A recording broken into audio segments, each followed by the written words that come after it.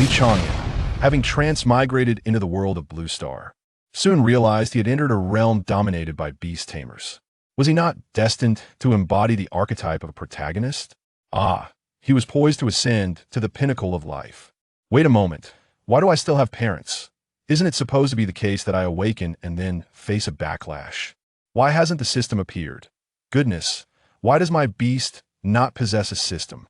Though socially anxious and somewhat tongue-tied, Li Chang'an harbored a rich inner world, often misunderstood as disdainful towards the weak. Chapter 1.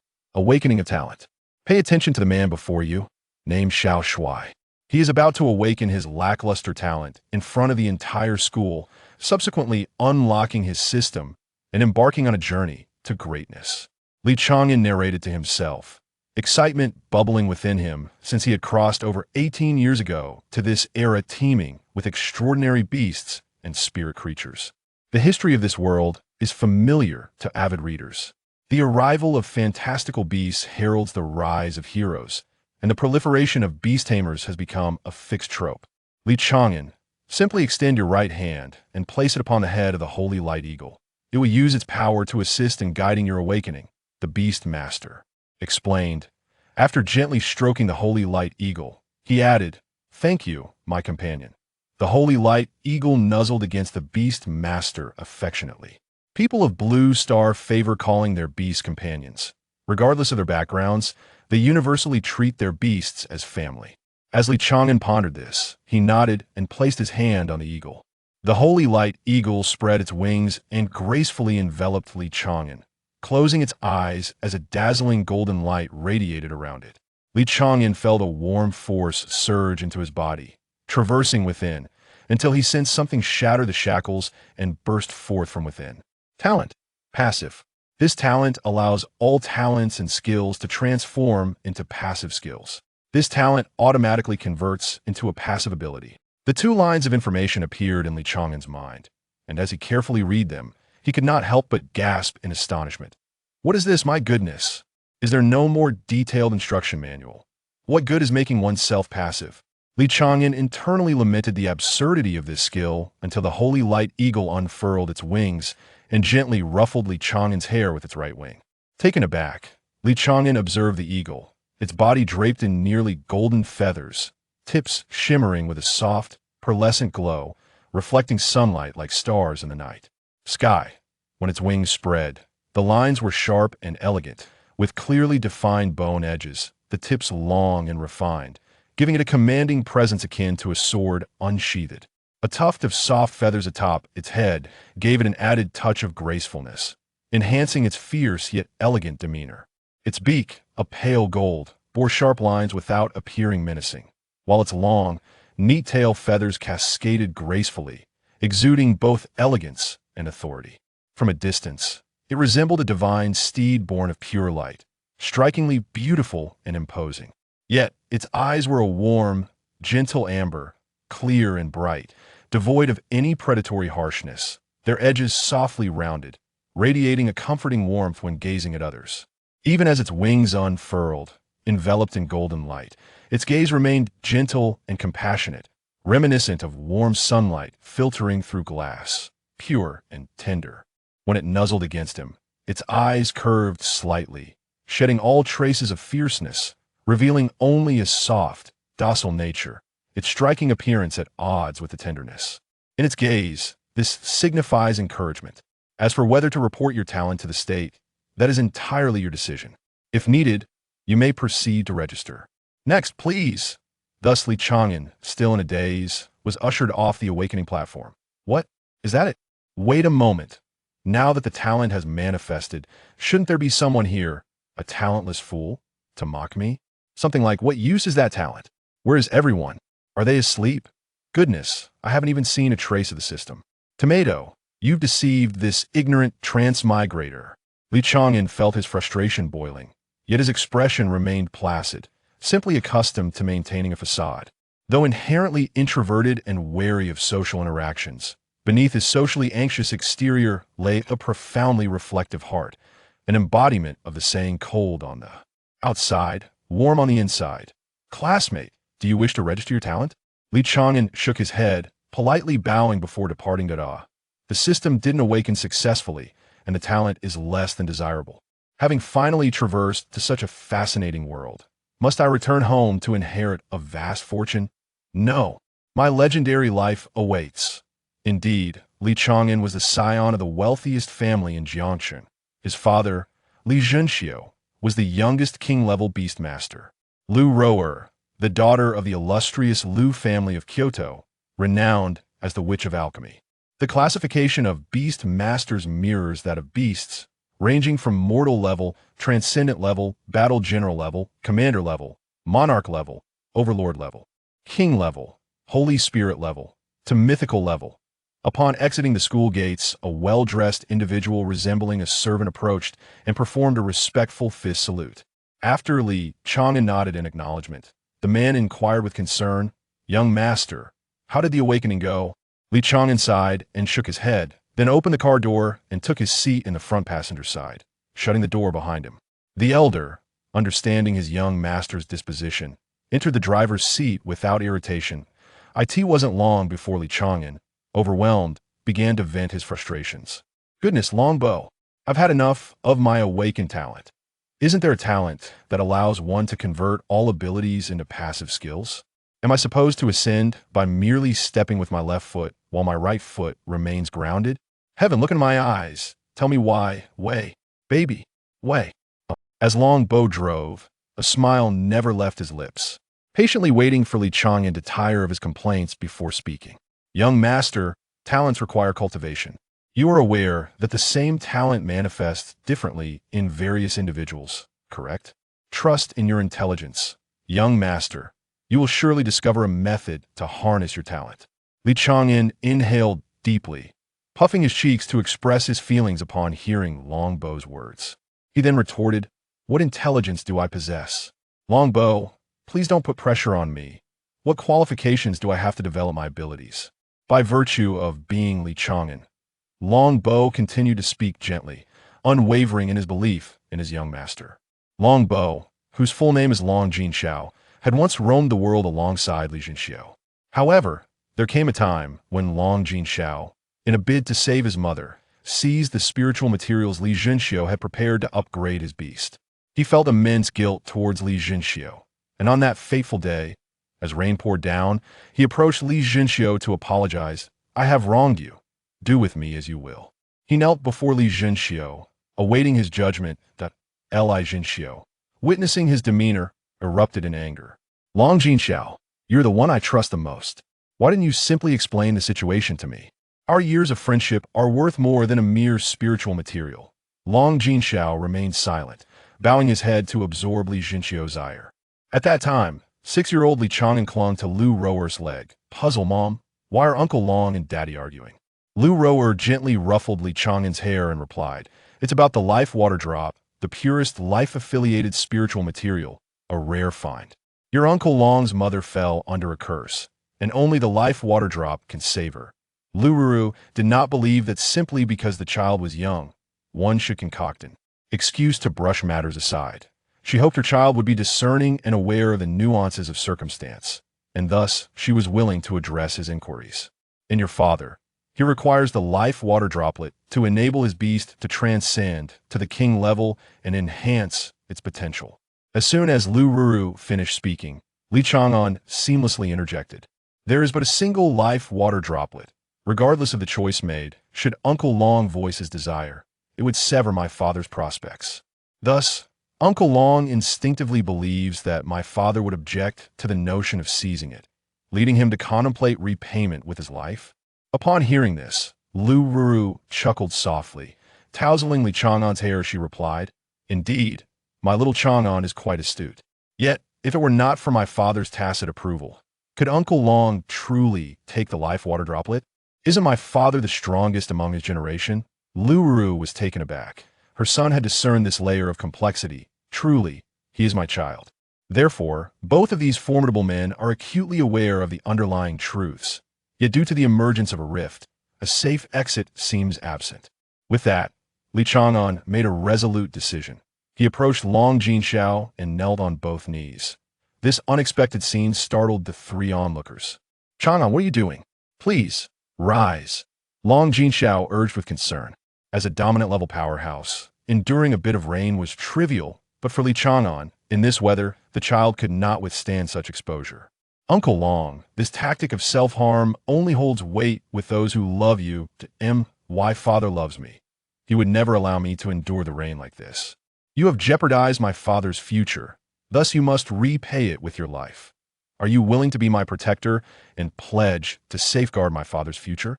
Rest assured, Uncle Long, should you agree, there will be no hesitation. If my father dares to disagree, I shall not rise. The rain fell at a slant, drenching Li Chang'an's soft black hair. Strands clung to his delicate forehead, and his small frame knelt upon the cold, slick ground, rendering him so frail it tugged at one's heartstrings. Long Jinxiao gazed down, observing that within the child's bright eyes, there was no trace of grievance or timidity. Instead, they glimmered with a cunning crescent shape, the corners of his mouth curling into a mischievous smile that belied his age. Raindrops trickled down his cheeks, yet they could not obscure the cleverness and calculation hidden within his gaze. As newcomers embark on their literary journey, let us tread lightly. Brain Repository. Chapter 2. The Spirit Beast Center due to Li Chang'an's unreasonable antics. Long Jinxiao became his protector. Although the relationship between Long Jinxiao and Li Zhanxiao was not as close as it once was, at least it had not deteriorated. Over the years, Long Jinxiao had been compensating Li Zhanxiao in his own way, and in front of Li Zhanxiao, he established the most formidable contract of protection, after which the matter was settled. The car pulled into the garage, and as Li Chang'an exited, he rushed towards his room. However, he did not anticipate that Li Zhanxiao and Lu Rower were already waiting for him in the living room. Hey, blocking the door. Dad, you're not playing fair. Li Zhanxiao raised an eyebrow. What an impudent brat. So, what kind of talent have you awakened? Did you not boast to me that you would become an unparalleled prodigy? Upon hearing this, Li Chang'an felt a jolt of anxiety. What could he do if the system hadn't come? If he claimed that his talent was lacking, this old man would surely be furious. Chang'an? Speak up. Lu Rower queried, gently tapping Li Chang'an, just as he was pondering how to respond. Longbo entered and explained the situation. What the? Longbo, you betrayed me. Long Jinxiao shrugged and jested. Young master, I truly had no choice. The Li family has provided too much. Upon hearing Long Jinxiao's words, Li Zhanxiao was taken aback and responded, so it is an unknown talent. This type of talent has not been classified into levels, which means no one has successfully achieved the rank of a general with it. Shouldn't your mother and I's talents be of the heavens jealousy level? How could you possibly possess an unknown talent? Lu Rower sighed and remarked to Li Zhanxiao, dear. We should hasten to create a secondary account. The talent levels are unknown, dust, limit, general, mediocre, limit, commander, outstanding, limit, overlord, heaven's jealousy, limit, myth, and myth. Li Chang'an, with a look of exasperation, spoke, you two are giving up far too quickly. Your heaven's jealousy talents were initially rated from unknown talents through the growth ritual. What if I succeed in developing it? After a torrent of complaints, he realized that his parents were smiling at him. You two are really trying to provoke me. How childish of you, he remarked. All right, the priority now is to choose your spirit beast partner in your Beastmaster school. Do you wish to follow a system or pursue an elite path? Li Zhanxiao asked with concern. I have a plan. I intend to visit the Spirit Beast Center and see what fate has in store for me. Li Chang'an replied, his mind racing. Very well, but be sure to think carefully when choosing a spirit beast, Li Zhanxiao cautioned. As he finished speaking, both father and son turned their gazes toward Lu Rower. Only now do I come to mind? You two are quite alike, Lu Rower said with a hint of exasperation. In their household, Lu Rower had always managed the finances, thus establishing her position of authority. She produced a black card and handed it to Li Chang'an. Here, it contains 50 million. If that is insufficient, speak to your mother. Thank you, Mom. Li Chang'an exclaimed joyfully as he accepted the card, then hurriedly embraced Lu Rower before dashing out the door towards the Spirit Beast Center. This child truly does not make things easy. Lu Rower, filled with concern, spoke up. Li Zhan gently embraced Lu Rower, reassuring her, do not worry, Rower. With our strength, it is no challenge to protect him for a lifetime. Let him venture forth on his own. The barrier of the Jiangchang spirit beast center gradually unfolded, enveloping them in a rich, almost liquid aura of spiritual energy. The vast expanse of the artificial forest was securely upheld by the barrier, with towering ancient trees and winding spiritual streams. The air shimmered with delicate spiritual luminescence, and every inch of land had been meticulously arranged by skilled nurturers, all to ensure the spirit beasts could live freely and peacefully. This was the premier sanctuary for spirit beasts in Jiangcheng, accessible only to licensed nurturers, where the desires of the spirit beasts took precedence over wealth or power. If the spirit beasts were unwilling, not a single step could be taken. As Li Chang'an stepped inside, a figure radiating a solemn aura, accompanied by a faint pressure of a battle general, swiftly approached and bowed in greeting. Iae Milin Ge, a battle general-level beastmaster, tasked with welcoming our esteemed VIP guest and providing guidance throughout your visit. Li Chang'an nodded in acknowledgement, remaining silent. Typically, newcomers would have to queue in the ordinary area, attended by apprentices, but upon entering, Li Chang'an received the highest standard of service. Accompanied by a true powerhouse who had transcended the mundane realm to attain the rank of battle general. First-time guests were given the privilege of selecting from the common grade spirit beasts, which were stable in temperament, highly compatible, and easy to nurture, an ideal choice for novices. Lin Che gestured ahead. This area is designated for the elemental gold spirit beasts. Allow me to guide you through. The two entered the gold spirit beast zone first. The terrain was rugged, with exposed spiritual minerals and an atmosphere charged with sharp energy. Silver-fanged wolves prowled among the rocks, their silver scales glinting coldly, with their sharp teeth hinting at faint golden energy. Half-foot-long spiritual blade sparrows flitted about, their calls ringing clear like the clash of metal, while stone-armored rhinos rested among the mineral veins, their heavy hides offering natural gold-grade defense, exuding a weighty aura with each breath. These were the most common gold-grade spirit beasts, renowned for their strength in attack and stability in defense, albeit with a significant consumption of spiritual energy. Deeper within the woods, a few elusive, sharper auras flickered momentarily. These were gold-grade spirit beasts that had long transcended the ordinary realm, having broken through to the level of battle general. They were not for sale. Rather, they had naturally taken residence in this area, left by nurturers to maintain ecological balance, living freely without any external contracts. Continuing forward, they entered the wood spirit beast zone. Vines intertwined, and exotic flowers flourished, with a gentle and warm spiritual energy permeating the air. Palm-sized spiritual wood butterflies danced among the blossoms, leaving trails of soft green light, while plump green velvet rabbits nibbled on spiritual leaves in the grass, gentle and affectionate.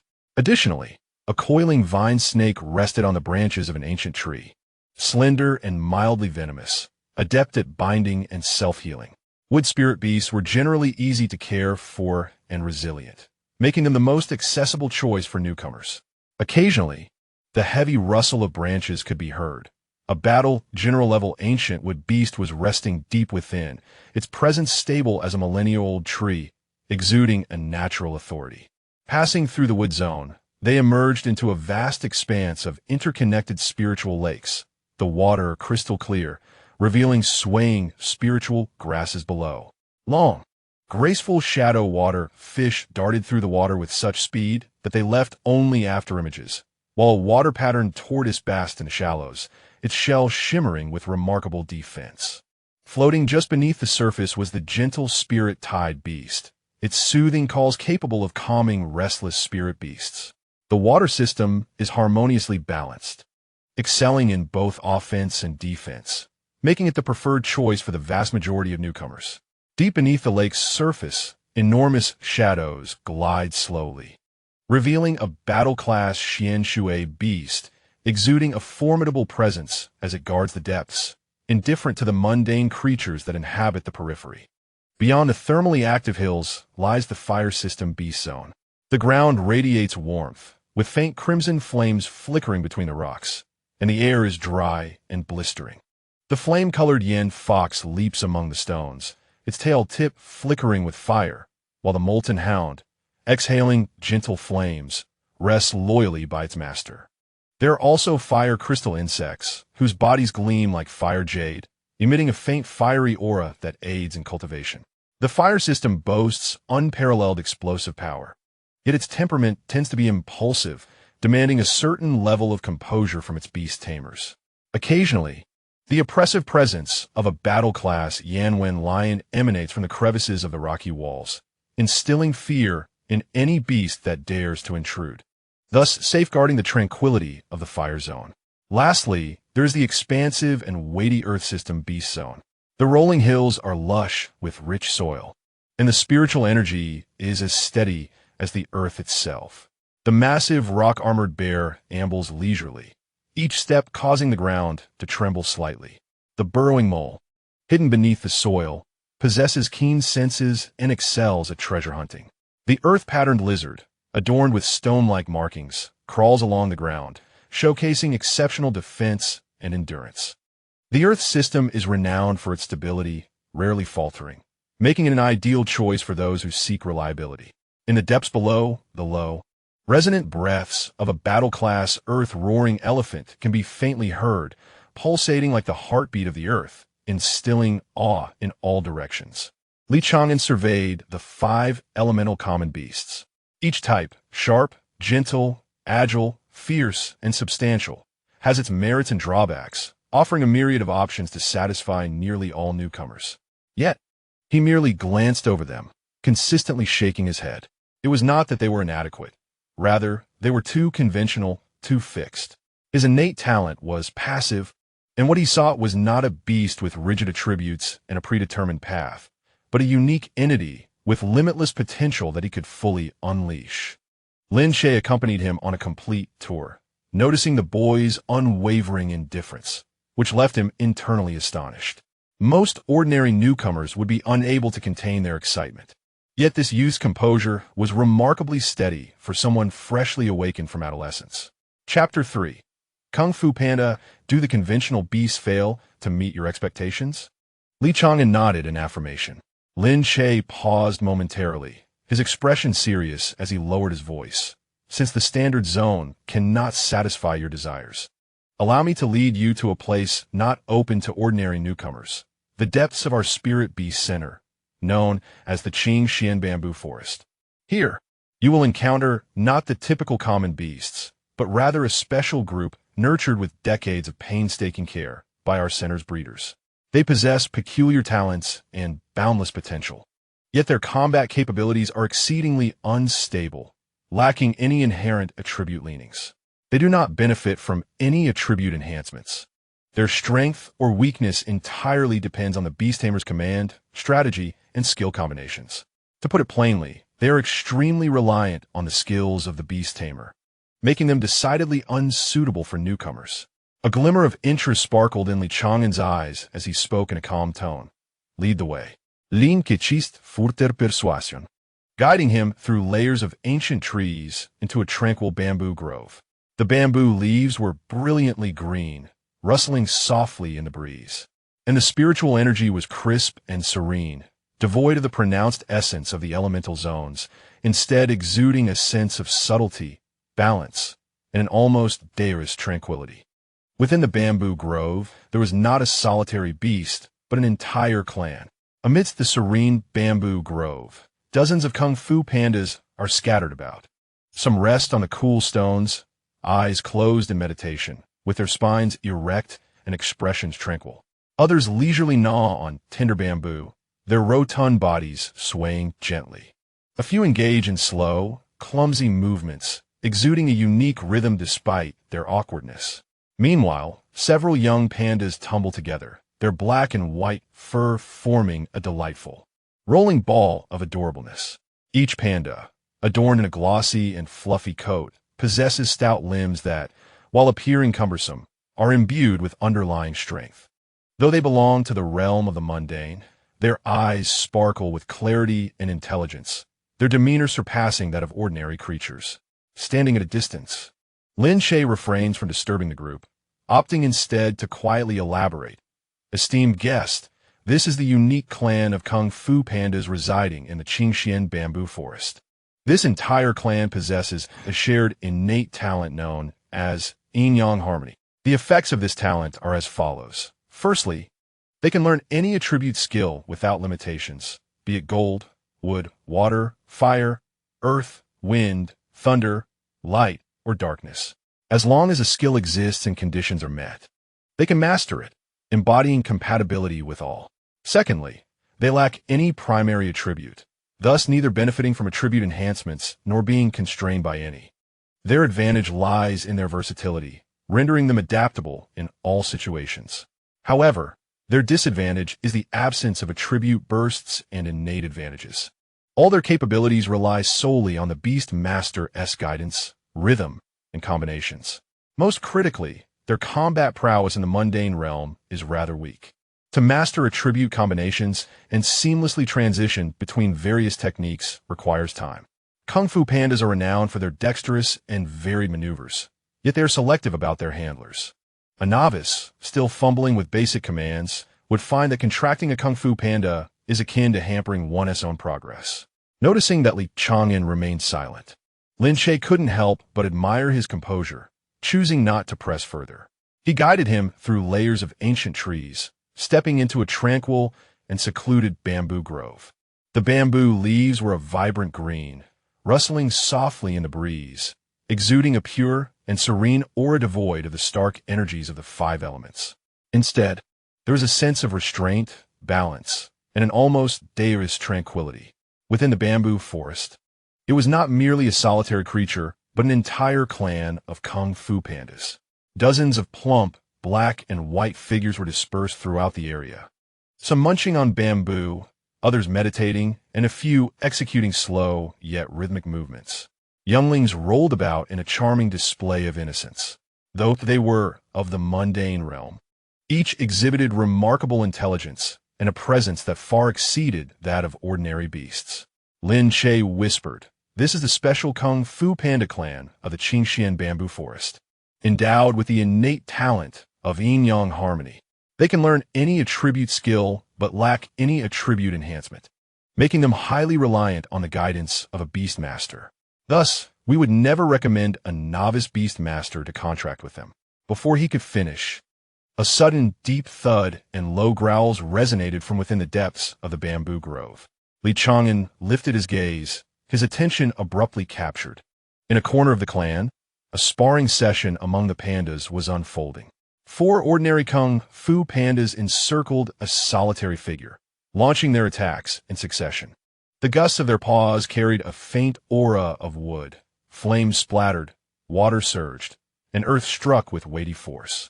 It was evident that they had mastered 1 or 2 elemental skills, working together with remarkable synergy.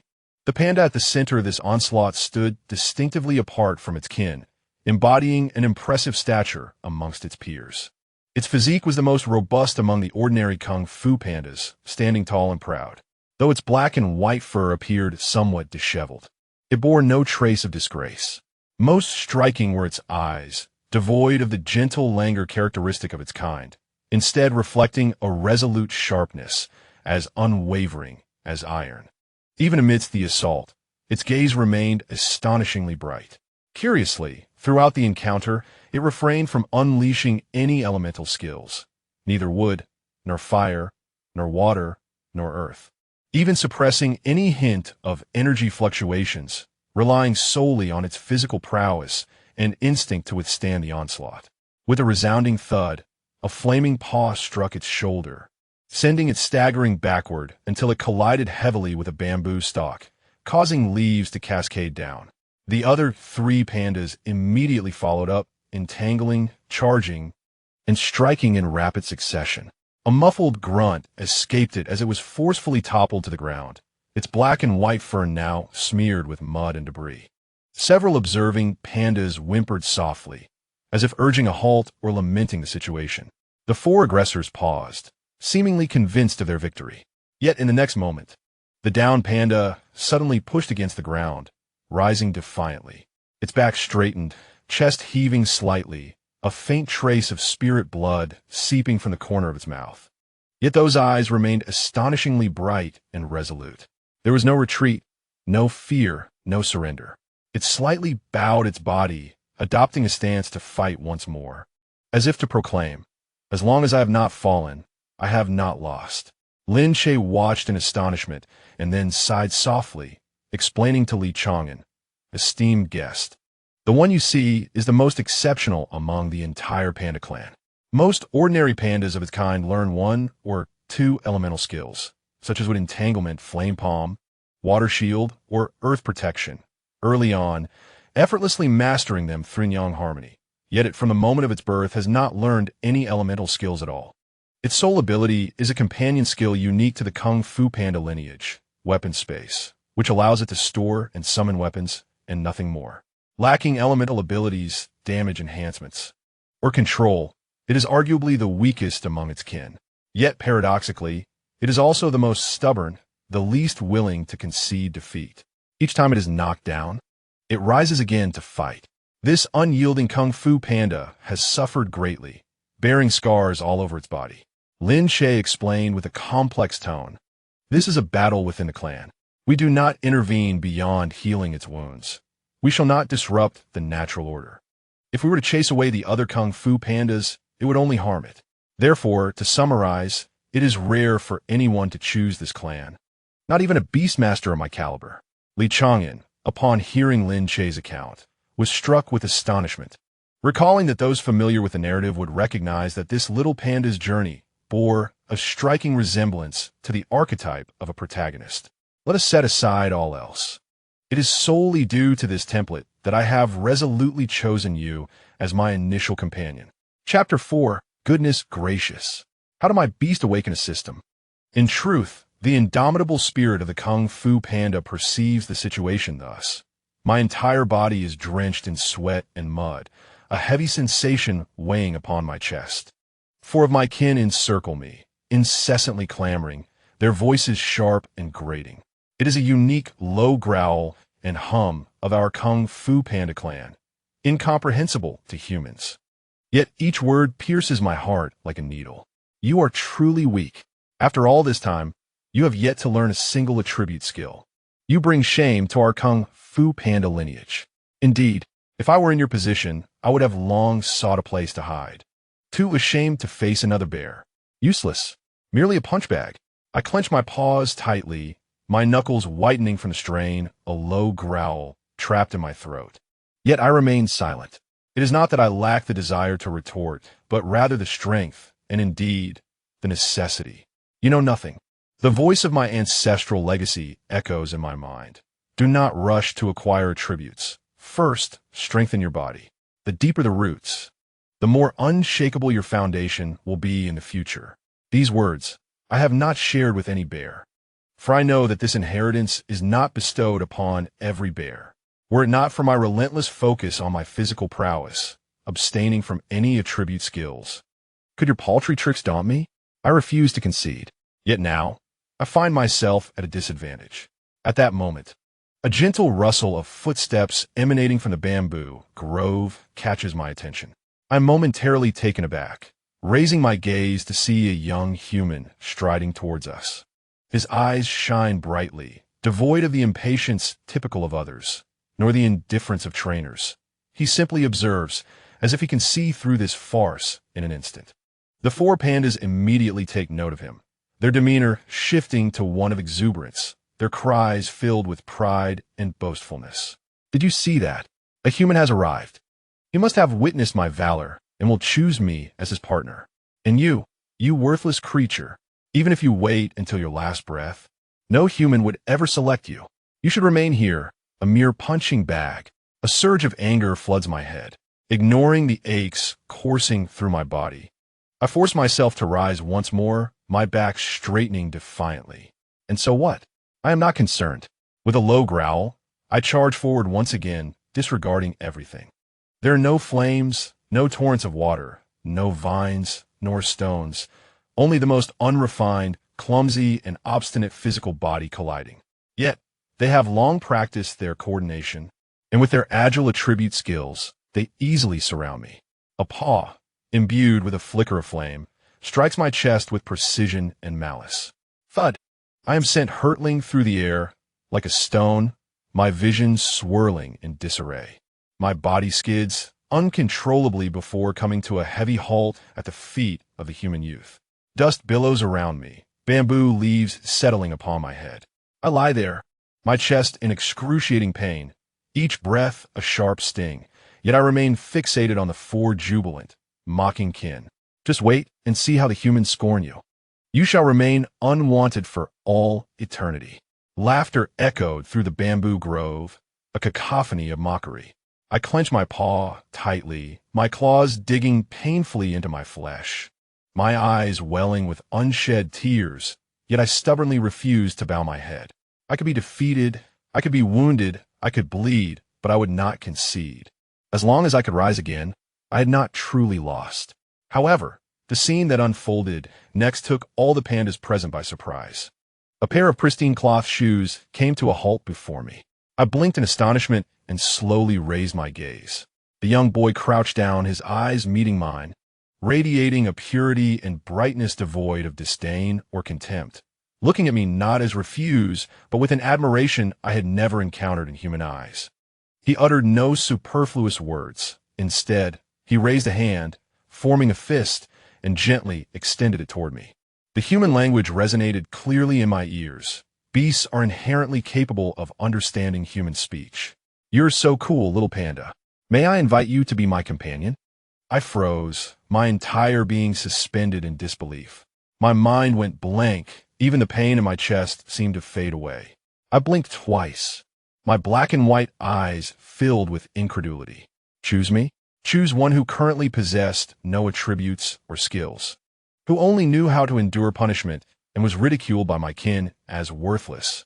This human had remarkable insight. The clamor of the four pandas abruptly ceased, and the bamboo grove fell silent, save for the whispering of the wind through the leaves. I gazed at the steadfast and warm fist before me, at the unmasked recognition and trust in the boyish eyes. The pent-up feelings of grievance, defiance, stubbornness, and solitude within me erupted at that moment. Without hesitation, without retreat, I slowly lifted my paw, still stained with dirt and scars, clenched it tightly, and then, with utmost seriousness and resolve, gently tapped my fist against his. In that instant, a mechanical voice and a blue light panel simultaneously materialized in the minds and before the eyes of both human and beast. Ding! The save system has been activated. Once the host establishes a save, they may infinitely revert to that memory without the save ever disappearing. Newbie rewards are being distributed. Reward 1. Save count 1. Current autosave does not consume save count. Reward 2. The host's Beastmaster gains the mythic level talent, Bullet Time. Bullet Time, when activated, all surrounding flow rates are slowed by 100 times for a duration of 10 seconds. What in the world? No way. You're truly the protagonist. How do you have a system? Chang'an screamed internally. Thanks to the newbie rewards. Chang'an understood that the Kung Fu Panda before him had awakened a system. Moreover, he could see the Kung Fu Panda save count, which currently displayed as 0. God-level talent Bullet Time has been converted into a passive skill. Please select the beast to which the talent will be granted. What the heck? Chang'an, bewildered, chose the Kung Fu Panda, and a beam of white light entered the Kung Fu Panda's body. Talent Bullet Time has been converted into the passive skill Bullet Time, with no time limit, consuming its own spiritual energy upon activation. As the moment of Bullet Time commenced, the physical form of the Kung Fu Panda accelerated 100-fold, with the ability to automatically initiate or terminate this extraordinary state. To my astonishment, I realized I too possessed such an extraordinary gift.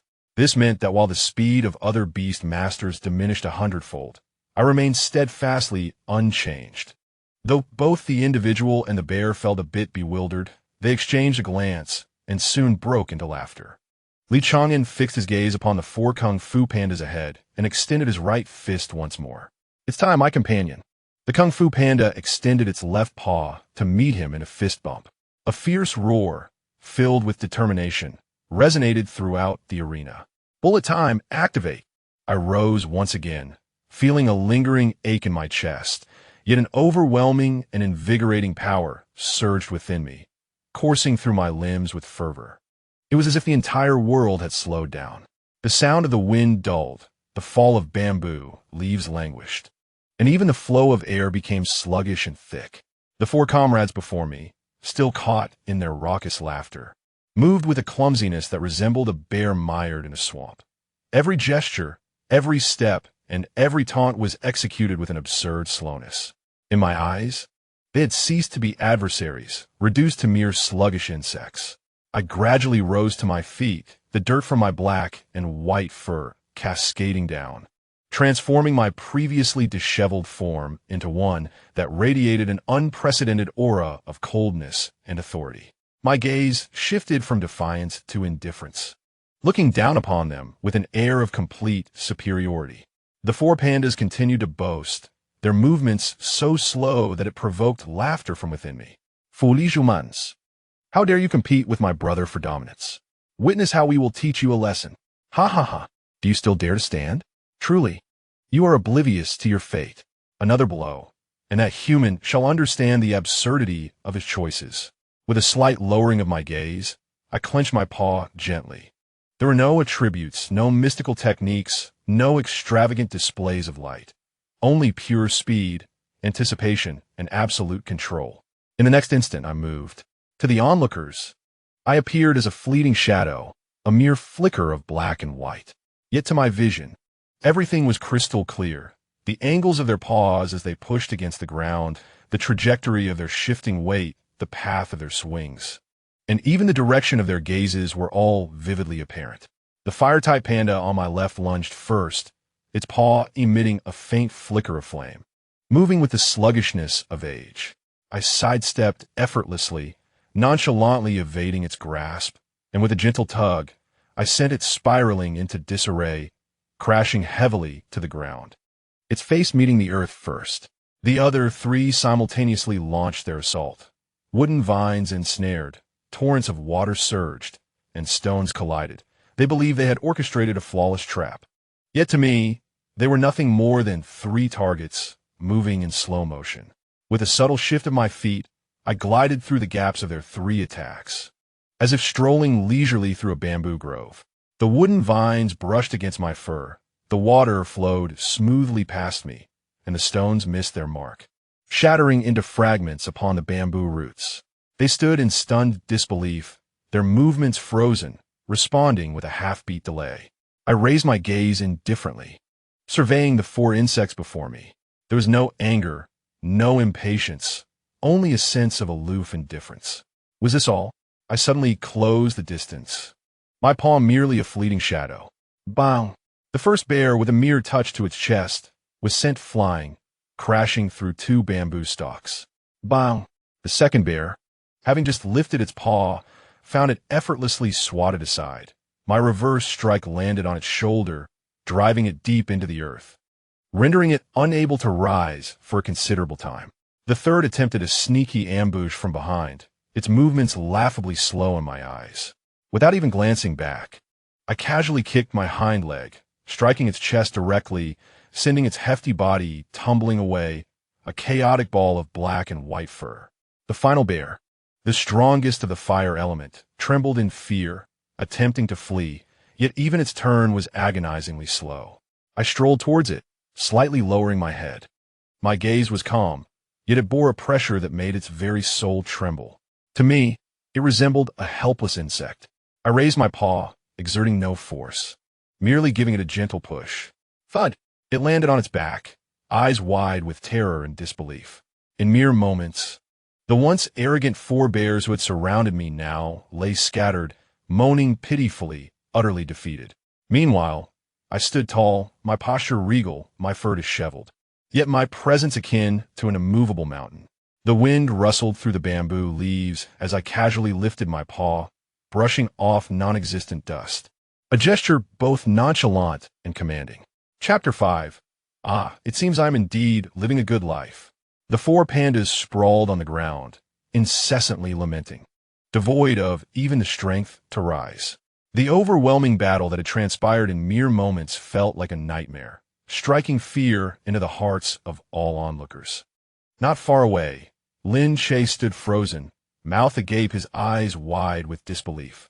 In all his years, he had never witnessed such extraordinary prowess from a beast master, one who had not even formed a contract, yet could elicit such power from their companion. Lin Che speculated that this formidable strength displayed by the Kung Fu Panda was a result of Li Chang'an's innate talent. Every motion of the panda seemed to be orchestrated by an invisible hand, playfully teasing, moving with leisurely grace, effortlessly overpowering with a mere gesture, and instilling fear with its gaze. Each action transcended its natural limits, calibrated, accelerated, and elevated beyond comprehension. A cold sweat broke out on Lin Che's back, his heart racing. He was almost certain that the remarkably handsome young man before him, Li Chang'an, had awakened a talent of legendary proportions, one that enhanced the combat capabilities of spirit beasts. This could explain the absurd power, so formidable that a contract was unnecessary, allowing the spirit beast's strength to soar. I'm in trouble. I think I know too much. He suddenly snapped back to reality, locking eyes with Li Chang'an's calm yet subtly chilling gaze, feeling an immediate tightening in his entire being, even his breath becoming subdued. The young man said nothing, merely observing him quietly, his demeanor exuding an undeniable aura of authority. Lin Che dared not linger even for a moment longer, hastening forward, his speech rapid yet remarkably clear and respectful. Rest assured, esteemed guest, those of our profession are but deaf and blind. Today, I shall utter not a single word regarding the events that transpired. You and this Kung Fu Panda have already forged an unspoken bond, an inherent understanding between the two of you. It is a specially cultivated spirit beast of exceptional grade from our center, valued at 1 million spirit coins. May I inquire how you wish to proceed with the payment? He assumed a posture of utmost deference, fearful that even a moment's hesitation might provoke this enigmatic young prodigy. Li Chang'an sighed internally, maintaining an outward demeanor of indifference and composure. In truth, he merely suffered from social anxiety, unsure how to broach the topic of the price. Without further ado, he retrieved from his storage device a pitch-black card, adorned with swirling dark golden patterns, and handed it over nonchalantly.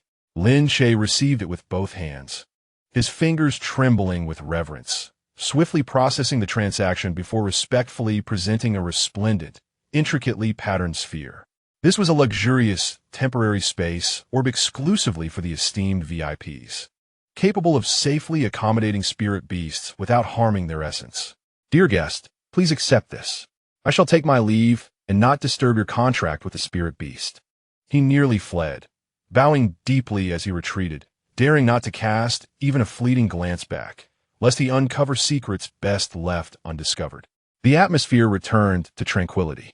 Li Chang'an turned to behold the black and white, fluffy Kung Fu Panda beside him, whose bright, excited eyes gleamed with trust and affection. It had just emerged victorious from a vigorous battle, its tail swaying gently, a blend of clumsiness concealing an undeniable sharpness and pride, gazing up at him. Li Chang'an's lips softened imperceptibly for a moment as he gently spoke. Little panda, let us formalize our beast contract.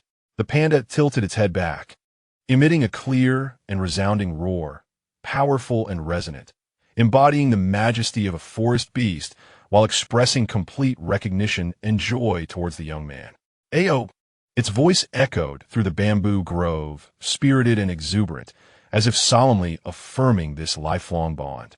Li Chang'an raised his hand, applying gentle pressure to his fingertip, allowing a drop of lustrous blood, imbued with a faint life essence, to seep forth. With a slight elevation of his wrist, the drop of blood soared through the air, landing precisely in the center of the panda's broad forehead. Instead of falling, it melded seamlessly into the panda's fur, vanishing without a trace.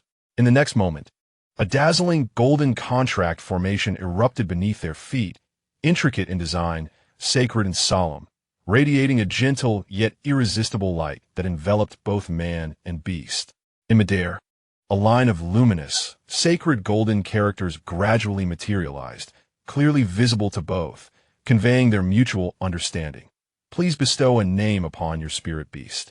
Li Chang'an lowered his gaze, focusing on the composed panda before him, capable of navigating through adversity with ease. His voice was calm, yet resolute. Lin Yuan. The Kung Fu Panda's eyes widened in astonishment, an instant sparkle igniting within its round pupils, as if profoundly struck by the name. Lin Yuan, standing at the precipice of danger without fear, unflinching in the face of peril. It exuded grandeur, steadiness, and authority, yet concealed within it an endless brilliance. Far superior to any casual nickname, it resonated with a coolness 100-fold.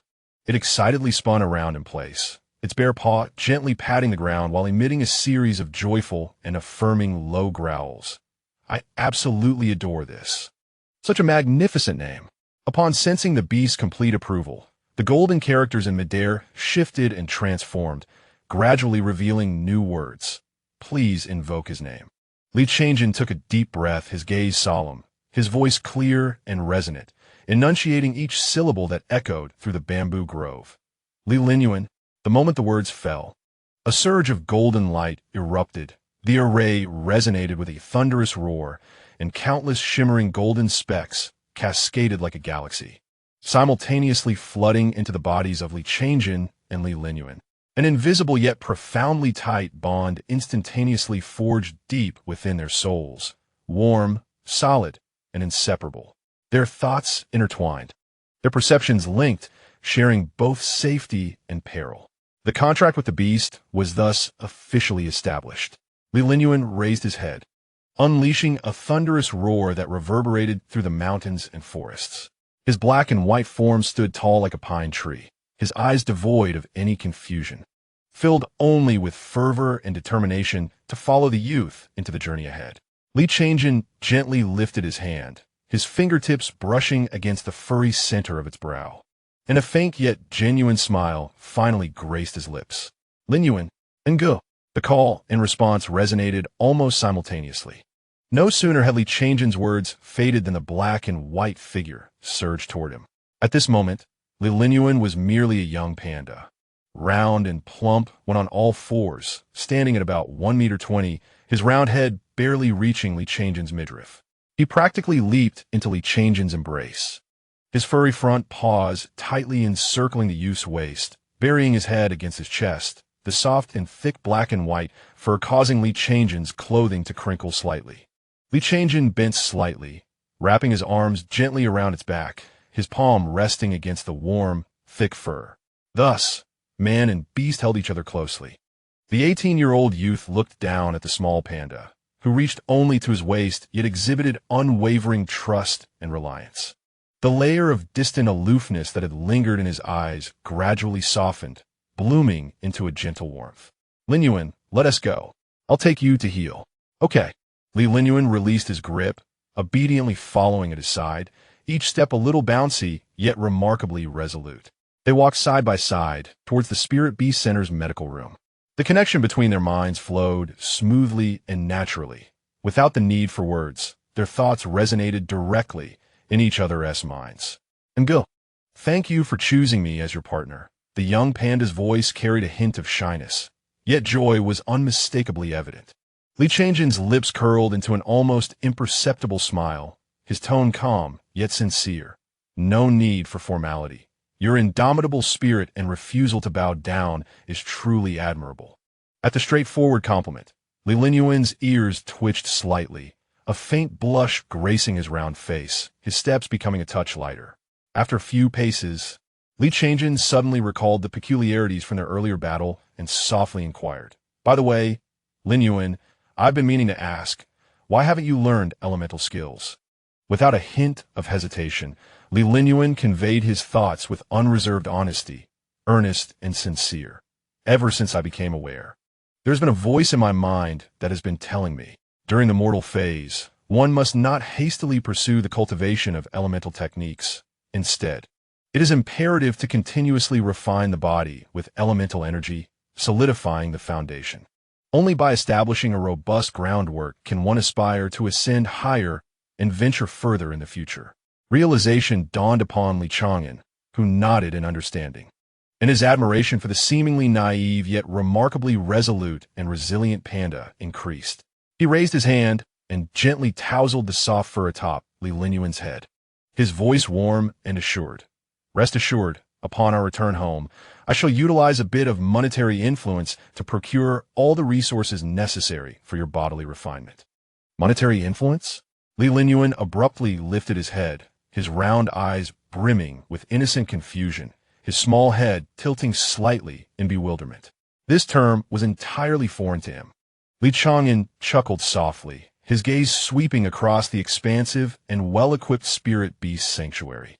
His tone casual, yet imbued with an undeniable confidence. What do you think of this spirit beast center? Superb. The environment is wonderful, and the accommodations are quite comfortable. Li Linyuan promptly responded with earnestness. Li Chang'an gave a gentle, affirming hum, his tone as nonchalant as if discussing the most mundane of matters. Our home boasts merely dozens of spirit beast centers that are even larger and superior to this one. As the words fell, Li Linyuan froze in place, his eyes wide open in sheer astonishment and bewilderment. His steps halted instinctively, his mind momentarily blank. Dozens of spirit beast centers that surpassed this one in grandeur and quality? He was nothing more than a panda, seeking to enhance his strength and find a reliable companion. In the blink of an eye, it seemed he had leaped into a life of unimaginable luxury. Observing his adorably stunned expression, a deeper smile danced in Li Chang'an's eyes as he gently tugged at the little panda's paw. What are you daydreaming about? Let us move on. We need to tend to your injuries.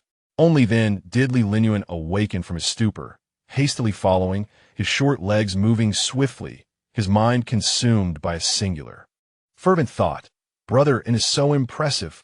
Following brother in is undoubtedly the right choice. Chapter 6. The Bet in the Healing Chamber. The beast tamer summoned a life-type spirit beast from the beast space. The wood spirit butterfly hovered gracefully in midair. Its entire form resembled a blooming peony, with its delicate wings layered and soft, interwoven with pale pink and light green hues that emanated a gentle, vibrant life force. When it paused, it appeared as an exquisite living floral sprite. The butterfly lightly flapped its wings, releasing countless glistening, delicate, and subtly fragrant healing pollen that drifted down like a gentle floral rain, settling upon Li Linyuan's fur. The moment the pollen made contact, it dissolved into pure, gentle life energy, penetrating his limbs and bones, swiftly mending the fatigue and minor injuries sustained from battle at a visibly rapid pace. In but a moment, Li Linyuan was completely restored, his black and white fur fluffy and radiant, his gaze bright and spirited. The wood spirit butterfly gave a slight nod, as if indicating that the healing was complete, before gracefully retreating to a corner, transforming back into a quietly blooming peony shadow and returning to the beast space. As Li Chang'an observed Linyuan regaining his full strength, he decided not to linger. He gently led the petite red panda, standing at approximately 1 meter tall, and turned to exit the healing chamber, making his way directly through the main entrance of the Spirit Beast Center. Outside, a discreet yet impressive vehicle awaited, with Longbow standing beside it, his posture erect and demeanor composed. Upon seeing Li Chang'an emerge, he stepped forward slightly, bowing respectfully. "Young master," he greeted. Li Chang'an nodded in acknowledgement. "Longbow, thank you for waiting." "I have just arrived as well," Longbow replied, his gaze warm as it swept over the young man, and then lightly rested on the small red panda beside him, showing neither surprise nor doubt. Now that the young master has chosen a companion, I am at ease. Li Chang'an felt a moment of confusion. Wasn't he supposed to be met with exclamations of disbelief like, "What? You chose a kung fu panda, young master. Have you lost your mind? Or this is unacceptable. We must immediately dissolve the contract." Instead, Longbow smiled, as if he had anticipated Li Chang'an's thoughts, and said, "I trust all of the young master's choices." A warmth spread through Li Chang'an's heart. The anticipated admonitions and shock were absent, replaced by a soothing sense of unwavering trust. He chose not to speak further, simply stating, "Let's go home." Longbow complied, opening the rear door of the vehicle for him.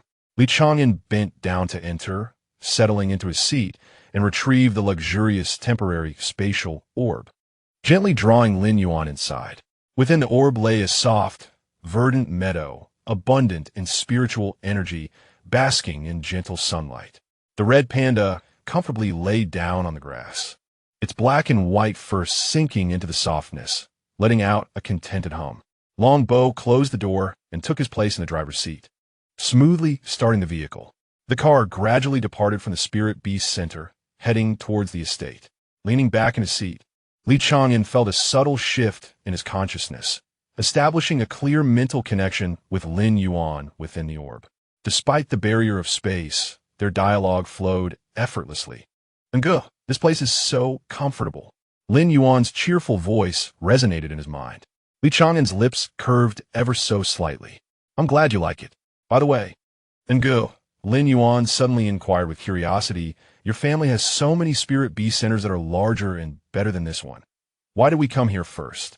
Gazing out at the swiftly retreating landscape, Li Chang'an softly explained, "I wasn't sure before, but now I understand. This is a kind of test." "A test?" Lin Yuan echoed. "Among our human race, few dare to choose a kung fu panda as their initial beast companion. My talent remains of unknown caliber, and my family likely wishes to observe my choices. We shall forge our own paths, relying not on their renown, but on their resources." His tone was calm, yet imbued with a clear conviction. "My decision to form a contract with you is a declaration that we shall tread our own paths, without leaning on their fame, only utilizing their wealth. Furthermore, I will participate in the talent assessment." "A talent assessment?" Lin Yuan inquired. "Indeed," Li Chang'an replied patiently. "Talent itself has no inherent ranking. All classifications are determined by humanity. It is only by observing how far one can ascend that we can later define the level of talent. Individuals with undiscovered talents may apply, as well as those who seek to enhance their talent classification." Lin Yuan nodded in a semblance of understanding. "So, the human realm is governed by such myriad rules." "Indeed," Li Chang'an's tone softened slightly, tinged with a hint of apology. "However, I have yet to establish my own beast mastery space. So for the time being, you must endure residing within the spatial orb. Not all a hardship." Lin Yuan exclaimed joyously in his mind. "It is soft and warm here, the spiritual energy is abundant, and it is extraordinarily comfortable." Li Chang'an chuckled lightly and took the opportunity to recount the origins of the beast mastery space. The beast mastery space was conceived by the hero who initiated the era of beast mastery. He refined countless spiritual materials, forming a seed that he implanted within his own body. When the seed sprouted, it birthed a dedicated space within him. The strength of this space is determined not only by the materials, but also by the owner themselves. Historically, there have been instances where individuals, using the most rudimentary of space seeds, cultivated mythic-level beast mastery spaces. By the time they reach 6, children of our generation will begin to absorb space seeds, which will grow alongside them. The earlier one awakens, the greater their talent. Some have even awakened at the tender age of 12, while the average individual typically awakens their beast mastery space only upon entering university. "Wow, how impressive!" Lin Yuan gazed at him with admiration. Thus the pair, one person and one beast, engaged in relaxed conversation within the vehicle, their minds entwined in a natural rapport. The vehicle glided smoothly through the bustling urban landscape, eventually arriving at a manor enveloped by layers of spiritual flora. Shortly thereafter, the dedicated vehicle came to a gentle stop before the main residence of the Li family. Longbow turned off the engine and alighted, respectfully opening the rear door. "Young master, we have arrived home." Li Chang'an cradled the spatial orb containing his first companion in his palm and stepped out of the vehicle. The gentle rays of the setting sun bathed him and the softly glowing orb in a warm light. From this day forth, he would have a companion. The specialized vehicle smoothly entered the courtyard of the Li family estate and came to a steady halt. Longbow was the first to alight, respectfully opening the back door for Li Chang'an. "Young master, we are home." Li Chang'an, holding the luxurious spatial orb that shimmered with a subdued glow, gracefully descended from the vehicle. The setting sun elongated his silhouette, and within the orb, a gentle aura and a faint black and white outline could be discerned. As he stepped into the living room, 2 familiar figures approached him. His parents had been waiting for quite some time. Their gazes immediately settled on the supreme-level spatial orb in Li Chang'an's hand, and an instant understanding dawned upon them. Li Jun raised an eyebrow, his tone imbued with a sense of gravity and resignation as he spoke. My boy, did I not remind you repeatedly before your departure to think thrice before making decisions? He stepped forward, his fingertip flicking to reveal a blank contract shimmering with a faint golden light, hovering in midair. This is a contract of severance, devoid of backlash or side effects. It will neither harm you nor him. Li Zhenxiao regarded him with earnestness, stating, I offer you one final opportunity to choose. It is not too late to retract your decision. Should you persist on this path, you must tread it to the end, even if it means doing so on your knees. Beside him, Lu Rower hurried forward, her voice laced with concern and tenderness as she gently grasped his arm. Chang'an, Mother does not oppose your decision, but you are aware that the early combat capabilities of Kung Fu Panda are rather mediocre. With the college entrance examination looming just a month away, do you truly intend to rely on him to gain admission into the prestigious institutions? At that point, would you not be crushed and ridiculed, leaving your mother in a state of worry? On the surface, Li Chang'an maintained his composure, yet a subtle spark flickered in his eyes, unnoticed by others. In the next moment, his heart erupted with joy. Incredible! What splendid lines! I knew it. I had a feeling this plot twist would emerge. At last, finally, I can showcase my prowess. No more pretense. The truth is out. We are the underdogs. An overwhelming tide of excitement surged within him, yet his exterior remained calm and serene. Only the corners of his lips gradually lifted into a faint yet resolute smile. Under the astonished gazes of Li Zhenxiao and Lu Rower, Li Chang'an spoke softly, his voice clear and gentle, yet imbued with unwavering determination. Lin Yuan. These abrupt two words caused both Li Zhenxiao and Lu Rower to freeze in bewilderment. What? They exclaimed in unison. Li Chang'an raised his gaze, his eyes tenderly resting on the spatial orb in his palm, pronouncing with deliberate clarity, his name is Li Lin Yuan. He is my companion. As his words echoed, he subtly lifted his wrist, a glimmer dancing at his fingertips. The spatial orb quivered gently, releasing a soft white light. In the next instant, a rotund yet upright black and white figure landed gracefully on the ground. It was none other than Li Lin Yuan, a young panda standing merely around 2 meters tall, with a fluffy, gleaming coat and bright, sharp eyes. First, it gazed up at Li Chang'an, filled with trust and affection, before turning towards the unfamiliar pair before it. Standing tall and unyielding, there was not a trace of timidity, only the calmness and resilience characteristic of a Kung Fu Panda. Li Zhenxiao and Lu Rower regarded this seemingly ordinary juvenile panda with increasing furrowed brows. However, before they could speak again, Li Chang'an raised his eyes first. Looking at Li Zhenxiao with a light smile, his tone remarkably clear and powerful. Since you are so concerned, let us make a wager. 1 week from now, choose a challenger of the same level and stage as Lin Yuan from your beast companions. If I win, he paused, his gaze sweeping over his parents, who were momentarily taken aback, finally resting on the proud little panda beside him, his voice resolute. I want your full support in nurturing Lin Yuan. Beside him, Li Lin Yuan abruptly lifted his head, its round eyes sparkling with astonishment. Brother was actually making such a wager with his father for its sake. The unwavering belief and steadfast support it received filled it with a warm, intense sensation that coursed through its entire being, making its black and white fur feel almost heated. Chapter 7. The Activation of Monetary Power. Li Zhenxiao was initially taken aback, but upon witnessing the unwavering determination and brilliance in his son's eyes, he fell silent for a brief moment before bursting into hearty laughter, his voice booming with pride and exuberance. Ha ha ha! What a remarkable kid! Truly worthy of being my son. Li Zhenxiao. He strode forward with purpose, firmly patting Li Chang'an on the shoulder, his strength palpable. The glimmer of worry had vanished from his eyes, replaced by admiration and anticipation. I accept this wager, but be prepared. While our realms may be the same, my beast companion possesses talents and potential that rival the heavenly kings. Victory is not something to be taken lightly. Beside them, Lu Rower observed the father-son duo with a sense of relief, letting go of her concerns. She gently covered her mouth with her hand, stifling a soft laugh. Her eyes radiating warmth, filled with pride and affection for her son.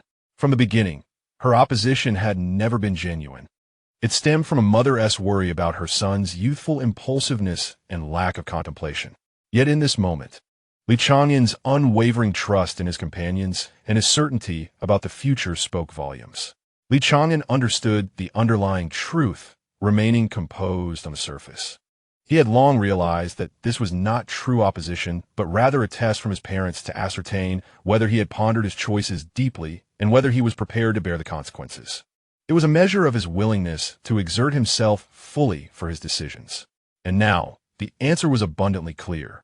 It was precisely for this reason that his parents felt such joy and confidence. At that moment, a crisp and mechanical notification echoed in Chang'an's mind. Ding! Task initiated. Task details. Win the wager in 1 week. Task rewards. Complete awakening of a mythical beast space. Elemental bamboo grove. Save points. 1. A line of translucent blue text unfurled before his eyes, strikingly clear. A mythical beast space, the elemental bamboo grove. Chang'an's heart jolted, swiftly filled with overwhelming joy and a fighting spirit. Even Lin Yuan connected to him in thought, sensed his emotions, and shuddered slightly, his round eyes sparkling with excitement as he waved his paws in a display of fervor. The man and the bear exchanged a glance, wordlessly united in a single resolve. In 1 week, victory must be theirs. Suppressing his exhilaration, Chang'an turned to Lu Rower, his tone sincere yet tinged with a hint of reliance. By the way, Mother, I require the purest elemental materials of all kinds. The higher the level, the better. I would greatly appreciate your assistance in gathering them. Additionally, please collect as many skill discs of various elemental attributes, martial arts manuals for body strengthening, and an assortment of weapons as possible. Lu Rower's smile deepened, her hand affectionately ruffling his hair, and she cast a tender glance at the spirited little panda beside her.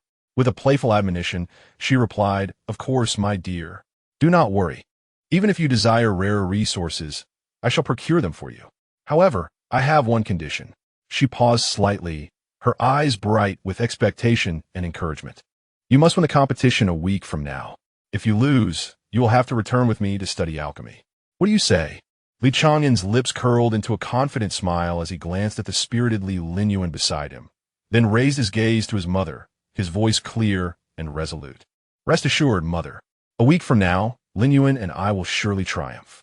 Lin Yuan nodded emphatically, releasing a brief yet powerful growl. The small black and white figure stood upright, exuding an impressive aura. In the realm of beast taming, a dominator-level beast would awaken a unique capability known as the familiar seal. As the name suggests, a dominator reigns supreme, capable of conquering spirit beasts or exotic beast clans, thus establishing them as their subservient race. These subservient races also reside within the beast taming space, encompassing all levels of spirit beasts due to their collective nature. Consequently, when dominator-level beasts engage in battle, it is akin to a singular army. In the evening, within the exclusive high-level training chamber of the Li family, intricate formations glimmered, and the spiritual energy was so dense it nearly coalesced into a mist. At the center lay a mountain of spiritual materials, all of combat general grade, pure and devoid of impurities. The 8 elemental crystals, gold, wood, water, fire, earth, wind, ice, and lightning, were resplendent, emanating a formidable presence. For spirit beasts still confined to the mortal realm, the combat general grade materials represented the pinnacle of what they could absorb. A moment's carelessness could unleash the violent elemental forces, wreaking havoc on their meridians and severely damaging their foundation. Chang'an stood nearby, observing the small panda beside him, and gently cautioned, "Lin Yuan, these combat general grade elemental crystals possess immense power. Your physical form is still weak, so exercise utmost caution. You can save your progress. Should you feel overwhelmed or if things go awry, promptly revert. Do not endure unnecessarily." Lin Yuan nodded earnestly, his small face reflecting determination. "I understand, brother-in. I will be careful." Taking a deep breath, he focused his mind, enveloped in a faint glow that stabilized his current state. The progress was saved. In his initial attempt, Lin Yuan approached the pile of 8 elemental materials, grasping one of each type. He intended to absorb a single crystal from each category to test his limits. Simultaneously, he activated all 8 combat, general-grade elemental crystals. In an instant, 8 ferocious forces surged into his diminutive form like uncontrollable beasts. A cry escaped Lin Yuan as his body trembled violently, his black and white fur bristling. His meridians felt as though they were being violently torn apart, his organs seemingly undergoing combustion, collision, freezing, and explosion. A mortal body could not withstand the simultaneous onslaught of 8 combat, general-grade elements. Excruciating pain engulfed his consciousness. I cannot endure this. Revert. With a pulse of blue light, everything reset. The materials remained orderly, and Lin Yuan emerged unscathed, returned to the moment just before he began absorbing. In his second attempt, Lin Yuan resolved to take it slow, absorbing one element at a time. Gritting his teeth, he steadied his mind. He first picked up the fire crystal, cautiously absorbing a trace. It was stable. Next, he shifted to the gold crystal, then the wood crystal. One by one, he absorbed them individually. While this approach ensured safety, the efficiency was dismally low. An hour passed, and he had consumed barely a tenth of a single element. At this rate, not only would he fail to break through his physical limits, but even the 7 days allotted for absorption would prove insufficient, leading to inevitable defeat in the wager. Lin Yuan gazed at the nearly untouched mound of spiritual materials, his small face etched with frustration. This pace was intolerably slow. I must revert. The blue light flickered once more, and everything began anew. In his third attempt, Lin Yuan, undeterred, chose to absorb all 8 elements simultaneously again. He concentrated all his willpower, striving to suppress, guide, and harmonize the overwhelming elemental forces that far exceeded his expectations. Power spiraled out of control, conflicts erupted, and a sharp pain surged through the meridians as darkness danced before the eyes. Another failure. Rewind. The fourth attempt commenced, with a focus on breath and the stabilization of the mind, synchronizing absorption once more. Yet, balance shattered again. Rewind. The fifth attempt involved reducing the dosage, drawing only a fraction of power from each element. Chaos reigned, the physical form buckling beneath the strain. Rewind. The sixth attempt sought to guide the elements in segments. First water and fire, then wind and thunder, and finally metal, wood, earth, and ice. Balance remained elusive as the elements erupted violently within. Rewind. The seventh attempt bore the scars of previous collapses. Lin Yuan had become intimately familiar with the fluctuations, flow rates, and intensities of the 8 elemental forces. This time, he wielded precise control, forcing one essence from each element into his being to achieve a forced equilibrium. Pain surged, yet he gritted his teeth, enduring the agony. The meridians expanded, the body tempered, bones reshaped, and vitality purified. A tremendous force erupted from within, marking the initial breakthrough into the realm of transformation. However, as Lin Yuan steadied himself, a heavy weight settled in his heart. Time was slipping away. In his fervor to endure the breakthrough, he had neglected to learn elemental skills or practice martial techniques. Though he had survived and transcended, he remained ill-equipped for the impending challenge. Gazing out at the fleeting daylight, frustration consumed him. Victory still eluded him. Rewind. The azure light enveloped him, restoring all to the beginning of his training. The 8th attempt, armed with the lessons of the previous 7, saw Lin Yuan abandon reckless absorption. He endeavored to guide the elements with his mind, coaxing them to swirl gently near his dantian, seeking harmony and flow. A faint effect emerged, yet chaos persisted. Efficiency remained insufficient. There was still much ground to cover. Rewind. The 9th attempt commenced. He closed his eyes, recalling the trajectory of each elemental clash, the critical points of balance, and the moments of collapse. The 8 elements transformed from foes into strings of a finely tuned instrument. He endeavored to create a vortex within, allowing metal, wood, water, fire, earth, wind, ice, and thunder to whirl around a singular point, spinning rapidly in a clockwise motion. The rotation generated centripetal force, restraining the wild energy, compressing and harmonizing it. A semblance of form began to take shape, but instability led to another disintegration. Just a fraction more. Rewind. The 10th attempt saw Lin Yuan slowly open his eyes, devoid of fatigue, instead radiating clarity and sharpness forged through 9 trials of torment. He had inscribed the habits, rhythms, and balance points of the 8 elements deep into his very bones. Engo, I am ready. Li Chang'an voiced his concerns. Be cautious. This time, Lin Yuan did not merely draw a few essences. He leaped, positioning his small frame at the heart of the towering elemental crystals, his will unfurling with force. I shall absorb them all at once. As the words left his lips, he unleashed the rotational force he had just comprehended, igniting a high-speed vortex of body tempering deep within his danshin. A resonant hum. In an instant, the entire training chamber trembled. Gold, wood, water, fire, earth, wind, ice, and thunder. All the crystallized elements of the war generals illuminated simultaneously, transforming into 8 powerful torrents of elemental energy that surged wildly towards Lin Yuan's form. The towering crystals melted at an observable pace, evaporating into the purest essence of primal power. There were no clashes, no chaos, no backlash. All the frenzied forces, upon entering his body, were forcibly drawn, compressed, and harmonized by that terrifying vortex of body refinement, nesting layer upon layer, transforming into the gentlest, most domineering, and purest force of physical enhancement, cleansing his limbs, bones, and vital organs. An iridescent aura soared into the heavens, illuminating the entire training chamber. Lin Yuan's diminutive frame floated slightly, his black and white fur swaying without wind, every strand absorbing the light of the elements. He stood at the heart of the radiance, akin to a sovereign commanding the 8 elements. In mere moments, the mountain-like accumulation of war, general-grade elemental crystals was entirely consumed. Boom! A vast and overwhelming aura, far surpassing the ordinary and extraordinary, erupted from within him.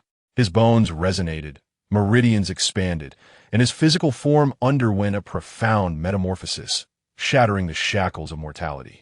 Lin Yuan tilted his head back and let out a clear and powerful roar.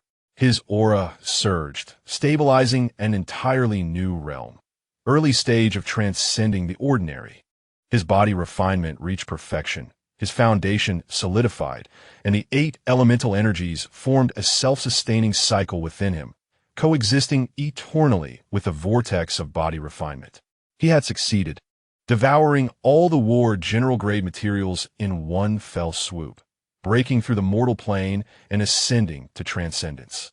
Lin Yuan landed firmly on the ground, standing tall at 1.60 meters, his physique now robust, with muscles that were astonishingly firm, exuding an aura as solid as a mountain, swift as the wind, and domineering as thunder. He turned to Li Chang'an, his eyes sparkling like stars, his voice brimming with uncontainable excitement. Brethren, I did it. I created the body refinement vortex and broke through to the early stage of transcendence. Li Chang'an gazed at the transformed Lin Yuan, filled with shock and delight. Well done. Lin Yuan. Chapter 8. I am the complete bear. I lack nothing. Li Chang'an embraced Lin Yuan affectionately, ruffling his fur. Lin Yuan, you truly are the coolest panda. Incredibly powerful. Hearing Li Chang'an's words, Lin Yuan beamed with joy, elated by the validation of his efforts. For Li Chang'an, it was merely a fleeting moment. As he observed the increase in the number of resets, he could also see Lin Yuan's memories through the interface. Encouraged by Li Chang'an, Lin Yuan felt the fire of determination reignite within him, his fighting spirit nearly overflowing. Brethren, I want to continue resetting. We need to master all skills and martial arts to the utmost extreme. Yes, let us strive together. Go. As his words fell, Lin Yuan focused his mind, and time once again reversed for the 11th reset, officially commencing. At this start, he once more utilized the body refinement vortex to firmly establish his early stage of transcendence. Following this, under the influence of Li Chang'an's talents, the two conferred and transformed all skill discs in the area into passive skills, directly imprinting them onto Lin Yuan. Ordinary beast tamers would never allow their contracted partners to be overly ambitious. The more skills one possesses, the more likely one becomes a jack of all trades, master of none. Yet, they have their own peculiar methods, daring to tread paths that others would not dare to traverse. Skill proficiency is classified into 7 tiers: novice, mastery, proficient, expert, transcendent, and pinnacle. Prior to the college entrance examination, achieving mastery in a single skill is widely recognized as the mark of a genius, while reaching proficiency is sufficient to be deemed a prodigy. The skill Fire Fist has been transformed into a passive ability when activated. Flames entwine around one's hands or held weapon. The skill Water Drop Fist has been transformed into a passive ability when activated. Clear springs swirl around one's hands or held weapon. The 8 fundamental elemental attack skills, gold, wood, water, fire, earth, wind, ice, and thunder, have all become passive abilities. Lin Yuan dedicated an entire week to honing a technique that allowed the energies of all 8 elements to whirl within him like a vortex, merging and then erupting in a moment of explosive power. However, during the practical combat at the end of the week, the flaws became painfully evident. While the power was indeed ferocious, the movements remained clumsy and stagnant. Faced with Li Zhen's perfectly refined Thunder Serpent, Ling Yuan exerted every ounce of his strength to increase his speed, yet he still failed to even graze his opponent's skin, ultimately suffering a dismal defeat. Li Chang'an rushed to encourage him, saying, "My father's combat experience is incredibly seasoned, coupled with a talent that the heavens envy.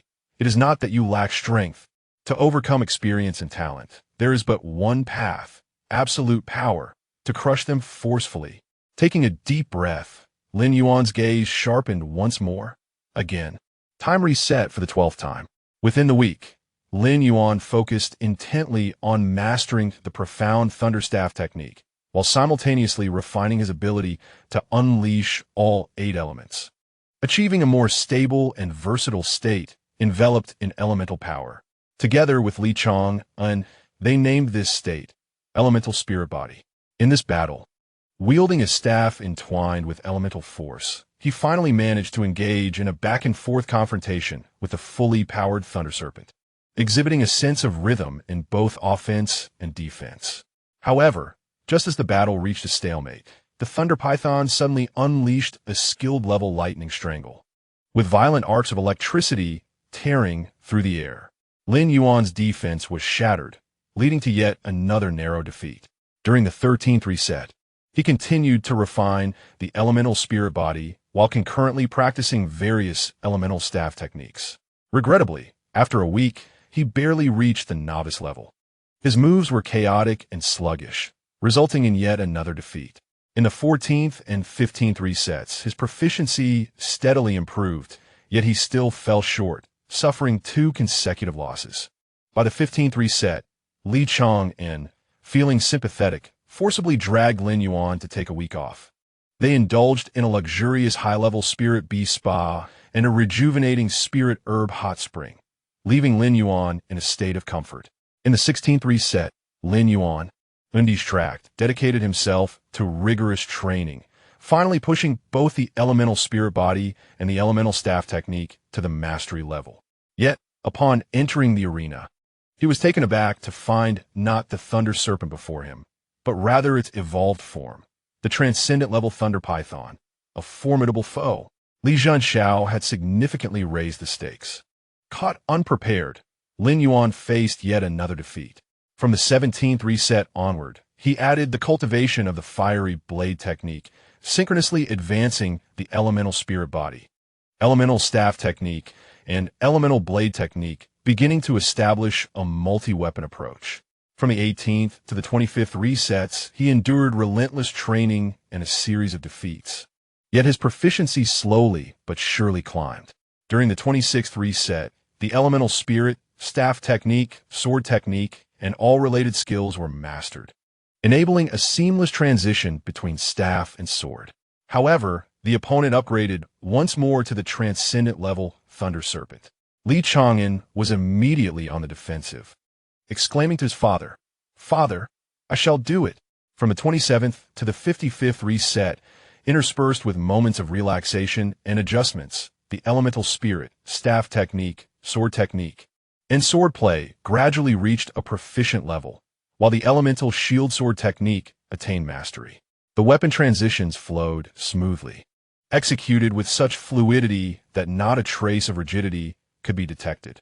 By the 56th reset, Lin Yuan was poised for action. Upon looking up, he found his opponent transformed into the transcendent level Heavenly Thunder Dragon, a royal artifact suppressing Li Zhen's limited edition chuckle. Li Chang'an was taken aback, roaring in anger. Are you toying with me, old man? What happened to the contracted beasts? Why has it become the main beast? He scolded vocally while internally lamenting. All we wanted was a beast space. Lin Yuan, standing nearby, spoke with a sense of disillusionment.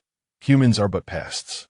Li Zhen, standing not far off, struggled to suppress his laughter, his shoulders shaking uncontrollably. From the 57th to the 85th reset, Lin Yuan continued to persevere. The elemental spirit advanced to mastery, with all elemental martial arts, staff, sword, shield sword, archery, unarmed combat, and leg techniques, achieving proficiency. The multifaceted martial techniques transitioned with unparalleled smoothness, rendering his combat prowess extraordinarily formidable. Yet, against the agile and unpredictable strategies of the Heavenly Thunder Dragon, coupled with the inherent physical strength of his opponent, despite the suppression of realms, he still faced crushing defeats. Time continued to rewind, reset, and begin anew. Failures were analyzed, adjustments made, leading to further failures and subsequent refinements until the 106th reset. At this moment, Lin Yuan possessed elemental spirit, mastery, all elemental martial arts, mastery, elemental body technique, mastery, elemental immobilization technique, proficiency. The 8 systems moved with ease, martial techniques at his fingertips, embodying a perfect blend of offense and defense, advancing and retreating like the wind. Within the same realm, he was invincible against transcendent-level foes, and when challenging general-level warriors, he could still hold his ground. Lin Yuan flexed his wrist, the 8-colored spiritual light shimmering around him, his gaze relaxed yet exuberant, imbued with a sense of triumph. Now, I lack nothing.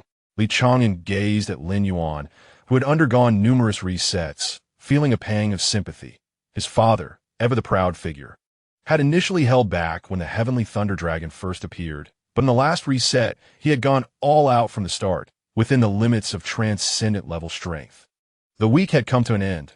Let us go, Lin Yuan, and seize victory. This time we shall not lose. Lin Yuan, filled with determination, made his way to the battlefield. After so many resets, fatigue was inevitable, yet every time Li Chang'an had been by his side, assisting him through moments of stagnation. He had even insisted on Lin Yuan resting during resets. Thus, Lin Yuan did not perceive the resets as painful, merely tiring, yet with his brother's presence, he felt no fear of this fatigue. Hey, darling, are you really planning to face the Heavenly Thunder Dragon? You're such a big person picking on a child. After all, it's only been less than a week since the contract. Lu Rower regarded Li Jingxiu with a look of disdain. Not Rower. Just yesterday, I witnessed Lin Yuan mastering various martial arts techniques within a week, not only comprehending them, but also formulating an elemental spirit body. The proficiency level he achieved is at least that of a master. Upon hearing this, Lu Rower was taken aback, exclaiming, "Is that true? In just a week? How could one possibly attain mastery in such a short time? It's utterly impossible." Li Jingxiu, rubbing his temples in frustration, remarked, "That rascal has employed some unknown method, but the speed at which he acquires skills is indeed alarming. I've sealed off all his information these past few days. His strength might very well qualify him for the esteemed Longshu class in the capital." Lu Rower nodded in agreement, stating, "I will contact my father in the capital to help suppress the news from Chang'an." With that, Lu Rower cast a mocking glance at Li Jingxiu, adding, "As for you, do your best. Don't be outdone by your own son." Oh dear, my son possesses an almost mythical presence. Chapter 9, Victory. Within the Li family's exclusive combat arena, spiritual energy surged, and the atmosphere was charged with fighting spirit. Li Chang'an stood beside Lin Yuan, his youthful features reflecting a newfound composure, devoid of his previous impatience. He gazed steadily at Li Jingxiu across from him, his voice clear and strong. "We are ready, father. Let us begin." Lin Yuan remained steadfast beside him, his black and white fur shimmering with a faint spectrum of spiritual light. His ears perked up slightly, eyes sharp yet possessing a hint of innocence, his aura calm and restrained. They exchanged a knowing glance, and Lin Yuan's furry paw gently tapped against Chang'an's fist, a crisp sound resonating with the camaraderie of allies and the resolve of a decisive battle. Li Jingxiu observed the revitalized duo, a subtle hint of approval flashing in his eyes. With a playful smirk, he slowly raised his right hand and then suddenly swung it down. In an instant, the void behind him ripped apart, revealing a colossal azure lightning portal that erupted with thunderous energy. Electricity crackled, tearing through the air as a tempestuous surge of thunderous spirit enveloped the arena. A massive creature, measuring 20 meters in length, spiraled forth from the portal. It was the Thunder Dragon. Its scales radiated a pure, thunderous blue, each glinting like polished metal. The dragon's sinuous body towered like a celestial pillar, its whiskers billowing and its eyes gleaming like thunderous pearls. It was ensnared in a tangible aura of divine thunder, an embodiment of might and dominance. This was one of the many advantages of the beast mastery space, an entrance accompanied by spectacular effects. "Don't say I'm bullying you." Li Jingxiu stood with his hands clasped behind his back, his tone nonchalant. "I've restrained this thunder dragon to the early stage of the transcendence realm. Just perfect for you to hone your skills. Let me see how much you have progressed this week. Just don't throw a tantrum when you lose."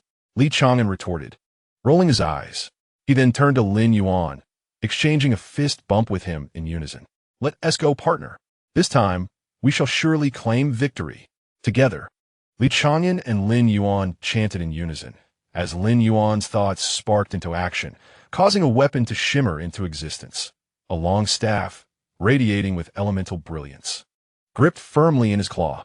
As the bullet time quietly commenced, the surrounding air seemed to be slowed by an invisible force, elongating every movement in his perception.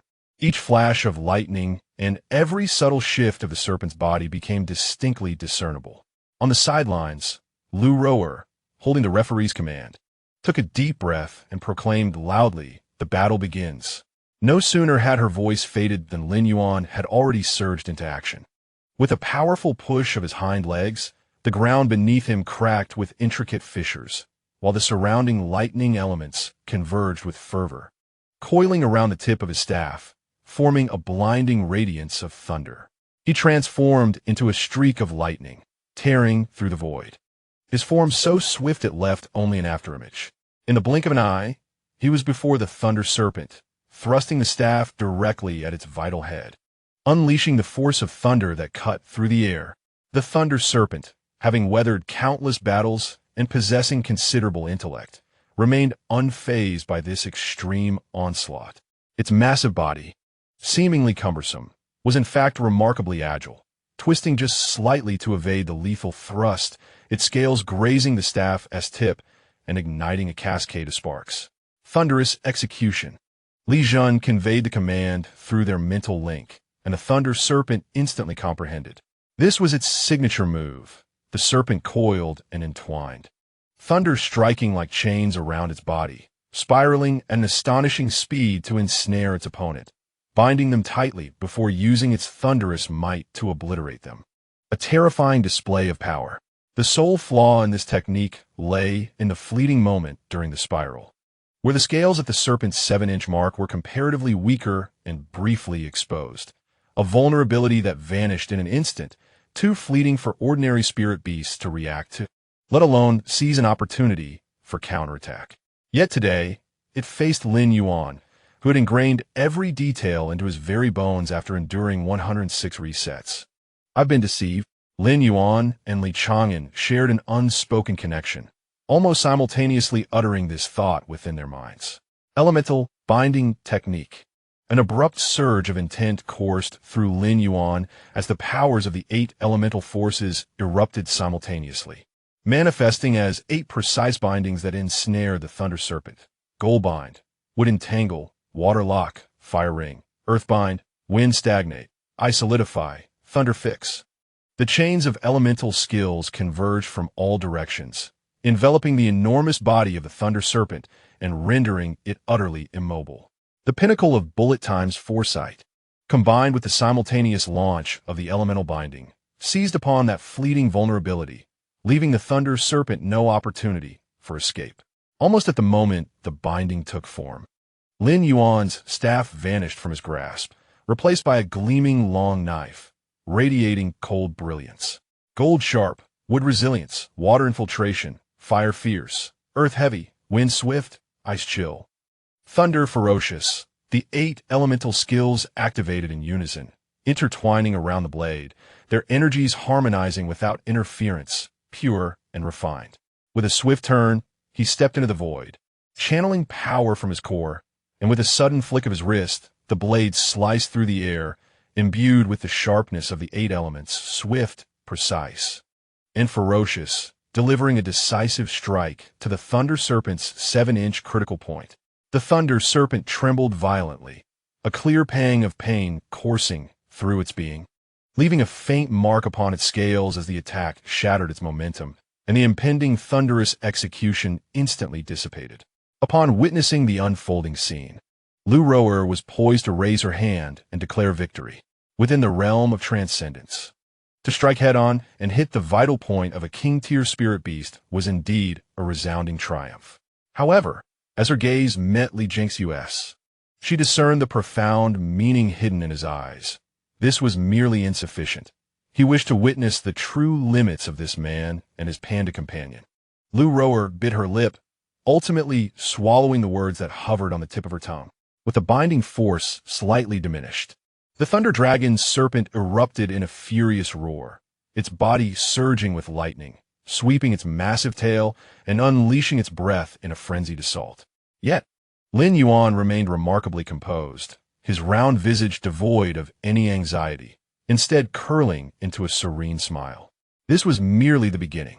With a light step, he activated the elemental body technique, 8 shadow step, to its fullest potential. The 8 elemental energies coursed through his legs, his form moving like wind and lightning, like ice and shadow, dancing effortlessly amidst the Thunder Dragon Serpent's violent onslaught, remaining untouched. As the Thunder Dragon Serpent's colossal tail swept through the air, arcs of lightning erupted. Lin Yuan suddenly tilted his body, executing a horizontal slash with his long blade, unleashing the elemental blade technique, 8 slashes. The 8-colored spirit light rent the air, colliding with the tail whip, using the force to launch himself into the air, swiftly transforming his long blade into a long staff. Employing the elemental staff technique, 8 strikes.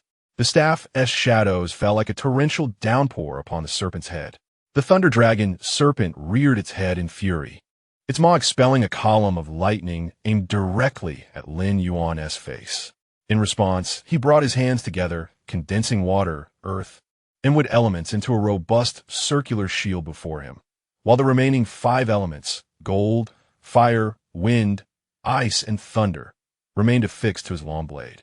Thus commenced the elemental shield and blade technique, 3 defenses and 5 slashes. Water softened the impact, earth bore the brunt, would absorb the shock, gold sliced, fire seared. Wind rushed, ice chilled, and thunder struck fiercely.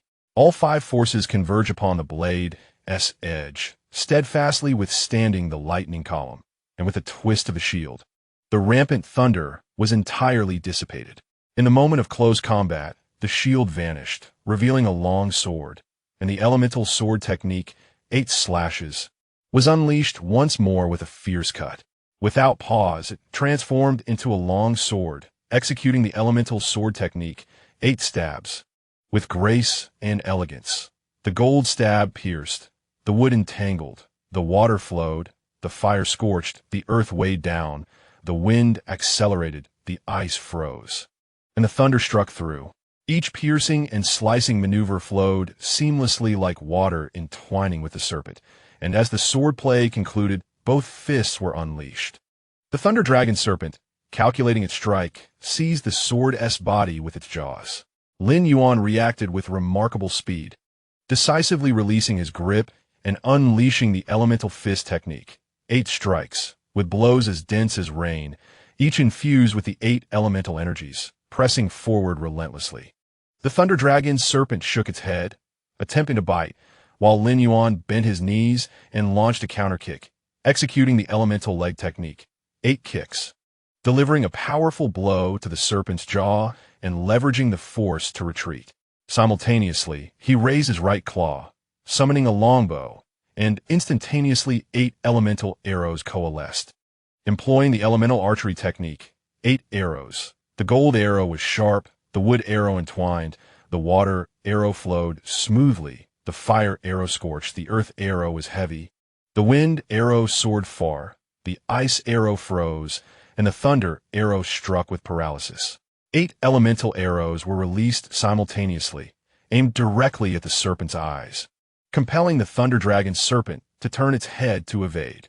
With the seamless integration of 7 martial techniques, staff, blade, sword, shield, bow, fist, and leg, alongside the 8 elemental energies, Lin Yuan shifted fluidly, each move flowing into the next without interruption. The previous strike barely landed before the next arrived. With the transitions between offense and defense occurring in the blink of an eye, a myriad of variations emerging effortlessly, a testament to his mastery and instinctive control.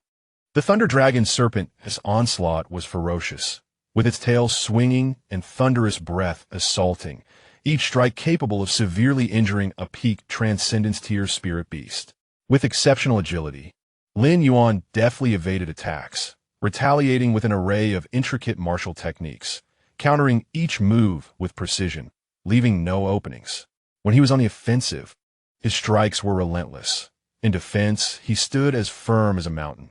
During skirmishes, he was elusive and unpredictable, and when controlling the battlefield, he commanded all 8 elemental forces with ease.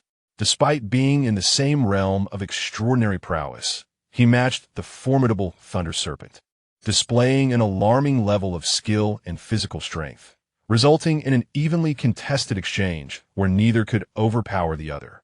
Li Zhanshua stood Ruta, observing the diminutive yet exceptionally skilled panda, whose mastery of martial arts and elemental manipulation unfolded before him, a smile gradually blossoming on his lips, his eyes reflecting admiration and awe.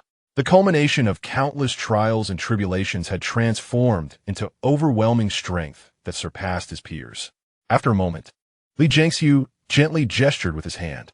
Lu Roer understood immediately, raising her judge's token high, her voice ringing throughout the arena. In this battle, Li Chang'an and Lin Yuan emerged victorious. The elemental aura surrounding Lin Yuan gradually subsided as he landed, panting lightly, his black and white fur slightly disheveled. Yet his gaze shone with exuberance. Li Chang'an rushed forward, enveloping the valiant panda in a jubilant embrace, his voice trembling with excitement. "We did it! We won!" Lin Yuan affectionately nudged him with his fluffy head, a smile of relief spreading across his face. After countless retries and endless refinement, they had finally achieved their well-deserved victory. Chapter 10. Beast Mastery Space. Elemental Bamboo Forest. Following the victory, the system rewards were distributed, and an exhilarated Li Chang'an bid farewell to his parents before eagerly pulling Lin Yuan back to their room. The two could hardly contain their excitement as they entered the Beast Mastery Space. In a gentle swirl of light, they found themselves amidst a dreamlike bamboo forest, the elemental bamboo grove. Here, tranquility reigned, accompanied only by a soft breeze and the subtle fragrance of bamboo. The spiritual energy was so dense it felt like a fine mist, caressing their skin with a gentle and comforting touch. The space, though not expansive, was exquisitely crafted, resembling a meticulously carved sanctuary. The 8-colored bamboo grew in perfect alignment, each hue distinct and harmonious, merging beautifully, evoking a sense of awe that left one momentarily speechless. To the east stood the golden bamboo, its stalk glimmering with a faint metallic sheen, neither harsh nor blinding, yet emanating a sharp vitality. When its leaves stirred, they produced a delicate sound akin to tinkling bells, crisp and clear.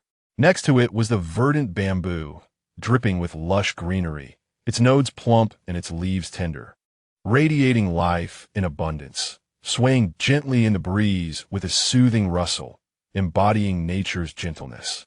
Further ahead, the water bamboo stood gracefully, its stalk resembling translucent jade, flowing with a soft sheen. Tiny dewdrops perpetually clung to its leaves, falling silently, adding a touch of ethereal purity.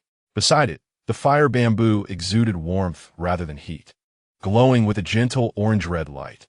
Its stalk was smooth, with the edges of its leaves enveloped in a soft crimson halo, reminiscent of a sunset melting into gold, gradually dispersing warmth. To the south lay the earth bamboo, exuding a steady, substantial hue, a blend of brown and pale gold. Its sturdy stalks were firmly rooted, instilling a sense of security and groundedness. The wind bamboo, on the other hand, was the most animated, slender, and light, its stalk a pale azure tinged with white, swaying gracefully without the need for a breeze, its leaves gliding through the air, leaving behind a whisper of coolness, almost ethereal in their delicacy. The nearby ice bamboo, pristine and translucent, emanates a faint, cool luminescence that is not bone-chilling but rather refreshingly pure. Its stalks resemble frost-kissed jade, while the edges of its leaves are adorned with delicate crystalline patterns, exuding an ethereal elegance.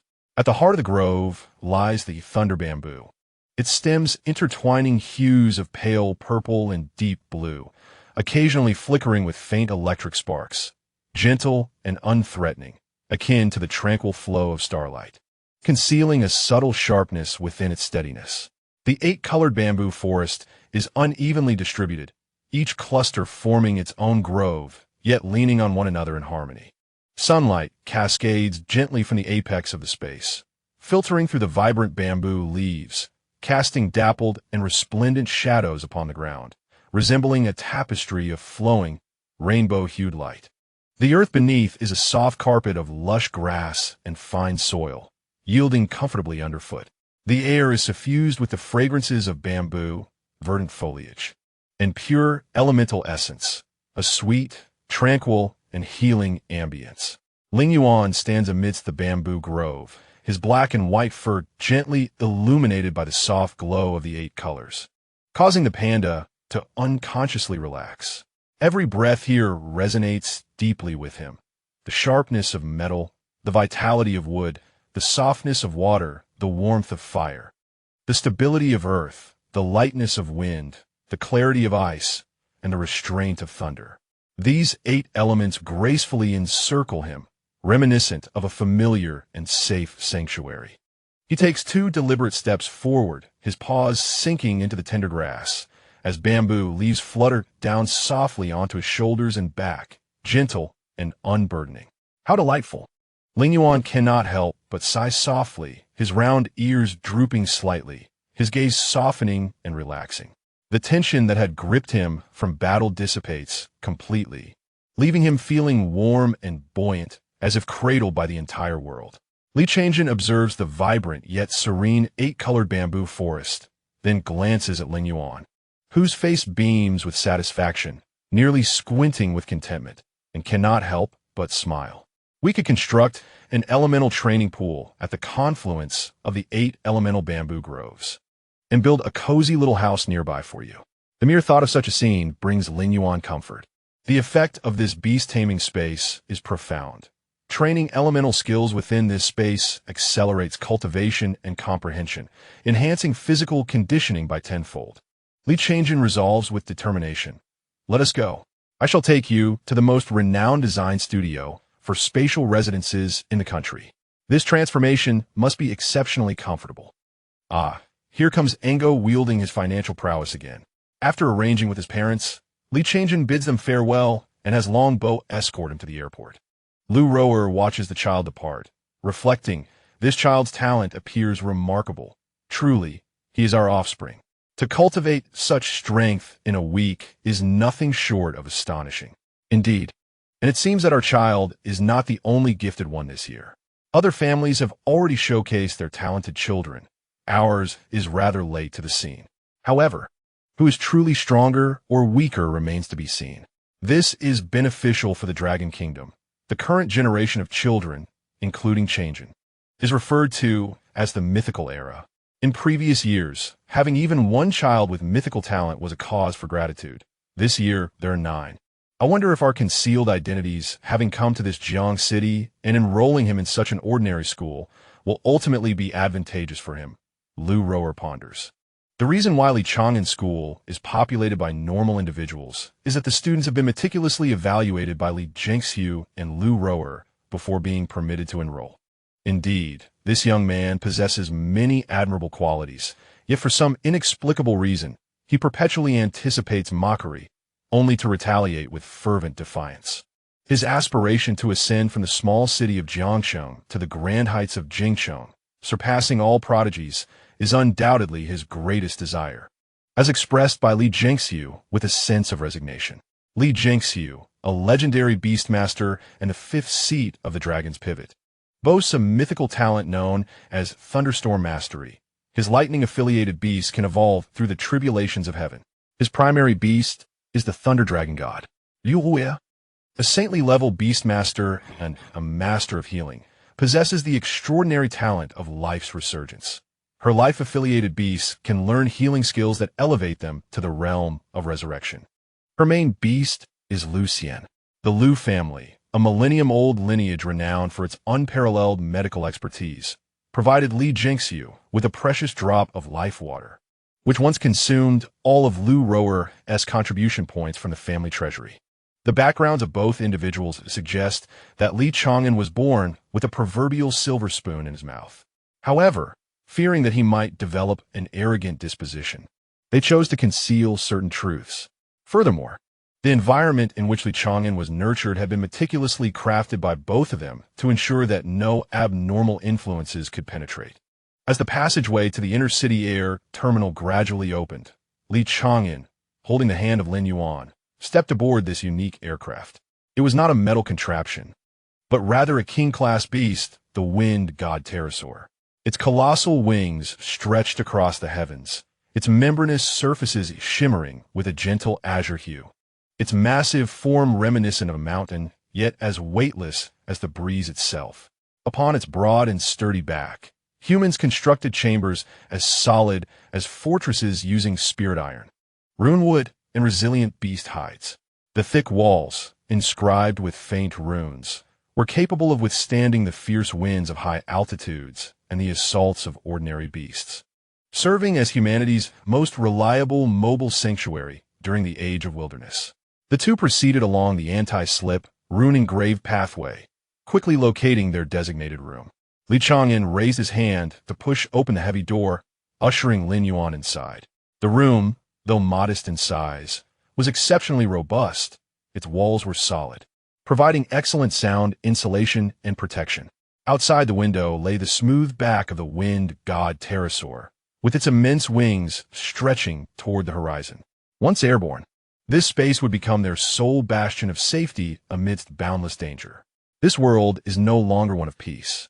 Many years ago, otherworldly beasts descended upon the land, sweeping across the continent like a natural disaster, leading to the collapse of human cities and the destruction of homes, bringing humanity to the brink of extinction. Countless ancestors sacrificed their lives in a desperate struggle for survival, gradually reclaiming lost territory and erecting fortified walls around newfound safe havens. Yet beyond the city walls, the domain of the beasts remained unchallenged. In the mountains, wilderness, deep seas, and vast skies, peril lurked at every corner. Those lacking strength were deemed unworthy even to step beyond the city gates, even if one chose to fly towards other cities.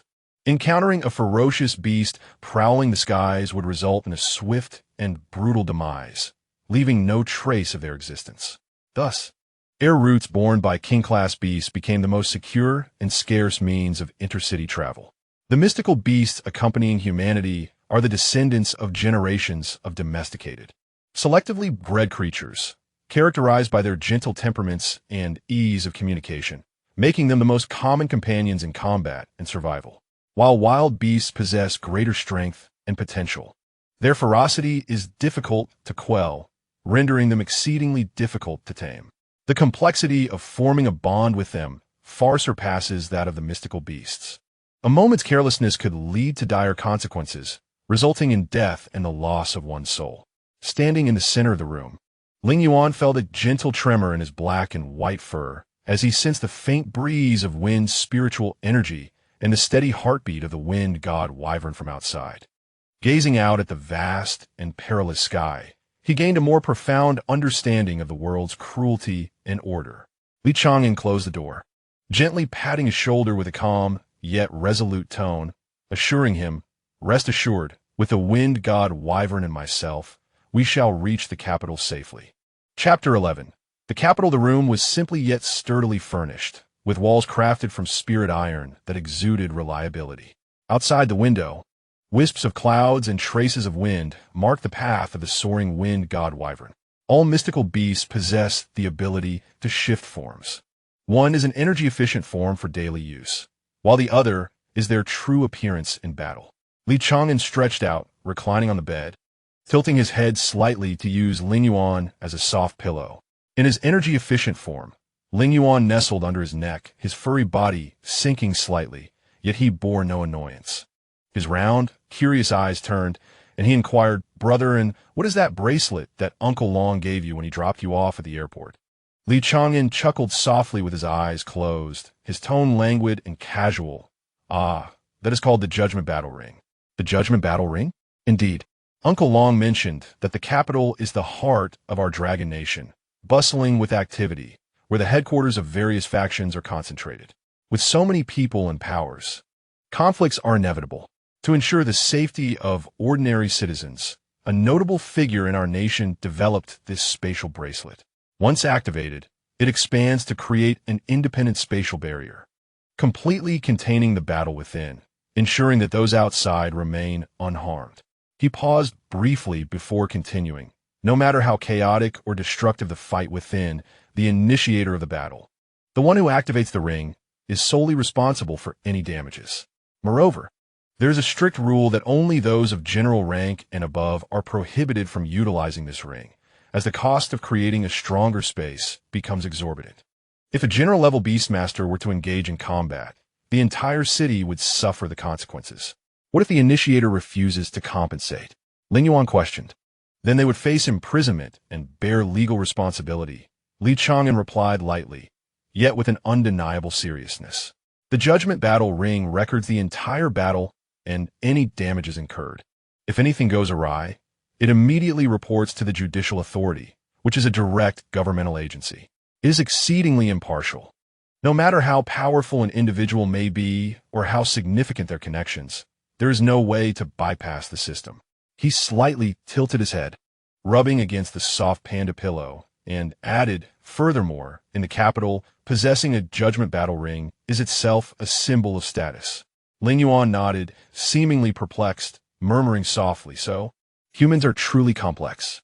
Li Chang'an was amused by his antics, his voice lightening as he deftly shifted the conversation to the topic that Ling Yuan was most concerned about. "Forget the complexities for now. Once we arrive at the Pinnacle Design Studio, in addition to assisting you with the layout of the elemental bamboo forest beast space, I will also have them create a special entrance effect just for you.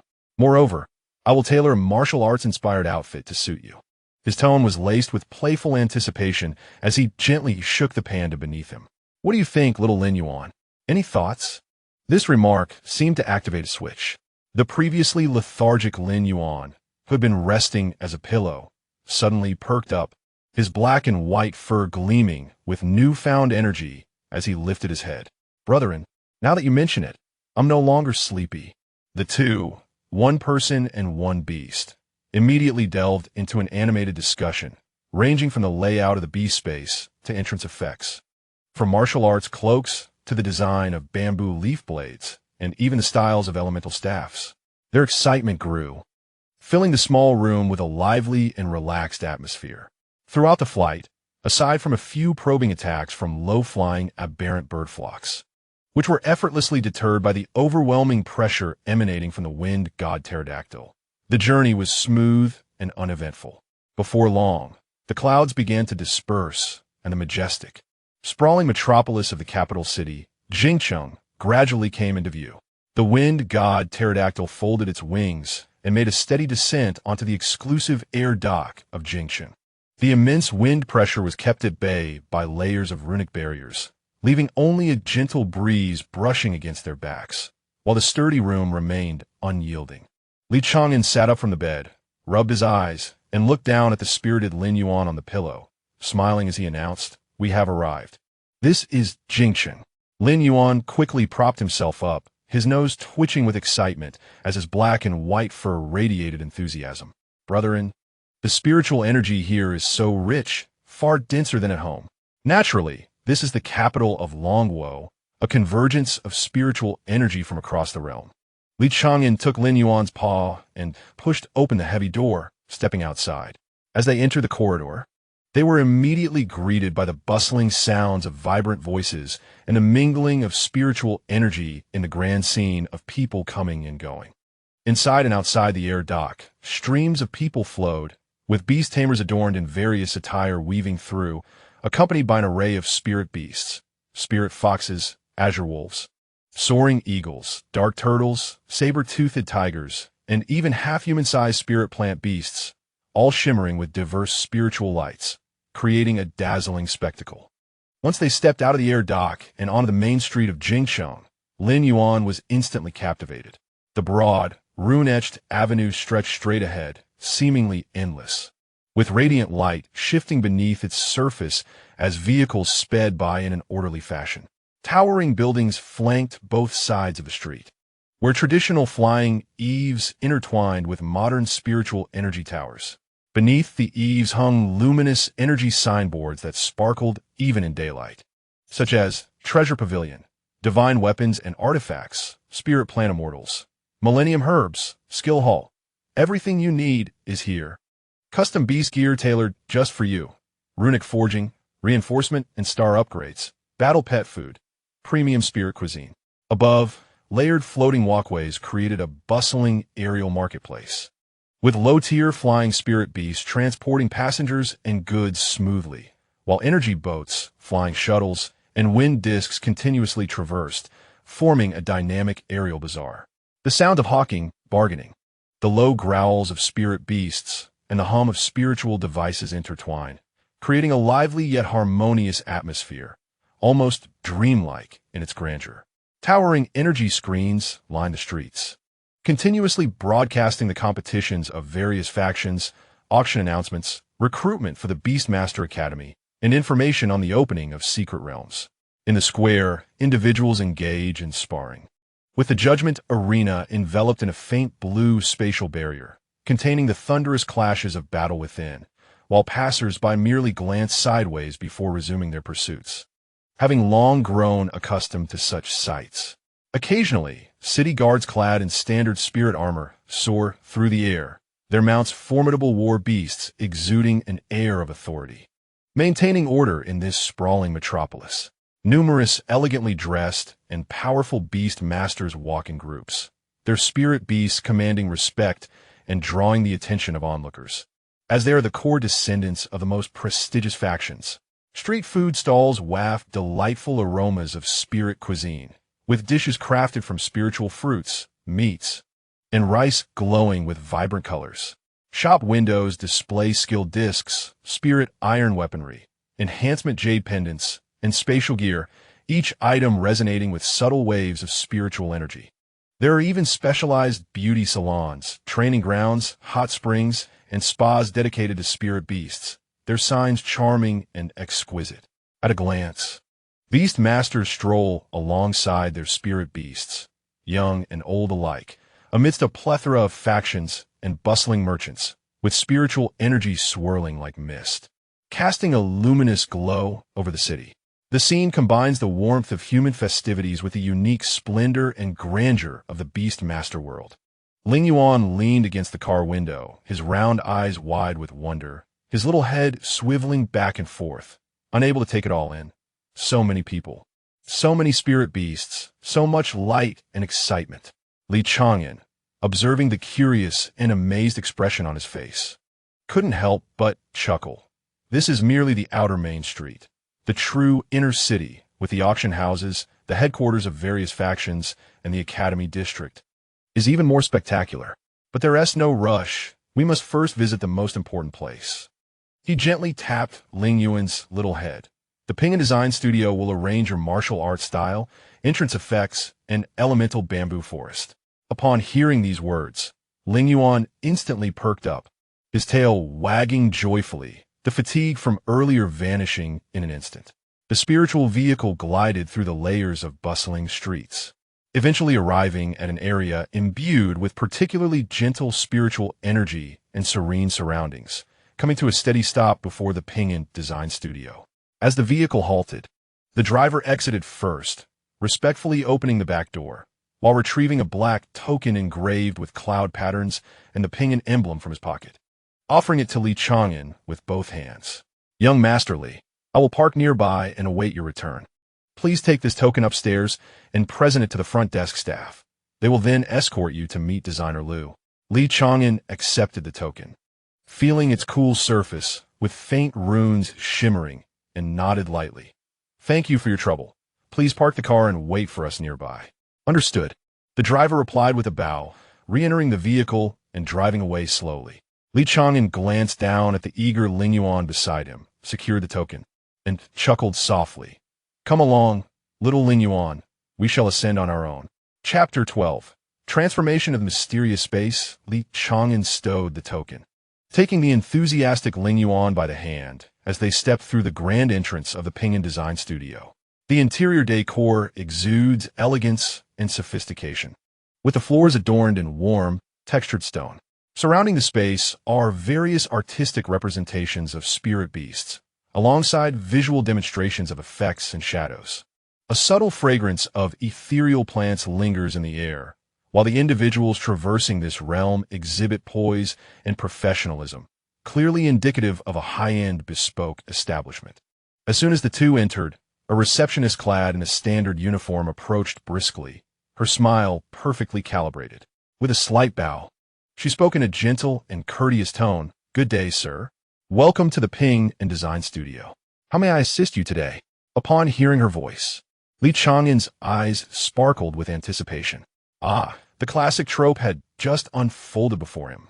In his mind, he vividly conjured a dramatic scenario. Look at this fellow, dressed so drably, appearing utterly impoverished. Were it not for his somewhat decent looks, I wouldn't even bother acknowledging him. Does he not realize where he is? This is no place for someone of his stature. Oh well, I might as well humor him. He even rehearsed the expression he would wear, a trifling smirk of mockery, a touch of nonchalance, and a hint of cool disdain. The corners of his mouth curled into an audacious arc as he leisurely retrieved a black token, anticipating the shock and astonishment in the receptionist's eyes. What? How could you possibly possess that token? It's inconceivable. This is it. I'm utterly finished. The mental imagery was so vivid that Li Chang'an struggled to suppress a laugh, trembling slightly with suppressed amusement. He recited in his mind the words he was prepared to utter, coaxing himself for what felt like an eternity. Finally, after taking a deep breath to cultivate the right emotions, he mustered the courage to address the stranger. However, in reality, as he began to speak earnestly, maintaining a calm demeanor, he stated, I require a redesign of the Spirit Beast space, along with a set of special effects for my entrance. And I would also like a bespoke design for my companion. The receptionist displayed not a hint of disdain or condescension. Her expression remained unchanged, her professional smile unwavering. She gracefully gestured, inviting him to follow. Certainly, sir. We can accommodate all your requests. Please come this way, and I will provide you with a detailed introduction. Li Chang'an was left momentarily dumbfounded. Damn it, where's the expected condescension? He mentally chastised himself for underestimating the situation. The anticipated mockery, the shock, the dramatic reversal, none of it materialized. The smirk he had so carefully crafted faltered on his lips as he fell silent for 2 seconds, exhaling a deep sigh. His demeanor one of disappointment, resentment, and unfulfilled expectations. With a heavy heart, he retrieved the cloud-patterned black token, presenting it with a sense of resignation. The receptionist, facing him, maintained her flawless professional smile, which momentarily betrayed a slight crack. She had perceived the faint aura of nobility emanating from Chang'an at first glance. Observing the pure, exceptional spirit beast by his side, she dared not treat him with anything less than the utmost respect. At that moment, her gaze reflected a hint of helplessness, a chill running down her spine as she silently rejoiced.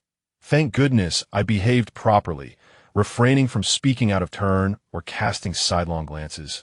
Otherwise, I might have jeopardized my job or, worse, offended someone of considerable importance.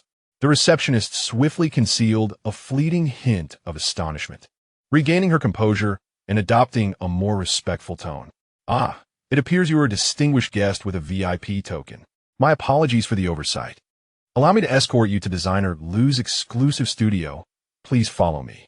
She dared not delay further, leading Chang'an and Lin Yuan through the corridor of design rooms until they reached a door marked with designer Lu's name, where she finally halted. "Gentlemen, please enter. I shall not intrude," she said with a courteous bow before retreating briskly. Chang'an quelled the small play of thoughts in his mind, adjusted his expression, and gently knocked on the door. Inside, a soft and melodious female voice called out, "Come in." Without further hesitation, Chang'an opened the door, taking Lin Yuan, who wore an expression of curiosity, into designer Lu's studio. The room was spacious and bright, adorned with countless floating design drafts on the walls, layouts for beast-taming spaces, forms of spirit beasts, entrance effects, and intertwined runic patterns creating an exquisite illusion. In the center, a table was laden with spirit pens, blueprints, projectors, and various design samples, while the air was infused with a subtle fragrance of ink and spiritual energy. Standing behind the table was a woman clad in a simple yet efficient plain work outfit, exuding a gentle and professional demeanor. Her features bore some resemblance to Chang'an's mother, Lu Roer, and her smile was warm and inviting. She was Lu Xiner, the younger sister of Chang'an's mother. Lu Xiner's gaze fell upon Chang'an, and with a gentle smile, she spoke in a soft voice, "Chang'an, your social anxiety has already been mentioned to me by your elder sister. Do not worry, you need not be so formal here. I am your Aunt Lu Xiner." She then picked up a delicate, earring-shaped, light blue translator from the table and handed it to him. "I have a beast language translator here. Once you wear it, your little panda can communicate with me directly. Feel free to express anything." Chang'an felt a warmth in his heart as he gratefully accepted the translator and carefully placed it on Lin Yuan. He then respectfully nodded to Lu Xiner, his tone sincere and courteous. "Thank you, Aunt." With a gentle flicker of light, the translator activated, and Lin Yuan immediately sensed his thoughts could be clearly articulated in human language. He straightened his posture, his round ears slightly drooping, displaying a polite demeanor as he addressed Lu Xiner earnestly. "Greetings, Aunt. I apologize for the trouble, but my brother and I have some design requests we would like to entrust to you." A glimmer of amusement sparkled in Lu Xiner's eyes. "No need for formality. Take your time. I am all ears." Lin Yuan, articulating clearly and respectfully, relayed the request they had discussed on the plane with Chang'an. "For the beast-taming space, we envision a section at the intersection of the 8 elemental bamboo groves. I would like to request that you excavate an area to create a mixed-element forging pool. My brother mentioned that we need not concern ourselves with anything else, just the best and most superior configurations for a studio. Furthermore, we require 8 of the finest elemental spiritual veins installed in different regions of the elemental bamboo groves, along with seeds for various rare elemental spiritual materials, and dedicated gathering arrays for each of the 8 elements, ensuring that the elemental activity in each area reaches its peak." Lu Xiner nodded thoughtfully, not surprised, for she too belonged to the Lu family.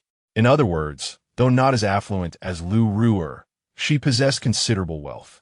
"Then there was the modest abode I resided in. My singular desire was for an exceptionally soft, large bed. Brother and had specifically instructed that the room must include a fully automated professional spirit beast massage chair. As for the remaining layout, we were at a loss. So we asked Aunt San to assist us with the design. When it came to the entrance effects, Lin Yuan spoke with a hint of excitement while maintaining his politeness. "Regarding the entrance effects, brother and I have discussed it. And we hope to see the ethereal vision of 8 pieces of elemental bamboo forest, with the bamboo leaves of each element gracefully drifting through the air before gently falling.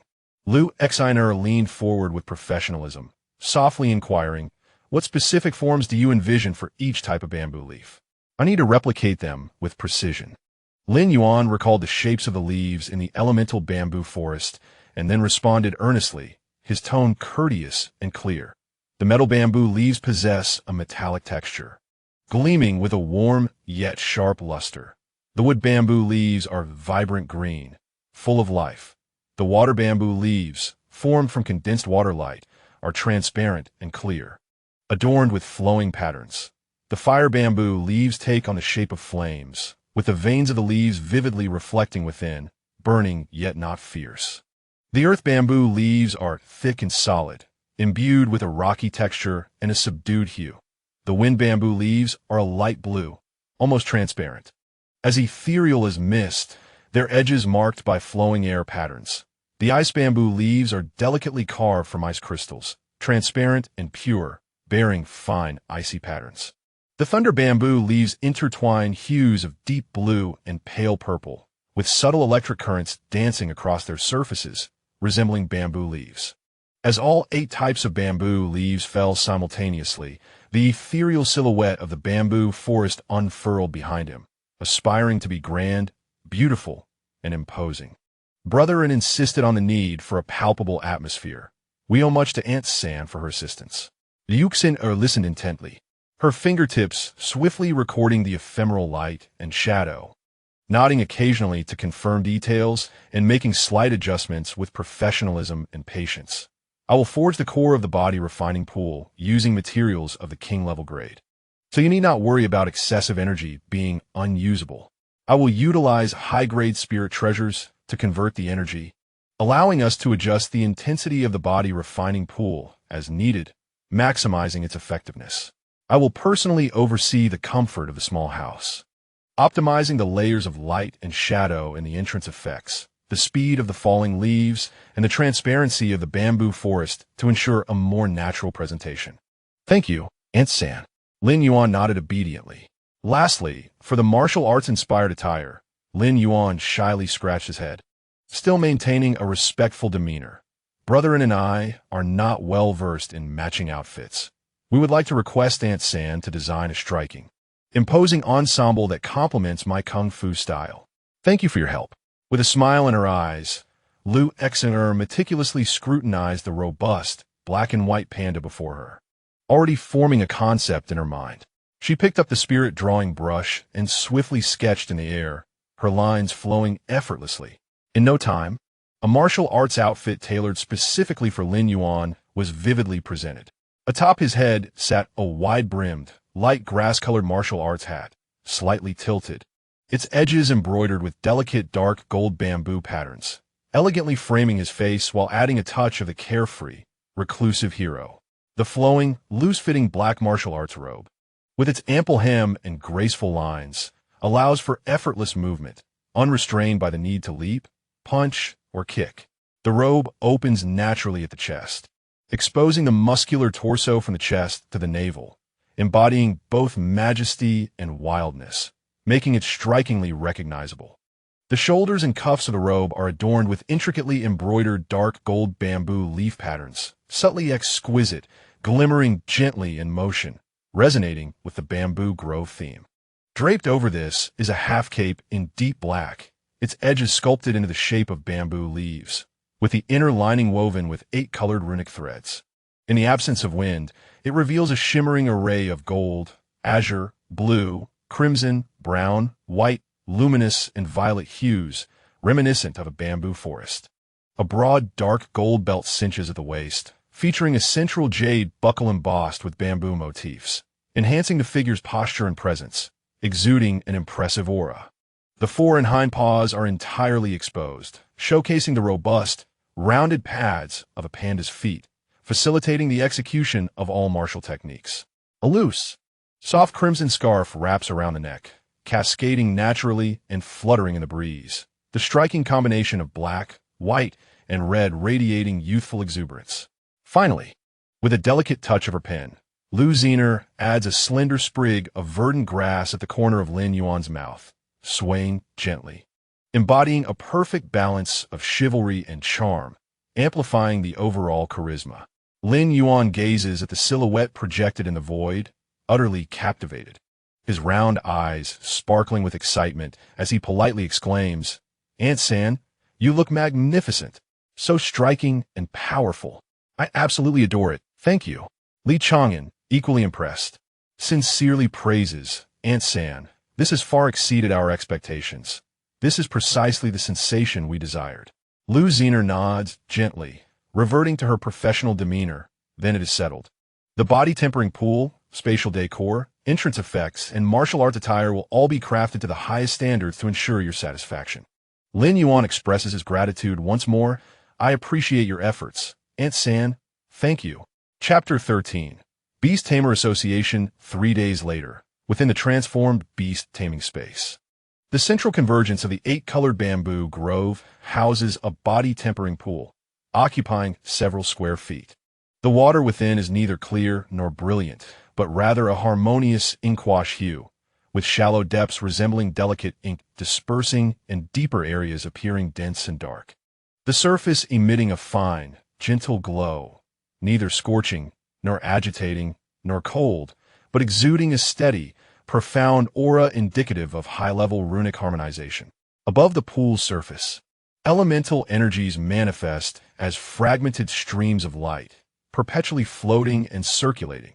Metal energy like fine particles, wood energy like wisps of smoke, water energy like thin mist, fire energy like tender flames, earth energy like fine dust, wind energy like silken threads, ice energy like fragmented frost, and thunder energy like delicate sparks.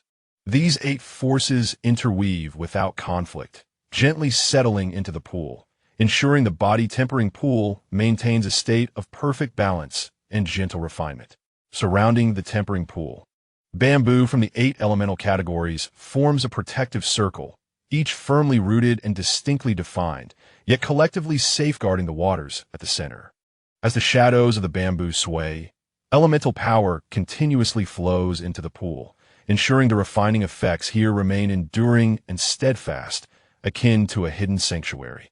The bamboo grove, rich in elemental vitality, is indeed a treasure trove. Nestled amidst the gaps in the bamboo, near the inquash tempering pool, lies a small, yet exquisite bamboo cottage. The house is constructed from spiritual bamboo, exuding a minimalist and cozy aesthetic, devoid of superfluous embellishments, save for a few strands of multicolored bamboo patterns adorning the eaves and windowsills, seamlessly merging with the surrounding bamboo grove, providing both concealment and serenity. Upon entering, the space may be modest in size, yet is extraordinarily comfortable. At its center lies an oversized, plush bed, so soft that one might almost sink into it, the thick, velvety mattress appearing perfect for a panda's carefree rolling. Prominently positioned beside the bed is a fully automatic professional massage chair, its tactile embrace adjustable in strength, designed specifically for relaxation and recovery after training. The remaining furnishings are meticulously curated by the designer. Gentle bamboo lighting, non-slip soft mats, compact storage cabinets, and breathable window screens, all focused on comfort, practicality, and tranquility. There are no extraneous or elaborate decorations, yet each element exudes thoughtfulness and care, befitting a premier beast-taming space while entirely belonging to Lin Yuan, creating a cozy nook that is both relaxing and reassuring. Lin Yuan is thrilled to have acquired his stylish attire, eagerly engaging in training within the beast-taming space. He is exuberant, marveling at Ong Ji's remarkable financial prowess. The special effects of his debut have already blended seamlessly with the beast-taming space. Over the past few days, Li Chang'an has gradually grown familiar with his aunt, Lu Xiner. His initial shyness and social anxiety easing considerably as his conversation flows more naturally and casually than before.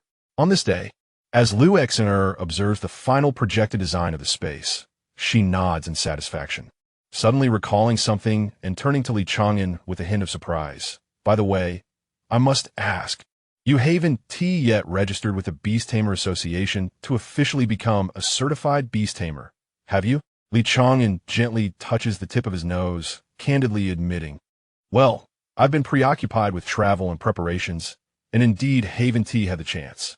Coincidentally, I also plan to apply for a talent rating test.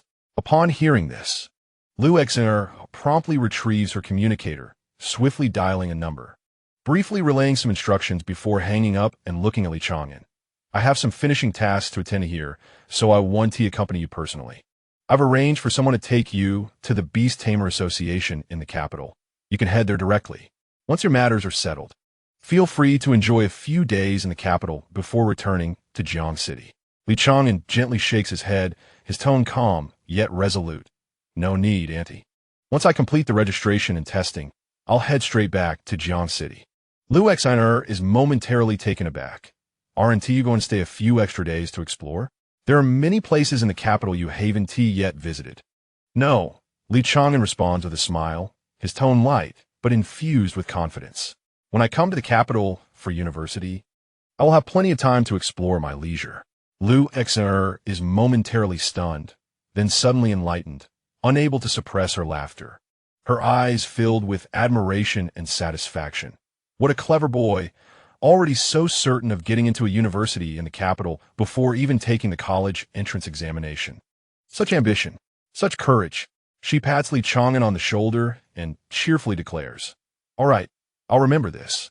When you truly come to study in the capital, I'll personally host a welcome banquet for you, inviting the entire family to celebrate. Li Chang'an's ears slightly perk up, and he quickly responds in a soft but earnest tone. No need, Annie, I have social anxiety. Lu Xiner was initially taken aback, but soon her laughter intensified, her eyes curving into delightful crescents.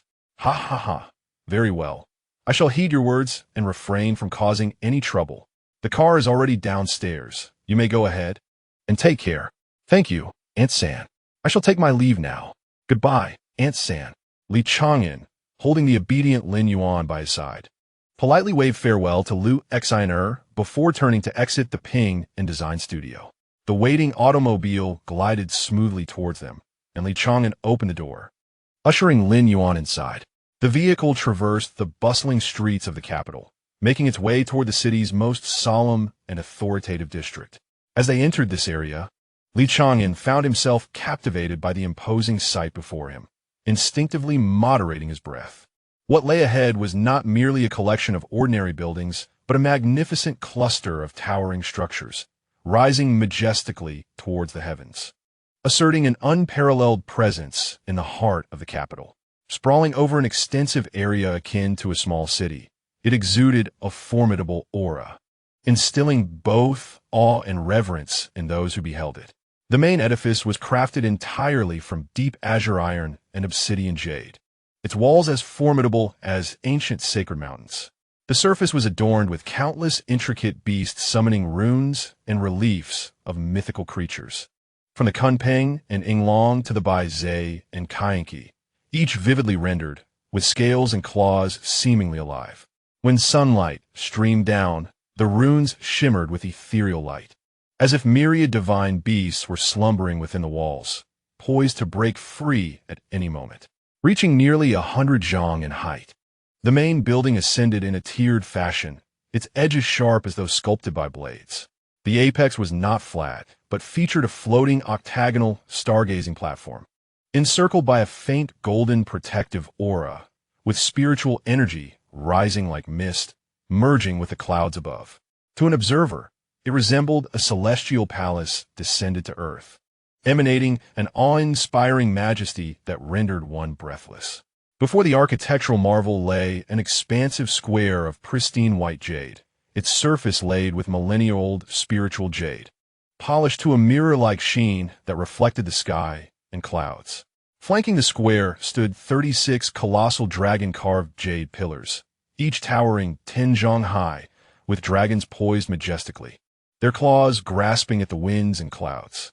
Each pillar radiated an ancient and formidable pressure, symbolizing the order and strength of the beast tamers.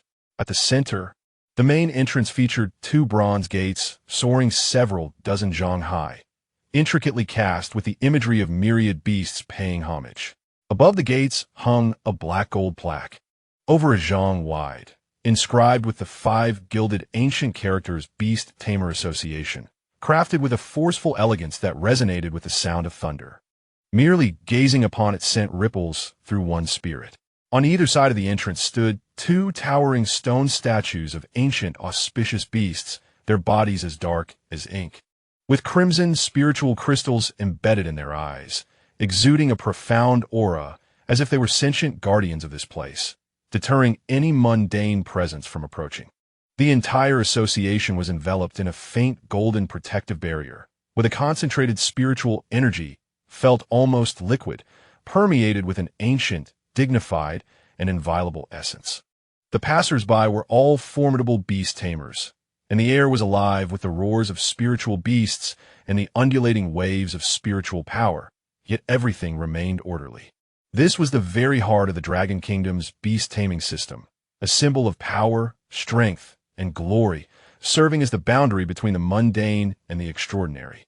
Standing before such a grand edifice, Chang'an felt as insignificant as a speck of dust, his heart overwhelmed with profound shock and solemnity. Here lies one of the most authoritative certification institutions in the Dragon Kingdom, the Royal Beastmaster Association in the capital. Chapter 14. The Face-Slapping Plot.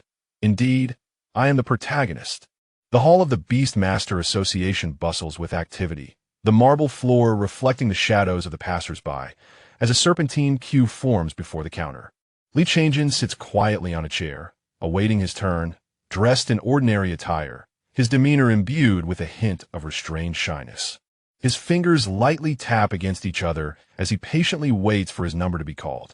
At last, he reaches the front of the counter, poised to present his identification, when a boorish figure suddenly shoves through the crowd, interposing himself between Chang'an and the counter. With a condescending gaze, he addresses Li in an obnoxiously arrogant tone. "Hey kid, I have urgent business.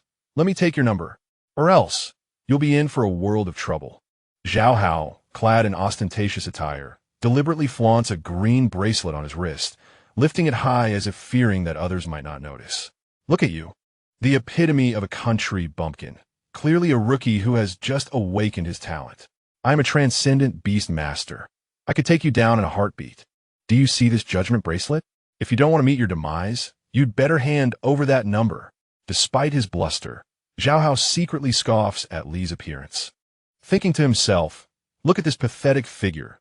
Definitely a novice here to register after contracting his first beast. I can easily snag that lame judgment bracelet and make a name for myself." Chang'an, observing this archetypal arrogance, feels a surge of exhilaration at the prospect of delivering the long-awaited slap in the face. This is it. This is the face-slapping moment I've been anticipating. Finally, a fool has come to provoke me. I truly am the protagonist. There is something about this city. I adore it. Woohoo! Everyone step aside. It's time for me to shine.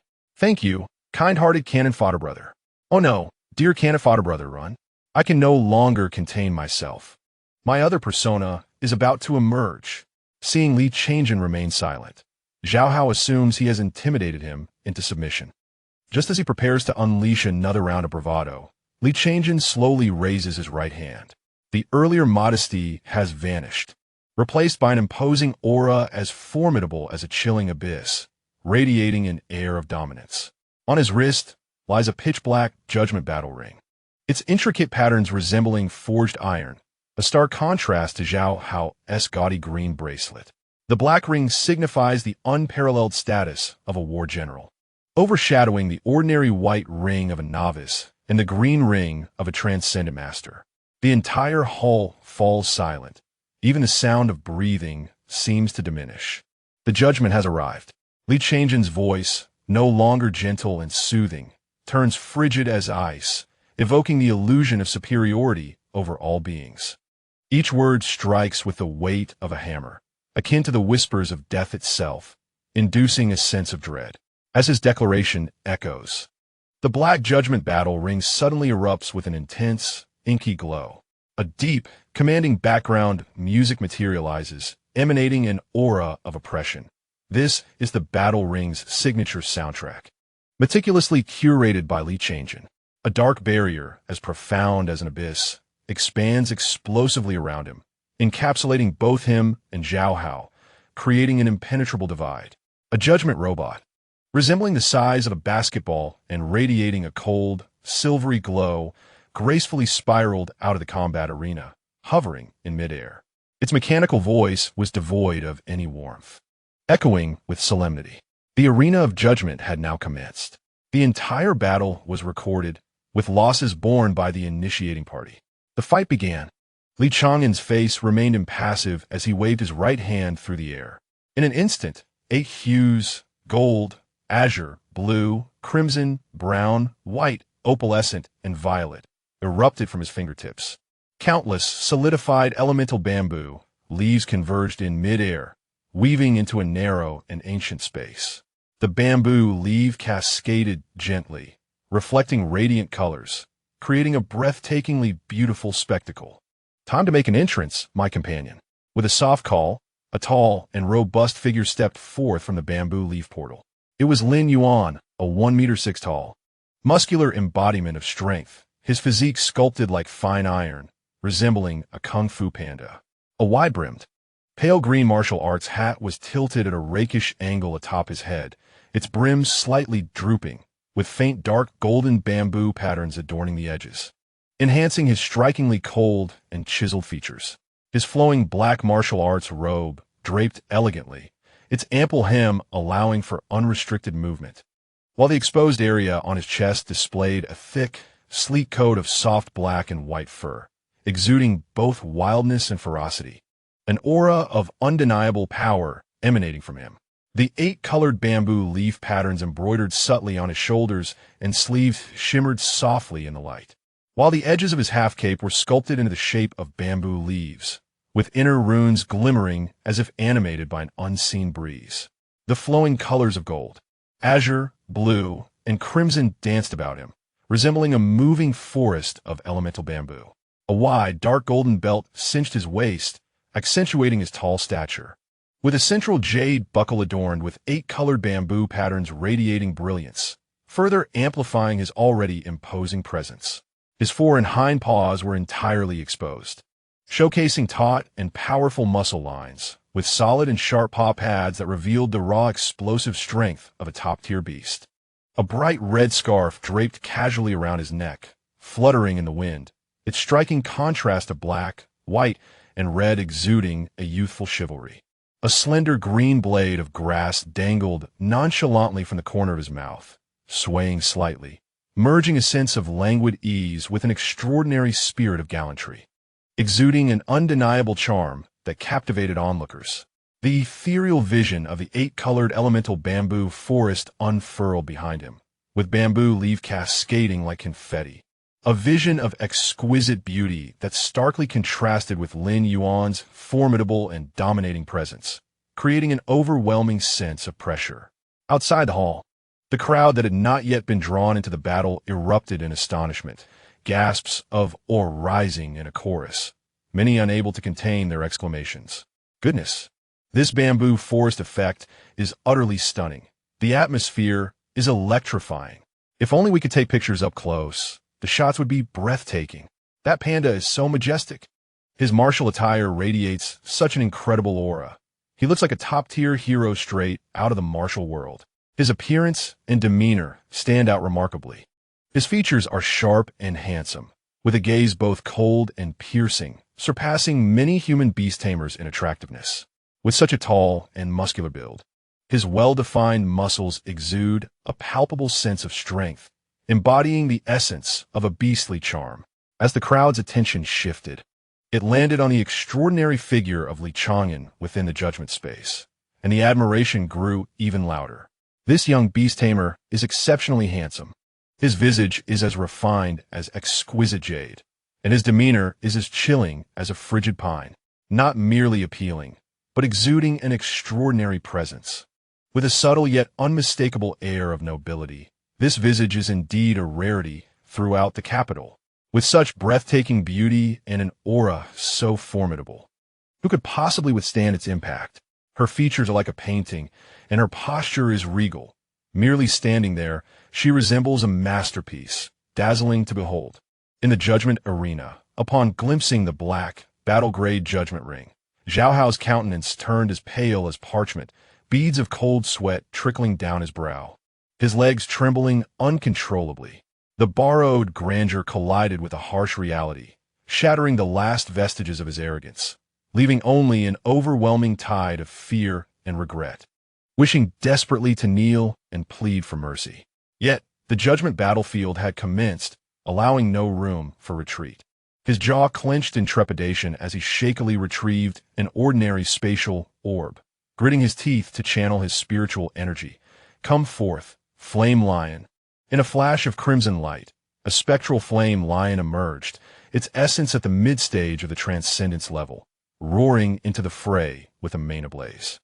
Observers could discern that this was likely a freshman from some institution, his power mediocre yet passable.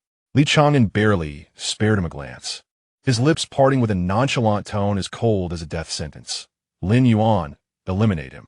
Lin Yuan, with grass clutched in his mouth and cold glimmers flashing in his dark eyes beneath his straw hat, bowed in acknowledgement, his voice steady and commanding. Lin Yuan obeys. In the next instant, he surged into motion. Without any ostentatious display or unwarranted buildup, his robust muscles unleashed a terrifying explosive force. His form a mere shadow of black and white, his cloak and red scarf carving sharp arcs through the air. Raising his bamboo staff, pure and concentrated water elements entwined around its length, a brilliant blue light flared, transforming the gentle water into a formidable blade, both serene and fierce, moving with astonishing speed. The flame lion barely had time to emit a roar, its pupils unable to contract in time as an irresistible force bore down upon it. With a thunderous crash, the bamboo staff struck the side of the flame lion's head. Not a lethal blow, yet imbued with the absolute power of a transcendence-level beastmaster. The water elements erupted violently along the staff, extinguishing all flames and shattering its spiritual meridians. The flame lion had no chance to resist. Its body went limp, collapsing onto the ground, eyes rolling back as it lost all combat capability. One strike, merely a single blow, from Lin Yuan's launch to the flame lion's fall. It transpired in the blink of an eye, the overwhelming force leaving no hint of suspense.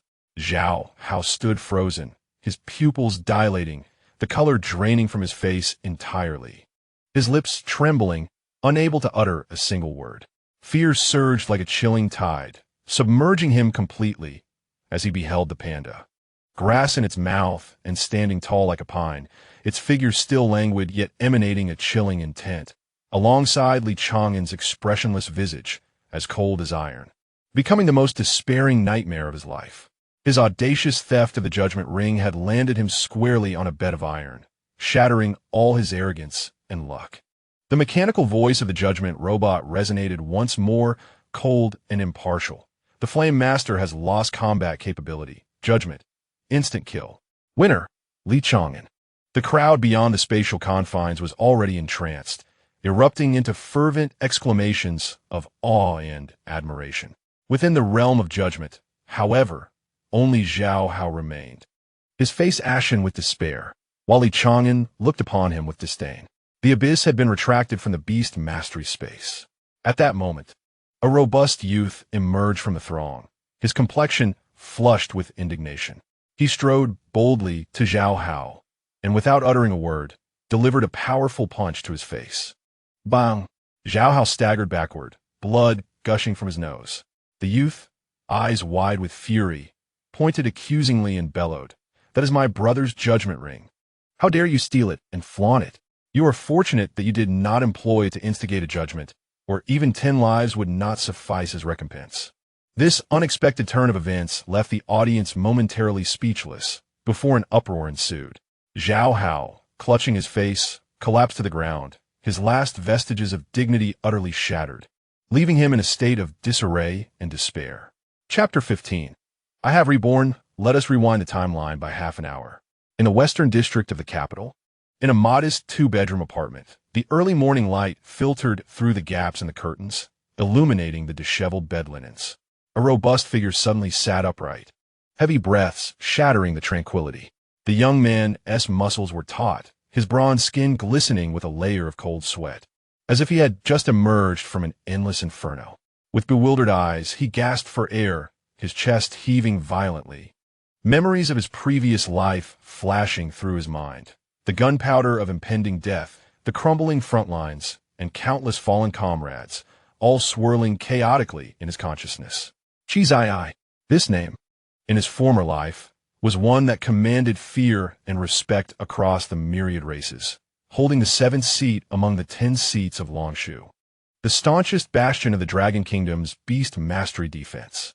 Yet, unbeknownst to many, this exalted figure had humble beginnings, clawing his way up from the depths of the impoverished districts through sheer fortuitous luck.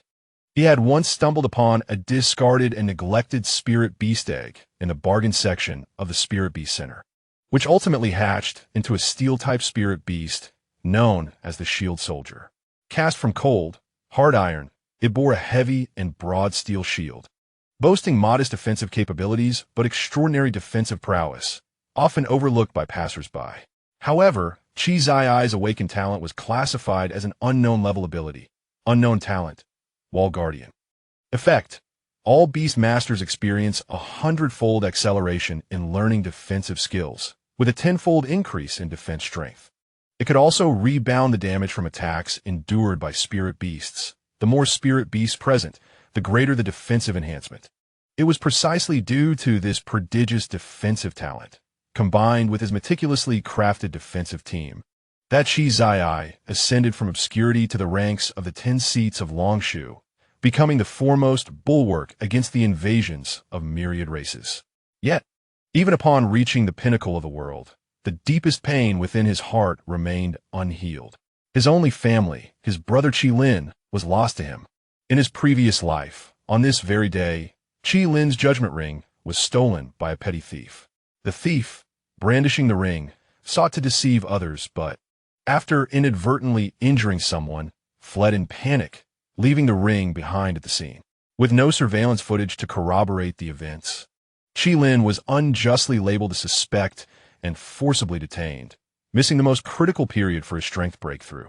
When he finally cleared his name, the once-in-a-century opportunity that rightfully belonged to him had already been usurped by another. The brilliant and promising Qilin fell into despair, ultimately perishing on the battlefield of myriad races, leaving behind not even a complete corpse. This was the profound regret and enduring pain of Chang'an's life. In the years that followed, he wielded immense power, capable of fending off the onslaught of countless foes, yet he could never reclaim his brother. Even at the moment of his own demise on the battlefield, the remorse gnawed at his heart like a venomous serpent. Suddenly, Chang'an snapped back to reality, the veins on his forehead throbbing violently as the despair and resentment of his past life still burned in his veins. He scrambled from his bed, hastily throwing himself toward the table, seizing his phone. His trembling fingers illuminated the screen, revealing a date that sent his heart into a frenzied halt. May 10th, 4326. The precision of time rendered him momentarily paralyzed, his pupils constricting sharply, followed by a surge of elation and trepidation that rushed to his head. Had he truly been reborn? He had returned to the very day when all tragedies began, the day when his brother Qilin's judgment ring was stolen. No, there was no time to waste. It was today. His brother's judgment ring would be taken today. Chang'an's expression shifted dramatically, abandoning any semblance of shock or confusion. He snatched his coat and bolted out the door, his mind singularly focused on one thought: finding that thief. He vowed to protect his brother Qilin in this life, to fervently enhance his own power, to safeguard every regret, and to rewrite destiny. In the grand hall of the Spirit Beast Center, the judgment space had long dispersed, and Lin Yuan had retracted the beast into his spatial realm. Zhao Hao lay sprawled on the ground, his face ashen, while the flame lion lay unconscious beside him, utterly devoid of combat capability. Amidst the uproar and astonishment of the crowd, a robust figure suddenly burst forth from the throngs. with bronze skin and a muscular build. Chang'an rushed in, his breath ragged as he spotted the familiar and glaring judgment ring on Zhao Hao's wrist. His eyes flared crimson, a conflagration of rage and fear erupting within him. Without a moment's hesitation, Chang'an strode forward and delivered a powerful punch to Zhao Hao's face. Bang! Zhao Hao was sent reeling, collapsing to the ground in a daze. Chang'an's voice trembled with fury as he admonished. "This is my brother Qi Lin's judgment ring. How dare you steal it and flaunt it? Luckily, you didn't use it to cause chaos, or even 10 of your lives wouldn't suffice to atone for it." He yanked the ring from Zhao Hao's wrist, clutching it tightly in his palm. The chilling touch of the metal brought him a deep sense of relief. Thank goodness he arrived in time. The ring was saved. From this moment, his brother Qi Lin's fate had already begun to change. Taking a deep breath to suppress the tumultuous emotions within him, Chang'an turned to face the youth standing nearby.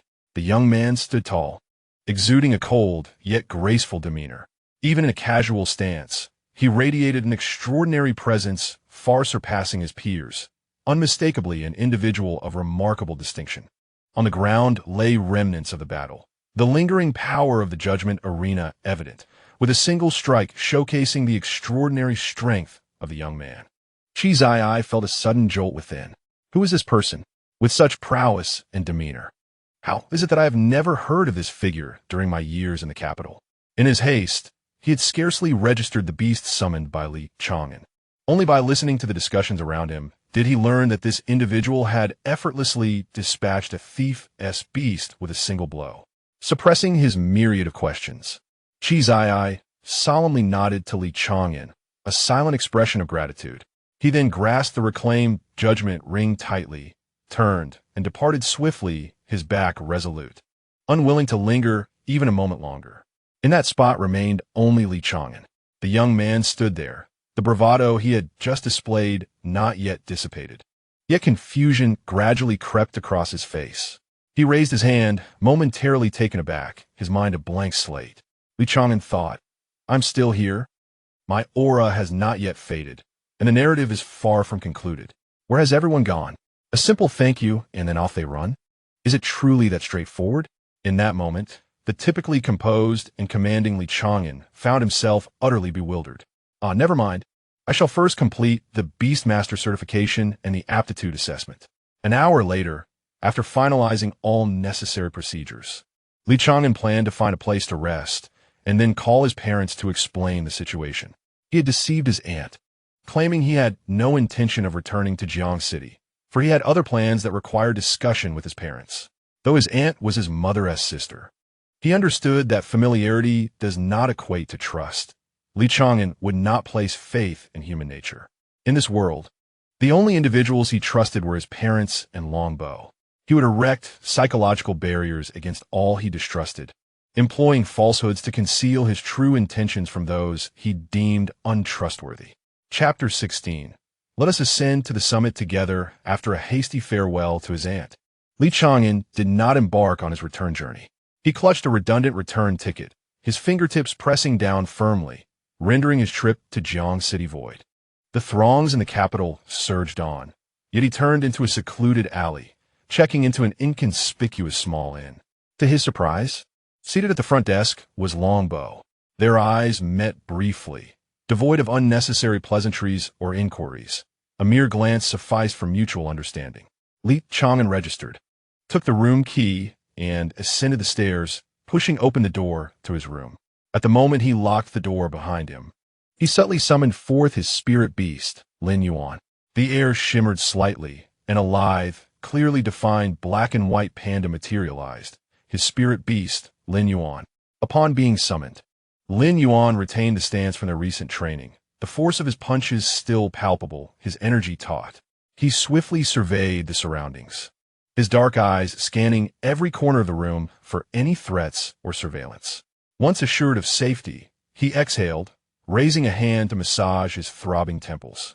His aura then shifted into a more relaxed form, losing some of its sharpness while gaining a touch of endearing clumsiness. "What is the matter, Ngo?" His voice carried the slight rasp of one who had just finished training. Li Chang'an leaned against the table, his expression earnest, and spoke directly. Lin Yuan, do you know how to advance from the transcendent beast level to the battle general level? Lin Yuan immediately nodded, a hint of determination gracing his panda-like visage. I know. It requires evolution. My bloodline inheritance carries this knowledge. For our kung fu pandas to evolve from the transcendent level to the battle general level, there are numerous paths to take. He counted off on his claws, his eyes gleaming with excitement. Specializing in fire attributes can evolve into a blazing panda. Specializing in water attributes transforms into a surfing panda. There are also paths for wind, rock, and thunder. My original plan was to cultivate Tai Chi, comprehend the balance of yin and yang, and evolve into a Tai Chi panda. A glimmer of approval flickered in Li Chang'an's eyes as he gently nodded. Precisely. Once the transcendent level has accumulated sufficient foundation and rare spiritual materials are refined as support, one can break through and evolve into the battle general level. This is precisely why I summoned you, to discuss this matter. The path of the Tai Chi panda, mastering yin and yang and harmonizing with the heavenly principles, aligns perfectly with your race's innate gift for balance, making it the most stable and potentially boundless route. He paused, his tone growing more profound. However, the harmony of yin and yang does not conflict with elemental attributes. It is precisely for this reason that your kung fu pandas can embrace and learn various elemental skills. Correct? Lin Yuan tilted his head, somewhat confused. It seems so. Do you know about elemental spirits? This time, Lin Yuan honestly shook his head. I do not. Li Chang'an patiently explained, his voice low and clear, within the borders of the Dragon Kingdom. There exist not only cities built by humans, but also cities belonging to spiritual beasts. These spiritual beasts are our allies. The most renowned among them are the 8 cities, each guarded and inhabited by the 8 elemental spirit kings. Their fame and their status as crucial allies to humanity stem from their unique symbiotic talents. He paused, his gaze growing solemn. In the early days of the beast invasions, human bodies were frail, leaving us nearly defenseless in a world teeming with monstrous creatures. The emergence of elemental spirits changed everything. Through symbiosis, they lent their elemental powers to humans, enabling unarmed ordinary individuals to wield the forces of wind, fire, thunder, and control mountains and rivers, granting them the combat prowess to confront fearsome beasts. It can be said that humanity's gradual establishment of a foothold and the development of city-states, leading us to this day, owes much to the symbiotic power of elemental spirits. He spoke with gravity. Symbiosis occurs when elemental spirits actively choose a target to merge with, becoming a part of each other's existence, allowing the host to directly wield the power of that elemental type. Li Chang'an's tone turned serious. However, if there's a clash of attributes, the process of symbiosis can lead to excruciating pain, and any misstep may cause irreparable harm. With only half a month remaining until the college entrance examination, he raised his gaze, his eyes burning with intensity fixed upon Lin Yuan. My plan is to travel to those 8 cities of elemental spirits, seeking the 8 elemental spirits, and have them all merge with you. Lin Yuan was taken aback. 8 elemental spirits, merging simultaneously? Images flashed through his mind. The foundation of Tai Chi's yin and yang, surrounded by the 8 elemental forces, capable of launching a ferocious assault like a tempest or defending with impeccable precision. By that time, he would have acquired an even greater array of skills, and the potency of his attributes would be elevated to a new echelon by the elemental spirits, rendering his combat prowess terrifyingly unimaginable. For other kung fu pandas, this would be mere delusion, an unattainable dream. Li Chang'an stepped forward, firmly placing a hand on his shoulder, his tone resolute as iron. But you are different, Lin Yuan. You possess the ability to rewind. If we fail, we can start anew. What do you say? He raised his gaze, his eyes ablaze with the fervor of ambition. Lin Yuan, let us wager together. We shall ascend to the pinnacle of the beast master world. Lin Yuan gazed at the spirited youth before him, momentarily stunned. No matter how arduous the path or how audacious the goal, with this individual by his side, he felt an unwavering courage. A smile broke across Lin Yuan's face, and he nodded emphatically, his voice resonant and powerful. Yes. At that moment, a rhythmic knocking sounded from outside the door, the prearranged signal. Lin Yuan promptly rose to open it. Longbow stepped into the room, closing the door behind him, and bowed slightly to Li Chang'an, his tone steady. Young master, the master and madam are aware of your plans. They have given their consent and will employ their full resources to support you.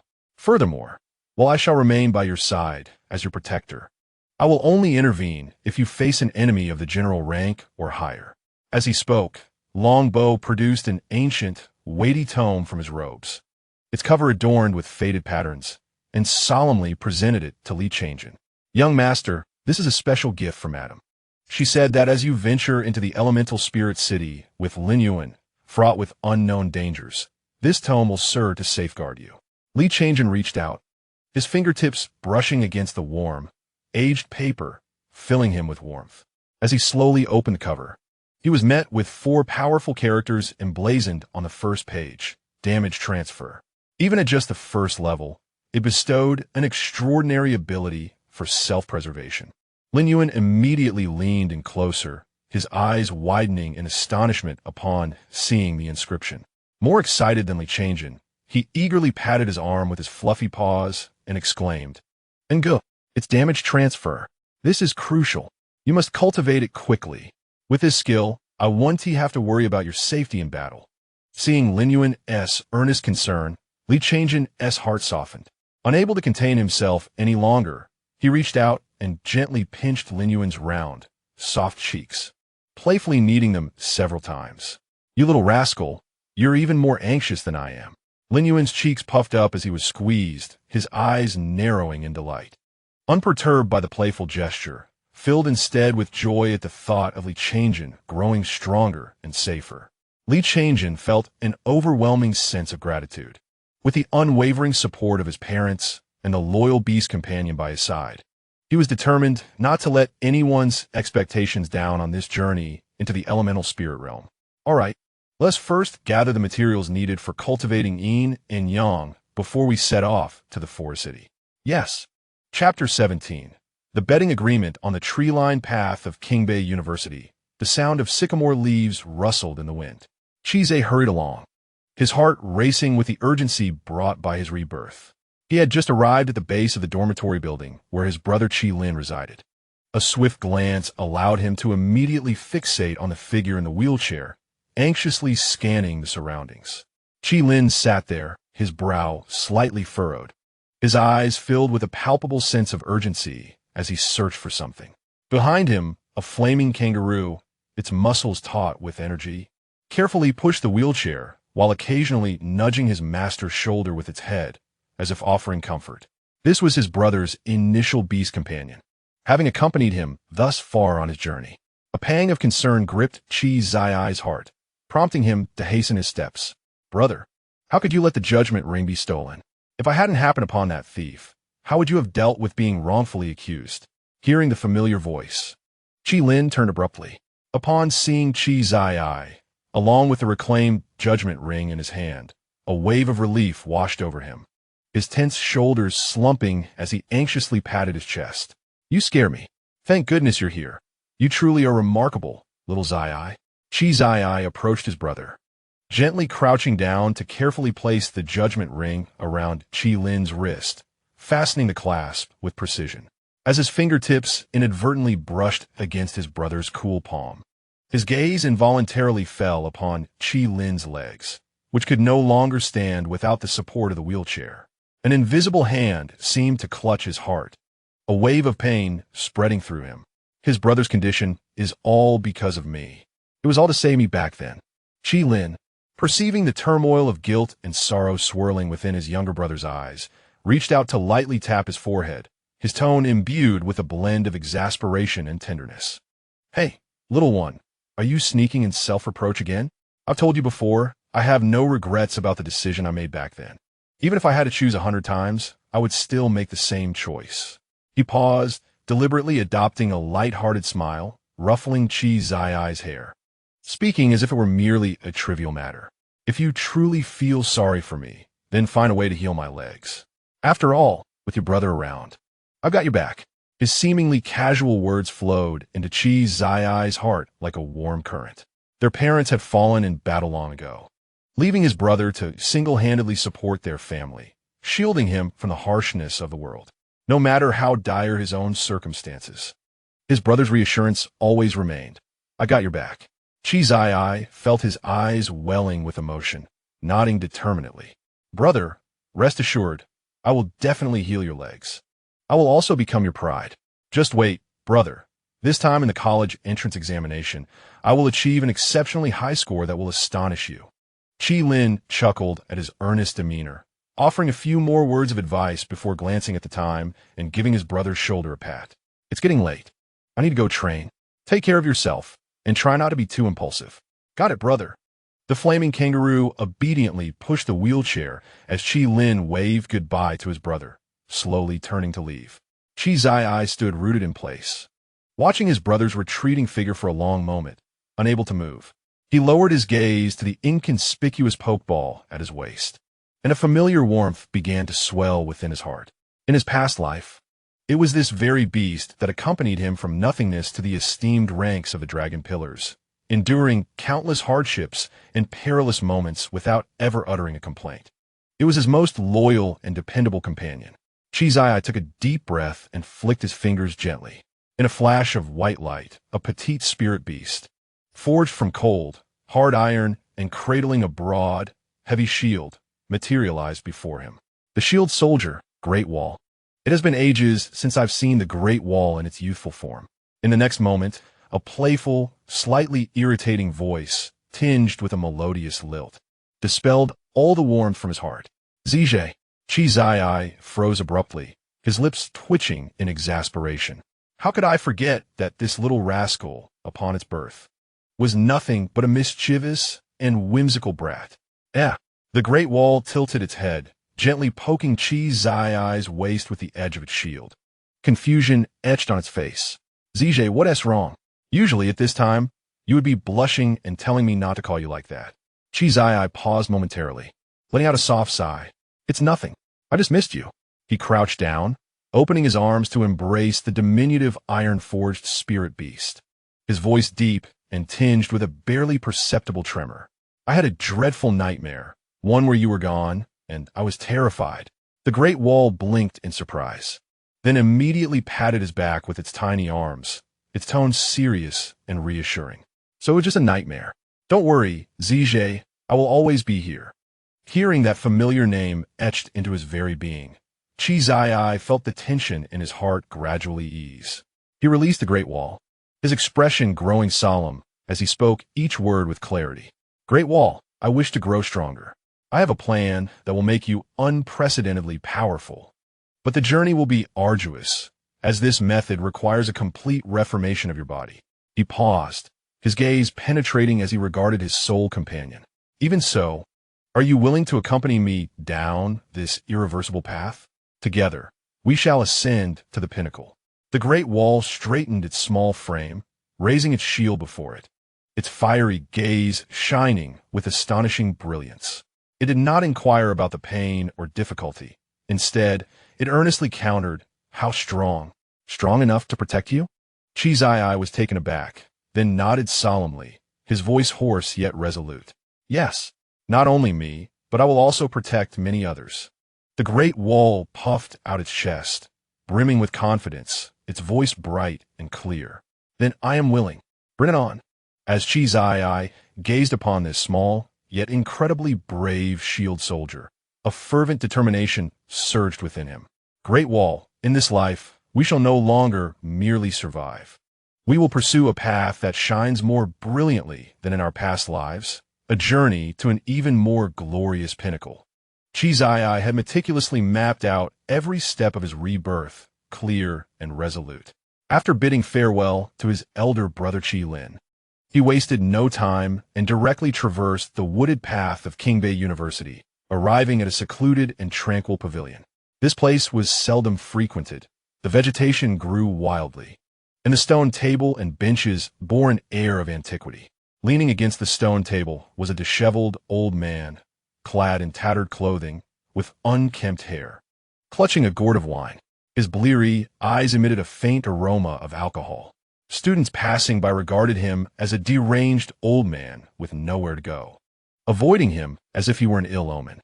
However, upon laying eyes on this old man, Chizai's gaze suddenly sharpened, and a profound sense of reverence surged within him, while others remained oblivious.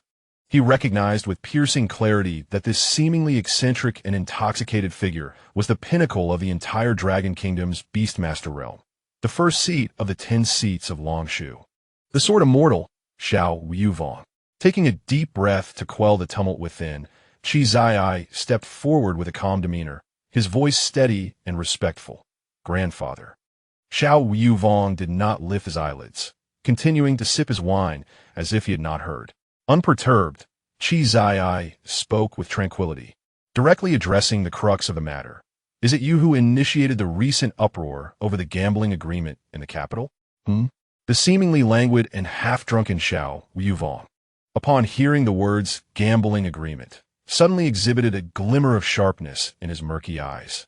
He straightened up with a jolt, the effects of alcohol seemingly dissipating, and scrutinized Chizai with a discerning gaze, a sly yet fierce smile curling at the corners of his mouth. Indeed, it is I. What of it? The old man's voice, though not loud, carried an air of disdain that commanded attention, instilling an involuntary sense of pressure. He shook the wine gourd, raising an eyebrow with intrigue. You, young man, wish to test the waters? This gambling agreement had already spread like wildfire among the novice beastmasters in the capital. It was an open challenge issued by this old madman to all newly awakened individuals. Those who dared to sign would receive Xiao Yuvong's unwavering support, providing resources, techniques, opportunities, and training paths to exponentially enhance their strength alongside their beasts. However, the stakes were equally terrifying. Above the college entrance examination, one must defend a platform against all challengers, preventing anyone from stepping foot onto it. Failure to do so would result in Xiao Yuvong mercilessly taking one's life. On one side lay the promise of unparalleled resources, and on the other a life-threatening gamble. Countless individuals were tempted, yet none dared to step forward. Yet Chizai, having been reborn as the 7th seat of Longshu, understood better than anyone that this was his swiftest path to rise, to protect his brother, and to lead the Great Wall to the pinnacle of success. In response to Xiao Yuvong's inquiry, Chizai exhibited no hesitation. His gaze was as firm as iron, his voice resolute. Yes, I have come to sign the agreement. I have made my decision. Xiao Yuvong, observing the steadfast demeanor and extraordinary poise of the youth before him, was taken aback for a moment, then burst into hearty laughter. His laughter was bold, resonating with a hint of sordid intent that startled the surrounding leaves into a rustling commotion. Good. What a courageous young man. He casually retrieved an ancient, jet-black wooden plaque from his pocket, inscribed with a sword mark, and tossed it to Chizai. This is my contact information. Should you require any resources in the future, feel free to reach out to me directly. Young man, do not let this old man down, and do not perish too soon. Chizai grasped the plaque tightly, a tumult of emotions surging within him. He understood that from this moment forth, his path of rebirth had officially embarked upon the most exhilarating and closest route to the pinnacle. Chapter 18. The City of the Forest, the City of the Forest, the floating vessel pierced through layers of ethereal mist, revealing a realm far removed from the steel and concrete of the capital or the mundane bustle of ordinary towns. What lay before him was an expanse of verdant grandeur. The entire City of the Forest was not constructed upon the ground, but thrived amidst colossal trees. An ancient world tree, large enough for 1,000 to embrace, soared into the clouds, its trunk as robust as a mountain, its branches sprawling for miles, supporting a canopy that obscured the sun. Surrounding the world tree were countless massive trees, their trunks naturally adorned with crystalline tree houses, vine-laden bridges, and luminescent passages. Leaves, as large as sails, fluttered gently in the breeze, shedding glimmers of green light akin to stars cascading to the earth. The air was thick with the fragrance of flora and a rich, almost liquefied essence of wood attributes spiritual energy. A deep breath felt as though it nourished and expanded his very meridians. Not a single inch of bare soil was exposed on the ground. It was entirely covered by a thick, soft moss and luminescent lichen. Streams meandered between the roots, their waters a clear azure, with fish and shrimp gliding through, enveloped in a faint aura of wood spirit energy. Birds flaunted feathers of vibrant hues, while the fur of terrestrial creatures was soothingly warm, devoid of any ferocity, embodying a harmonious coexistence between life and nature. The city walls were not constructed from bricks and stones, but were woven from ancient vines intertwined over millennia, adorned with perennial spiritual flowers that purified the air and nourished the spiritual energy with each bloom. The city gates resembled two colossal, closed flower buds, which, upon sensing the approach of a living being, slowly unfurled to reveal an even grander realm of spiritual wood within. This was the city of the forest, one of the 8 elemental spirit cities, the ancestral home of the wood element spirits. Chang'an walked alone along the path paved with roots and petals, his aura subdued, radiating only a gentle spiritual energy. He did not hasten to summon Lin Yuan, but, adhering to ancient customs, made his way toward the summit of the world tree, where the Lord's palace, constructed from emerald jade and millennia-old petals, awaited. Humans entering the elemental spirit cities for the first time must pay homage to the city lord. This was a tradition upheld for thousands of years, a mark of respect for the local spirit king. Moreover, he had every right to do so. The wood element spirits of the city of the forest were long-standing allies of the Lu family, for which his mother, Lu Rower, hailed.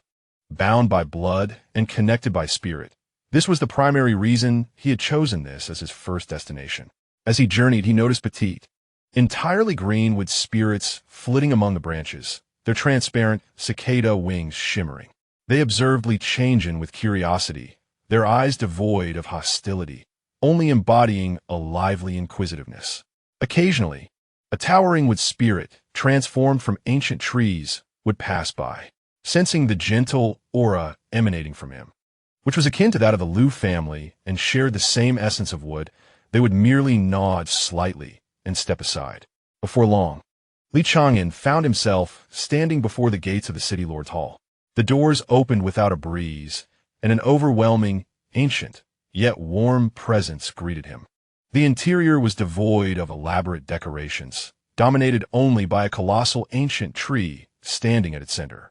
As the bark texture gradually revealed an aged visage, its eyes, akin to 2 gentle green moons, met Chang'an's gaze and instantly discerned his origins. The child of Lu Rower, a descendant of the Lu family.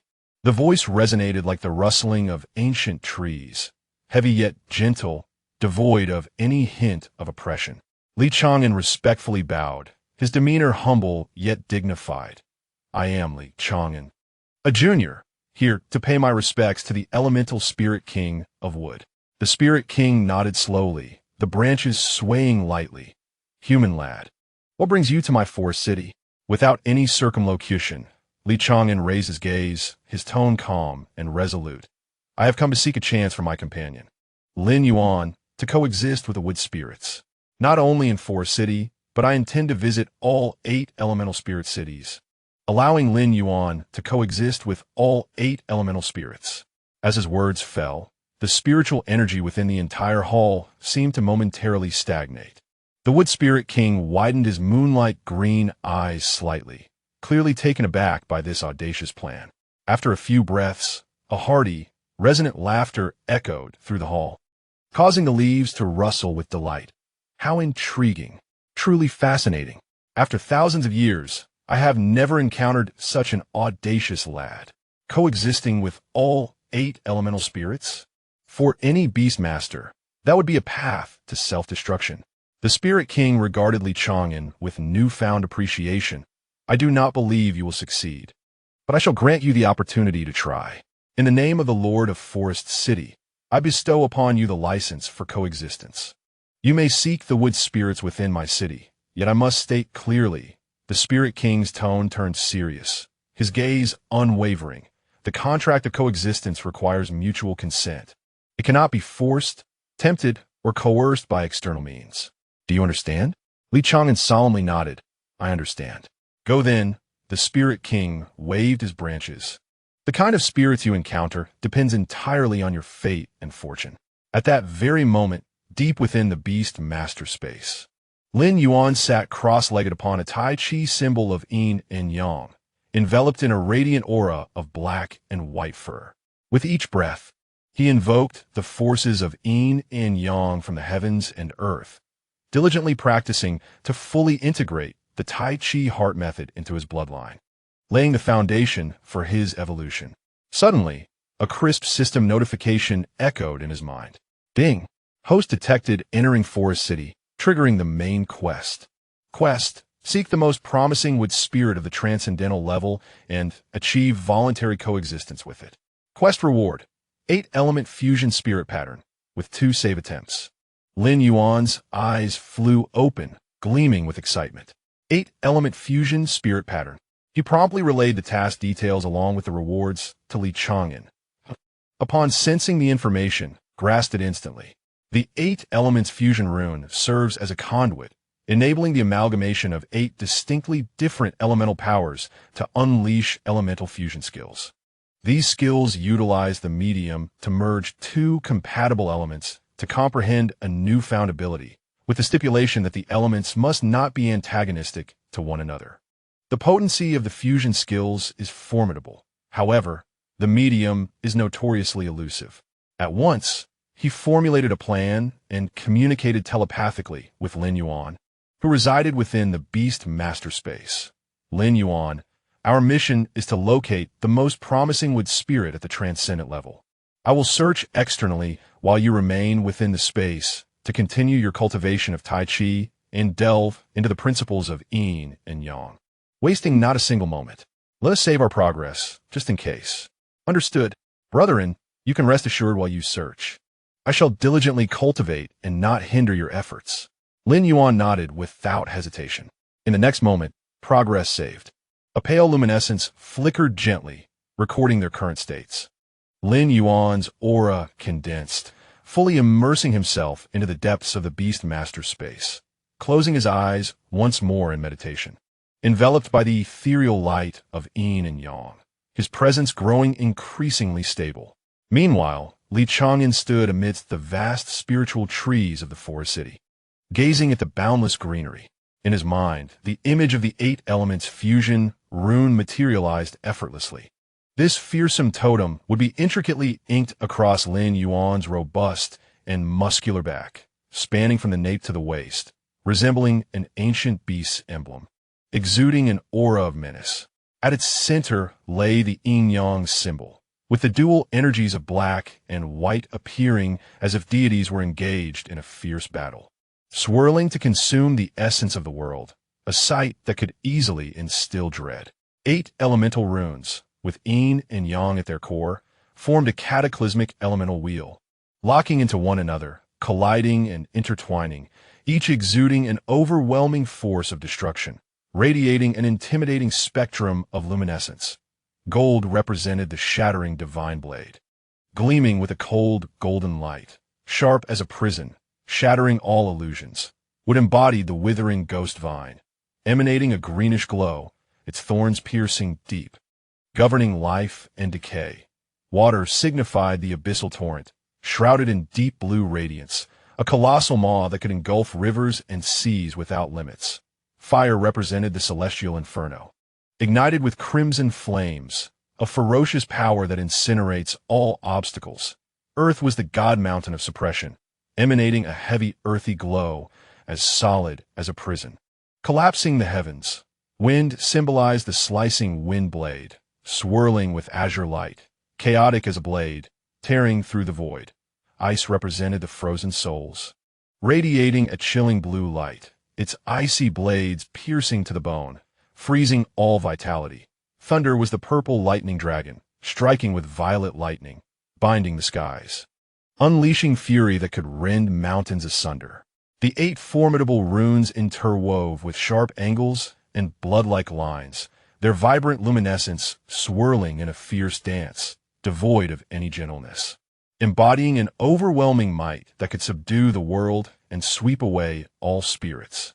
The moment the spiritual light appeared, it awakened like a ferocious beast, its ferocity soaring to the heavens. Anyone who dared to gaze upon it would instinctively recoil, their hearts racing with terror, chilled to the bone. The most promising would spirit. Chang'an mused with a subtle smile, stepping into the endless expanse of spiritual trees. I have come to seek you. Chapter 19. Brainstorming, Chang'an stood alone beneath the ancient trees of the forest city, appearing utterly still with his eyes gently closed, seemingly lost in quiet contemplation. Yet, deep within his mind, a vibrant and lively internal conference was unfolding, with diminutive versions of himself populating the stage, each played by his own imagination, embodying various roles. 6 miniature Chang'an gathered around a tiny round table, identical in appearance yet distinct in attire and temperament. The miniature Judge Chang'an, donned in a small judicial robe, firmly struck a tiny wooden block on the table with a miniature gavel. Thus commenced the 267th Internal Conference. Today's agenda: how to identify the most promising with spirit. Come now, esteemed colleagues, speak freely, proclaimed the Emperor Chang'an, perched upon a diminutive throne, his expression grave. I shall only say this: I am socially anxious. Smite him. What business do you have speaking up? The Judge Chang'an reprimanded, and the other diminutive counterparts swiftly converged upon him. After a brief scuffle, the bruised Emperor Chang'an returned to his seat, chastened and silent. With one hand shielding his right eye, the flamboyant middle schooler Chang'an emphatically slammed his palm on the small table. This is simple. Let Lin Yuan test each one. Whoever can withstand a strike from Lin Yuan shall be deemed the most promising with spirit. Timidly huddled in a corner, the socially anxious Chang'an timidly interjected. But Lin Yuan has to cultivate. Recklessly altering the schedule might disrupt our subsequent plans. At that moment, the calm and insightful sage Chang'an spoke slowly, his gaze penetrating. If it is merely social anxiety that hinders us, then there is no need for concern. Surely, you all recall our initial encounter with Lin Yuan. The other 5 miniature Chang'an nodded in unison. That meeting had been a rare instance of unanimous agreement. We spoke effortlessly and naturally, despite it being our first meeting. By heavens! The 5 miniature figures exclaimed simultaneously, their eyes shining with realization. Could it be that I am truly a genius? Suddenly, the whimsically abstract Chang'an leaped onto a small stool, raising his stature dramatically. Since we are not socially anxious about spiritual beasts, this is easily resolved. Elemental spirits possess high intelligence, with their own thoughts, families, and circles.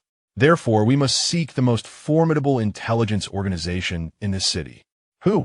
They inquired. The aunties and uncles at the matchmaking corner. The abstractly Chang'an blurted out, then immediately corrected himself. No, I mean the coexistence corner. A place where humans and wood spirits can meet and choose to coexist. The wood spirits from prominent families already have established contracts, while the remaining commoner wood spirits congregate at the coexistence corner. Commoners. The common starting point is a shared trait among numerous protagonists. We may find a template for our protagonist wood spirit there. Indeed, the Judge Chang'an promptly raised his hand in agreement. The bruised Emperor Chang'an also raised his hand. I approve. The middle schooler Chang'an struck a suave pose. Chelo. The socially anxious Chang'an quietly raised his hand. I'm also agreeable. The sage Chang'an nodded gently. It is worth a try. Let us embark on this journey. Dear companions, the abstract little Chang'an raised his hands high and shouted. Judge little Chang'an tightened his grip on the miniature gavel and struck it down decisively. Boom! The decision.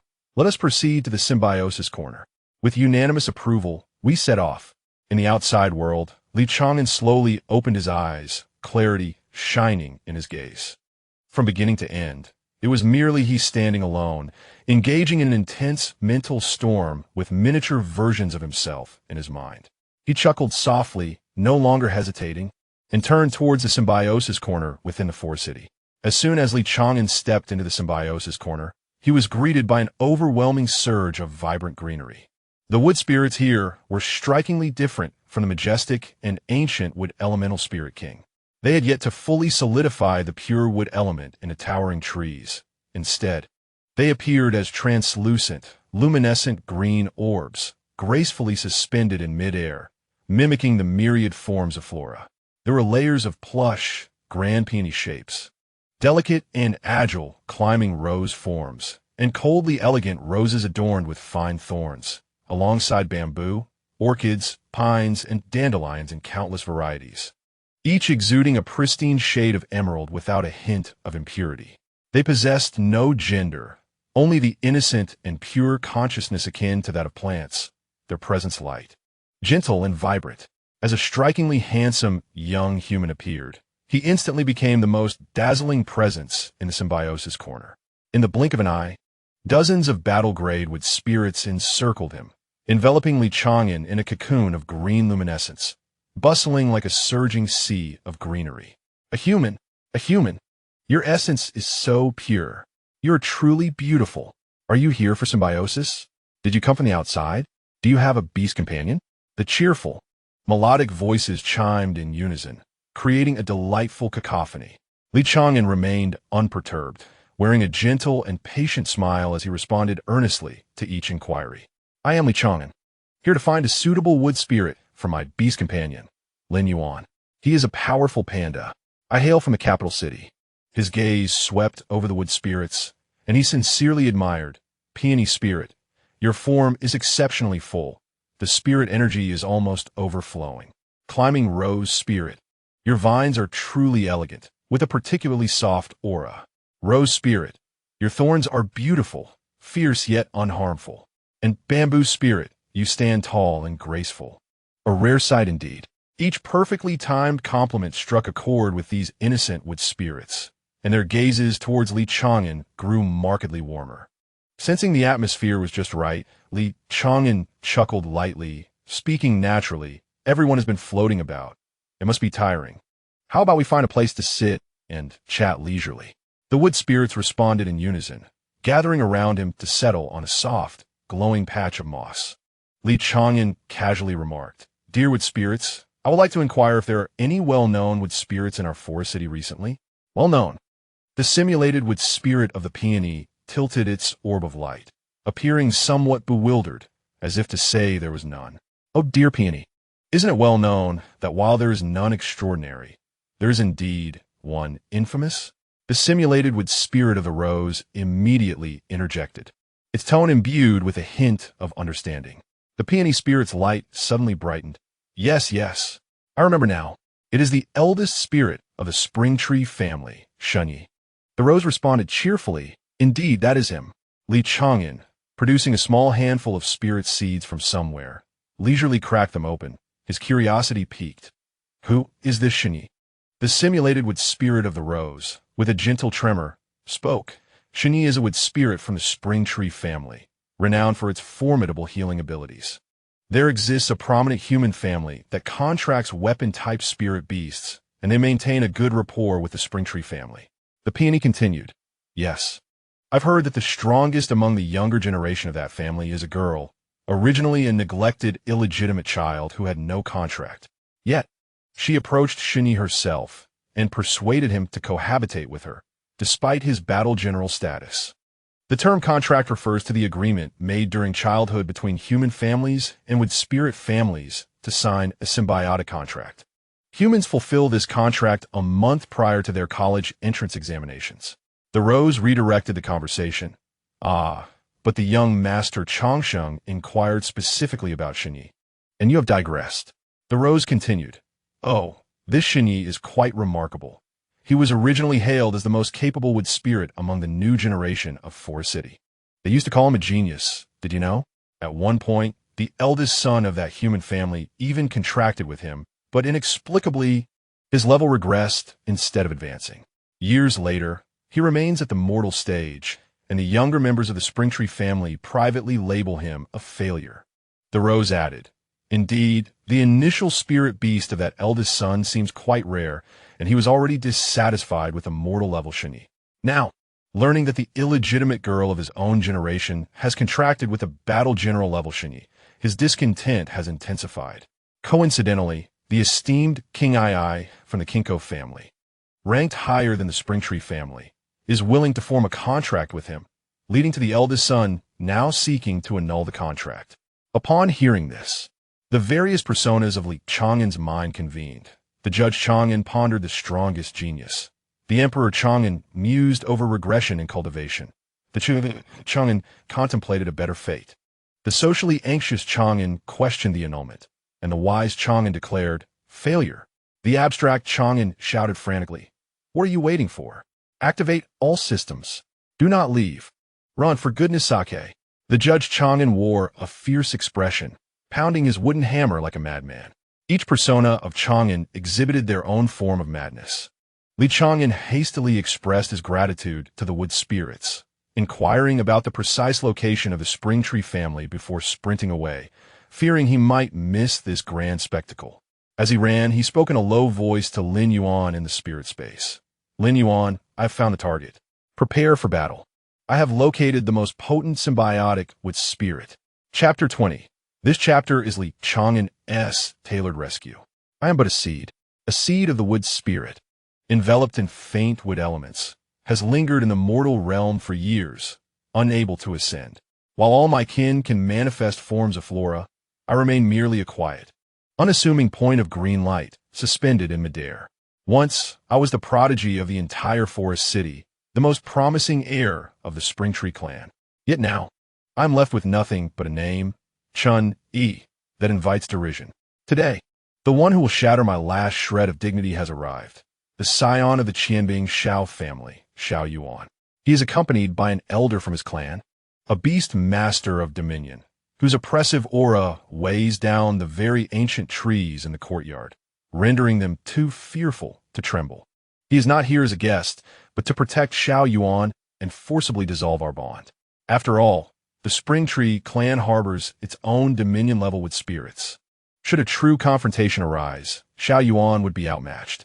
Shao Yuan's gaze falls upon my diminutive seed, devoid of the anticipation we once shared at the time of our bond, now replaced by unabashed disdain. In the next moment, light radiates from his palm, and a shimmering white longsword hovers in the air, its blade shimmering with sharp, ethereal light, revealing the 1,000 mechanisms blade, his beast. The entire courtyard is enveloped by its brilliance. Shao Yuan speaks with a haughty tone, as if bestowing a favor.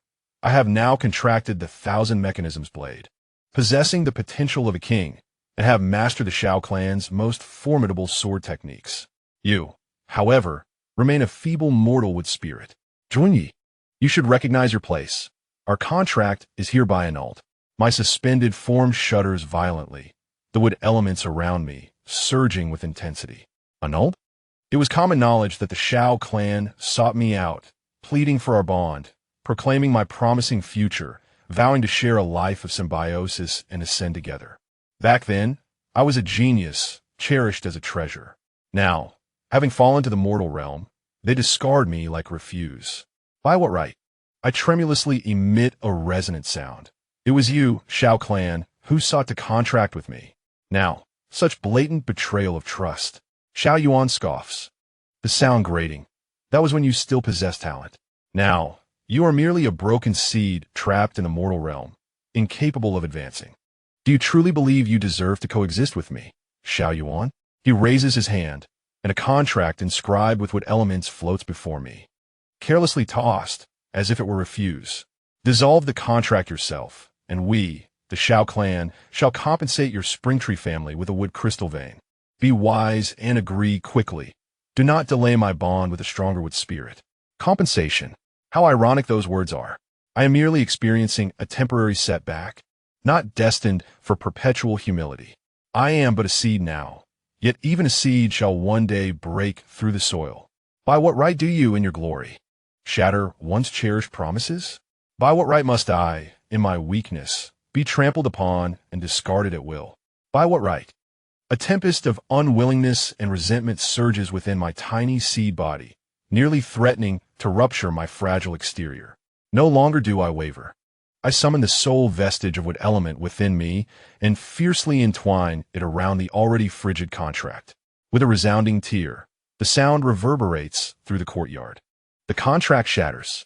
Suspended in mid-air, a tiny point of light quivers slightly, yet with all its stubbornness, It articulates with fervor. 30 years in the East. 30 years in the West.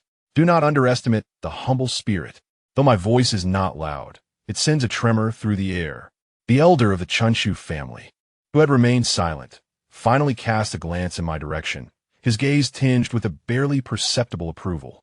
Even as a mere mortal seed, there is a defiance within me that rivals that of the elves. Yet in Xiao Yuan's eyes, this defiance is but a jest. He laughs unabashedly, his tone sharp as a blade. With your pitiful talent, you shall remain immortal throughout your life. Who would wish to coexist with you? His words pierce my heart like a feather-light dagger. Indeed, who would desire to share existence with one such as I? My talents have regressed, my realm has plummeted, and I have become the subject of ridicule. Even those who once forged a contract with me are eager to cast me aside in search of Chang'an from the Kinko family. Am I truly unworthy? No. Even if I am deemed unworthy, I shall still fight for my breath. Though the path is fraught with thorns and drenched in blood and tears, I shall ascend. The humiliation of today will be repaid 100-fold in the future. I must rise to the highest pinnacle and trample Xiao Yuan, who has belittled me today. Beneath my feet, I glare fiercely at him, my seed shell radiating warmth from the intensity of my anger. In that moment, filled with mockery and despair, a clear, resolute, and undebatable voice emanates from outside the door, cutting through the cacophony. We wish. We wish. I'm momentarily taken aback, nearly convinced it to be an illusion. At the entrance, a figure clad in white strides in with poise. The youth possesses an extraordinary aura, his features pristine, yet his presence exudes a steadiness that commands respect. Beside him stand a robust panda, exuding a chivalrous air, starkly contrasting in black and white, its gaze sharp as a blade. It is Chang'an, who has just arrived. Xiao Yuan is momentarily stunned, but then fury ignites within him at being publicly disregarded, and he bellows, "Who is this insolent brat? Do you know who I am?" Chang'an does not even glance his way, proceeding directly to the elder of the Chunchu family, his tone earnest and each word clear. I am Chang'an, accompanied by my beast, Lin Yuan. I seek the cooperation of Chun Yi from the Chunchu family to coexist with my companion, Lin Yuan. Boom! My entire being freezes. Someone wishes to coexist with me? With this mortal-grade seed, rejected and scorned by all? You dare to ignore me? Xiao Yuan, filled with shame and rage, trembles with fury. Only then does Chang'an slowly turn around. His gentle eyes, in an instant, become as cold as a frozen pond. Regarding Xiao Yuan as one might regard a lifeless corpse, he utters two words with a calm indifference, noisy. He then turns his attention to the panda. Lin Yuan. Silence him. In a flash of shadow, Lin Yuan moves, swift as a fleeting specter, and in an instant stands before Xiao Yuan. Xiao Yuan's expression changes dramatically, desperately attempting to summon the Qinji blade to defend himself. Yet Lin Yuan's speed surpasses his reactions. Thunder crackles with intensity. With a furious kick infused with the tempestuous energy of lightning, it struck fiercely against Xiao Yuan's chest. The impact sent Xiao Yuan hurtling back like a marionette with severed strings, crashing to the ground, rendered unconscious. The Qinji blade fell to the earth with a clatter, its luminous essence fading. Meanwhile, the formidable Beastmaster was held immobile by a terrifying force, utterly unable to move. In an instant, an imposing figure materialized. Chang'an spoke with a calm demeanor. Longbow, take him away and issue a warning. I have more pressing matters to attend to. Understood, young master. Longbow effortlessly lifted the Beastmaster as one might a fledgling chick and whisked him away. The courtyard fell into a profound silence. I remained suspended in midair, my diminutive seed-like form radiating warmth. The seething feelings of indignation and humiliation within me had yet to dissipate, yet another beam of light had forcibly torn through the darkness, illuminating my being. I gazed at the flailing Xiao Yuan and the enigmatic powerhouse who had effortlessly carried the Beastmaster away. Even a fool could discern that this youth before me was extraordinary, yet what motivated him to choose me as a partner for his beast? Chapter 21. Dare you gamble with us? As the smoke of conflict dissipated in the courtyard, only my dim seed remained, adrift in the air, lost and bewildered. Xiao Yuan lay unconscious in the corner. The Qinji blade's brilliance diminished, and the Beastmaster had been removed by Longbow, as if he were a mere chick. The youth known as Li Chang'an stood before me, clad in pristine white, his gaze untainted and resolute, unexpectedly crashing into the abyss of my shadowy world. He had resolved the troubles of the Xiao family, and assured the elders of the Chuncha clan that should the Xiao family dare to retaliate, he would take full responsibility. Only at that moment did the elders of the Chunchu clan truly exhale in relief, their gazes toward Li Chang'an filled with a newfound seriousness and a hint of perplexity. Finally, a venerable elder of the wood elves gently floated before Li Chang'an, the emerald light of his spirit swaying softly. Young friend, your strength is formidable, your background profound, and your beasts and guardians are all top tier. I dare to ask why you have chosen Chun. All eyes converged upon me in that instant. There was sympathy, regret, confusion, but no expectation. Yet, he tilted his head slightly, revealing a genuine curiosity, as if discussing a matter of utmost certainty. Why choose Chun-Yi? Naturally, it is because he is the true genius among the younger generation of wood elves. If not him, then whom should I select? As these words echoed, the entire assembly fell silent. The elder sighed softly, his tone laced with resignation and regret. Young friend, you may be mistaken. That was a long time ago. Chun-Yi's talent has waned. He is still but an ordinary mortal and has yet to break through, long past his days of brilliance. I hung suspended in the air, my petite form trembling slightly. This ordinary seed within me instinctively shrank back, the faint wood elemental energy surrounding me dimming further. I awaited Li Chang'an's hesitation, anticipated his awkwardness, and expected him to utter, I see now my apologies. Indeed, I am no longer a genius. The flicker of hope I had just ignited began to extinguish, as my heart sank once more into the cold, desolate dust. It turned out he knew nothing at all. He had merely heard of my former reputation, utterly unaware of the depths of my current disgrace. I quietly awaited his change of heart, yet Li Chang'an showed not a moment's hesitation. His gaze was clear and unwavering as it bore into me, his voice steady but weighted with meaning. I know. What I meant was that even if he still remained in the realm of the ordinary, he was indeed a genius. We believe in him. A jolt coursed through me, every part of my being freezing in disbelief. He knows? He knows I am merely a wood spirit trapped in the realm of the ordinary, rejected by others, ridiculed by all, and yet he calls me a genius? Li Chang'an turned to face the elders, his tone calm, yet imbued with a profound, stirring power. During the awakening ceremony, I discovered an unknown talent. In the eyes of everyone, this is deemed a useless gift destined to falter. My initial beast companion is a pandemonium panda. The world claims this is the least suitable beast for novices, weak in the early stages, slow to mature. It is universally regarded as a failure.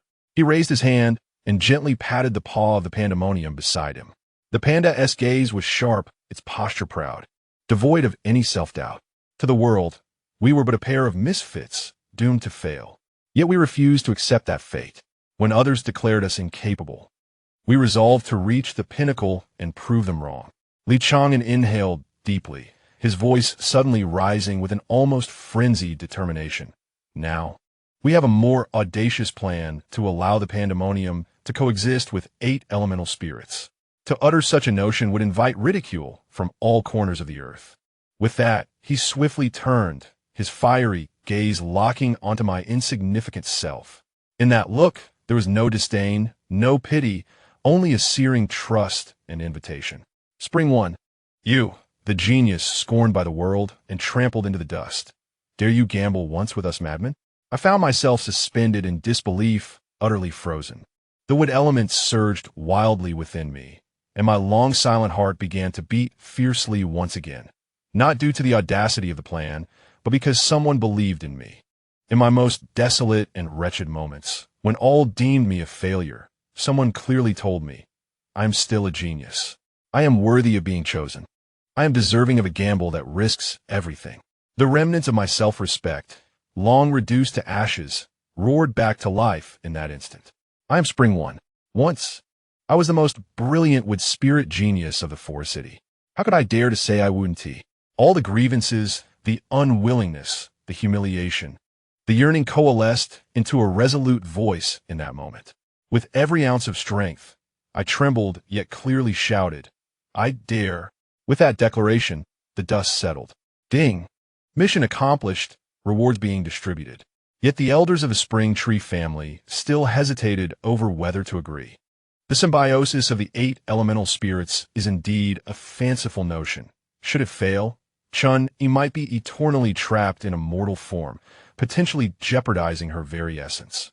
Yet, in the next moment, Chang'an merely smiled gently and waved his hand. The entire courtyard was instantaneously engulfed in an endless cascade of ethereal light.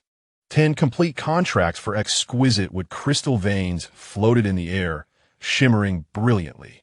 3 millennia-old tree hearts exuded a pure life essence that drove all wood spirits into a frenzy. The remnants of 2 dominant wood attribute source beasts radiated a pressure that rendered the elders trembling. A whole spring capable of cultivating wood spirit liquid autonomously was included, complete with permanent ownership rights.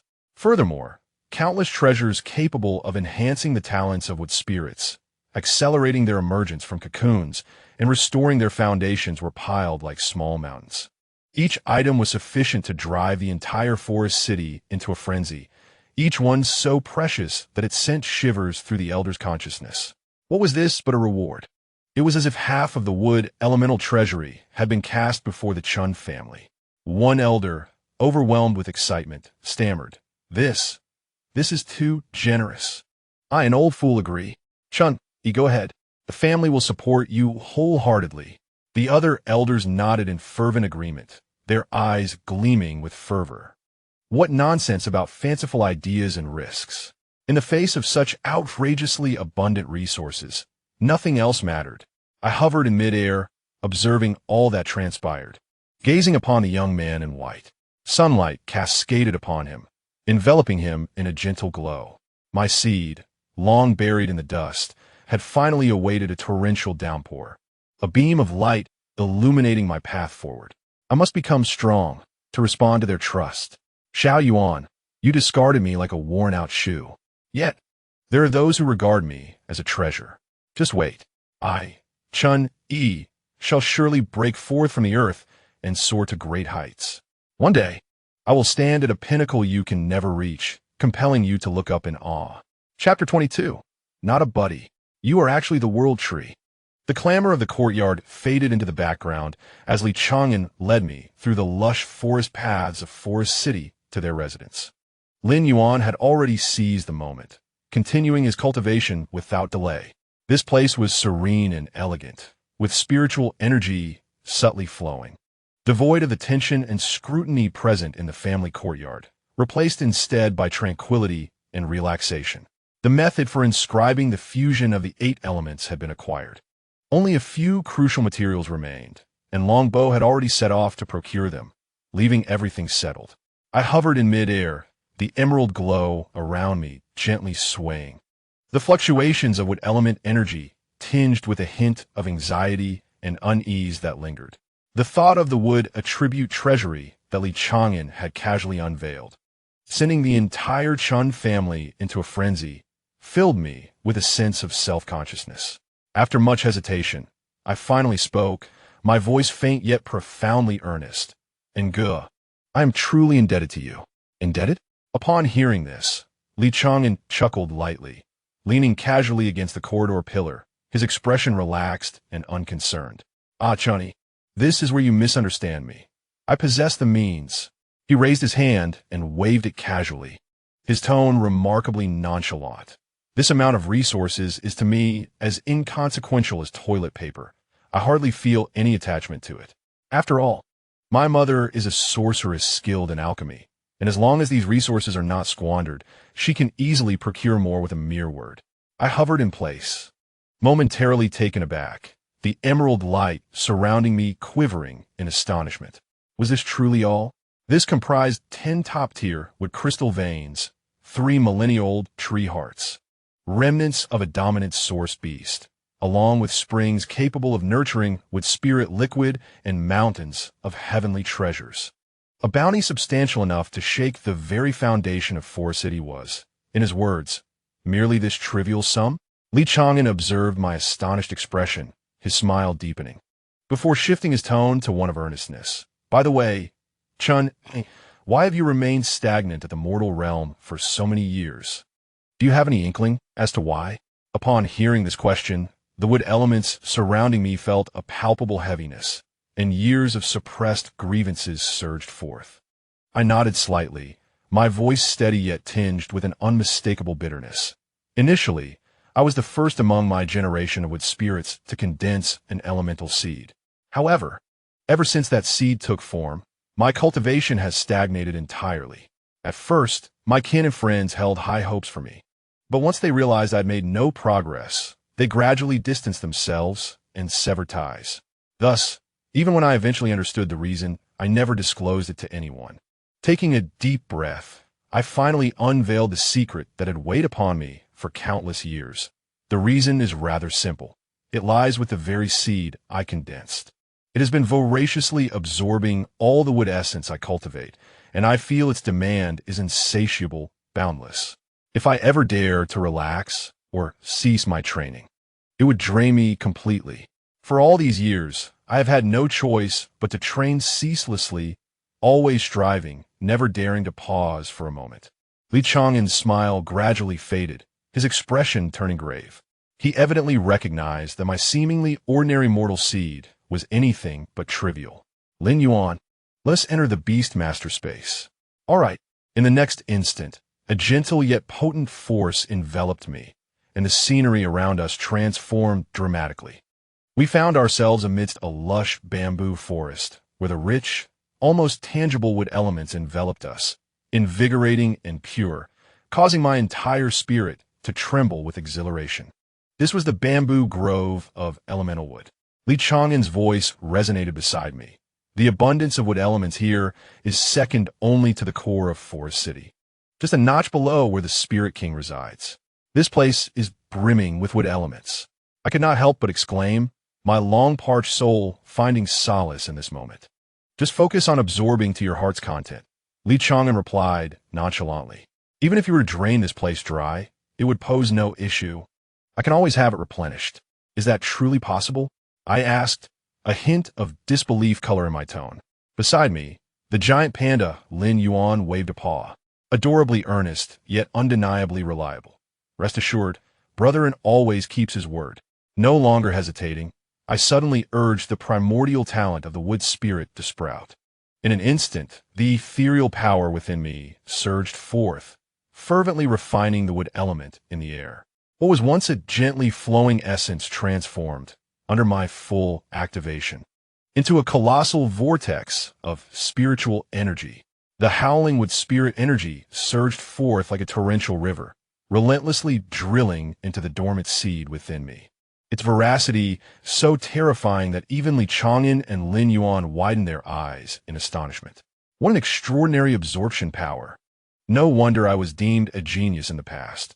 Had it not been for this enigmatic seed, Chun, you would have likely soared to greatness long ago. I paid no heed to their astonishment, immersing myself wholeheartedly in this long-awaited and unrestrained absorption. The insatiable yearning, long suppressed by the seed over the years, found infinite satisfaction in this moment. The spiritual energy of the bamboo grove visibly dwindled, the leaves gradually losing their luster, and the radiant aura on the ground dimmed until the entire bamboo forest wood element was completely drained. A faint hum erupted from within me. That seed, which had tormented me for countless years, firmly lodged at the mortal realm, finally took root and sprouted under the deluge of spiritual energy. A tender green stalk broke through the soil, two delicate leaves unfurling, glistening and vibrant with life. Junyi had at last transcended from the mortal realm to the extraordinary. I gradually ceased my cultivation, enveloped in an unprecedented sense of ease and clarity, as torrents of ancient and profound knowledge surged into my mind like a legacy of memory. So this is how it feels. How do you feel, Chun-Yi? Li Chang'an and Lin Yuan quickly approached, their eyes filled with curiosity and concern. I stretched my newfound tender shoots, radiant with verdant brilliance, my voice brimming with uncontainable ecstasy. It feels absolutely wonderful. After sprouting, I can finally cultivate normally, no longer burdened by endless absorption. Chang'an's gaze fell upon my newly emerged sapling, softly inquiring, "What exactly is this sapling?" I trembled gently, filled with awe and excitement, articulating with deliberate clarity the name that would astonish the entire spirit realm. "It is a sapling of the world tree." "What?" Chang'an gasped, his voice rising in pitch, disbelief etched across his features. "This is the world tree, a rare entity that governs the attributes of time and space." I felt the vast and ancient legacy of the world tree within me, washing away years of repression, humiliation, and resentment in that singular moment. The wood spirit, once scorned and mocked for being trapped in the mortal realm, now emerged from the obscurity, finally seeing the light. "Thank you," I said sincerely to Li Chang'an and Lin Yuan, bowing my tender shoots in gratitude, my voice genuine and fervent. "If it weren't for you, I truly don't know how many more years I would have struggled in darkness before reaching this day of blossoming." With a legacy now within me, my demeanor subtly transformed. No longer was I the timid and anxious seed of dust, but rather I reclaimed the brilliance and confidence that belonged to a genius. My seed has unexpectedly sprouted into the world tree. I, Chun-Yi, am indeed a true genius. The pent-up emotions that have burdened me for years have been completely released. I feel as if I have been reborn. Even the wood elements surrounding me have become light and exuberant. I raise my tender sprout, gazing intently at Li Chang'an and Lin Yuan, my tone resolute, imbued with an unwavering confidence. With my involvement, the audacious plan of the 8-element spirit symbiosis may indeed come to fruition. Li Chang'an bursts into hearty laughter, and Lin Yuan claps his claws, his voice warm and resonant. "Welcome aboard. From this day forth, we shall be partners in madness, striving for the summit together." Sunlight filters through the branches and leaves of the beast master space, bathing my tender green leaves in warmth. The seed in the dust has finally broken through the earth. The world tree is born, and starlight rises from the dust. The road ahead is vast, and the future is promising. Chapter 23. Engraving Spirit Patterns, the Symbiosis of the World Tree. After a night of rest, Longbow has prepared all the materials necessary for engraving the 8-element spirit patterns. Flameheart red crystal, extracted from the depths of an active volcano.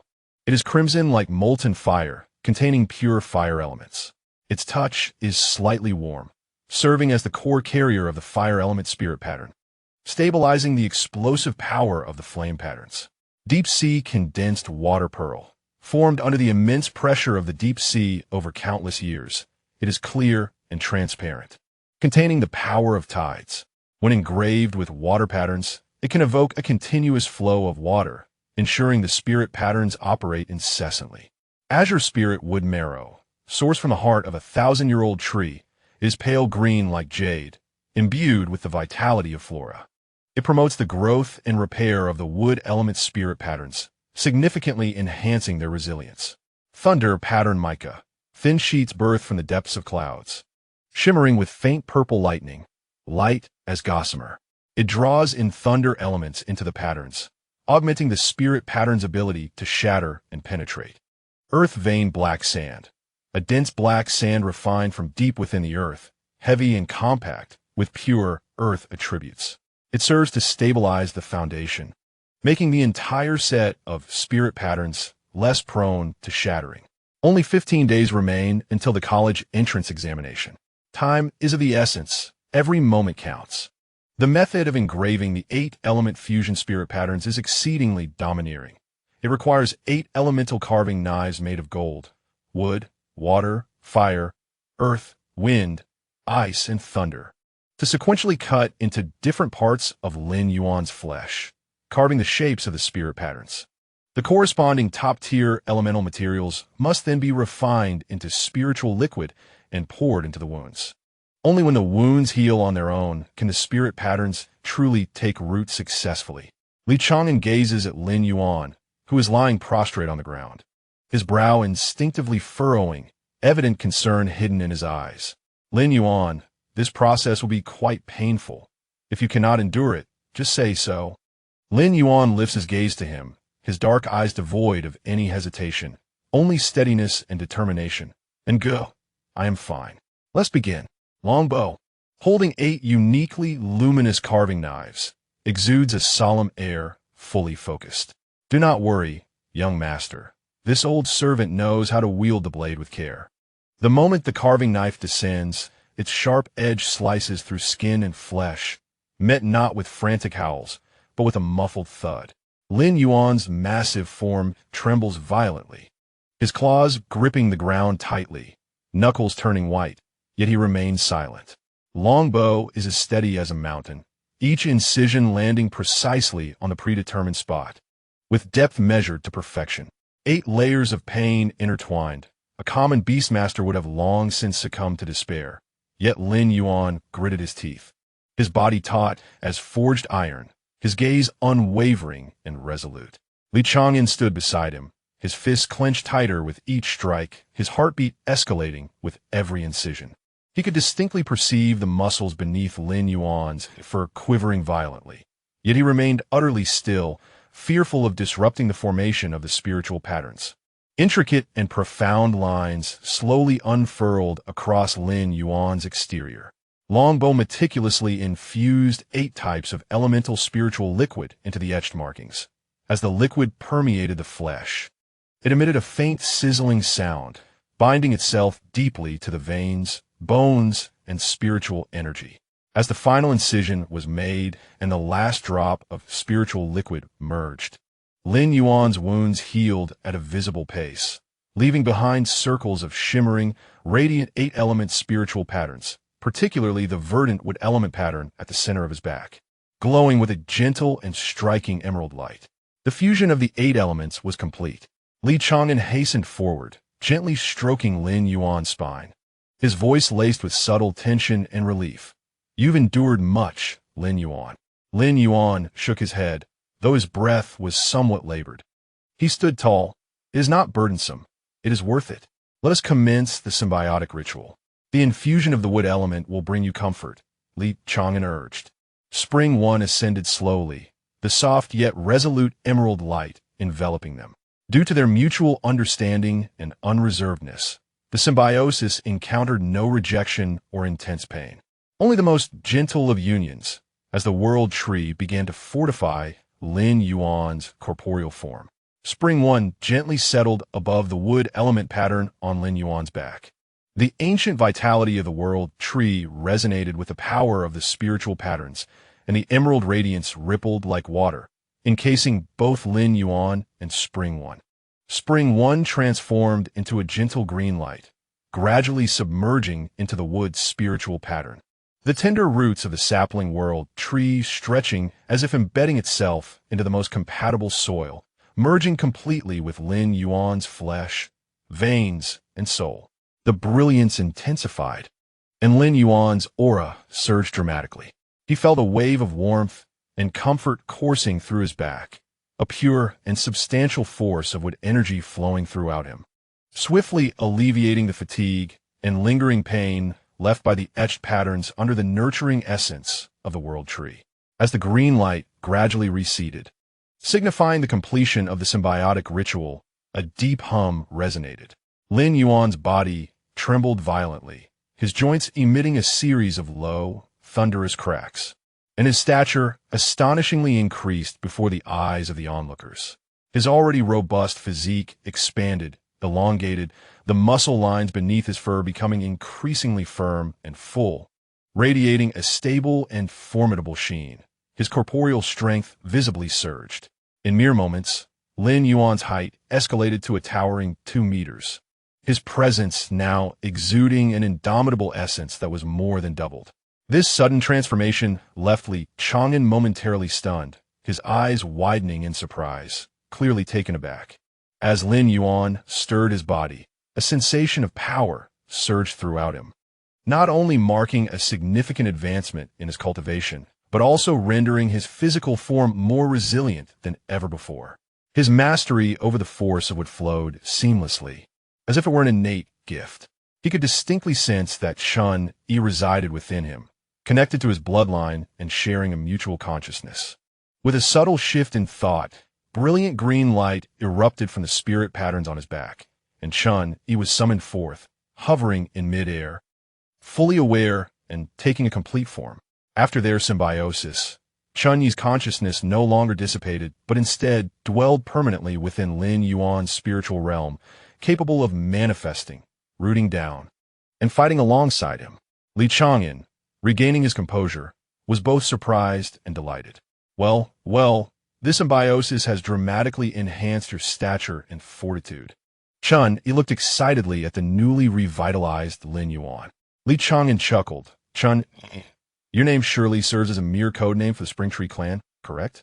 You are the first, hence referred to as Chang'an, while others follow as Chang'an, Chang'an, Chang'an. Am I right? Indeed, Chang'an nodded. Lin Yuan promptly declared, his voice steady and earnest. Then from this moment forth, you shall be known as Lin Mu. We are now one, and from now on, you are my companion. Do you accept? I accept. Chang'an, now Lin Mu, responded with a cheerful laugh, filled with the joy of rebirth. From now on, my name shall be Lin Mu. With a resolute gesture, Li Chang'an pointed toward the horizon. Very well, the first step of our 8-element symbiosis has been completed. Our next destination is the City of the Sea, to seek the water spirits. Let's embark. Let's embark. Lin Yuan and Lin Mu echoed in unison. The group promptly set forth, leaving the forest city without delay. Before departing, Li Chang'an specifically instructed Longbow to procure a substantial amount of spiritual materials, to later restore the deplete wood bamboo grove within the Beast Mastery space. Lin Yuan returned to the Beast Mastery space to diligently cultivate, stabilizing his surging power, while Lin Mu rooted himself upon the wood spirit patterns on Lin Yuan's back, quietly contemplating the vast and ancient legacy of the World Tree. The path ahead was grand, and the objective was clear. Their next destination, the City of the Sea. Chapter 24. The City of the Sea, the solitary soul. 14 days remain until the end of the college entrance examination, setting out for the City of the Sea. The realm of the water spirits.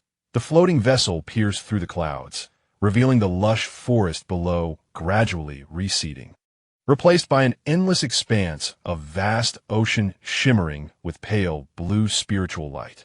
Between heaven and earth, only the pristine blue remained. This was the City of the Sea, the ancestral homeland of the water element spirits, one of the 8 elemental spirit cities. The entire city was not constructed upon the ocean surface, but rather floated above the deep sea in a realm of spirits.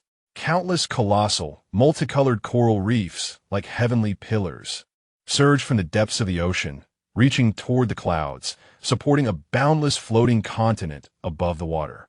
Translucent shell palaces layered upon one another refracted rainbow light under the sun, while a pearl-paved road meandered through, and wave-like spirit patterns flowed gently across the ground, creating delicate ripples with each step taken. The air was no longer infused with the fragrance of grass and wood, but rather a damp, cool, yet remarkably pure mist of water vapor. The rich, nearly liquid water attribute spiritual energy wafted through the air, and with a deep breath, it felt as though all internal organs were cleansed by a refreshing spring. Beneath the ocean's surface lies a world even more astonishing. Enormous, luminescent jellyfish drift in clusters, their tentacles extending for dozens of feet, each undulation scattering glimmers of blue light. Silvery, ethereal fish glide gracefully by, their scales shimmering with a luster akin to moonlight. Beneath the sea, phosphorescent seagrass and spirit algae illuminate the depths, transforming the abyss into a fantastical realm. Countless underwater pavilions, crafted from crystal, white jade, and seashells, are artfully arranged, while water spirits weave through them, enveloped in gentle currents, free from the need for breath, and unrestrained in their aquatic ballet. The City of the Sea is devoid of walls, its boundaries defined by a swirling barrier of water.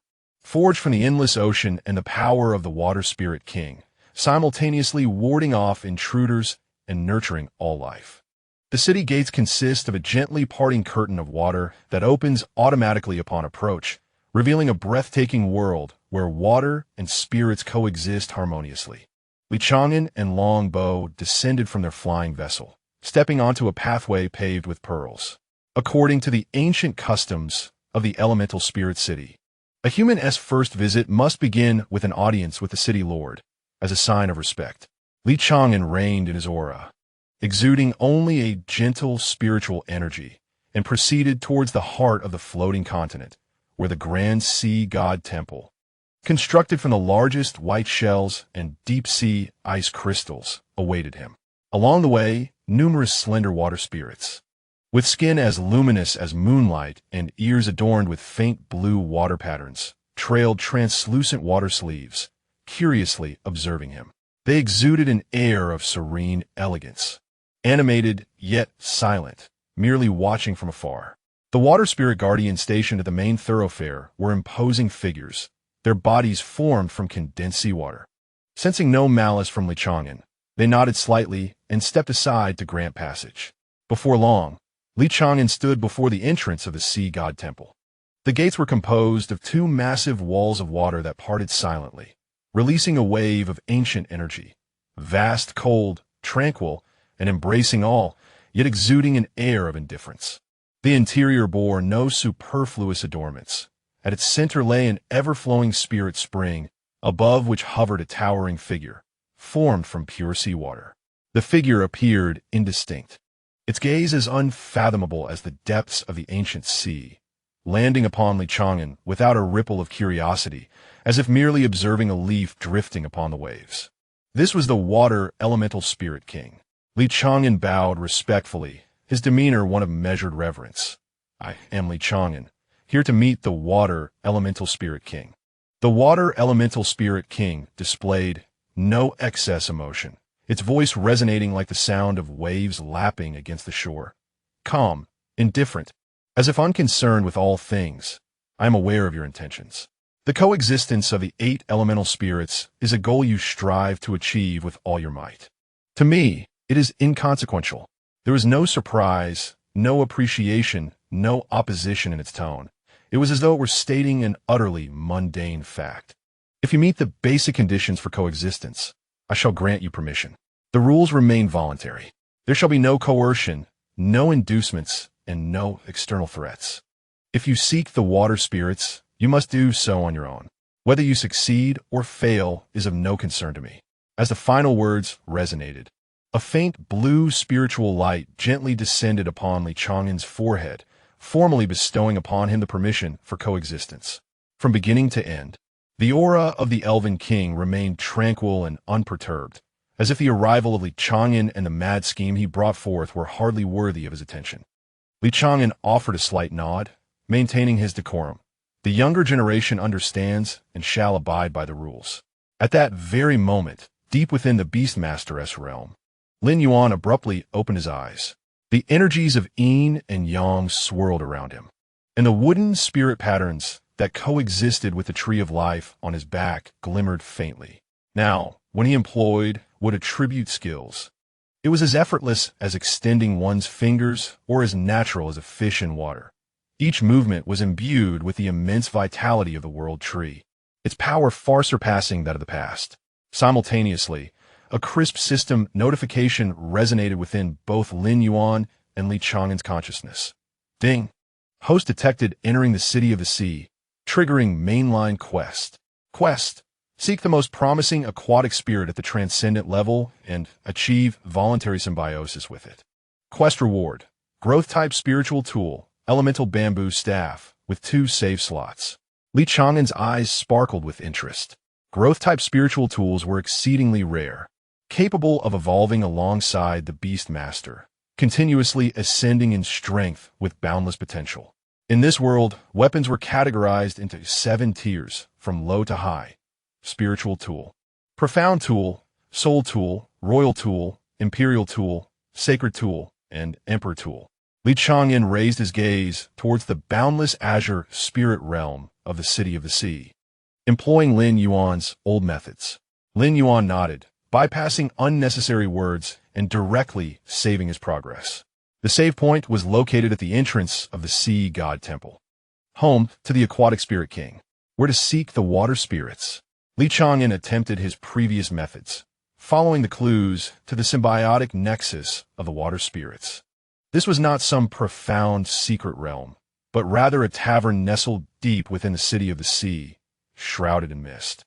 With the sound of the tide seeping through the walls, mixed with the faint scent of seaweed and refreshing moisture, the tavern was filled with a diverse array of patrons. Yet not all were flesh and blood. The water spirits here were remarkably peculiar. They existed as pure water essences, lacking a fixed form, their bodies composed of a lustrous, translucent liquid that shimmered like dew or mist, flowing with a delicate silver-blue sheen, as if shattered fragments of deep-sea starlight. They could alter their appearance at will, but upon engaging in conversation with humans, they transformed into faceless humanoid silhouettes of water, indistinguishable from mortals, possessing heads, bodies, arms, and hands, yet entirely smooth, devoid of eyes, noses, or mouths. Their forms were fluid and semi-transparent, a captivating shade of azure, with voices that rippled from their watery shapes, pure and clear as spring water, revealing no hint of age or gender. Once their dialogues concluded, they would whimsically revert, sometimes morphing into a glimmering little fish, silently swimming through the air, at other times transforming into a transparent winged water bird, shedding droplets of water with each flap, or coalescing into a round, buoyant water sphere, gently hovering at the corner of a table, rising and falling with each breath. All forms were dictated by momentary whims. The tavern was bustling with humans seeking symbiosis, their gazes fervently engaging the water spirits. However, despite Li Chang'an's inquiries, questioning each spirit present, he found no leads. None spoke of the water spirit that had been scorned by its kin, enduring cold stares. Nor was there any mention of an extraordinary or unique entity among them. The trail came to an abrupt halt. He stood amidst the swirling mist, his brow furrowed in deep contemplation, utterly at a loss. At that moment, a haunting melody wafted in unexpectedly. The voice was as gentle as the tides in the deepest ocean, ethereal like the solitary waves under the moonlight. Its tone was soft, yet it was imbued with an inescapable sorrow. Each word, though delicate and light, pierced the heart like a fine needle, slowly burrowing into the softest recesses of one's soul. The song lacked concrete lyrics, offering only a lingering, melodious refrain that carried the weight of homelessness and solitude, awakening within each listener the long-buried memories of partings, regrets, yearnings, and forgotten times, places that could never be revisited. As the melody concluded, its echoes lingered in the vapor. The tavern fell into a profound silence. It was uncertain who first felt the sting of tears, but soon the sound of quiet sobs filled the air. Many humans and water spirits alike wept silently. Even those transformed into small fish or aquatic birds trembled slightly, seemingly soaked in this shared melancholy. Li Chang'an felt a jolt in his heart and hurriedly approached a faceless water spirit beside him, urgently inquiring about the identity of the singer. The water spirit gently shook its head, the shimmering water flickering softly, its voice clear and calm. The birth of elemental spirits arises from the fusion of elemental cores, nurturing new cores, and only within the abundant, shared elemental essence can new elemental spirits emerge. Each one has a lineage to trace and a kin to depend upon. It paused, as if recalling the loneliness embedded in that song. Yet the one who sang just now appeared out of nowhere one day in this city of the sea. None of us water spirits know it. We have no idea where it came from, where its core was born, nor is there any kinship to connect with it. It is a homeless, nameless specter. Chapter 25, I Will Help You. Li Chang'an dashed out of the tavern, determined to locate the singing water spirit. He discovered that the streets were teeming with water spirits, the mist thickening, the sound of the waves faintly resonating. The air was filled with translucent water spirits, glimmering and shifting in myriad forms. He did not know the features of the water spirit he sought, nor its whereabouts, unless the water spirit sang again. Searching for it was akin to fishing for a needle in the vast ocean. For 3 aimless days, he wandered through the city of the sea. Yet the melancholic melody never graced his ears again. Countless water shadows danced before him, but none were the one he sought. Left empty-handed, he stood in the damp alleyway, sighed softly, and turned to Ling Yuan. Ling Yuan, rewind time.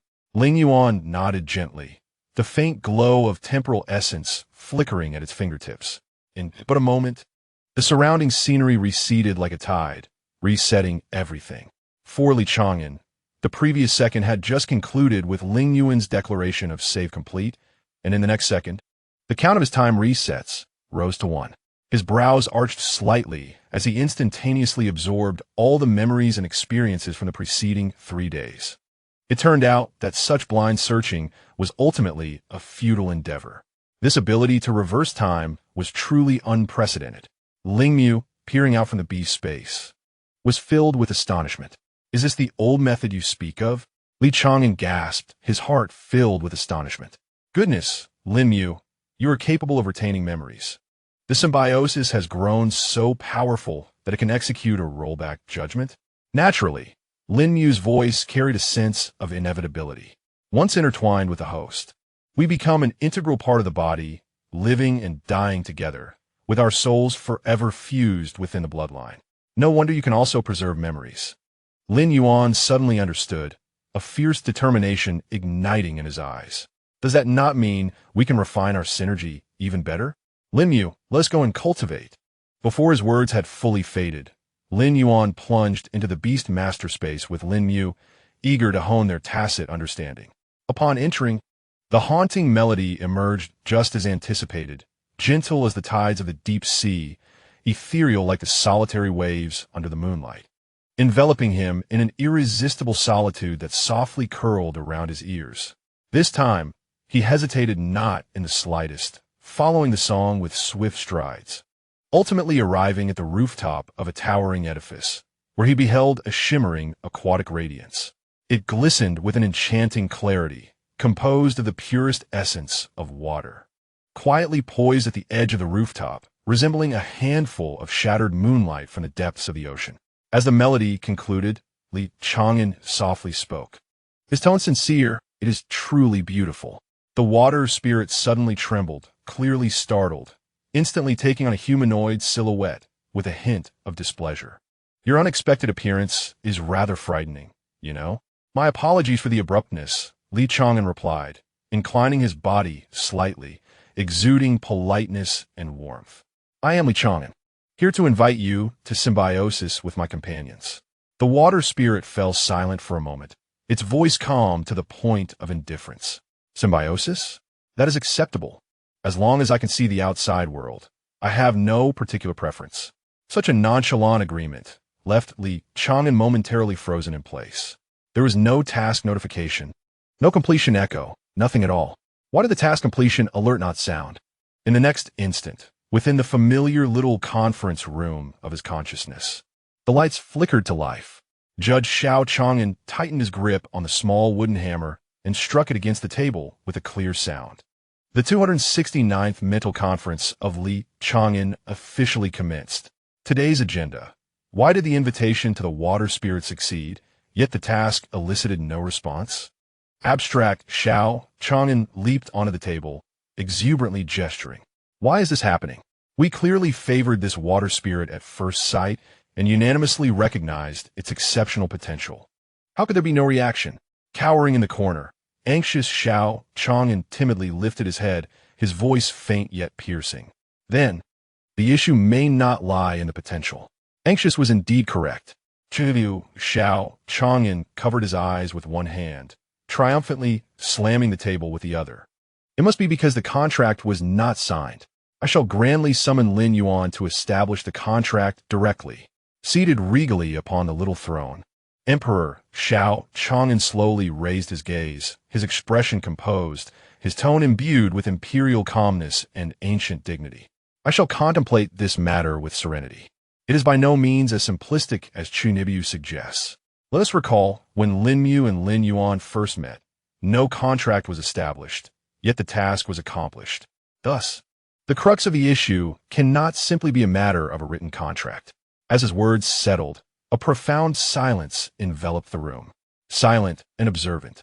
The wise little Chang'an finally spoke, his tone calm and resolute, articulating the crux of the matter. The issue lies in the notion of consent. This water spirit did not genuinely wish to coexist with Lin Yuan. It is likely that if anyone proposed such a union, he would acquiesce. With precision. Judge Little Chang'an nodded in agreement. I concur with this assertion. The Emperor Little Chang'an's expression softened slightly. I find this argument exceedingly sound and irrefutable. The flamboyant Little Chang'an struck a dashing pose. I splendidly endorse this notion. The socially anxious Little Chang'an quietly echoed. So do I. The wise Little Chang'an merely nodded in acquiescence. The gavel fell decisively, sealing the verdict. He does not truly wish to enter into a contract. The meeting concluded. In the outside world, Li Chang'an slowly opened his eyes, the last vestiges of confusion dissipating, leaving only clarity and determination. I am but a homeless water spirit, without origin or lineage, devoid of parents or kin. In the entire city of the sea, I am the solitary specter. They all have homes, havens, while I am alone. From beginning to end, utterly solitary. Thus I find solace in standing atop the highest rooftop, singing. Without lyrics, there exists only an infinite solitude and loneliness. A melody for the wind, a serenade for the sea, a song that only I can comprehend. As the final note faded, a gentle voice suddenly arose from behind. It was melodious. Startled, I trembled, hastily assuming a human form, both astonished and indignant. Your unexpected appearance is rather frightening. He quickly apologized, his demeanor courteous. Introducing himself as Li Chang'an, and expressed a desire to invite me to coexist with him and his companions. Coexist? I had long since become indifferent. Anyone would suffice. As long as I could escape this suffocating solitude, anyone would do. I calmly responded, I agree, as long as I can venture into the outside world. I have no objections. I believe the matter was settled. Yet he merely gazed at me, unmoving, his eyes profound enough to unsettle me. What is it? Have you changed your mind? I could not help but inquire. He gently shook his head, his tone earnest to the point of being piercing. You do not genuinely wish to sign a contract of coexistence with us. I respect your choice. His words pierced through all my facades, causing a sudden panic in my heart, a mix of shame and anger, making me yearn to flee. If you do not want to, then let it be. I shall take my leave. Wait. I turned back impatiently. Is there something else? I respect your decision not to coexist, he replied, his tone still calm, but I truly enjoy your singing. Allow me to accompany you and see whom you ultimately choose. Rest assured, I will not let anyone pressure you. I distinctly sensed the unspoken implication in his gaze. A strange softness enveloped my heart. Never before had anyone pursued me with such tenacity. I turned my face away and replied nonchalantly, Suit yourself. He remained quietly by my side, neither too close nor too far, like a shadow that would not intrude. What is your name? I answered truthfully, I have no name. If you do not wish to coexist, why did you agree earlier? I remained silent, reluctant to respond, uncertain of how to articulate my thoughts. I expected him to probe further, to compel me to speak, yet he did not. He simply gazed at me quietly, as if scrutinizing every subtle nuance of my reactions. After a brief moment, he shifted his stance to align with my perspective and, in a clumsy imitation of my tone, slowly ventured his first conjecture. Conjecture 1. The city of the sea is too small. I longed to explore broader horizons. My expression remained unchanged. Yet my heart was devoid of any tumult. It matters not where I go. I merely wish not to be alone, no matter how vast the world. Without a place to call home, what significance does it hold? He continued to observe the tranquil surface of my demeanor, gently shaking his head as he dismissed his own assertion. But you could leave on your own, so this reason does not hold. I was momentarily taken aback. This individual was indeed paying earnest attention to me. After a brief pause, he resumed speaking, his tone suddenly exaggerated and affected, purposefully elongating his words. Conjecture 2. My singing voice is simply exquisite. I yearn for the entire world to hear it. Thus I seek a reliable companion to aid me in achieving this aspiration. I remained unfazed, albeit slightly exasperated. Shallow, utterly superficial. How could I be motivated by such a reason? I am not one to flaunt my vocal prowess. I turn my face away, my disagreement evident in every fiber of my being. Li Chang'an observed my reaction and could not suppress a soft chuckle, decisively refuting. It seems the answer is certainly not this. Moreover, I have yet to reveal my identity. You could not possibly know what I am capable of. Does he imply that he possesses a means to make my voice heard by the entire world? My heart skipped a beat, and I found myself stealing a glance at him. What a pretentious display this is. An ephemeral silence enveloped the atmosphere. He retracted his jest, his gaze gradually deepening, transforming into something earnest and tender, fixed firmly upon me, as if seeking to penetrate the very depths of my soul.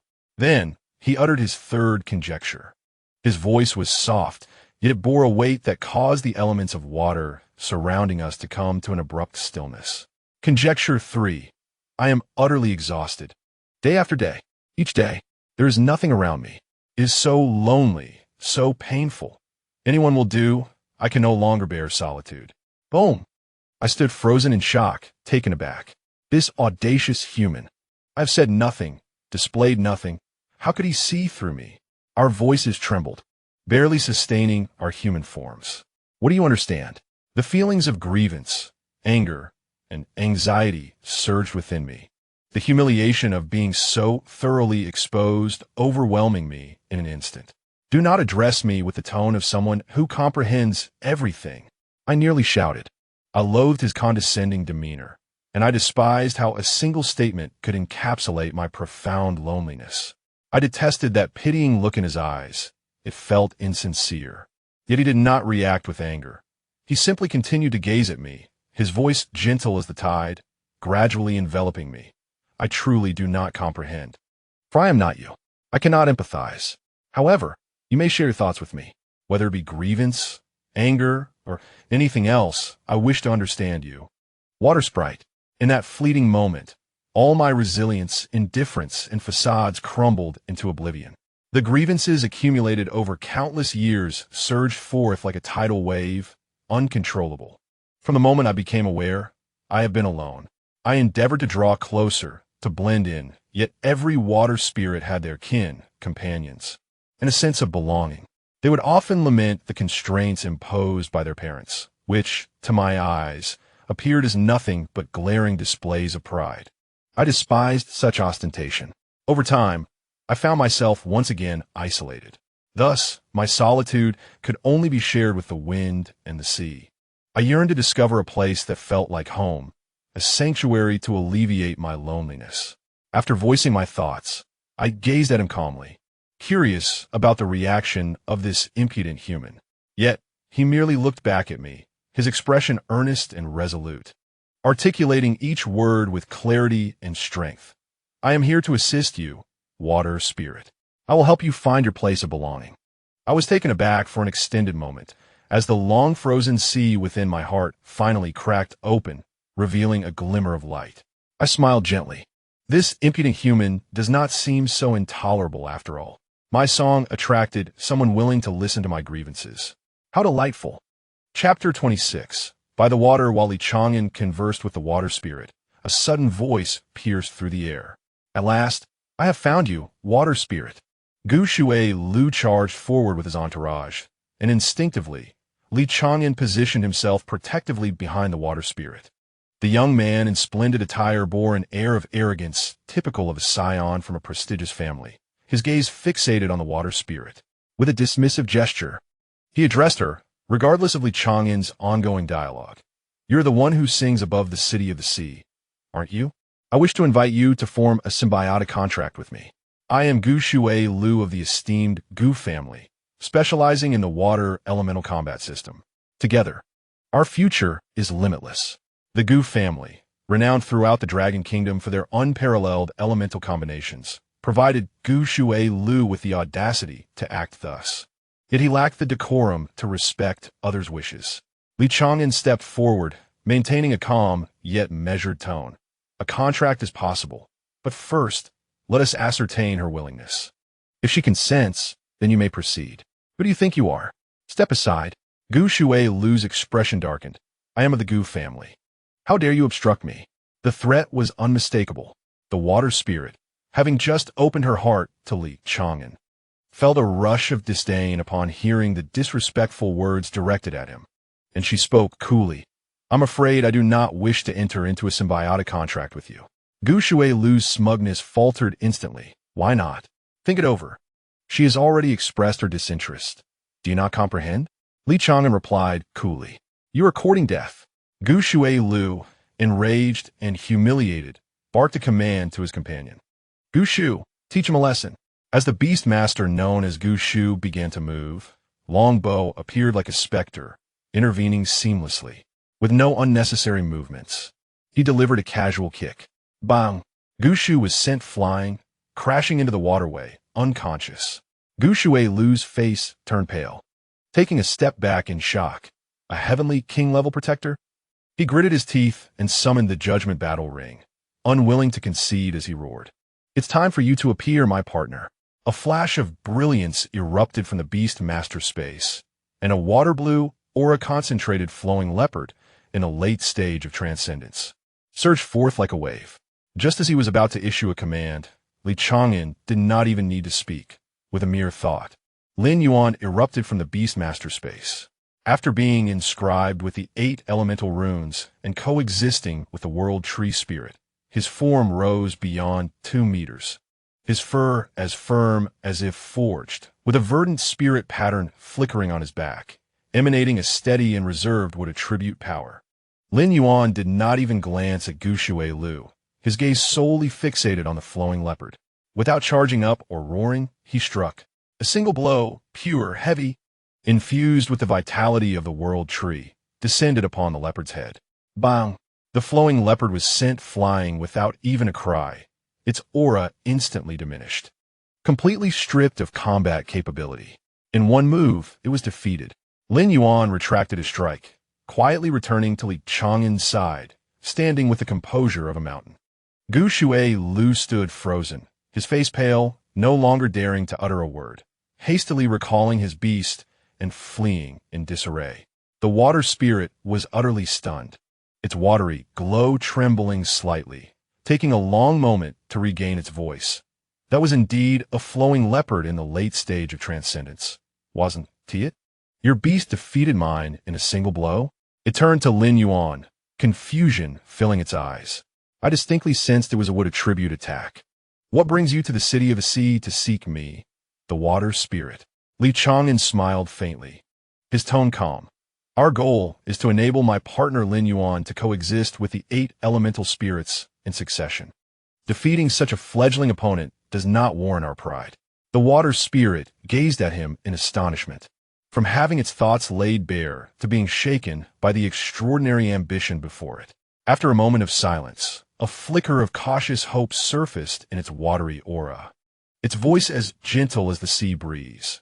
Li Chang'an, if I coexist with Lin Yuan, can I truly escape my solitude?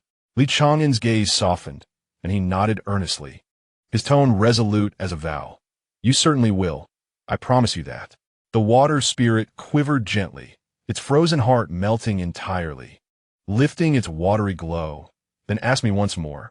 Li Chang'an was taken aback, but quickly regained his composure, warmth blooming in his eyes as he sincerely inquired, Are you willing to sign a contract of coexistence with my partner Lin Yuan? The wind stilled, and the waves ceased. The water spirit lifted its head, its gaze clear and unwavering, without a trace of hesitation. I am willing. Ding. Task completed. Rewards are being distributed. The long-awaited system prompt finally resonated in the depths of consciousness. Li Chang'an exhaled deeply, a genuine smile breaking forth. Welcome to our team. He gestured, and Lin Yuan stepped forward, standing before the water spirit. His aura was steady, devoid of pressure, radiating complete acceptance. The coexistence ritual commenced. The water spirit gently nodded, its watery glow slowly rising, transforming into a pure and gentle essence of water. Lin Yuan closed his eyes, fully opening his soul, bloodline, and meridians without reservation.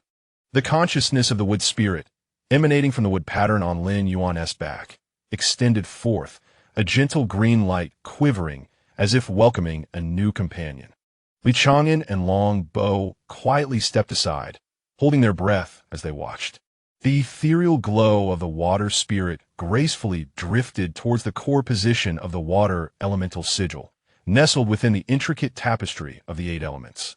Wood and water, inherently nurturing each other, met in a gentle embrace, devoid of repulsion or pain, embodying a harmonious union. The essence and consciousness of the water spirit transformed into a fluid stream of azure light, slowly merging into the water patterns etched upon the chest of Lin Yuan. In an instant, the entire area became enveloped in a mist of vapor, as the force of the tides surged with fervor. The water patterns on Lin Yuan's chest ignited with a brilliant blue radiance, resonating with the verdant wood sigil on his back. One wood nurtures life, one water brings nourishment. The 2 streams of elemental light intertwined, establishing a soft yet stable cycle. Lin Yuan felt a gentle tremor throughout his body as a warm, continuous power of water surged into his limbs, perfectly harmonizing with the established force of wood within him, gradually refining both his physical form and spiritual energy.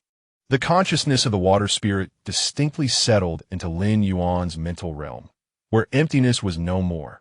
The wood spirit, Lin Mu, beckoned with a gentle green glow not far away. From that moment forth, he was no longer alone. The external blue light gradually receded. Lin Yuan opened his eyes, a fleeting glimmer of azure water light passing through his gaze before returning to its profound calm. The water patterns on his chest and the wood patterns on his back lay quietly in resonance. He lowered his head, his voice soft yet solemn. Water spirit, from now on, you shall be named Lin Shui, our companion. We shall not allow you to remain solitary. Lin Shui's voice resonated within the mental space, imbued with an uncontrollable warmth and joy. Thank you. I am willing to bear this name. Lin Mu's laughter rang clear. Lin Shui, henceforth, you may call me Lin Mu. Lin Yuan declared resolutely. With me, with Ngu, and with Lin Mu, you shall never know loneliness again.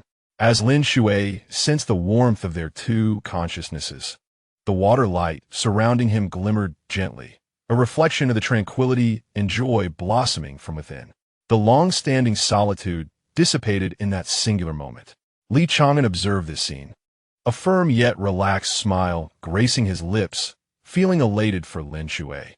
Chapter 27. Epiphany of Yin and Yang. 14 days until the college entrance examination, the wind god-winged dragon supreme sweep glided steadily through the clouds, racing towards the city of flames. Within the suite, silence reigned. Li Chang'an's thoughts stirred as he stepped into the beast master space. Throughout the journey of the past 2 days, he had been preoccupied with Lin Yuan's progress in cultivation, eager to witness the advancements of this robust panda.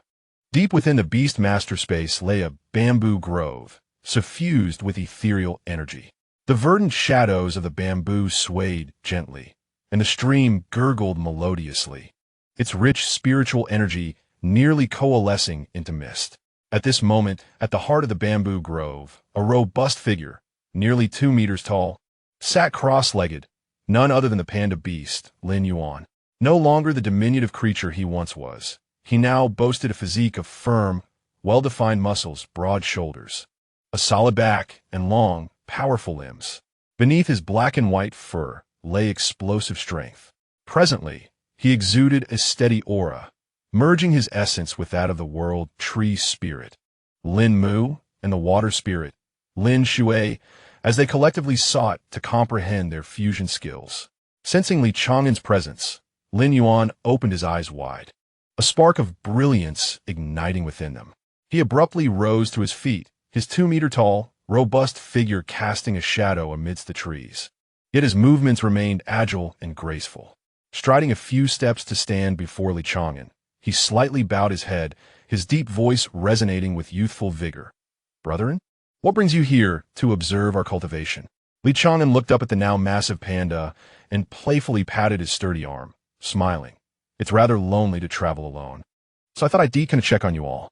Lin Yuan's lips curled into a knowing smile, effortlessly discerning the truth.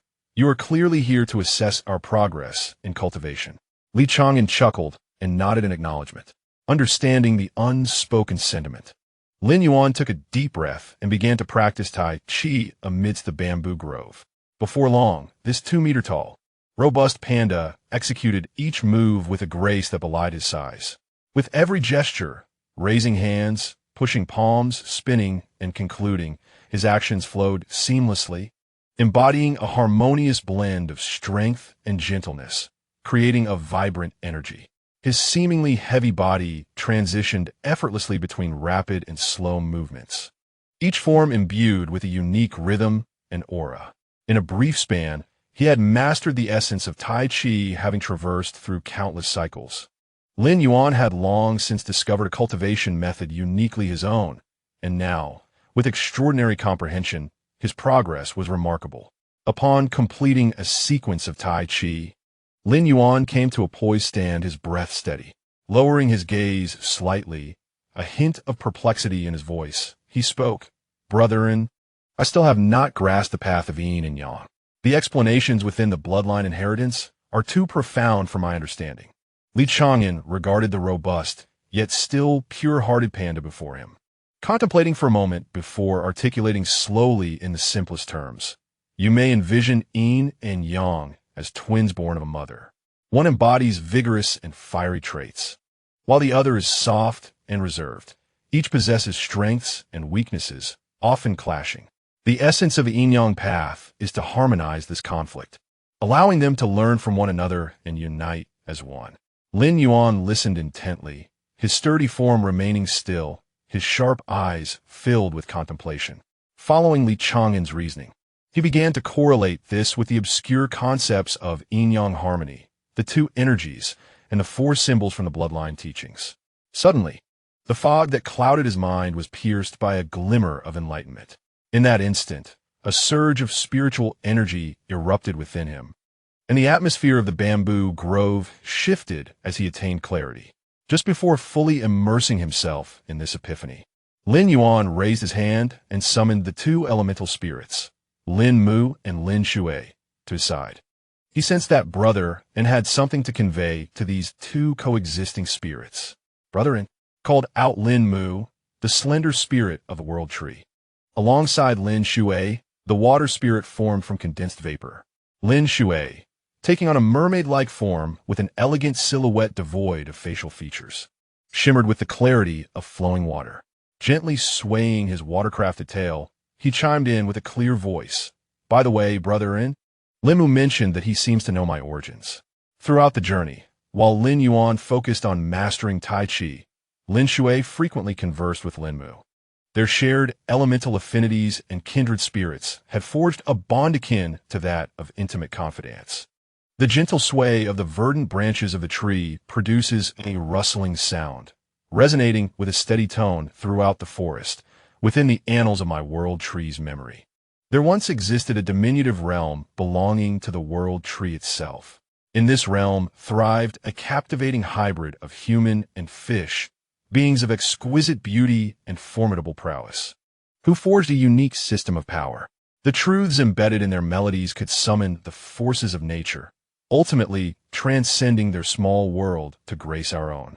The tree gazed upon the water, affirmatively stating, "I can sense that within the songs of the water lies the essence of this ancient and potent truth, yet remains dormant." Li Chang'an felt a jolt in his heart, marveling in secret. The elemental spirits coexisting with Lin Yuan possessed backgrounds more astonishing than the last. What was even more pivotal was that, through this symbiosis, Lin Yuan could not only harness their abilities, but also summon the spirits to fight alongside him. Meanwhile, Lin Shui needed only to focus on honing his own abilities and skills, and his level would automatically synchronize with Lin Yuan's. Presently, Lin Mu had brushed against the threshold of spatial laws, mastering the art of teleportation, which Lin Yuan also subsequently acquired. This technique was seamlessly transformed by Li Chang'an's innate talent into a passive ability, teleportation, automatically triggered when attacked, with the direction determined by the Beastmaster or user. In recent days, Lin Yuan had diligently refined this ability, honing it to greater proficiency. On another front, Lin Shui was earnestly studying the power of truth imparted by Lin Mu, maintaining his merfolk form while gradually unearthing the latent truths of water within him. Li Chang'an observed the robust and diligent Lin Yuan, along with the boundless potential of the two elemental spirits, a smile of satisfaction gracing his face. He could scarcely fathom the day when all 8 elemental spirits would converge upon Lin Yuan, this towering 2-meter-tall panda, unleashing an unimaginable force. Moreover, Lin Yuan's fervent dedication to his training intensified, spurred by a pact he had made with Li Chang'an. They vowed to ascend together to the pinnacle of this world. Suddenly, the forces of yin and yang emanated from Lin Yuan, his aura shifting dramatically. The previously restless spiritual energy was forcibly consolidated by an invisible force. His left palm rose slightly, radiating warm light akin to the nascent sun, fierce and vigorous, representing yang. His right palm pressed down, exuding a cold glimmer reminiscent of a tranquil abyss, serene and restrained, embodying yin. One was firm, the other supple, one bright, the other dark. As these two distinctly contrasting forces began to swirl through his meridians, initially sluggish, but soon flowing together like rivers converging into the sea. He closed his eyes, his mind delving within, perceiving the laws of the universe suddenly clarifying before him. Daybreak and moonset, the cycles of warmth and cold, life and death. The ebb and flow of existence, each a manifestation of the interplay of yin and yang.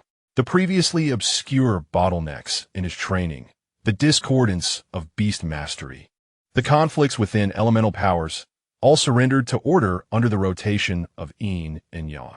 Yin energy concentrated the spirit and gathered qi, while yang energy dispelled evil and fortified strength.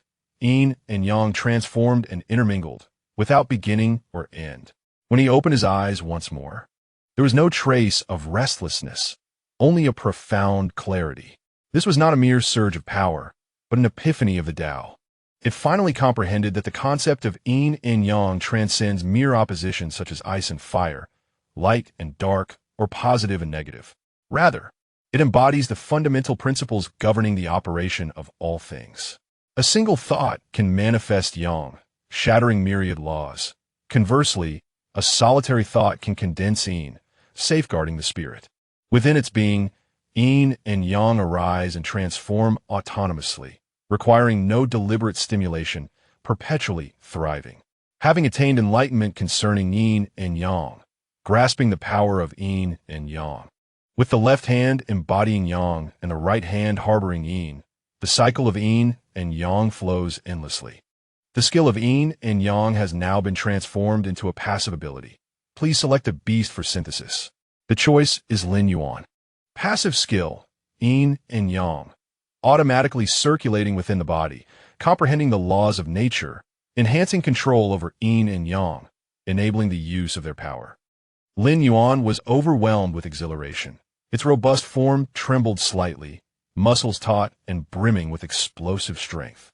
It then stepped forward with a steady gait, executing a set of harmonious movements that embodied both softness and strength. Exuding an imposing aura reminiscent of Tai Chi, the techniques flowed slowly yet fluidly, heavy yet supple. The interplay of left-hand yang and right-hand yin was seamless, each movement resonating with the rhythms of the cosmos, enveloped in a magnificent presence. The surrounding air alternated between warmth and chill, with threads of black and white light subtly intertwining in the atmosphere. It then endeavored to channel its elemental power, discovering that the previously wild and uncontrollable forces of nature, now harmonized and nourished by the power of yin and yang, flowed with grace and precision. The refinement of its elemental essence, the speed of release, and the accuracy of control surged dramatically, propelling its understanding and application of various elements to a new echelon of mastery, with its potency rising correspondingly. Chapter 28. The contest of molten fire having bid farewell to the sprawling azure waves and the whispering tides of the city of the sea, Li Chang'an arrived at the southern realm where flames soared, the city of fire. Among the 8 elemental spirits, fire and thunder are the most fierce, the most combative. and the least amenable to compromise. The wood spirits are guided by fate, the water spirits by the heart, while the fire spirits recognize only strength, revering the powerful. Their aspiration for harmonious coexistence among the 8 elements, in the eyes of the world, is akin to the reckless audacity of a newborn calf unafraid of tigers, an act widely deemed suicidal. The forces of the 8 elements clash and counteract one another. Should they spiral out of control, the immediate demise of a beast would be the least of the consequences. Chang'an understood this reality more than anyone else. If a beast perished, its master would face a violent backlash on a spiritual level, leading to potential devastation of their cultivation and the shattering of their spiritual veins. In the worst-case scenario, it could result in complete annihilation of the soul, leaving no chance for reincarnation. This is the fundamental reason why the elite scions of the world's top families are invariably accompanied by protectors, because they cannot afford to gamble, nor can they afford to perish. Yet, he was determined to take that gamble. Lin Yuan was resolute in its venture. Contemplating this, Chang'an felt not an ounce of fear, but rather a surge of fervent battle spirit. The more reckless and perilous the endeavor, the stronger and more systematic it became. Within a mere half-day, the spiritual energy of the world transformed from the gentle essence of verdant flora and humid mists to the searing and fervent essence of fire. The air shimmered under the intense heat, and the distant horizon was no longer a palette of verdant greens and deep blues, but rather a tumultuous expanse of crimson and golden hues, as if the entire sky were ablaze. The hovering airship broke through the final barrier of heat, and the scene ahead abruptly transformed. Gone were the towering trees and the deep-sea palaces. Before them lay a sprawling range of volcanic peaks, with rivers of molten lava snaking through the ravines, exuding an all-encompassing haze of fiery mist.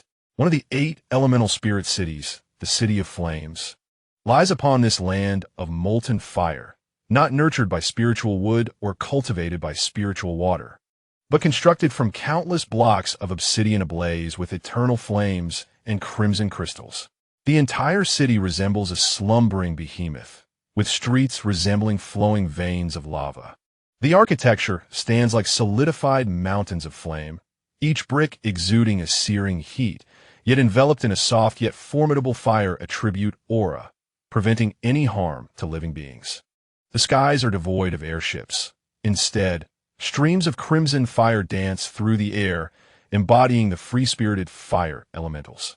Unlike their counterparts, the wood and water elementals, they possess no verdant wings nor glistening scales, often manifesting as weapons, be it a burning short sword, a flowing lava-long knife, or a flickering flame spear. Their forms are enshrouded in hues of crimson gold, orange, and deep purple, their flames pure and commanding, yet devoid of savagery, exuding the fierce and ardent essence of fire. The fire elementals in weapon form weave through the air, their flames clashing with a crisp resonance akin to the sound of colliding weapons. The City of Flames lacks vine-covered walls and water barriers. Instead, it is encircled by a molten barrier, flames soaring skyward to form a towering wall of fire, with runes swirling upon its surface, purifying all malevolent and impure energies.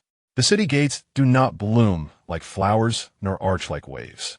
They manifest as the majestic silhouette of a soaring fire phoenix, its beak wide open, serving as the entrance to the city. As living beings approach, the fire phoenix's flames recede slightly, automatically granting passage.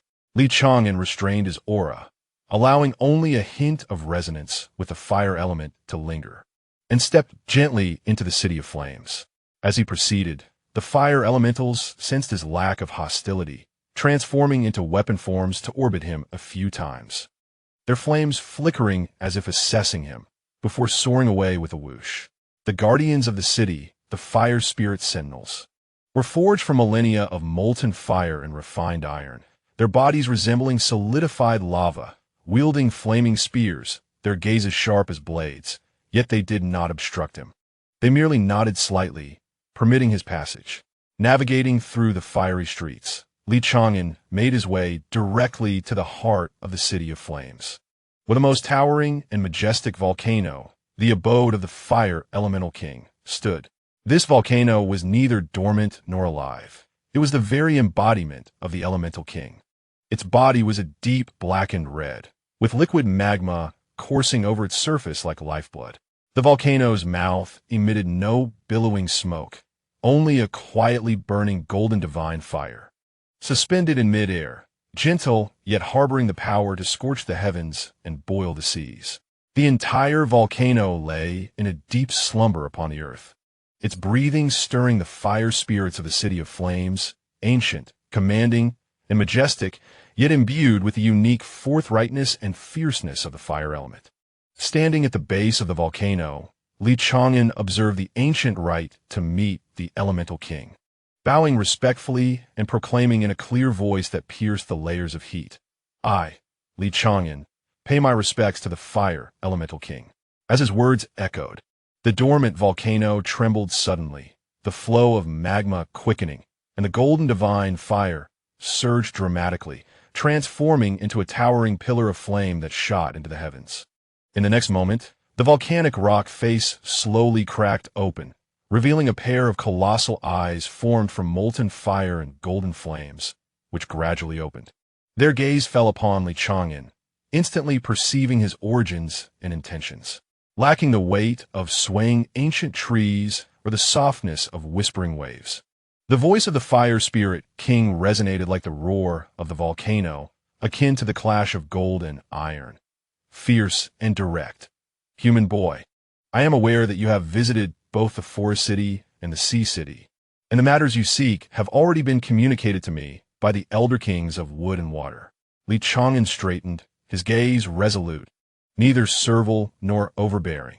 "I come here as a junior, still seeking a chance for my companion to thrive, to forge a bond of symbiosis with the fire spirit, gathering the 8 elements to assist in its transformation and evolution."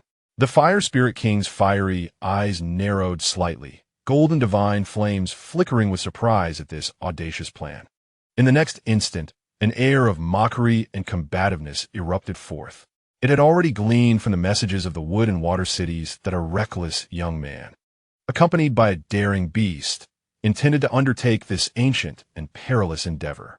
The most combative of fire spirits held a particular admiration for such audacious fools who dared to tread the path of danger. However, it did not grant consent outright. Instead, its tone grew solemn, infused with the unique rules of the fire element, symbiosis of the 8 elements, 1 in 9 lives. "I admire your courage, yet I shall not easily bestow the permission for symbiosis. My flame city is unlike the peaceful forest city or the accommodating sea city. The wood spirits are guided by fate, the water spirits by affinity. We fire spirits recognize only the strong and adhere to competition." Chang'an raised an eyebrow, patiently awaiting further words. The fire spirit king's colossal eye focused intently, its voice echoing across the entirety of Flame City. That immense molten stage at the heart of the city is the place of symbiosis. The rules are straightforward. First, all human beast tamers seeking symbiosis must ascend the stage to compete and establish their ranks. After determining the victor, they shall sit in the observation area according to their standings, the first at the forefront, the second to fifth following closely, with the rest in order behind. Once your human rankings are set, all willing fire spirits shall ascend the stage for mutual combat, showcasing their prowess. The strengths, talents, and dispositions of the spirits will all be revealed in this battle. When the spirit battles conclude, it will be time for mutual selection. Should you desire a particular fire spirit, you may raise your hand to signify your interest. Likewise, should a spirit favor a beast tamer, it will descend to stand before them. Only through mutual willingness can the symbiotic contract be established. One unwilling shall not be compelled. The volcano trembled gently, the magma flowing with a resonant sound, and the fire spirit king's voice carried the might of raging infernos. Chang'an, my fire spirits do not regard bloodlines or allegiances. We only judge whether you and your companion are worthy of the spirits of our flame city. Do you dare accept this fiery competition? Chang'an gazed at the slumbering volcano, feeling the intense heat and vigor wash over him, a confident smile gradually appearing upon his lips. He raised his hand, resonating with the elemental fire in the air, his voice clear and resolute. "I accept, but—" Li Chang'an furrowed his brow and inquired, "Will not such a series of competitions take an inordinate amount of time? I have little time to spare." He raised his gaze, his tone calm, yet imbued with an undeniable sharpness. "Why not let all the other competitors join forces against us alone, with the spirits also vying for supremacy? Let us resolve this swiftly, shall we?" Upon utterance of these words, the surrounding air crackled with intensity.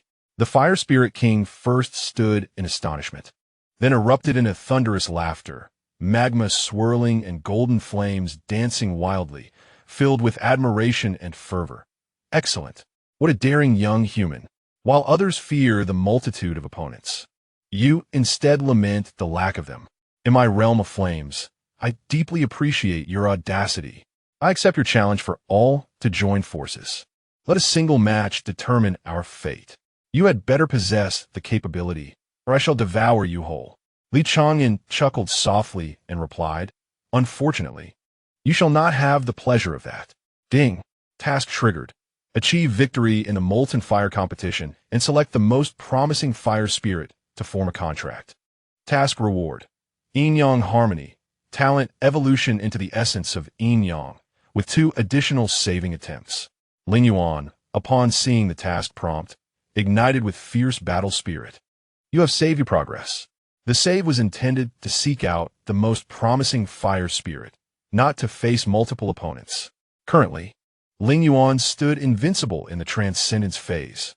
Chapter 29. Overwhelming power at the heart of the molten fire arena. A colossal obsidian stage was enveloped in unquenchable spiritual flames. Waves of heat surging tumultuously. Below, dozens of transcendent beast masters seeking symbiosis with fire spirits had already gathered, a buzz of discussion rising and falling like the tide. Among the crowd, a young man, robust and forged like iron, stood at the center, surrounded by disciples, a true paragon of the stone body forgers, Shirlin. The stone body forgers specialize in beast bonding, possessing the innate talent of unity of thought, allowing them to merge completely with their beasts. Their physical strength rivaling that of ferocious creatures, traditionally dominating their peers in the same realm. Shirlin had achieved the pinnacle of the transcendent stage, a veritable apex among the competitors. "Shirlin, have you heard? That newcomer has somehow convinced the Fire Spirit King to challenge us all single-handedly." Shirlin's gaze turned cold, his vitality subtly surging, his tone dripping with condescension, merely a ploy for attention. While his audacity is commendable, I suspect his strength is merely at the peak of transcendence. He likely believes his lofty rank makes him invincible. Today, I shall show him that there are always greater heights and stronger individuals beyond his ken. Meanwhile, a group of shrewd beast masters quietly banded together, forming a faction of rationality. This individual must possess considerable strength to dare such a challenge. Otherwise, would he be foolish enough to attempt it? Indeed, he must have some reliance. Let's not act impulsively. Allow those unafraid of death to test his prowess first, and we shall act accordingly. Excellent. In stark contrast, the faction of cannon fodder was rife with derision, their jeers ringing out incessantly. Where does this clown hail from? Does he truly believe his beast is of the kingly tier, thinking he can sweep us all away? It is the grandest of jokes. Even if we, along with our beasts, were to spit upon him in unison, we could surely drown him. Do not hold me back. I shall personally teach him a lesson in humility. Amidst the clamor, trails of searing light streaked across the sky. All the fire spirits willing to coexist gathered, their fierce gazes fixated on the solitary figure at the center of the stage, brimming with combat fervor. At the forefront stood a warlord-grade fire spirit. Its entire form coalesced from flames, wielding a colossal axe engulfed in blazing fire as its essence. With a mighty swing of the axe, the stage quaked with surging flames. Resonating like a thunderous bell, the battle commences. Let's conclude this swiftly. I fail to discern any formidable opponents, remarked Lin Yuan. They are merely a bunch of novices. Echoed another. I share your sentiments. And go. We must continue our training. Let us finish this quickly. Li Chang'an summoned Lin Yuan, communicating through thought while maintaining an unwavering exterior, his expression calm as a placid sea, though the crowd triggered his social anxiety. In the next moment, a dazzling spiritual light erupted before him. 8 magnificent spectral bamboo groves materialized from the void, their towering shadows stretching skyward, exuding an aura of grandeur. Subsequently, 8 colored bamboo leaves began to flutter gracefully down from the groves, swirling in the air as they descended. The golden leaves, forged from metal, gleamed with a soft luster while retaining a subtle edge. The emerald leaves, vibrant and teeming with life, radiated vitality. The azure leaves shimmered with clarity, their fluid patterns meandering like gentle streams. The fiery leaves, embodying flames, displayed pronounced veins, burning yet not fiercely. The earthy leaves exuded a weighty solidity, revealing a texture akin to rock and sand. The airy leaves, pale blue like mist, floated ethereally. The icy leaves, intricately carved from crystal, bore delicate frost patterns. The electric leaves, a blend of deep purple and soft blue, pulsed with flickering light. As the 8 colored leaves danced through the air and the bamboo groves loomed majestically, a 2-meter-tall figure, robust and sinewy, slowly emerged, standing poised in midair. A wide-brimmed, light grass-colored martial arts hat sat askew atop its head, with dark golden bamboo patterns subtly visible. Its black martial robe hung open, revealing a muscular torso from chest to abdomen. The sleeves bore dark golden patterns of the 8 colored bamboo leaves, shimmering softly, while a half-cape fluttered without wind. The inner layer radiated with vibrant 8 colored runes, and a broad dark golden belt accentuated its strong waist, with a vivid red scarf billowing gently, exuding the essence of a chivalrous hero. A sprig of verdant grass dangled from the corner of its mouth, its gaze as indifferent as frost, and an aura of depth surrounded it like an abyss. Bullet time. Activate. Blink. Initiate. Elemental spirit. Commence. Yin-yang bor. Ngage. Upon making its move, Lin Yuan unleashed all his powers. With a firm grasp, he wielded the growth-type spiritual weapon, the elemental bamboo staff, which had matured alongside him. The 8 elemental forces coiled around the staff, flowing with ferocious intensity. Wave-sweeping staff technique. As bullet time activated, every motion of the beast tamers and their summoned beasts appeared sluggish and frozen to Lin Yuan. No ordinary beast of the transcendent level could match his velocity. Just as the beast tamers completed their summons, the moment their beasts materialized, Lin Yuan surged into action. He moved like a wave, as swift as thunder, sweeping the elemental bamboo staff across, sending shockwaves rippling in his wake. With each strike, he accurately struck the vital points of every beast. There were no flamboyant techniques, no superfluous movements, only a decisive, unyielding force. 1, 2, 5, 10. Every beast that charged forward was sent flying by a single strike, crashing to the edge of the stage, incapacitated and wailing. In the blink of an eye, Lin Yuan appeared before Shirlin. The elemental bamboo staff, imbued with 8 colors of elemental power, struck mercilessly against Shirlin's chest. His beast, the Thunder Flame Tiger, was unable to react in time. The entire battle transpired in a mere 3 seconds. By the time the spectators regained their senses from the sluggish perception, their beasts lay scattered on the ground, unable to move. Only Shirlin, clutching his painfully wounded chest, struggled to rise, fear evident in his eyes. All eyes turned towards Li Chang'an at the edge of the stage, a collective shock coursing through their hearts. Throughout the battle, he remained impassive, his gaze as cold as a frigid pool, uttering not a single word or displaying any emotion. To everyone present, he embodied the epitome of pride and disdain, as if they were unworthy of his acknowledgement. Shirlin was bewildered, his mind in turmoil. Late-stage transcendence realm. This panda, clearly at a lower level than him. Only late-stage transcendence. While he himself had reached the perfected stage, how could he possibly be so powerful? Impossible. With a furious roar, Shirlin unleashed his full strength. Beast possession. A surge of white light enveloped him as he merged with the Thunder Flame Tiger, his form rapidly growing in size. Fur shimmering, claws and stripes intertwining, revealing a ferocious beast-man. The powers of thunder and fire converged violently in his right palm, distorting the air with raging energy. He poured every ounce of his strength into a furious strike aimed at Lin Yuan. The Thunder Flame Fist, a skill born from the fusion of lightning and fire, indicated that Lin had mastered the manipulation of both elements. To comprehend such a technique before the college entrance exam marked him as a prodigy. He believed this blow would leave Lin Yuan in disarray. Yet Lin Yuan remained unfazed, a layer of soft force enveloping his right hand. With a swift and graceful motion, he seized Lin's wrist with unyielding precision. Au grip, au pull, au push.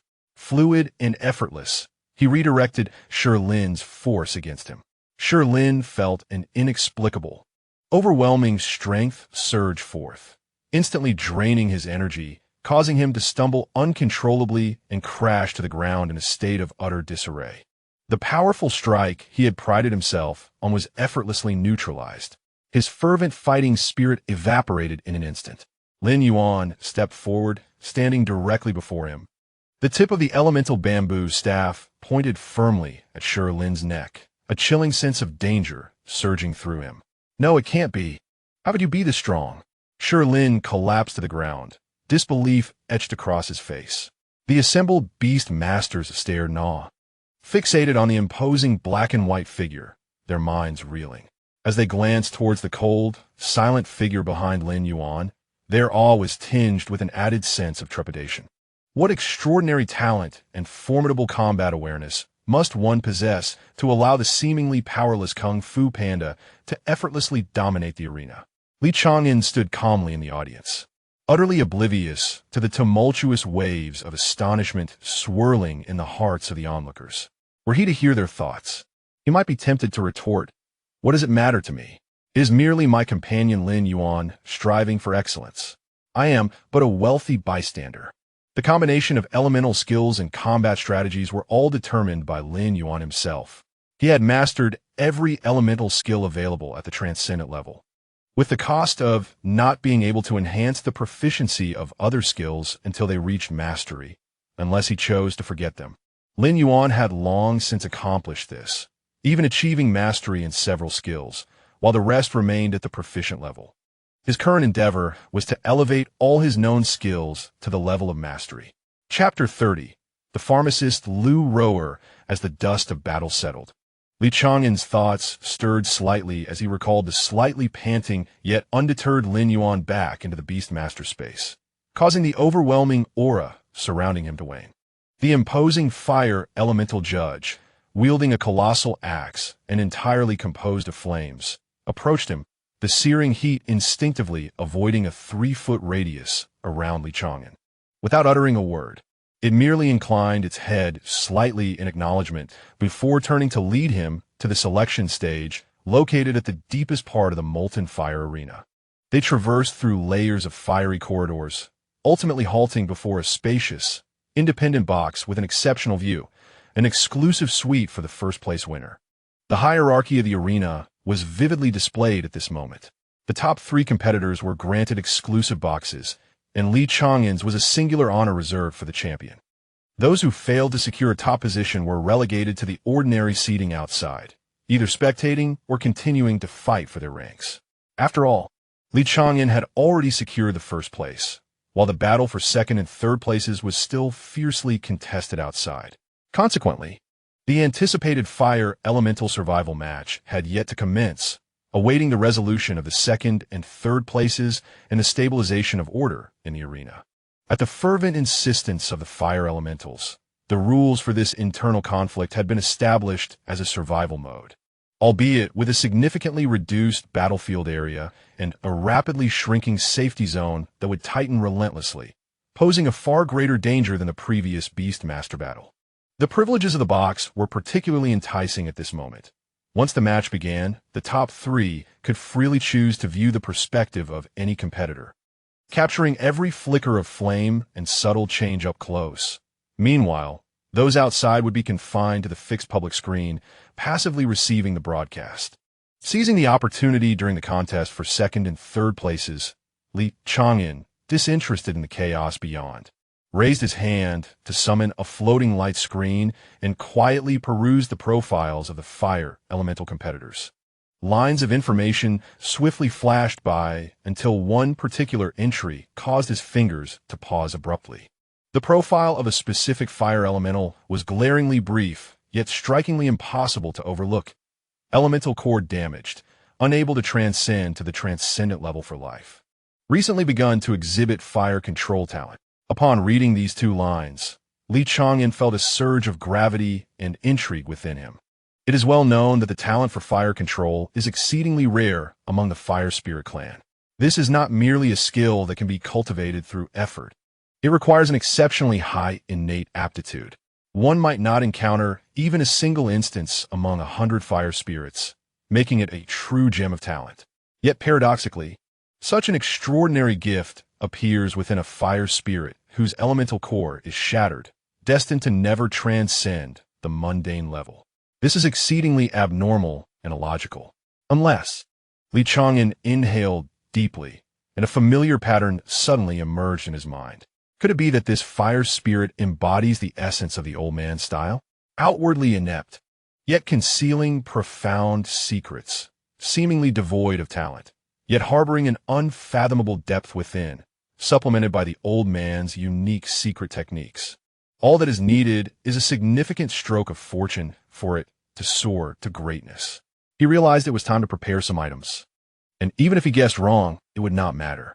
After all, his allowance was plentiful. With this thought, he swiftly communicated with Longbow. His tone crisp and decisive. Longbow, please procure some king-level fire materials. Do not hesitate.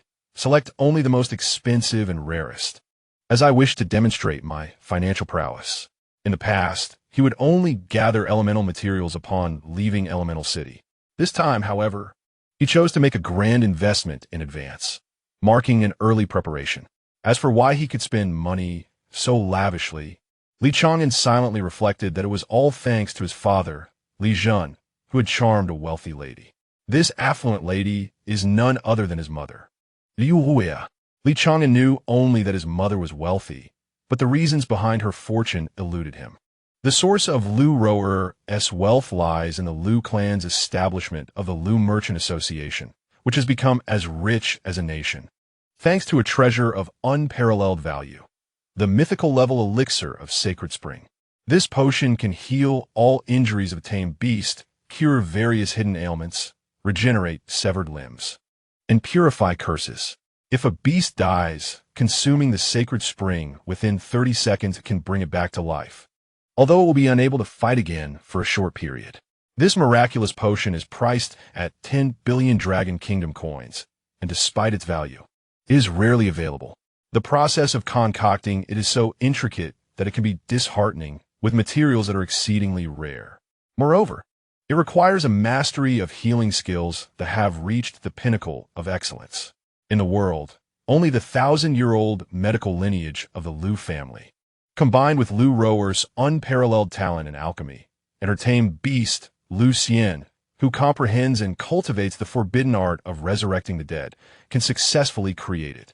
It can be said that only Lu Roer has the ability to concoct this elixir. Additionally, the most sought-after product in the Merchant Association, which sells exceptionally well and is coveted by nearly all beast tamers, is the King-level Recovery Potion, King-level Recovery Elixir of Divine Healing. This elixir can perfectly restore severed limbs, regenerate flesh and bones, purify most malevolent curses, and stabilize the fundamental injuries of tamed beasts. Its price stands at 10 million Dragon Kingdom coins. This bottle of healing elixir boasts stable effects and exceptional cost-effectiveness, making it an indispensable item for countless beast tamers venturing into the wild and for family reserves. It is perpetually in high demand, and while it is not solely produced by Lu Roer, her concoctions are undoubtedly the most effective. Furthermore, the Lu Merchant Association offers a variety of advanced recovery potions and combat enhancement elixirs, each of the highest caliber. Lu Roer herself provides exorbitantly priced home treatment services. For a sufficient fee, She can remedy even the gravest injuries and the most peculiar curses. The Lu family, a prestigious medical lineage for a millennium, possesses a vast hidden spatial field where rare spiritual materials are cultivated. Those permitted to plant within this space are meticulously selected members of the Lu clan. And to become a core member of the Lu family, one must have cultivated within the spatial field. However, entry into this space is not determined by skill, talent, or even direct bloodline. Only those with a suitable temperament may access the spiritual field. This is one of the fundamental reasons for the Lu family's enduring prosperity and immense wealth. During this expedition to the 8 elemental cities, the amount Lu prepared for Chang'an is sufficient for an ordinary person to last 3 lifetimes. It is precisely this considerable sum, substantial enough to entice any avaricious individual in the Dragon Kingdom, that emboldens Chang'an to spend lavishly, confident that the fire sprite will indeed be extraordinary. Within the private room, Chang'an's gaze returned to the damaged, elemental core of the fire sprite displayed on the luminous screen, a faint smile of certainty gracing his lips. Chapter 31. Reforging the Great Wall's core. Meanwhile, in a secluded pavilion deep within Qingbei University, the stone table was already piled high with rare, spiritual materials meticulously gathered by Xiao Yuvong at Qi Zai's request.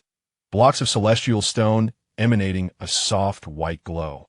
8 types of elemental crystals, nearly liquefied in purity, a secret silver base to suppress spiritual fluctuations, and star-patterned fire oil capable of stable forging. All treasures that are nearly impossible to acquire in the outside world, now casually heaped before them, leaning against the corridor pillar. Xiao Weivong twirled a wine gourd between his fingers, his murky old eyes sweeping over the materials on the table, finally unable to contain his curiosity. I have gathered everything you requested. Now, tell me, what exactly do you intend to do? Qi Zai lightly tapped the edge of the stone table, his gaze resting on the obedient shield soldier standing nearby, his tone calm, yet imbued with an undeniable conviction. Acknowledging the depth of Xiao Yuvong's knowledge, he nodded subtly, fully aware of the shield soldier's true nature. The core of the shield soldier is its actual essence. The external body and shield are merely shells. Even if the exterior is shattered, as long as the core remains intact, it can consume metallic spiritual materials to reassemble and recover. Ordinary attacks cannot harm its essence. Moreover, their innate ability, Shield Wall, allows them to forge a defensive barrier using their own essence, with range and form adaptable at will, and the defensive strength is entirely commensurate with their own. Additionally, core refinement can devour spiritual materials to enhance their defense and resistance.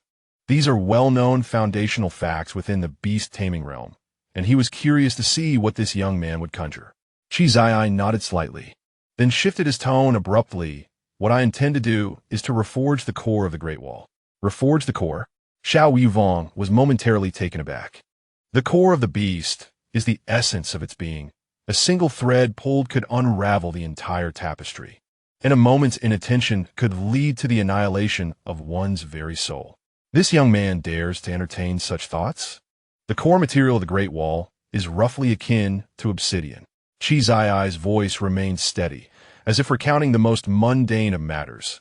Ordinary smelting yields only limited enhancement. So, you intend to recast it into a material of the caliber of the repairing heaven stone? Xiao Yuvong instantly grasped the implication, his gaze sharpening. The repairing heaven stone is one of the hardest substances in existence, inherently imbued with the power to seal demons. Should the core of the shield soldier be replaced with such a material, its defensive capabilities would soar to unimaginable heights. Yet Qi Zai gently shook his head, a fleeting yet exceptionally keen glint flashing in his eyes. Not merely that. I aim to elevate the strength of the Great Wall beyond that of the repairing heaven stone. For the first time, the nonchalance faded from Xiao Yuvong's expression. Surpassing the repairing heaven stone? This young man certainly possesses a bold ambition. Qi Zai no longer withheld his intentions. He withdrew an ancient, yellowed scroll from his bosom and unfurled it with care. By chance, I have acquired a long-lost forging technique known as elemental forging method.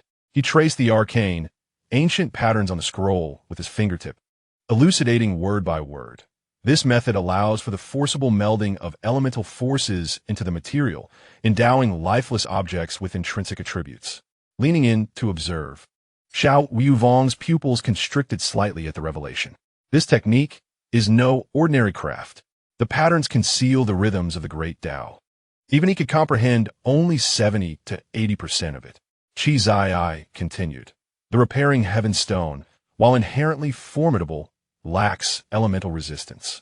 My goal is to employ the elemental forging method to infuse all 8 elements, gold, wood, water, fire, earth, wind, ice, and lightning, into the repairing heaven stone, granting it resistance to all elements.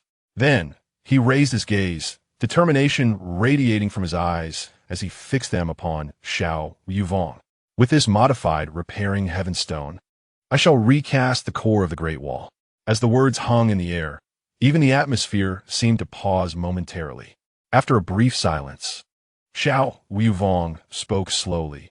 You should know better than anyone that the repairing heaven stone possesses the power to seal demons. Any being that approaches it will have their spiritual energy suppressed and confined. To attempt to meld elements into it is akin to scaling the heavens. I'm aware, Qi Zai acknowledged candidly, a tinge of regret flitting through his heart, an understanding known only to himself. This notion has lingered in my mind for some time. I simply have not found the right opportunity or conditions, nor the confidence to attempt it. He refrained from elaborating on the battles of his past life that he did not have the chance to realize, attributing it all to the timing yet to arrive. Xiao Yuvong perceived this as the youthful dreams and obsessions buried deep within a young man's heart, and gave it little further thought. The recasting of the core would be an excruciating process for the Great Wall. Qi Zai lowered his gaze to the diminutive shield soldier, his expression softening for a moment. Yet this time, I cannot afford to wait any longer. He lifted his head anew, directing his gaze towards the venerable elder of the dragon pivot, and bowed slightly. Therefore, I must rely on Elder Xiao's assistance in this endeavor. Xiao Yuvong regarded the scroll of the elemental forging method, and then cast a glance at Qi Zai's eyes, which were steadfast and mature beyond his years, and suddenly erupted in hearty laughter. His laughter caused the leaves to tremble and fall, a palpable aura of dominance unfurling around him. Excellent, splendid indeed. Xiao Yuvong's eyes glinted sharply, and the atmosphere around him shifted dramatically. Young one, seeking me to sign a gambling pact is undoubtedly the most astute decision of your life. He waved his hand, and the void abruptly split with a radiant brilliance. What significance do 8 elemental resistances hold? Today, I shall bestow upon you an entire set of all elemental forces. In the next moment, a long sword, shimmering with ethereal light and adorned with endless paths of rhythm, gradually emerged from the emptiness. As the sword appeared, the very heavens seemed to fall silent for an instant. Qi Zai's heart trembled violently. It is the Zhanxian, Xiao Yuvong's fated beast, the singular divine sword in this realm inherently endowed with attributes of all elemental forces. Not only does it encompass gold, wood, water, fire, earth, wind, ice, and thunder, but it also possesses the rarest elements of light and darkness, unmatched and unparalleled. Old friend, I entrust this to you. Xiao Yuvong spoke softly, with a resonant hum, a sound as clear and profound as the clash of ancient divine iron echoed through the pavilion. That was the response of Zhanxian. Holding Zhanxian, Xiao Yuvong pressed his fingertips upon the spine of the sword, his gaze solemn. Observe closely. The elemental forging technique shall be executed by me personally. Even divine stones must yield to the 10 attributes of this world. As his words fell, he flicked his wrist, the speed so swift that the naked eye could scarcely perceive it. 10 distinctly different sword energies erupted from the Zhanxian blade. Gold sharpness, wood vitality, water gentleness. Fire ferocity, earth solidity, wind swiftness, ice chill, thunderstorm, light brilliance, and dark shadow. The 10 forces intertwined without conflict, under Xiao Yuvong's command, resembling 10 docile yet formidable rivers, gradually and inexorably merging into the Butian stone. The Butian stone, originally possessing sealing powers, trembled, resonated, absorbed, and fused beneath the pressure of Chang'an and the elemental forging technique. The pristine stone gradually became adorned with a layer of resplendent light, as if concealing a miniature elemental world within. Moments later, Xiao Yuvong withdrew, the sword's resonance fading. The once unadorned Bution stone had transformed into a radiant gem, cycling through 10 elements, its hardness reaching the utmost pinnacle. "It is complete," Xiao Yuvong declared with a calm demeanor. Chizé inhaled deeply, crouched down, and addressed the small shield soldier with a voice that was soft and gentle. "Great Wall, your arduous task begins now. We must meld away your exterior to reveal your core." The diminutive form of the Great Wall trembled but raised its head, its voice clear yet resolute. "Zay, I am unafraid." In the next moment, it hesitated no longer. Its iron-forged body, shield, and limbs began to retract, peel away, and melt like molten iron. There were no cries of anguish, only the unsettling sound of melting. Moments later, only a fist-sized core, as dark as obsidian and faintly glowing, remained fully exposed. Without the protection of an exterior shell or spiritual power, this was the most vulnerable and perilous moment of the shield soldier's existence. The slightest misstep could lead to its utter demise, leaving no chance for rebirth. Chizé's heart tightened, yet he dared not waver. Old Xiao commenced the Reforging. Xiao Yuvong's gaze sharpened, and with a gentle flick of Chang'an, the 10 attribute Bution stone soared into the air, hovering above the core of the Great Wall. "Young one, you shall guide, while I shall act.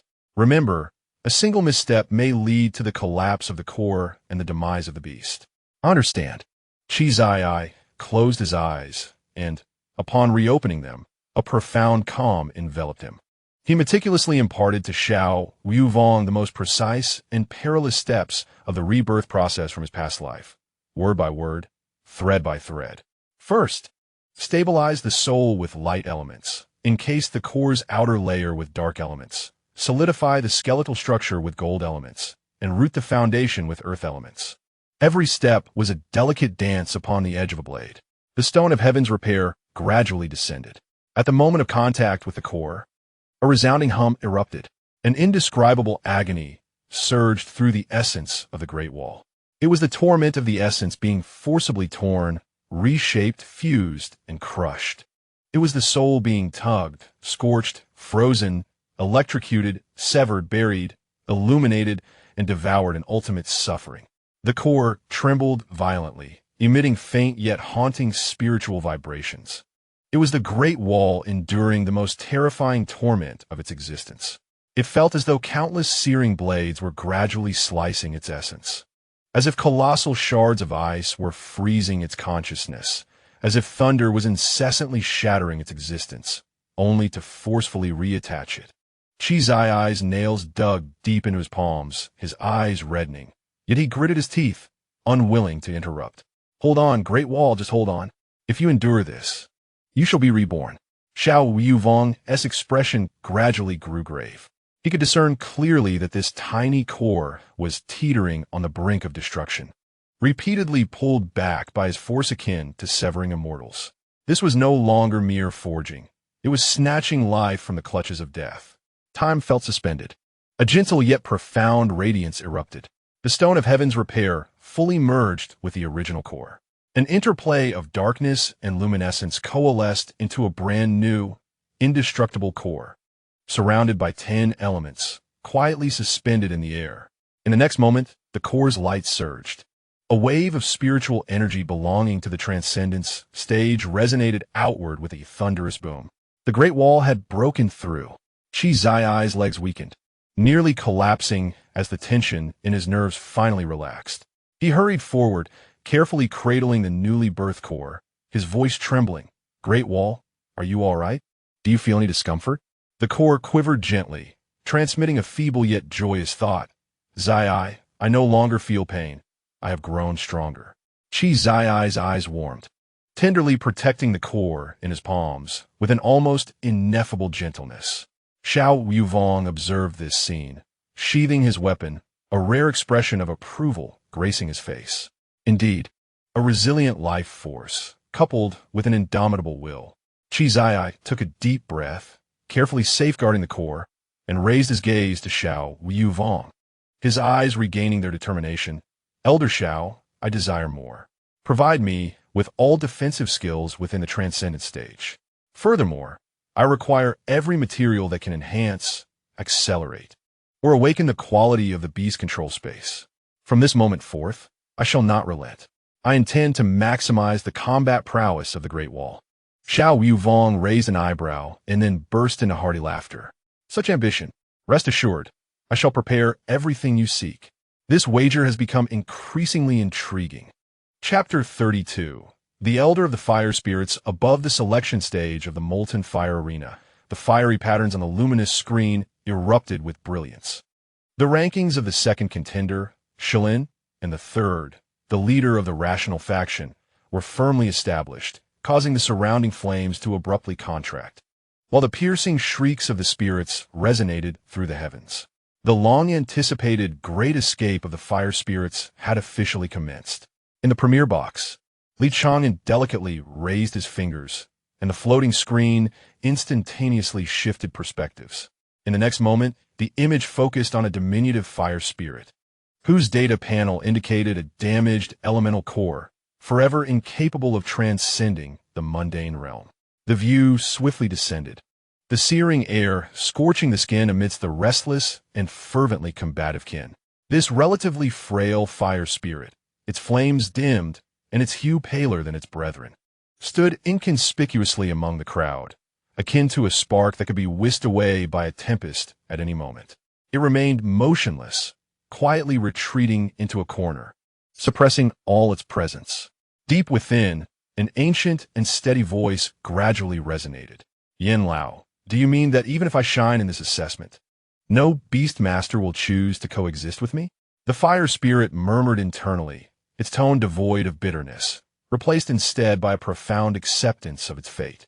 The Yin Lao it referred to was Yin Gong, an ancient fire spirit who claimed to be a remnant of a bygone era, having failed in his quest for the mythic level a millennium ago, now existing as a lost soul. In his heyday, Yin Gong's reputation was formidable enough to reverberate throughout the elemental realm. When Yin Gong draws his bow, the fire dragon roars. Countless ferocious beasts and human warriors once crossed thresholds in fervent pursuit of symbiosis with him. For the reason was simple. Yin Gong's long-range striking capability was so terrifying that it defied logic. Anyone who wronged him, as long as they still roamed this world, could never escape his reach. Yet at this moment, Yin Lao's voice, imbued with the indifference born of countless trials, continued to echo within the spirit's heart. Fear not. Young one, your core is not a terminal affliction. Rather, it holds the potential for restoration, a tremendous opportunity.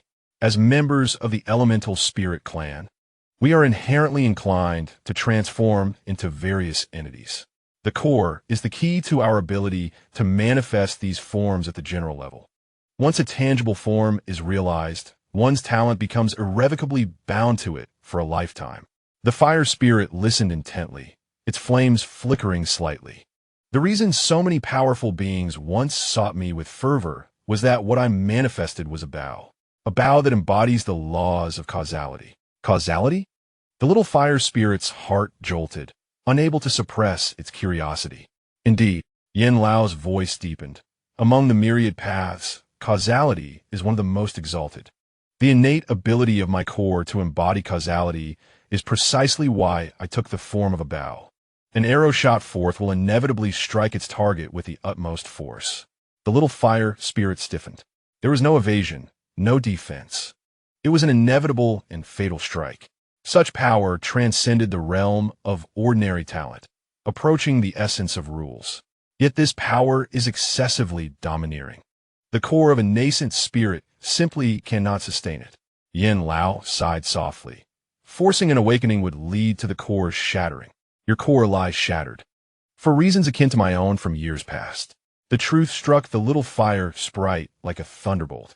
It had long believed itself to be a naturally flawed existence. Yet it was oblivious to the fact that its downfall stemmed from an overwhelmingly terrifying starting point. The voice of Elder Yin, laced with a chill, echoed. The world is ignorant.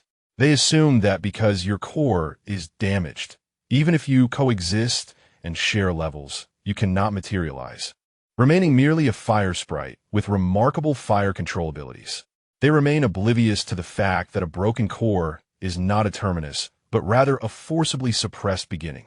Even with the symbiosis with a beast master and synchronized levels, the scars inflicted by the power of the great Tao cannot be purified. Thus, in this mutual selection assessment, regardless of how brilliantly you perform, no beast master will choose you. The little fire sprite, its flames dimming, fell into silence. It should have understood this long ago. From a moment it was branded with the label of never being able to break through, it was fated to be the one cast aside. Therefore, in this competition, you may unleash your full potential. Elder Yin's voice sharpened.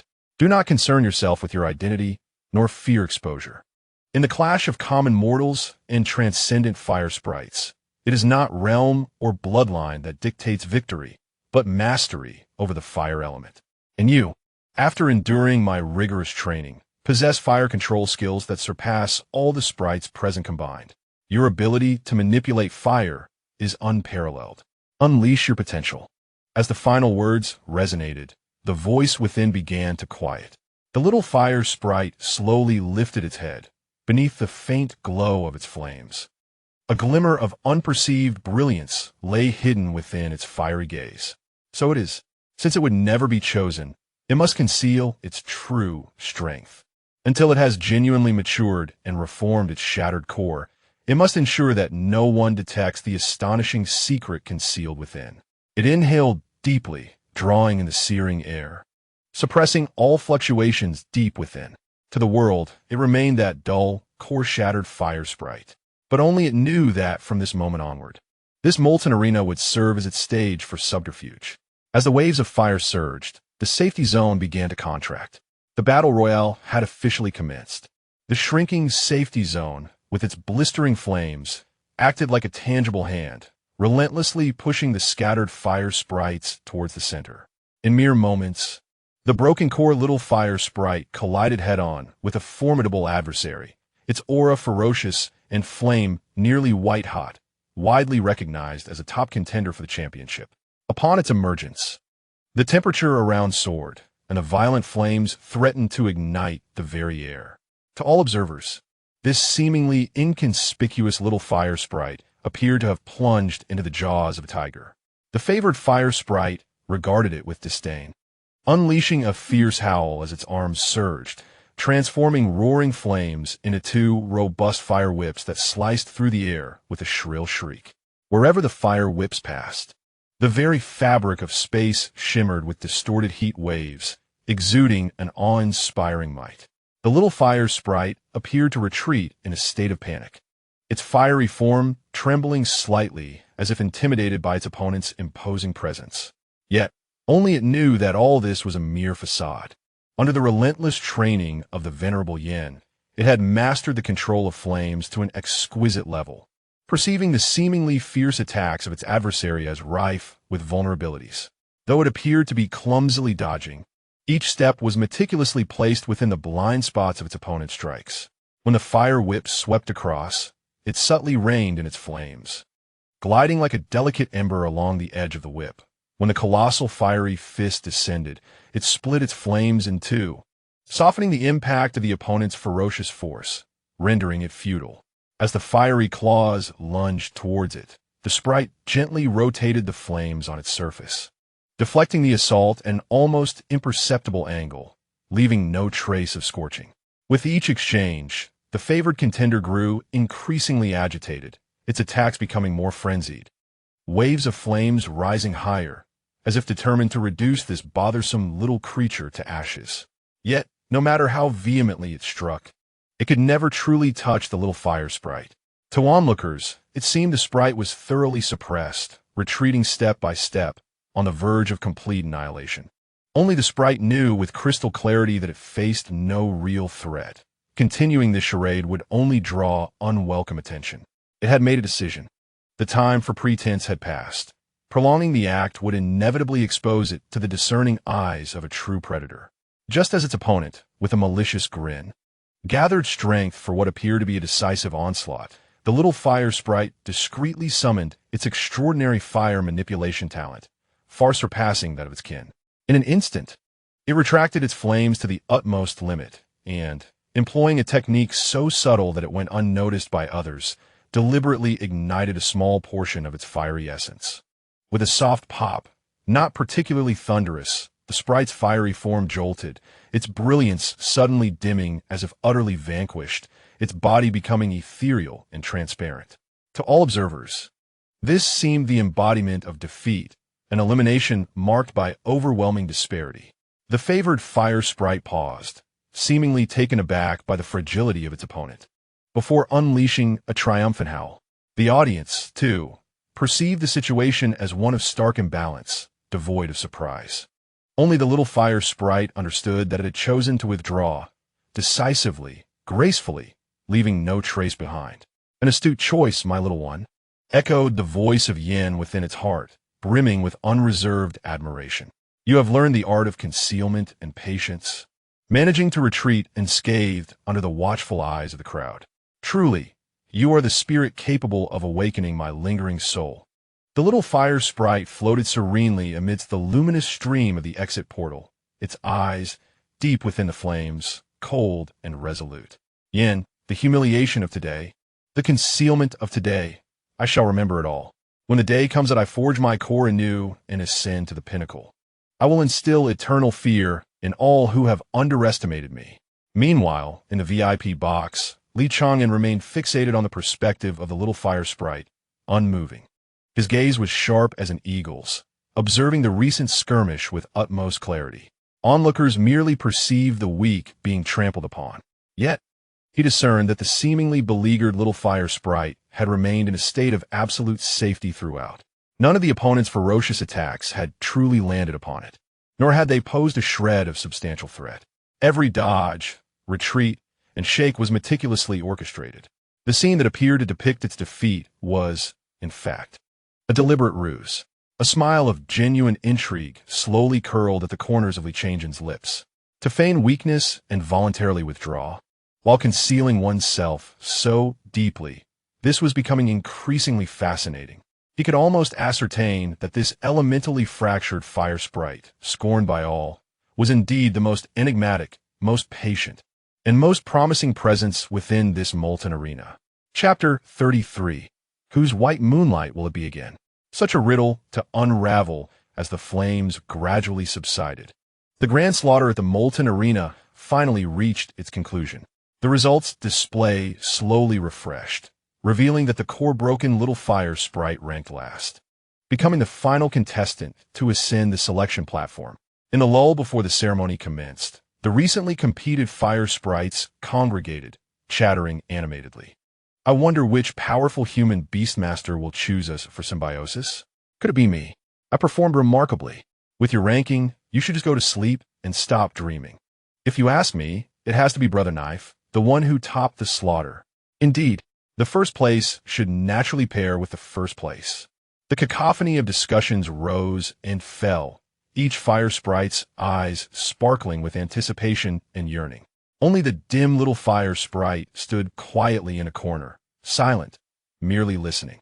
It felt a faint stir of curiosity about the human who had claimed the top spot among beastmasters and occupied the most prestigious box. Whom would he choose? It softly inquired within, Elder Yin. How formidable is that human's beast partner? Elder Yan's voice, imbued with the weight of years, resonated slowly. Ha, young one. That beast is far from ordinary.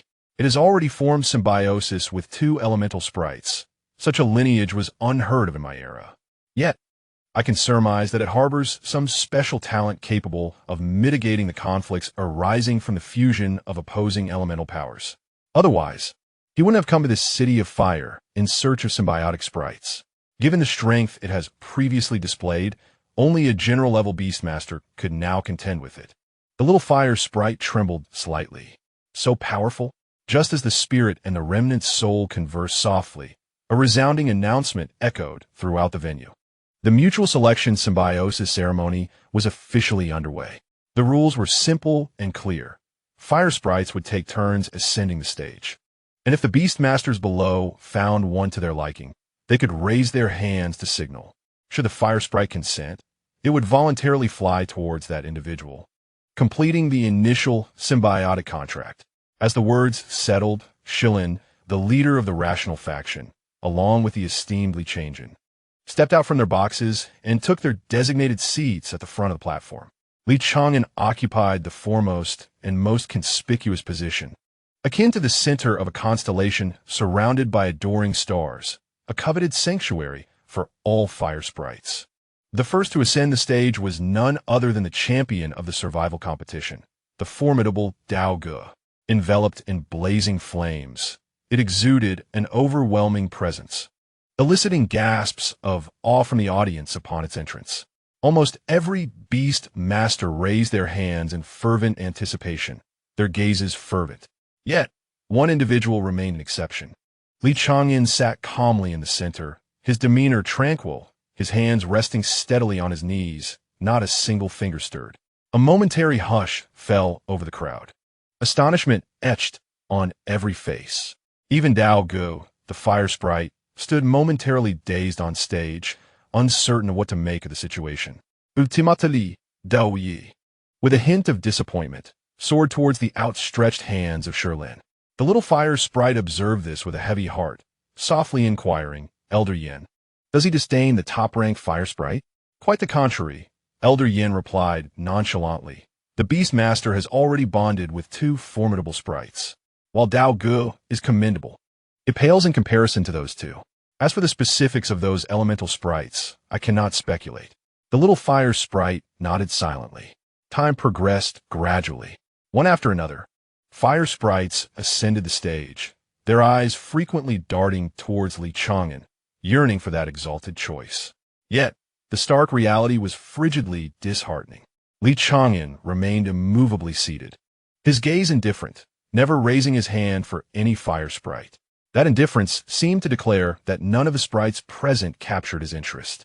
At last, it was the turn of the final contender, the little fire sprite, deemed worthless by all due to its shattered elemental core. It's my turn, Elder Yin. The little fire sprite took a deep breath, its voice calm. I'll simply go through the motions. With a dimly glowing body, it ascended the platform step by step. The audience remained apathetic, and a few veiled chuckles could be heard. As it surveyed the crowd, it was unsurprising that not a single soul was willing to raise a hand for it, although it had anticipated this outcome and rehearsed it countless times in its mind. When the cold reality finally descended, an uncontainable sense of loss clung to its heart like an oppressive fog. Just as it resigned itself to this inevitable fate of being forsaken, it noticed an unusual atmosphere below. Why do they all look as if they've seen a ghost? The little fire sprite detected an eerie tension, with every gaze fixated rigidly in one direction, mouths agape, faces painted with shock. Look over there. Elder Yan's voice carried a distinct note of surprise and agitation for the first time. The little fire sprite instinctively turned its head. There, at the forefront, the most radiant figure, the epitome of all fire sprites' dreams, was Chang'an, the man who had remained aloof and unyielding, dismissive even of the top contender, was now resolutely, confidently, and without hesitation, raising his right hand high. A profound silence enveloped the arena. Everyone else faded into a blur. Sunlight and flames illuminated him, starkly brilliant. In that fleeting moment, it felt as though the entire world had been muted. The little fire sprite's gaze, uncontrollably, fixed upon that young man. It was the first time he beheld Chang'an so clearly and up close. Seated in the foremost central position, he seemed destined to occupy such heights, emanating an aura of unapproachable authority that, paradoxically, did not seem brutal. Simply sitting there, he shone brighter than all the flames ablaze in the arena. His figure stood tall like a lance, his demeanor calm as a deep abyss. Though still youthful, his gaze bore maturity and sharpness far beyond his peers. Those dark, profound eyes seemed to conceal the stars, shrouded in the chill of night, often indifferent and detached, as if the world around him could scarcely penetrate his vision. The small fire sprite, deemed the least promising with a shattered core, ranked at the bottom, suddenly received the most significant precious and exhilarating vote in the entire arena. A fantastical twist of fate, without warning, descended upon him. Chapter 34. Within your core resides an ancient soul, doesn't it? Yet that gaze, transcending the throngs, that unwavering choice, did not prompt the little fire sprite to take a step forward. Its diminutive form froze in place, its dim ember flickering uncertainly, not from fear, but from an inability. Deep within, a venerable and steady spirit gently surfaced. It was the flame bow, an ancient bow long devoid of a physical form, its essence now residing within the shattered core of the sprite. In its most desperate moments, when the flames were nearly extinguished, it was the flame bow that guided it to comprehend its fire manipulation talent, revealing that its fractured core could still be restored. He was the benefactor who brought hope.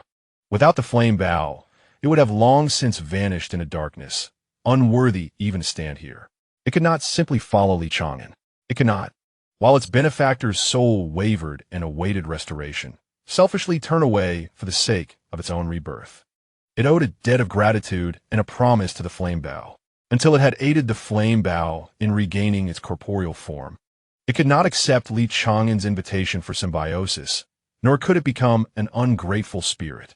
Thus, it merely gazed at Chang'an, its surrounding fire elements trembling gently. It never advanced towards him. No approach, no response, no hint of elation or jubilation. In the profound silence of the arena, it rejected the esteemed youth with the most silent yet resolute stance. In that moment, the entire arena erupted. Whether it was the beastmasters in the stands or the other eager fire sprites within the arena, all were stunned, quickly bursting forth with suppressed astonishment. Had it gone mad? It actually rejected the top contender? To forsake such a prodigious talent, to disregard an opportunity to soar, this flawed being must be utterly insane. Even with a shattered core, it should not be so utterly confounded. Such an opportunity would never come again in its lifetime. Mockery, confusion, regret, and schadenfreude. Countless gazes pierced the little fire sprite like needles. To all, it appeared foolish, deluded, and self-destructive. A fire sprite with a shattered core dared to refuse the most radiant presence in the arena. To them, it was akin to courting death. All of this was observed by the lingering soul deep within the core of the fire sprite. The spirit of Yin Gong quivered slightly, and a tempest surged within his heart. He had prepared himself to watch the fire sprite depart, severing all ties, yet he did not anticipate that this child, in the face of such a grand opportunity, would first think to assist him in restoring his corporeal form. This selfless and steadfast nature, valuing emotions and loyalty, filled him with genuine admiration. A gentle yet remarkably clear voice resonated deep within the fire sprite's heart. It was the soul of Yin Gong transmitting his thoughts. Good child, you have not been blinded by the splendor before you, nor have you lost your true self in the face of fortune, forgetting our pact. Such a disposition is far more precious than mere talent. The fire sprite paused momentarily, its core flickering gently, and responded from the depths of its heart. I wish to help you restore your body before discussing anything else. Yin Gong felt a warmth within, and his voice grew gravely earnest. Very well. For your noble heart, I shall officially take you as my disciple today. Henceforth, all the truths I possess and every inheritance shall be shared with you without reservation. Do you wish to be my disciple? The fire sprite trembled with excitement, its dim core suddenly ablaze with a fiery light, a wave of intense warmth surging from its core throughout its being. I do. At least now it had a master, a being upon whom it could rely. Once more, the voice of Yin Gong echoed in its heart, resolute as iron.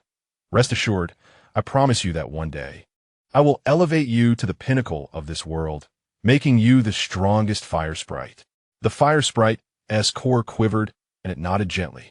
In the depths of their unobserved hearts, a profound and warm pact was forged between the soul and the sprite. Above, Chang'an regarded the fire sprite, which remained distant, his expression calm, devoid of any anger or embarrassment from the rejection. After a moment, he slowly lowered his hand, his voice neither loud nor soft, yet resonating clearly throughout the venue. If that is the case, there is no need for coercion. However, This commotion may be better suited for a private discussion in a box. Would you be willing? Master, should I agree to him? The fire sprite asked uncertainly. His persistence suggests he perceives something secretive within you, and his lack of anger despite your rejection indicates his curiosity. If you refuse now, it will be tantamount to an acknowledgement. Thus, we must go, Yingong patiently advised. Amidst the astonished and incredulous gazes of the crowd, the fire sprite ultimately nodded. Following Li Chang'an away from the arena, they traversed the side corridor and entered a quiet and elegant private room. As the door gently closed, the clamor from outside was instantaneously shut out, creating a completely intimate space. Li Chang'an casually took a seat, his gaze resting serenely upon the fire sprite. Devoid of any superfluous probing or hesitation, he began with a statement tinged with certainty. You might say, or rather, you all. Is there not an ancient soul still hidden within your core, one that is exceptionally powerful? His seemingly light words fell like a thunderclap upon the heart of the fire sprite. Though it appeared composed on the surface, a storm raged within. How could he possibly know? A profound emptiness enveloped its heart, leaving it utterly bewildered as to how to respond. At that moment, a steady yet urgent voice resonated deep within. Yang, do not panic. With his cultivation, he cannot possibly see through the essence concealed within you. He may have heard certain rumors and is attempting to test you. During this time, you must not confess. With the sage's reminder, the little fire sprite's frantic heart steadied somewhat. It suppressed the tumultuous waves within and endeavored to feign a look of confusion. Its small voice tinged with a timid sluggishness. Esteemed sir, what are you saying? I do not comprehend. Li Chang'an, observing its pretended ignorance, did not exhibit anger. Instead, he smiled gently. It matters not if you do not understand. I shall elucidate patiently. He spoke with a calm demeanor, each word crystal clear. Firstly, your innate talent for fire control emerged remarkably close to the time of the molten fire selection. Prior to that, there were no signs of your training in fire manipulation. There was no information, no foundation, as if enlightenment had struck from thin air. Yet, your mastery over fire is peculiarly swift, precise, steady, and seasoned, entirely unlike a solitary little fire sprite on the brink of fragmentation. He paused, his gaze remaining warm, yet piercingly insightful. All of this points to one answer. An extraordinarily experienced fire control master has been imparting a lifetime of wisdom to you. However, according to the intelligence I possess, prior to the molten fire selection, you were the sole spirit cultivating fire control in solitude. There was not a single master of fire to be found in the vicinity, let alone another spirit. This can only imply that this fire control master is visible solely to you, suggesting that he is a remnant soul, likely residing within your core at this very moment. The little fire sprite stilled its flames, too afraid to move. Li Chang'an, however, gradually withdrew his gaze, his tone becoming more earnest. The reason I am here, fully aware of everything and still explaining, is quite simple. I do not wish to harm you, nor do I intend to endanger that ancient soul. I merely wish to assist you both. I see great potential in you and genuinely wish for you to become my companion, a symbiotic spirit in the depths of the abyss. He looked at the little fire sprite, his eyes open and devoid of any pretense. Therefore, there is no need for further concealment. I kindly request that you reveal the ancient soul hidden within your core, so we may converse. Chapter 35. The name of Yang, as his words settled. The room fell into a profound silence.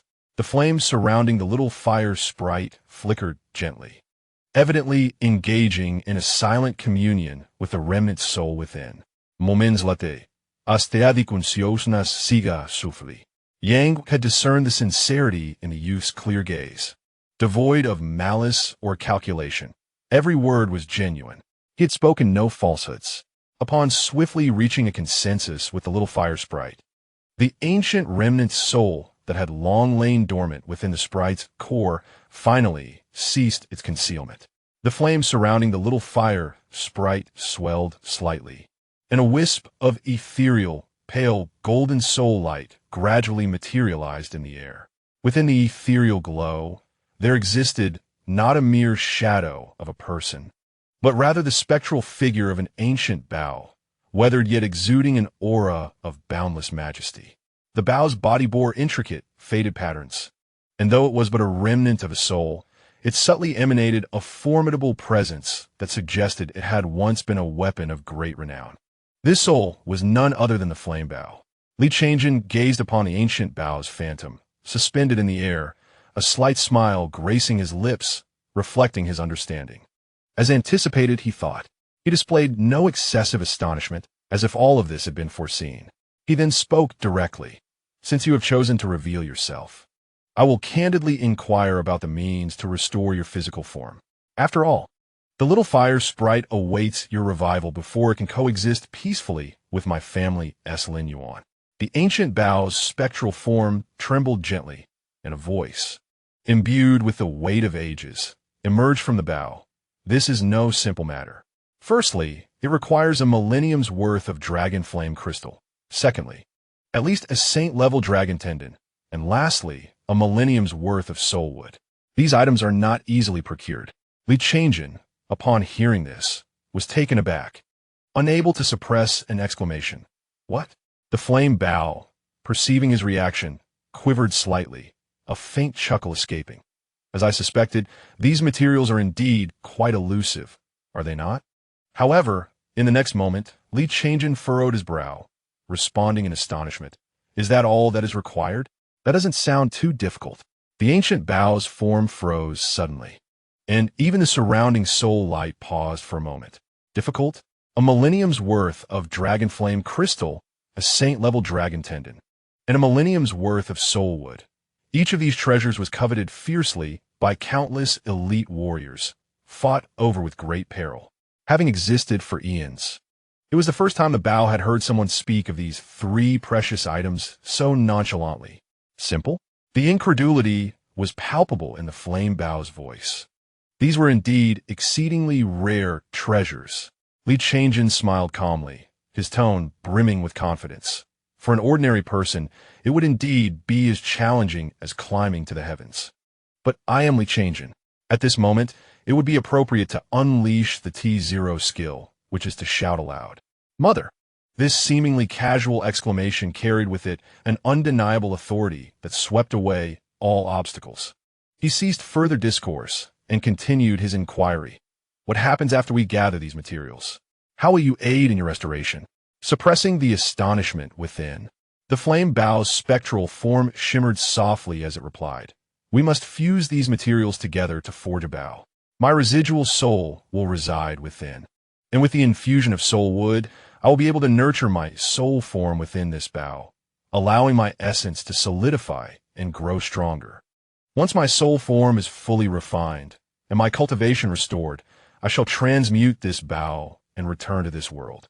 Understanding dawned upon Chang'an, and he nodded slightly, his eyes devoid of any lingering doubts. These tasks were not insurmountable. I shall have Longbow prepare for this. As the words left his lips, he raised his gaze and called out to the outside of the chamber. Longbow, an elderly yet respectful figure, promptly appeared, bowing in readiness for instructions. Young master, please seek out Mother and procure a millennium's worth of dragon flame crystal, a saint-level dragon tendon, and a millennium's worth of soul wood, expedited, if you would. Chang'an spoke with unwavering decisiveness, instructing that once found, the individual should be brought directly to him. Longbow was momentarily taken aback, but quickly bowed in compliance, responding promptly, as you command. Within the private chamber, the little fire spirit gazed at Chang'an's retreating figure, and the last remnants of her apprehension quietly dissipated. Meanwhile, the ancient, dilapidated bough suspended in mid-air observed this scene, its ethereal soul light finally stirring with genuine turbulence. After receiving his orders, Longbow did not dare to delay for even a moment. His figure flickered, and he swiftly exited the chamber, heading straight towards the Leaf family residence. At this moment, Lu Roer was deeply immersed in a secret underground chamber within the Leaf family, diligently researching new potion formulas. The air was thick with the fragrance of herbs, and the shelves were laden with various rare treasures and celestial herbs that outside cultivators would vie for, their brilliance captivating enough to incite bloody conflicts. Standing at a height of 175 centimeters, Lu Rower possessed a tall and alluring figure, her curves exquisitely defined. Her demeanor exuded a captivating charm, neither overtly seductive nor mundane, and at a glance, one could perceive an enchanting allure akin to a fabled beauty of the realm. Her eyes, reminiscent of a beguiling fox, slightly upturned at the corners, shimmered with a profound, affectionate glint, her every smile and frown capable of effortlessly tugging at one's heartstrings. She was strikingly beautiful, far from the image of a healer dedicated to saving lives. Yet, this enchanting woman possessed unparalleled prowess in potion, crafting, and healing. In her eyes, however, those rare materials were merely commonplace ingredients for concocting new elixirs, casually at her disposal, without a hint of concern. For she was Lu Rower. Longbow bowed respectfully, recounting in detail the encounter and dialogue between Chang'an and the little fire spirit, leaving nothing unmentioned. Lu Rower's jade pestle paused momentarily as she listened to the entire account. A hint of astonishment graced her delicate features, and a subtle smile of understanding appeared at the corners of her mouth. "I see," she replied calmly, yet her tone carried an undeniable authority. "In that case, I shall have someone prepare these materials for him." After all, it was the flame bow. The historical records of the Lu family recount that a millennium ago, a fire spirit transformed into a bow, described by the ancestors in such terms: a single arrow spans the heavens, invoking the birth of 100 dragons. Pure flames scorch the void and tear apart the cosmos. The bow's might, when unleashed, is inexhaustible. Wherever the string sings, the target is assured. Red radiance pierces the silence, traversing the dark universe. Its legendary name reverberates across the vast expanse. Without relying on the true dragon's celestial might, it self-ignites to quell the heavens. 1,000 years prior, the sound of the flame bow signified the imminent fall of a formidable champion, a divine weapon that caused the entire continent to tremble. Moreover, the little fire spirit had already pledged itself as his disciple. Should it coalesce with him in the future, it would mean that her son Chang'an would have an extraordinary protector by his side. She lifted her gaze, her eyes clear and resolute. "My son's safety is of paramount importance, far surpassing any resources at stake." With that, Lu Rower casually retrieved a lustrous, ancient iron token engraved with the Lu family's emblem, handing it to Longbow. "With this token, proceed to the Lu family treasury and requisition whatever you need." "Understood, madam." Longbow accepted the token with both hands, bowing respectfully, refraining from further words, and transformed into a streak of light, swiftly making his way to the Lu family treasury. Outside the Lu family's treasury, the atmosphere was thick with tension and guarded vigilance. Upon receiving the token from Longbow, the overseer of the treasury immediately straightened his expression, showing no signs of negligence, and respectfully bowed. Without the need for further inquiries, he merely sensed the authority of the token, swiftly deducting the corresponding contribution, and carefully placed the 3 treasures: a Millennium Dragon Flame Crystal, a Saint-level Dragon Tendon, and a Millennium Soulwood, into a high-grade storage bag, which he then reverently returned to Longbow. The entire process transpired in mere moments. Upon receiving the storage bag, Longbow wasted no time. His aura surged as he transformed into a fleeting shadow, racing back to the City of Fire at full speed. Renowned for his swiftness as a king-level powerhouse, he traversed the distance from the Li family estate to the Lu treasury and returned to the private box where Li Chang'an awaited, accomplishing this astonishing feat in just half an hour. When Longbow appeared before the box, his demeanor calm and composed, presenting the weighty storage bag to Li Chang'an, he felt no surprise. He was acutely aware of Lu Rower's financial prowess, strength, and the foundation that lay behind her. To him, such speed in acquiring treasures was entirely expected. Nevertheless, he couldn't help but silently marvel at the unparalleled capabilities and astuteness of his lady. Suspended in midair, the soul of the flame bow trembled violently at this sight. In less than half an hour, 3 treasures that even ancient powers would approach with caution have been acquired so effortlessly. Chapter 36. Coexistence in Fire. The ancient silhouette of the bow quivered slightly, its voice tinged with undeniable astonishment. "Who exactly are you?" Li Chang'an accepted the storage bag, weighing it lightly in his hand. A faint smile gracing his lips as he replied, in an unexpectedly nonchalant tone, "I am merely an ordinary person with a bit of money." The flame Bao was momentarily taken aback, left momentarily speechless. A bit of money?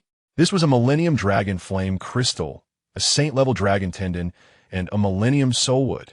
For an ordinary person to even lay eyes on such treasures was a rarity, yet he had effortlessly gathered them in half an hour.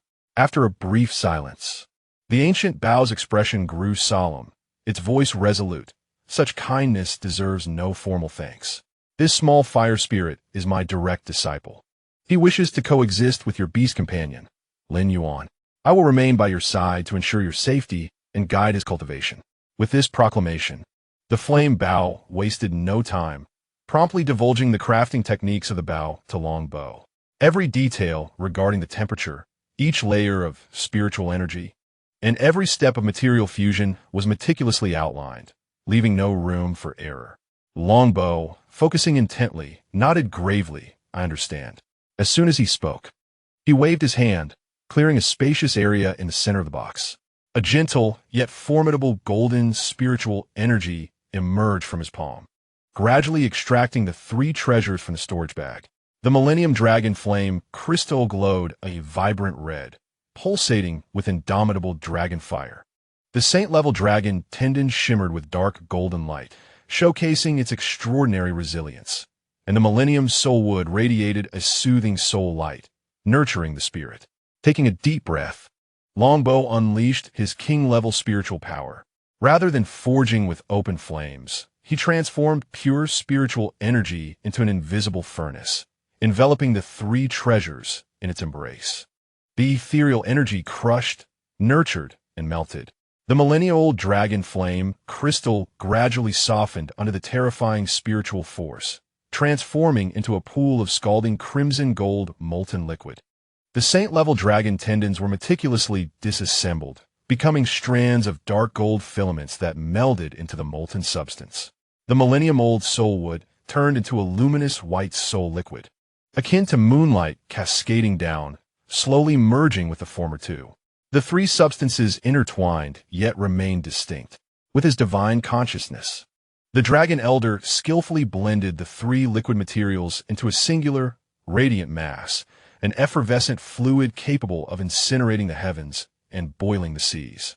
Subsequently, with a flick of his fingertip, the fluid gradually elongated and shaped itself in midair. The bow's arms twisted like a dragon, its tips sharp as thorns, the body inscribed with natural fire patterns, while the string formed from the liquid dragon tendons coalesced into an invisible yet resilient strand. Once the form was perfected, the Dragon Elder concentrated his spiritual energy, compressing and solidifying the creation. With a low command, the entire bow instantly crystallized and assumed its definitive shape. As the brilliance receded, an ancient yet formidable fire-red longbow hovered silently in the air, its flame-like patterns swirling, its soul light contained, exuding a pressure as profound as the abyss. It was complete. The flame bow quivered at the sight. In the next moment, it surged forth from the core of the little fire sprite, transforming into a stream of pale golden light. Resolutely entering the nascent longbow, the bow's body trembled violently, flames erupting skyward. The consciousness of the flame bow fully merged with the bow, becoming one with its essence. This bow was no longer an inanimate object. It had become its new vessel, its new foundation. Even more astonishingly, with this bow forged from precious materials, it could barely invoke a thread of causal force to unleash an arrow that would surely hit its mark. At that moment, this bow had replaced the original core of the sprite, becoming its new source of life. The new flame bow floated autonomously, the bow's body gently quivering as if breathing, awakening. "Thank you." The voice of the flame bow resonated from within its frame, steady and sincere. Then, it shifted its gaze toward the little fire sprite, a hint of detached wisdom in its tone. "Next, we must repair the core of my little disciple." Its core had shattered, not due to inherent flaws, but rather as a result of tremendous fortune. Li Chang'an raised an eyebrow slightly. The flame Bao gradually revealed the truth. Our elemental sprite clan can materialize through elemental cores at the warlord level. And that which is materialized is the essence of one's innate talent. The reason I was fervently sought after by numerous powerful beings was that I manifested as a Bao imbued with the laws of causality. The arrows I released would inevitably strike their targets with full force. He paused, his voice deepening. This power is overwhelmingly dominant. A newly born sprite simply cannot bear it. His core's shattering mirrors my own past. Once repaired, his future manifestation will also be a Bao, inheriting a formidable force of rules. However, I sense that his rules are even more potent than mine. The little fire sprite trembled all over, its flames fluctuating intensely. Upon hearing this, Chang'an's eyes flickered with understanding. What is required? The flame Bao slowly articulated to repair the sprite's core. The materials needed are far simpler. Merely 300 years of fire spirit essence, 500 years of flame heartgrass, a pure fire spirit stone core, and supplemented with a wisp of warm soul incense. These items, in comparison to the previous 3 treasures, seem utterly mundane. Upon hearing this, Chang'an couldn't help but chuckle. How fortuitous! I had already prepared these items in the City of Fire. With a casual flick, another storage pouch appeared, from which he retrieved the 4 materials, each of exceptional quality, far exceeding Yin Gong's expectations. Yin Gong was momentarily taken aback. How much had this individual prepared in advance? Without further ado, the new bowstring of the flame Bao trembled, releasing a gentle surge of fire soul power that enveloped the 4 materials. This time, there was no need for violent melting. Instead, a nurturing warmth was employed to facilitate the fusion of soul power. The materials gradually transformed into the purest essence of fire attribute life, coalescing into a soft, red orb of light. Yin Gong skillfully manipulated this orb, delicately placing it over the faintly dim core of the little fire sprite. The orb gradually permeated, mending, nurturing, and reshaping. Under the dual influence of medicinal and soul powers, the shattered core reformed, solidifying and transcending. The little fire sprite quivered gently, its previously unstable flames becoming increasingly bright, rounded, and pure. The moment the restoration was complete, it shimmered and transformed into a miniature, exquisite, translucent silhouette of a fire Bao. Although not yet fully solidified, it was an agile Bao shadow, reborn anew. "It is done," murmured Yin Gong. At this moment, the time had come. Chang'an turned aside and softly called out, "Lin Yuan." Lin Yuan stepped forward, his gaze settling upon the delicate silhouette of the fire Bao, his expression gentle. He extended his hand, his fingertips lightly brushing against the silhouette. An invisible force of covenant quietly unfurled, tender yet resolute. However, just as the symbiosis commenced, an anomaly erupted. Boom! A violent tempest surged within Lin Yuan. The elements of wood and water, already in symbiosis, were violently jolted by the sudden intrusion of firepower. The green, blue, and red luminescence instantaneously engulfed his limbs and bones, clashing fiercely, exploding, and devouring one another. Wood sought to nurture water, water aimed to extinguish fire, and fire yearned to incinerate wood. These 3 elemental forces, inherently antagonistic, waged a fierce battle within him, inflicting excruciating pain that felt as though it would tear his body apart. Yet, Lin Yuan remained unperturbed. He closed his eyes, focusing intently, quietly sensing the brutal conflict among the 3 elements. They devoured one another, yet were reborn through destruction.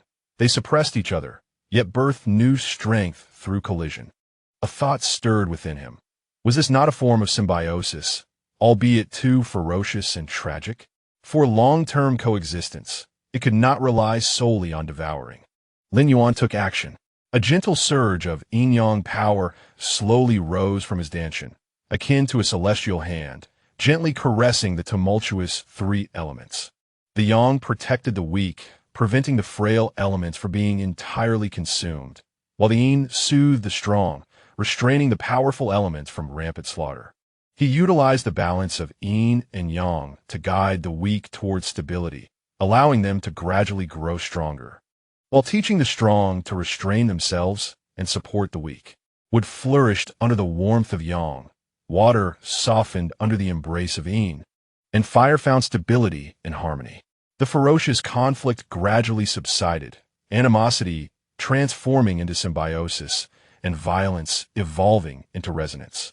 The green, blue, and red luminescence slowly intertwined, merging to form a stable and harmonious tricolored halo that flowed gently within him. Rejection dissipated, and chaos calmed. Symbiosis was achieved. The little fire spirit, at this moment, has been reborn. Lin Yuan gazed at it, his voice soft, yet imbued with a sense of solemnity and tenderness. Congratulations on your rebirth. Let me bestow upon you a name. From now on, you shall be called Lin Hua. How does that sound? The little fire bow, a mere shadow, quivered gently, emitting a joyful chirp as it circled around Lin Yuan in delight. Lin Hua, he now possessed a name. Within the private chamber, an aura of tranquility enveloped them. Li Chang'an stood with his hands clasped behind his back, a relaxed smile gracing his features. The new flame bow hovered nearby, its pressure tempered, dutifully protecting its master. The spirit of fire nestled beside Lin Yuan, exuberant in its newfound existence. Longbow observed this scene from the side, a look of contentment illuminating his face. Lin Yuan, he truly achieved it. He has successfully harmonized the opposing fire spirits within himself. He is indeed the mightiest panda. Li Chang'an felt a swell of happiness for Lin Yuan. Chapter 37. Fusion Skill. 13 days remain until the college entrance examination. The task has been completed, and the talent has evolved into the essence of yin and yang. Current save count. 3. On the journey to the city of Xin. Amidst a serene bamboo grove infused with elemental energy, Lin Yuan stood with his eyes closed, his aura warm and expansive, his mind immersed in the comprehension of the essence of yin and yang. As his understanding deepened, his presence subtly ascended, each breath seemingly drawing upon the most primordial forces of the universe. Lin Huo, Lin Shui, Lin Mu. Lin Yuan spoke softly. 3 figures responded in kind, slowly emerging from the luminous totems of the 3 elemental spirits behind him. Lin Mu gracefully unfurled its verdant branches, its leaves sparkling, evoking the steady and ancient essence of a sapling from the world tree. Lin Shui appeared as a delicate mist of crystal-clear water, taking the enchanting form of a silent yet fluid mermaid. Lin Hua manifested as a petite, gleaming firebow shadow, its flames dancing with the vibrancy of causality. The 3 spirits exchanged glances, their expressions warm and amicable. Lin Mu's leaves swayed gently, its voice soothing. Greetings, I am Lin Mu. I cannot believe it. Lin Yuan has truly accomplished the impossible by achieving coexistence with opposing elemental spirits. Lin Shui chimed in, its voice as crisp and gentle as water. Hello? I am Lin Shui. It seems we shall have more elemental spirits joining us in the future. I look forward to it. Lin Hua, with the spirited energy of youth, exclaimed, Hello, I am Lin Hua. The 3 spirits blended their essences seamlessly, exuding a harmonious atmosphere. Lin Yuan opened his eyes, a determined light shining within, his tone steady and authoritative. Well then, now that our new members are introduced, let us delve into today's main topic. I have made arrangements with Ngu to ascend to the pinnacle together. Now that we coexist, you are me, and I am you. Together, you shall share a unique ability with me, known as rollback. Lin Yuan briefly explained this concept to Lin Hua, who grasped it immediately. So, let's refine our skills together, everyone. His voice rang clear, infused with an unwavering enthusiasm that echoed softly through the bamboo grove. Has Lin Yuan always been this driven? Lin Hua couldn't help but ponder softly. The leaves of Lin Mu swayed helplessly, his tone laced with a mix of laughter and tears. This is just the beginning. This fellow seems tireless, practicing from dawn till dusk, truly astonishing. Perhaps it was Ng's words that filled him with fervor, Lin Shui softly remarked. As his words fell, a sudden stillness enveloped the 3 spirits. In the next moment, an inexplicable surge of motivation quietly coursed through their hearts. Fringo, and to ascend to the pinnacle alongside Lin Yuan. Now that was something they could comprehend. All right, enough of your little conference over there. I can't hear you. Lin Yuan's cheeks flushed slightly as he spoke, a bemused smile gracing his lips. The four shared a profound connection. Their whispers felt akin to light-hearted banter directly aimed at him. All right. Lin Mu was the first to regain his composure. We have arrived. Lin Shui's voice was gentle. Lin Mu turned to Lin Yuan, his tone earnest. Lin Yuan, observe closely. First, witness the fruits of our training. Pay careful attention. Soon, we shall attempt a fusion skill involving the opposing elements, something no one has dared to try before. Lin Yuan nodded slightly, his right hand clenched, summoning an elemental bamboo staff that gracefully floated into his grasp. In an instant, the intricate 8-element fusion rune on his back erupted with radiance. The symbols of water and wood surged forth, transforming into 2 grand, ethereal totems that projected behind him, their spiritual essence vast and their imposing presence restrained. Both Lin Mu and Lin Shui sprang into action simultaneously. Lin Mu soared forth from the wooden rune's ethereal projection, an endless warmth and vitality cascading from him. Lin Shui leapt from the watery rune's projection, the boundless force of flowing water quietly enveloping the space. Without a moment's hesitation, they infused their powers into Lin Yuan, allowing him to guide, harmonize, and ultimately coalesce their energies into a brand new force through the essence of yin and yang. The essences of wood and water intertwined seamlessly. Lin Yuan's mind remained tranquil as the forces gently rotated within his channels, flowing harmoniously without conflict. He planted his right foot firmly on the ground, creating a slight tremor that sent bamboo shadows swaying. With a sudden jolt, Lin Yuan's arms surged, wielding the elemental bamboo staff with a blend of gentleness and dominance, sweeping it horizontally with a resounding force. In its wake, green and blue spiritual lights intertwined magnificently. Countless damp vines erupted from the void, growing wildly. These vines were robust, adorned with numerous fine thorns, their surfaces glistening with water, exhibiting unparalleled resilience. The water vine bind came to life, spiraling and constricting as if imbued with sentience. Should an adversary be struck by this blow, wooden branches would rapidly sprout upon them, ensnaring limbs and bones, tightening inexorably until the victim was rendered immobile, helplessly bound. Within the same realm, this technique was nearly insurmountable. Even those a significant level above would find themselves temporarily restrained, their movements hindered. Even foes 2 realms higher would experience a fleeting moment of stagnation, losing their advantage. As the technique was unleashed, the bamboo grove echoed with the howling winds, and the shadows of the vines danced through the air. Lin Yuan stood firm, his breath steady, as if he had merely waved his hand. What do you think? Lin Hua, can you comprehend this? He directed his gaze toward the flickering silhouette of the small fire bow. Lin Hua's flame flickered intensely, clearly focused. I can discern some aspects. The fusion of wood and water is remarkably smooth. However, should I introduce my fire element, the clash of the 3 forces may render success elusive. No, Lin Hua.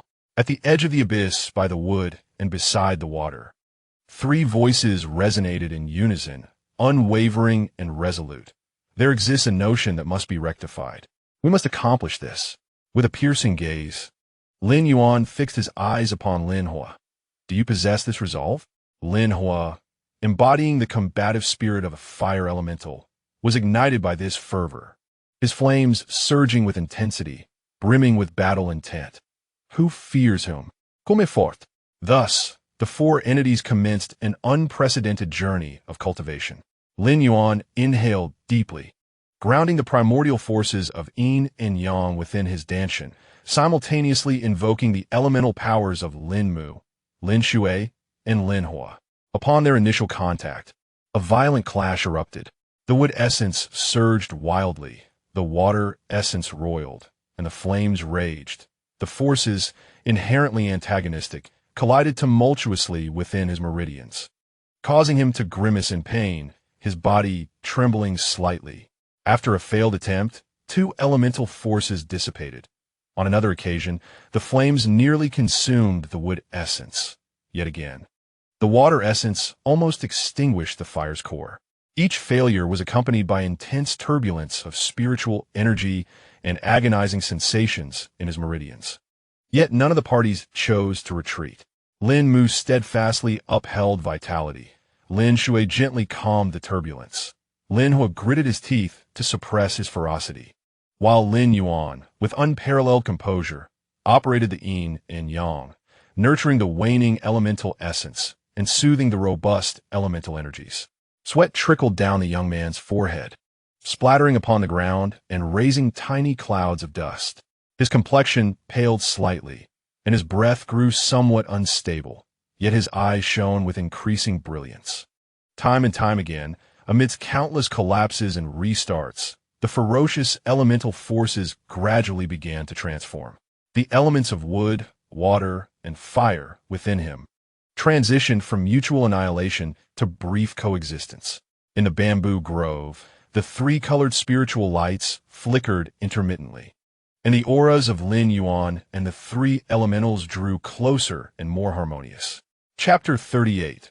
City of Gold. The wind god-winged dragon pierced through the clouds. The molten red glow below gradually receding. The spiritual energy of the world underwent a sudden transformation. It was no longer the gentle warmth of flora, the serene clarity of the sea, or the searing heat of flames, but rather an aura of gold that was sharp as a blade and fierce as a sword. The air seemed to be cleaved by a myriad of edges, each gust carrying the sound of shattering space, causing any ordinary creature that ventured too close to suffer from the invisible sharpness, their spiritual energy dissipating. Before the eye, there was no longer any greenery, nor the blue seas or red flames, only a dazzling yet not blinding, fierce yet orderly golden radiance. This was the City of Gold, one of the 4 elemental spirit cities, the ancestral domain of the gold elementals. The entire city was not born, nurtured, or constructed, but rather formed through the self-coalescence, growth, and refinement of the purest metals such as pure gold, secret silver, star iron, red gold, and cold jade steel. From a distance, the City of Gold resembled a colossal sword thrust into the heavens, its blade forming the core of the city, the spine representing the central thoroughfare, and the edges constituting the city's perimeter, its sharpness soaring into the clouds. Even the light of the sun and moon upon its surface was fragmented into delicate streams of luminescence. Within the city, there were no towering trees, no coral, nor volcanoes. Instead, there arose monumental peaks of metal. The peaks stand like swords, spears, knives, and halberds, piercing the heavens with unwavering precision. Their surfaces shimmer with a liquid-like golden radiance, adorned with innate sword patterns, blade markings, and forging textures, each edge sharper than the last, harboring the power to rend the void. The structures are not mere dwellings, but rather sword pavilions, knife halls, and spear towers, naturally formed from metallic spiritual materials. They possess distinct angles and cold, hard lines, devoid of any superfluous embellishments, with every corner sharp enough to slice through the air. The ground is not covered in moss, pearls, or obsidian, but instead is a timeless expanse of pure golden earth, as smooth as a mirror reflecting one's visage. As one treads upon it, no soft sounds are heard. Only the crisp clanging of gold and iron resonates throughout the realm. The sky is devoid of flying vessels and fiery trails. Instead, golden streaks of light dart through the air, the spirits of gold frolicking in their ethereal forms. They are slender as blades, composed entirely of the most refined metallic spiritual light, appearing as short swords, fine blades, or diamond-shaped edges, stripped of any excess fluff, wings, or scales, radiating an unparalleled sharpness that cleaves the air, leaving fleeting white traces in their wake. The City of Gold lacks vine-laden walls, water barriers, or molten firewalls. Its boundary is a luminous barrier formed by millions of miniature golden blades, continuously whirring and producing a harmonious metallic sound. Any impure presence that approaches is instantaneously severed to nothingness. External foes are swiftly reduced to mere fragments. The city gates are not flower buds, water curtains, or fire phoenixes, but two immense, closed golden sword doors, their blades facing each other with a chilling brilliance. Only with the consent of the Spirit King of Gold do these gates part ever so slightly, allowing passage for a solitary individual. Their sharpness contained to avoid harm to visitors. The air is saturated not with the fragrance of grass and wood, the coolness of the sea, or the warmth of flames, but with the crisp and penetrating essence of metallic spirituality, so dense it approaches solidity. Each breath taken feels as though tiny blades are gently scraping through one's veins, refining both spirit and body. Ordinary beast tamers and their beasts would never dare to enter this realm, for the inherent sharpness of the golden spirits can disperse the spiritual power of the unworthy and fracture their bodies without any effort. Thus, the City of Gold has never seen low-tier beast tamers seeking symbiosis. Those who dare tread here are invariably madmen with absolute confidence in their own and their companion's physical prowess and will. Before departing from the wind god Wagering, Chang'an raised his hand, revealing the item that had long adorned his wrist. It was the Guardian's ring, meticulously prepared for him in advance by his mentor, engraved with ancient golden patterns and protective spiritual inscriptions specifically designed to ward off the sharp essence of gold. As he gently donned the ring, a soft yet steadfast golden light enveloped him instantly. The city's piercing golden radiance, upon nearing him, was silently dissipated and soothed, no longer able to inflict any harm. With this precious artifact from his mentor safeguarding him, even amidst the oppressive sharpness of the City of Gold, he could proceed unscathed and with composure. Chang'an stepped lightly upon the golden earth, tempering his aura to emit only a gentle resonance with the golden elements, as per ancient customs. He made his way toward the very heart of the city, to the highest, sharpest peak of golden swords, where the king of the gold elemental spirits resided. As the golden spirits swiftly darted past him, sensing neither malice nor ill intent, they paused to assess him, transforming into sharp beams of light that scrutinized him from every angle. Their gazes were cold and resolute, devoid of the nimbleness of wood spirits, the tranquility of water spirits, and the fervor of fire spirits. Instead, they radiated the absolute sharpness and inviolability characteristic of the gold element. The guardians of the path, forged from ancient star iron and refined gold, took on the form of human-like blades, with broad shoulders and narrow backs, their limbs akin to swords, brandishing long golden spears that seemed poised to pierce the very heavens. Their piercing gazes fell upon Chang'an, who merely inclined his head slightly, allowing them to part and grant him passage, their aura of sharpness undiminished. Before long, Chang'an stood beneath the towering sword peak. At the summit, there were no grand halls, only an ethereal orb of purest golden spirit light, resembling a transcendent divine sword suspended in the air.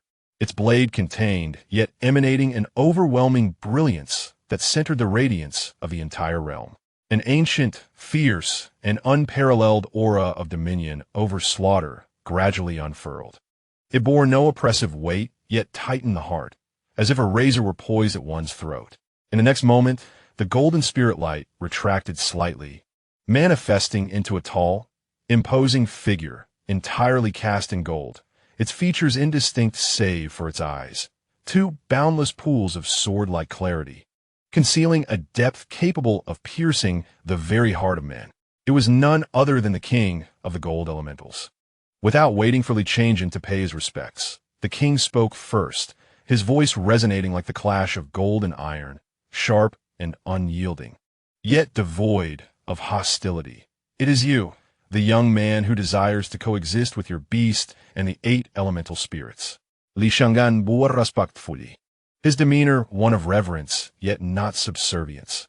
I am Chang'an, honored to meet your majesty, the king of gold elementals. The king inclined his head slightly, his incisive gaze penetrating Chang'an and his beast, instantly discerning their reputation in the elemental spirit city. You and your beast have become quite renowned here. It is exceedingly rare in history to achieve symbiosis with wood, water, and fire spirits simultaneously.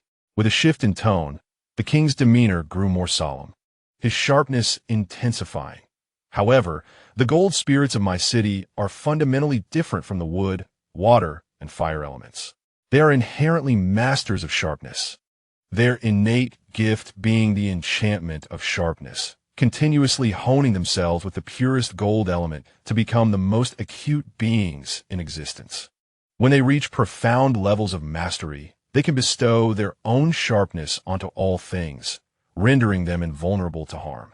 Should your beast lack sufficient fortitude, it need not wait for the four elements to clash. The sharpness inherent in the gold spirits will first pierce and sever its meridians, flesh, and soul. Upon hearing this, Chang'an exhibited no sign of concern. Instead, a slight smile graced his lips, his gaze resolute. "Thank you for your concern, esteemed elder. I have faith in my companion. His body and will are capable of withstanding this sharpness, and he is worthy of the most promising gold spirits in Xingqian." The sharpness in the eyes of the king of gold elementals softened slightly, and he nodded. "Since you possess such determination, I shall not impose upon you. I will arrange a symbiotic ceremony exclusive to the gold element, inviting all willing gold spirits in the city to attend. I shall have preparations made at once. Thank you. Astamatelde, Li Chang'an raplia sufli." At this moment, a familiar system prompt echoed in Li Chang'an's mind. Ding. Host has entered the city of Xinzi, triggering the main quest. Quest. Seek the most promising golden spirit within the transcendence level and establish a voluntary symbiosis with it. Quest reward. Yin-yang badi refinement technique. Save count. 2 current save count. 5. In the depths of the Beastmaster space, the voice of Lin Yuan resonated with Li Chang'an. "Lin Yuan, the quest has been triggered. Let's save our progress first, just to be cautious." Within the Beastmaster space, Lin Yuan, seated cross-legged on a yin-yang fish, suddenly opened his eyes. His physical form, nourished by the wood spirit, refined by the water spirit, and tempered by the fire spirit, shimmered with a faint triad of elemental brilliance amidst his black and white fur. The 3 elemental spirit patterns that had coalesced on his back glimmered subtly. He sensed the omnipresent sharpness of the city of Xinzi, and instead of feeling daunted, his fighting spirit surged even higher. "All right, brethren, I am ready. Progress saved." A pale light flickered, recording their current state in its entirety. Li Chang'an felt at ease and turned to enter the reception area prepared by the Golden Spirit King. Waiting in tranquility, he casually picked up the documents regarding the mortal and transcendent level golden spirits, meticulously prepared for him by the Golden Spirit King, and began to peruse them slowly. In the quiet chamber of the city lord's residence, Li Chang'an sat down, lightly brushing his fingertips across the surface of the table. The stack of documents, personally compiled by the Golden Spirit King, automatically opened and floated in midair. He scanned through the pages rapidly. Most of the golden spirits possessed talents merely like sharpness, solid gold, armor breaking, and swift slash. Decent, yet far from extraordinary. Until a particular page caught his eye. Li Chang'an Esa Gaza Sharpanat. Name, Gene Ling Cultivation. Complete Transcendence, Phase, Talent 1. Golden Intent Manifestation Talent 2. Supreme Bone of the 10,000 Jungang Gold. Upon reading this line, Li Chang'an's brad momentarily alta. He continued to examine the details. Golden Intent Manifestation allows one to innately wield the will of gold, conjuring various divine weapons such as swords, blades, spears, and halberds at will, making one nearly unbeatable in combat. The Supreme Bone of the 10,000 Jungang Gold enables the innate absorption of the essence of gold, exponentially enhancing the body, spirit core, and meridians. Enduring an overwhelming influx of gold elements. Within the same realm, the power of gold elements surges dramatically, and upon reaching the battle general phase, one can condense the sharp essence of gold, delivering a strike that penetrates the defenses of opponents a level higher, directly injuring their source. With these 2 talents combined, one for unmatched offense and the other for an invincible foundation, Li Chang'an found himself utterly stunned after reading the brief overview. Gene Ling, fully realized in the transcendence phase, possessing both Golden Intent Manifestation and Supreme Bone of the 10,000 Jungang Gold, two extraordinary talents. Unparalleled in combat prowess and boundless in potential, undeniably the most dazzling and natural choice for this symbiotic ritual. Yet, the more perfect and exaggerated it seemed. The tighter Chang'an's brows furrowed, and the more he sensed something amiss. This pattern felt all too familiar. Could it be possible for such extraordinarily powerful talents to coexist within a single golden spirit? This seemed exceedingly unreasonable. Chang'an gazed intently at the documents, his eyes gradually sharpening with suspicion. The transformation of the golden spirit into the supreme bone of the 10,000 Junjangjian, combined with the perfected state of transcending the mundane, presented a narrative too familiar for his comfort. As he pondered further, doubt began to take root. Could it be that this supreme bone of the 10,000 Junjangjian did not originally belong to him? Perhaps an elder from his clan had transplanted the bone from that golden spirit to this golden zero. An absurd yet strangely plausible thought exploded in his mind. He immediately began to frantically sift through all the materials, scanning each page in search of any clue. At last, he paused at an inconspicuous corner of a document that was almost overlooked. Name, Jean Shiliu, cultivation, early stage of transcending the mundane. Background, a member of the ancient Jin clan, yet marginalized and ostracized. Description, lacking any extraordinary talent since childhood. He was deemed mediocre by his kin, enduring scorn and disdain. Nevertheless, this spirit possesses an exceptionally resilient nature, relentlessly tempering his body with the most violent and sharpest golden elements day and night, neglecting his cultivation for years to strengthen his foundation. Although he is merely at the early stage of transcending the mundane, his physical form and spiritual core are astonishingly stable, rendering him nearly invincible among his peers, with terrifying potential for the future. Upon reading this, Chang'an's pupils contracted sharply, and he felt an involuntary exclamation surge within him. This Jean Shiliu's profile bears an uncanny resemblance to that of a protagonist deprived of his bone. The truth would soon be revealed upon meeting him.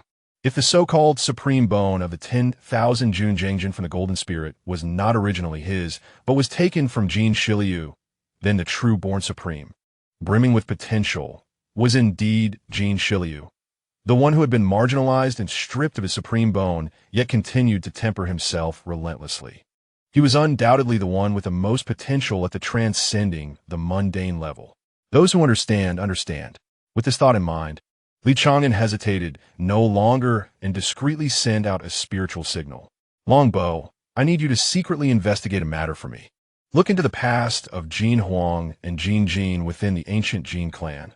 The more detailed, the better. It's prudent to verify this first. A moment later, in the shadows of Xinzi City, Longbow appeared as a faint, ephemeral figure, concealed amidst the resplendent golden glow.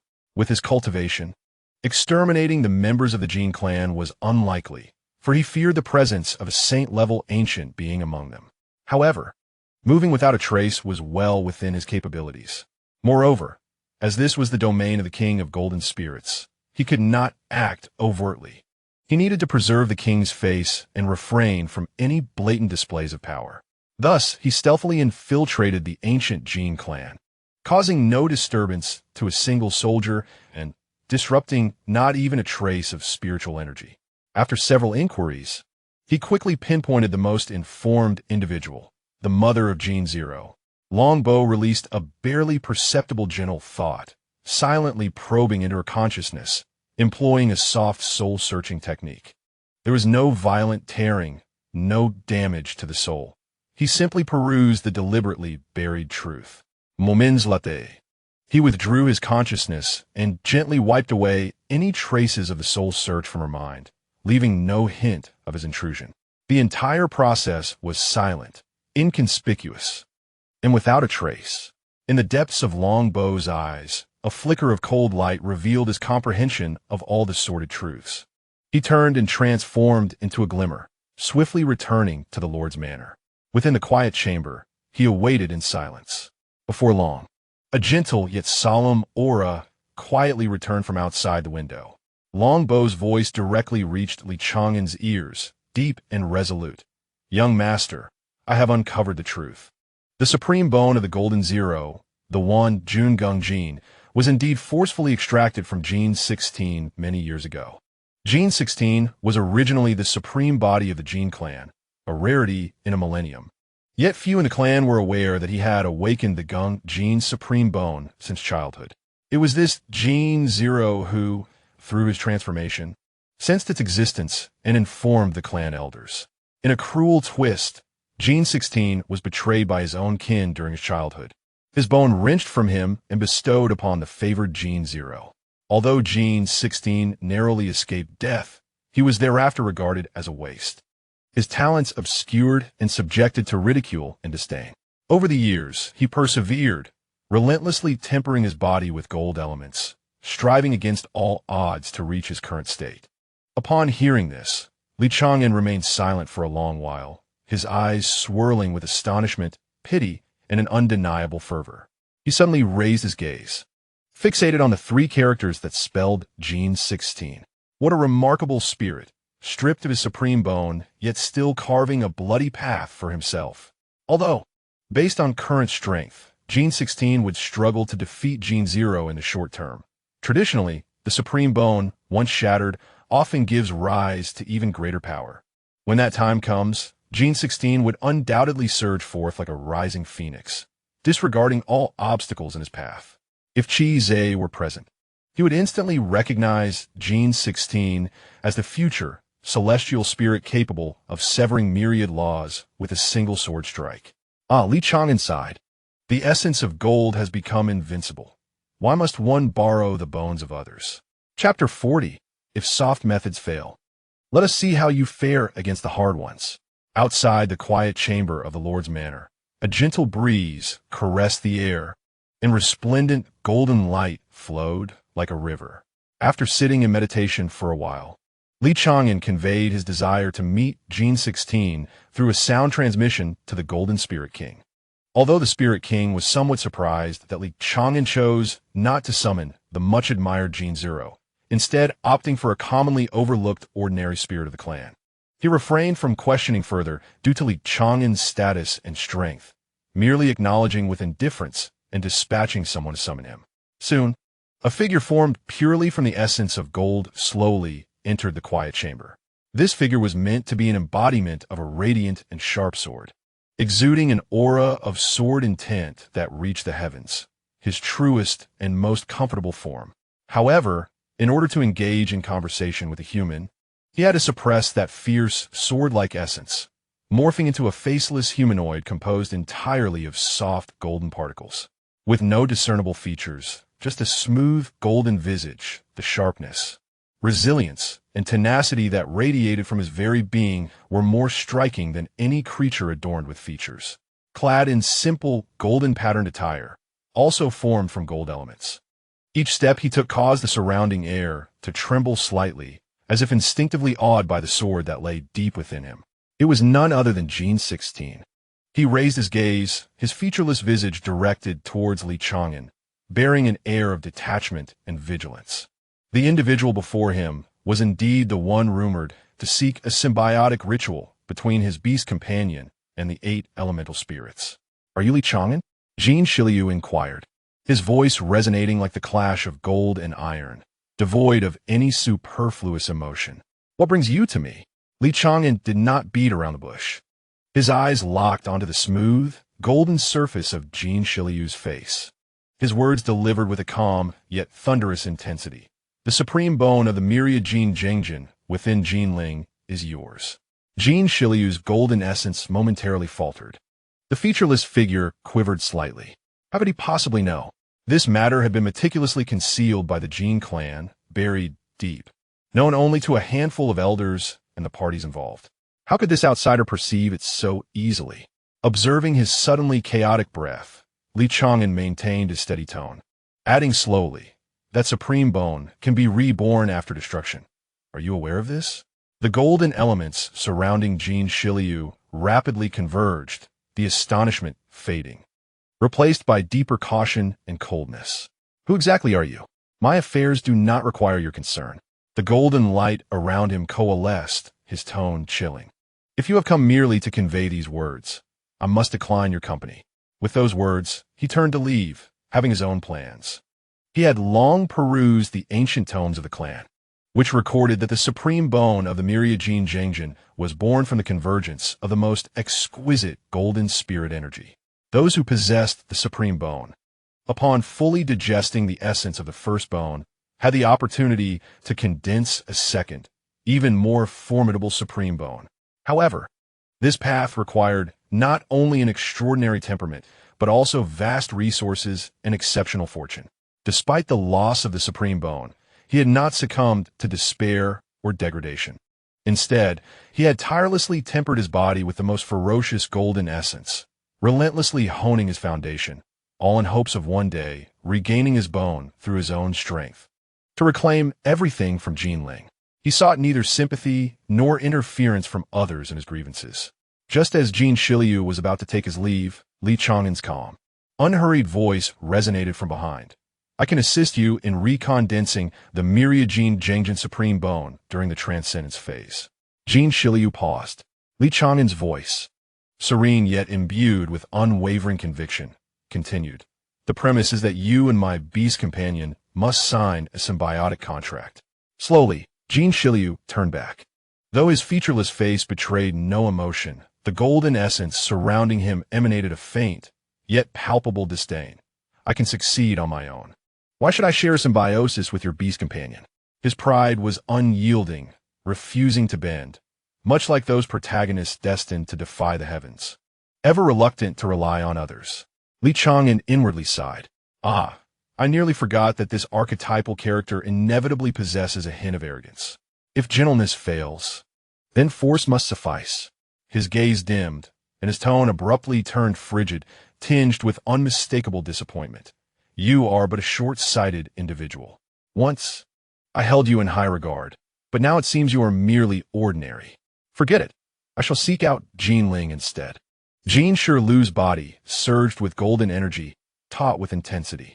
Li Chang'an raised his gaze, his eyes sharp as blades, piercing the very core of Jin Shiliu's deepest concerns.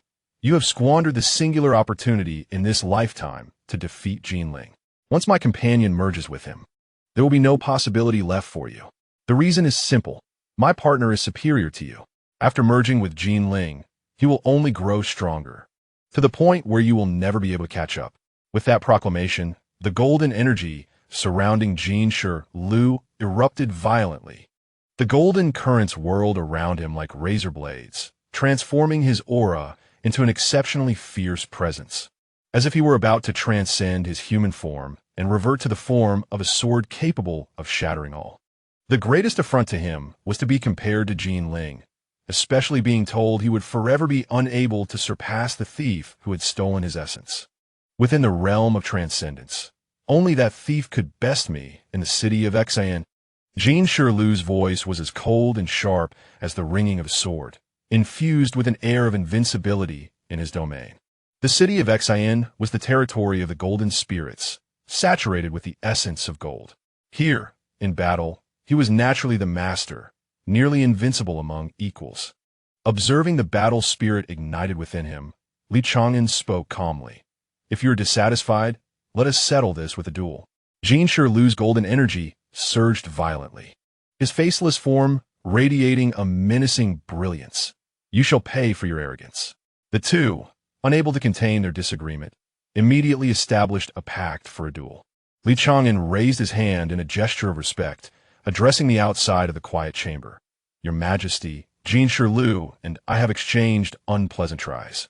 I wish to borrow a corner of your residence for a brief contest, to be conducted with restraint. I ask for your presence as a judge. As his words fell, golden light shimmered in the void. The figure of the golden spirit king emerged gracefully from the golden glow, adorned in resplendent royal robes, exuding both majesty and gravitas. Upon hearing this, he laughed heartily, the sound akin to the harmonious clash of gold and jade. I consent. I am eager to witness the prowess of your companion, young one, and the confidence that drives you to venture into one elemental city after another in search of elemental spirits for symbiosis. I also wish to see just how much brilliance Jin Shiliu can unleash. He readily agreed. For the Golden Spirit King was well aware of the ancient affair involving the Jin clan and the stolen essence. Not only was he informed, but he had subtly manipulated events to ensure Jin Shirlu would have the opportunity to witness the ancient text documenting the rise of the supreme essence from its shattered state. His reasons for remaining an observer were twofold. Firstly, this was a private matter within their clan, and the elders had reached a conclusion. As the Spirit King, it would be inappropriate for him to intervene, risking the reputation of meddling in others' affairs. Secondly, he understood better than anyone that the lineage of the supreme essence despised ease. Only through the loss of everything and the subsequent struggle to rise again could a new supreme essence, far stronger than the original, be born. The resilience, ferocity, and indomitable spirit that Jin Shirlu exhibited were precisely what he yearned to see. Today's minor contest, held not in the trial grounds but within his abode, would allow him to observe just how resilient this gem, buried in the dust, truly was. Do not hesitate to give it a try. As long as no lives are at stake, I, the king, shall personally oversee this, ensuring fairness and justice. The Golden Elven King cast a sweeping gaze over the two contenders, a profound smile gracing his lips. Let us hold a small contest right here. I wish to witness the spectacle. Chapter 41. Defining what it means to be a hero as his words echoed, the Golden Elven King gracefully stepped aside, enveloped by a soft yet formidable golden barrier, safeguarding this space from any residual turbulence. The contest commenced, with a casual utterance from the Elven King. The moment his voice faded, Chang'an subtly lifted his fingertips and softly called out, "Lin Yuan, come forth." In a flash of golden light, a tall figure emerged from the elemental bamboo grove, stepping forth from a void. His presence exuded calmness, and his gaze was sharp. It was none other than Chang'an's beast partner, Lin Yuan. He grasped a pale, blue elemental bamboo staff, which floated quietly in his palm, unadorned yet elegant. Before either side could exchange further words, Jin Shirlu unleashed his razor-sharp aura, erupting with overwhelming force. Born from the essence of a long sword, every movement was a deadly strike, devoid of any hint of hesitation, aiming directly for Lin Yuan's vital points. Clang, clang, clang. The golden light pierced through the air, producing a piercing sound with every strike, each blow imbued with the terrifying sharpness capable of shattering gold and stone, each move perilous and life-threatening. Lin Yuan stood firm, wielding his elemental bamboo staff to steadily parry wave after wave of fierce attacks.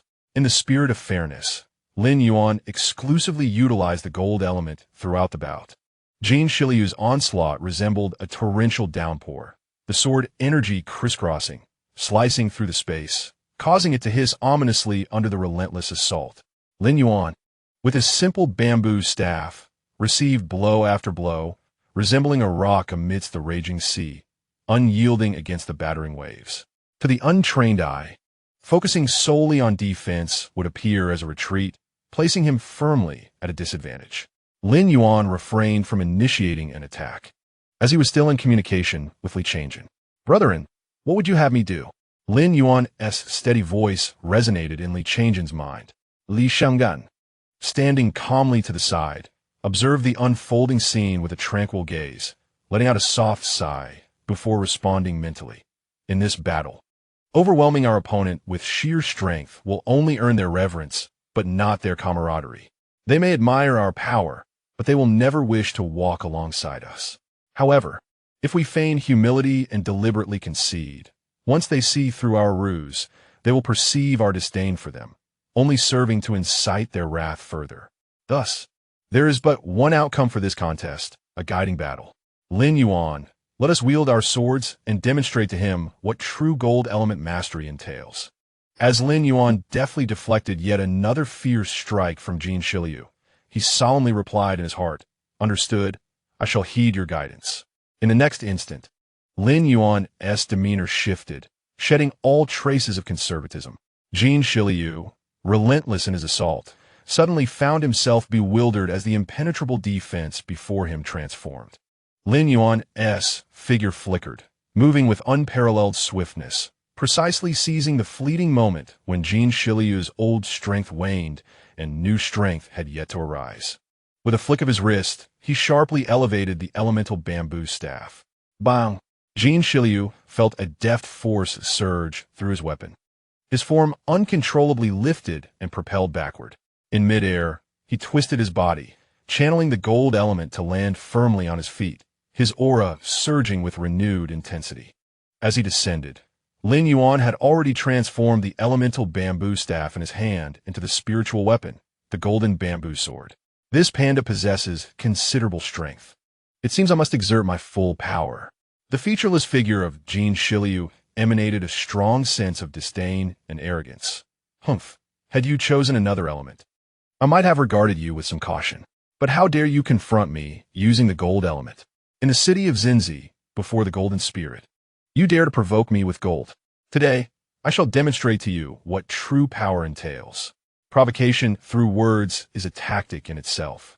As soon as his words fell, Jin Shiliu unleashed the innate racial talent of the gold elemental spirits, the enchantment of sharpness. Violent gold elements surged wildly towards his long sword, causing its blade to illuminate with blinding golden light, its edge multiplying in ferocity, slicing through the air with a sharp hiss.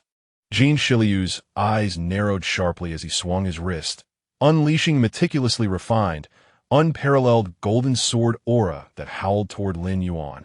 In that moment, Jin Shiliu was convinced, with the fragile golden bamboo sword in Lin Yuan's possession, he could not possibly withstand this strike. However, in the next instant, his pupils constricted, and he froze in place. Lin Yuan maintained a calm demeanor, still grasping the golden bamboo sword, merely layering it with a hint of gold element without choosing to confront directly. With a subtle twist of his wrist, the bamboo staff danced gracefully and precisely located the weakest point in the internal structure of that sword aura's gold element. In the next moment, the bamboo staff glimmered with a faint golden light, not to resist, but to devour, dismantle, and control. The once sharp sword aura became as docile as a tamed beast in his hands. With another flick of his wrist, Lin Yuan fully absorbed the sword aura, infusing it with an even more refined and pure gold element. And with a reverse swing, he sent the energy back. The sword aura he returned was stronger, sharper, and heavier than before, imbued with Lin Yuan's unique will of gold, slicing directly toward Jin Shiliu. The golden sword aura, sent back by Lin Yuan, rushed forth, causing Jin Shiliu's heart to tremble, and he no longer dared to underestimate it. The gold elements surrounding him surged violently as he poured his entire strength into conjuring an equally powerful sword aura to meet it head-on. Boom! The two razor-sharp sword auras collided mid-air, golden sparks flying, and a tempestuous wave of energy surged outward. How is it possible for a spirit beast to manipulate the gold element better than a golden spirit at the same level? Jin Shiliu's heart was tumultuous, and his featureless form trembled slightly. Beside them, the king of the gold spirits observed with flickering golden eyes, secretly lamenting. This panda is extraordinary. Its understanding of the gold element has transcended mere sharpness. Jin Shiliu felt a weight in his heart. No, I initially planned to rely on my advantage with the gold element to engage in a war of attrition, slowly wearing him down. But now it seems my plan has completely unraveled. I can no longer delay. I must use that move to determine the outcome. In an instant, Jin Shiliu's gaze turned fiercely resolute. He held nothing back as vast quantities of gold elements surged toward his sword like a tsunami, compressing his entire aura to its utmost limit. In the next moment, Jin Shiliu's figure suddenly vanished.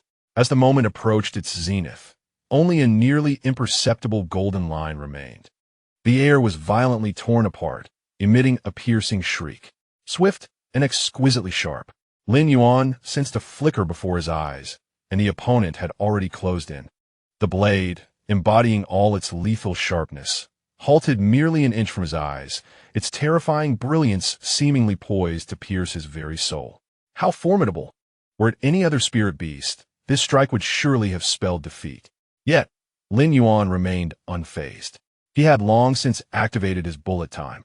In his perception, Jin Shiliu's speed, bordering on the absurd, rendered every wisp of golden energy and every ounce of force vividly apparent before him.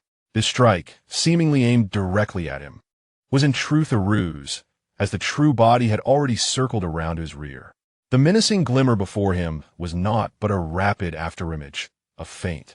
The ability to fuse agility with the golden edge to such an extent spoke volumes of Jin Shiliu's formidable and solid foundation. What a pity. Lin Yuan sighed softly, his tone calm, yet tinged with regret. This move, fierce to the extreme, was also prone to fracture. Once its trajectory was discerned, how could such rapid speed be reined in or evaded? Before his words could settle, Lin Yuan's figure flickered, akin to a willow catkin in the breeze, swiftly turning. The sword's golden radiance coalesced, aimed directly at the vital point of Jin Shiliu's true self concealed within the illusory form. Should this strike land, the victor would be determined. Yet in the next moment, Lin Yuan's pupils constricted in shock. Jin Shiliu did not halt, nor did he evade. He chose to embrace this lethal blow, willing to trade injury for injury, life for life. Even more terrifying was the sheer force of this strike.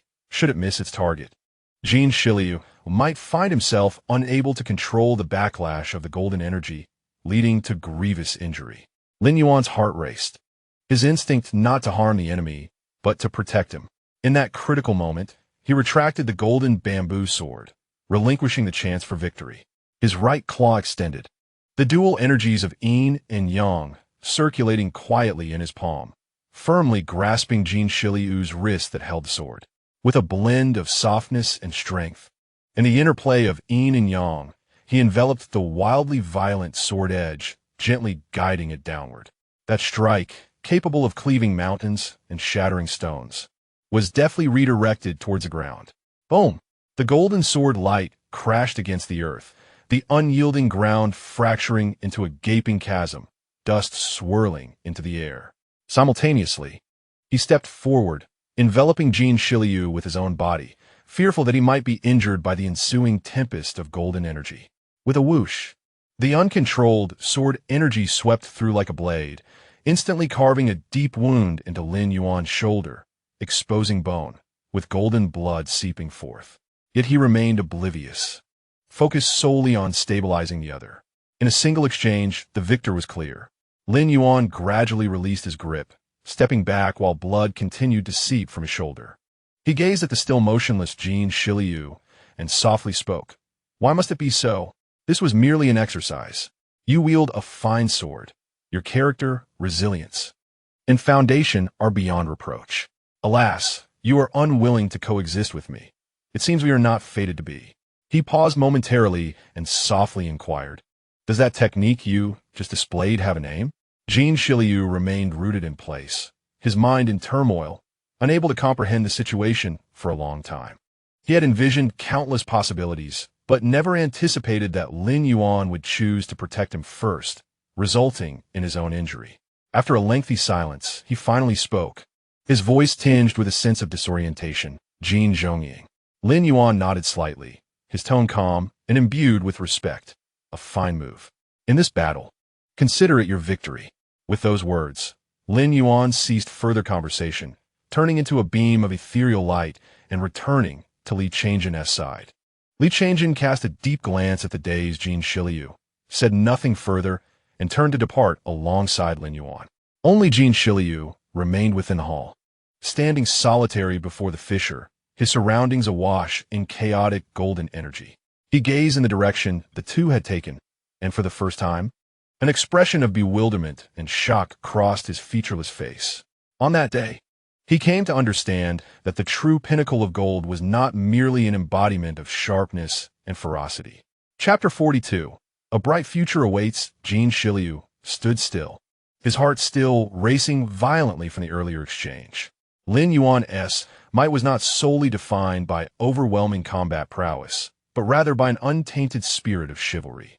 He had always relied on ruthlessness, wielding his strength without mercy, having grown accustomed to the world's deceptions and betrayals, reciprocating in kind. Yet, what had just transpired was merely a spar, and despite possessing the power to crush him, Lin Yuan had consistently exercised restraint, never exhibiting a hint of merciless intent. Instead, it felt as though he was guarding him. That uncalculated protection radiated warmth, unexpectedly shattering the hardened demeanor he had cultivated over the years. He stared blankly at Lin Yuan's upright figure, and Li Chang'an's words reverberated clearly in his ears. Such a hero, and if that thief were to seize the opportunity. A sharp pang of regret gripped his heart. No, he could not allow such a person to fall into the hands of scoundrels, nor could he allow himself to squander this rare opportunity. Without a moment's hesitation, Jin Shiliu rushed out and positioned himself in front of Lin Yuan and Li Chang'an. His usually cold and hard expression uncharacteristically marked by urgency and seriousness. He bowed deeply, expressing the gratitude and remorse he had long harbored, his voice quivering imperceptibly, pleading for the two to share this path with him. Lin Yuan and Li Chang'an exchanged a warm smile, their eyes gentle, devoid of any animosity. And with a slight nod, they graciously accepted. The instant Jin Shiliu nodded in agreement, the task reward was promptly dispensed, the technique known as the yin-yang body refinement method. Skill. Yin-yang body refinement method has been automatically converted into a passive skill. Bestowed upon Beastmaster Li Lin Yuan, yin-yang body refinement method, capable of harnessing yin and yang elements to refine the body, subsequently reshaping the physical form with the power of yin and yang, significantly enhancing the resilience of muscles and bones, enabling the bearer to withstand more ferocious strength. Once the technique is activated, it will tirelessly expand the limits of spiritual energy storage, akin to a continuous state of cultivation, perpetually fortifying one's spiritual meridians. The system is truly generous with its rewards. Although Lin Yuan possesses a multitude of techniques, his spiritual energy is only sufficient to support the utilization of basic maneuvers. He has not mastered any of the expansive area damage skills. It was only after forming a contract with elemental spirits that he managed to learn a few, as the consumption of blue energy for corresponding elemental skills was significantly reduced. Now, with the acquisition of the yin-yang body forging technique, once Lin Yuan successfully cohabitates with the 8 elemental spirits, his blue energy reserves will be astonishingly abundant. No longer will he be obliged to rely on basic attacks. It will all be grand abilities. Lost in such delightful thoughts, Li Chang'an was abruptly jolted back to reality by a sudden burst of golden light. Before him, Jin Shiliu, having undergone countless trials, unleashed the unparalleled sharpness of the gold element, born with the innate sharpness of the gold spirit and honed over years. His edge had become as keen as a blade. Even before the gold element had truly entered his body, its piercing intensity had already begun to tear through his meridians. Lin Yuan felt as if his limbs were on the verge of splitting apart, and an excruciating pain surged through him, nearly tearing him apart. In this critical moment, the yin-yang body forging technique he had just acquired activated spontaneously within him. Rather than resisting, he actively drew upon the force of the sharp gold, using the technique to forcibly sever his body, allowing the brilliance of Jin Shiliu to rend his old form, refining his sinews and bones. He then harmonized the raging gold element with the gentleness of yin-yang energy, merging sharpness with softness. The agonizing pain gradually receded, replaced by a warm and dominant force that spread throughout his veins. Golden light radiated from Lin Yuan, transforming into countless delicate and resilient golden chains, their bodies shimmering with spiritual light, not as restraints, but rather as a solemn covenant being forged. The chains extended into the air, slowly coiling around the core of Jin Shiliu, each intricate link perfectly aligning with the gold element patterns subtly emerging on his sword's body. Jin Shiliu could distinctly sense that these softly glowing golden chains were embedding themselves inch by inch into his sword, merging him into the gold element patterns behind Lin Yuan. The interwoven links and tattoo-like patterns entwined, ultimately dissolving without a trace, leaving only a faint golden glow beneath the skin, as if an unspoken mark of contract had been branded. At last, under the harmonious balance of yin-yang and the forging of sharp gold, Lin Yuan and Jin Shiliu achieved true symbiosis. Their essences became tightly interwoven, their souls interdependent, inseparable henceforth. Excellent. Lin Yuan, please take Jin Shiliu into the beast mastery space and explain the situation to him. I will prepare some materials to help him quickly condense the supreme bone of the 10,000 Jungung gold, Li Chang'an said leisurely. Lin Yuan acknowledged and entered the beast mastery space. Inside the elemental bamboo grove, the air was thick with spiritual energy, the emerald bamboos swayed gently, and light sparkled all around. As Lin Yuan stepped into the beast mastery space, his mind sank and his will stirred. In the next moment, four dormant tattoos on his back illuminated simultaneously. The crimson flames, azure waters, verdant woods, and sharp gold sequenced forth with brilliance. The four elemental totems shimmering vibrantly across his broad and sturdy back, their spiritual light soaring to the heavens. For streams of light shot forth from the tattoos, hovering gracefully amidst the bamboo grove. These were the four elemental spirits that shared their existence with him. As Lin Yuan's gaze fell upon Jin Shiliu, his expression softened, and he spoke gently.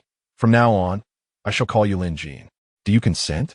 Without a trace of hesitation, Lin Jin promptly nodded in agreement. In his heart, a name was merely a designation of little significance. What truly mattered was that he had now become intertwined with Lin Yuan, their souls connected, thus finding a sense of belonging. This affirmation was far more precious than any title. Noticing his willing acceptance, Lin Yuan's lips curved into a subtle smile as he turned to introduce his companions one by one. He first pointed to a sapling, its form enveloped in vibrant green aura, its branches quivering gently, and spoke with a hint of reverence. This is Lin Mu. Lin Mu nodded lightly, the leaves rustling softly. No one would suspect that this seemingly gentle wood spirit was, in fact, a sprouting world tree seedling, mastering the laws of time and space, currently striving to grasp them, yet still in the process of learning. Next, Lin Yuan gestured towards a graceful figure resembling a mermaid, composed entirely of crystal-clear water. This is Lin Shui. Lin Shui swayed her watery tail, her form ephemeral as mist. Hidden within her song was the power of ancient incantations. Derived from the ancient race of the world trees accompanying microcosm, her potential unfathomable, she was diligently studying the ancient texts, driven to the brink of madness. Lin Shui remarked, "Oh, ancient texts, you are quite formidable, aren't you?" Then, Lin Yuan turned his attention to a miniaturized flame-shaped bow, emanating a fierce and radiant heat. This is Lin Hua. The spirit of flame glowed with a pure, bright light, its core having been thoroughly restored. Born with the terrifying talent of the bow of causality, which had shattered its core, it was fortunate that the core had now been mended.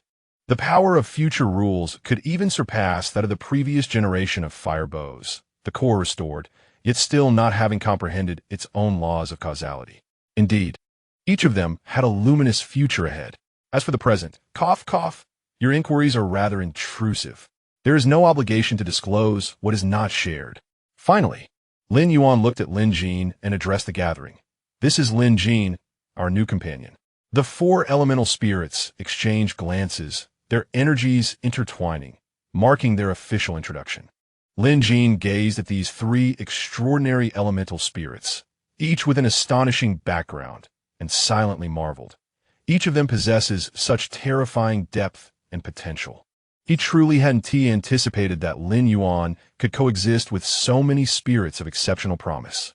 After a brief moment of astonishment, he quickly reconciled himself to the reality. Given Lin Yuan's formidable strength, it was only logical that his companions would not be ordinary. Otherwise, they would hinder his progress.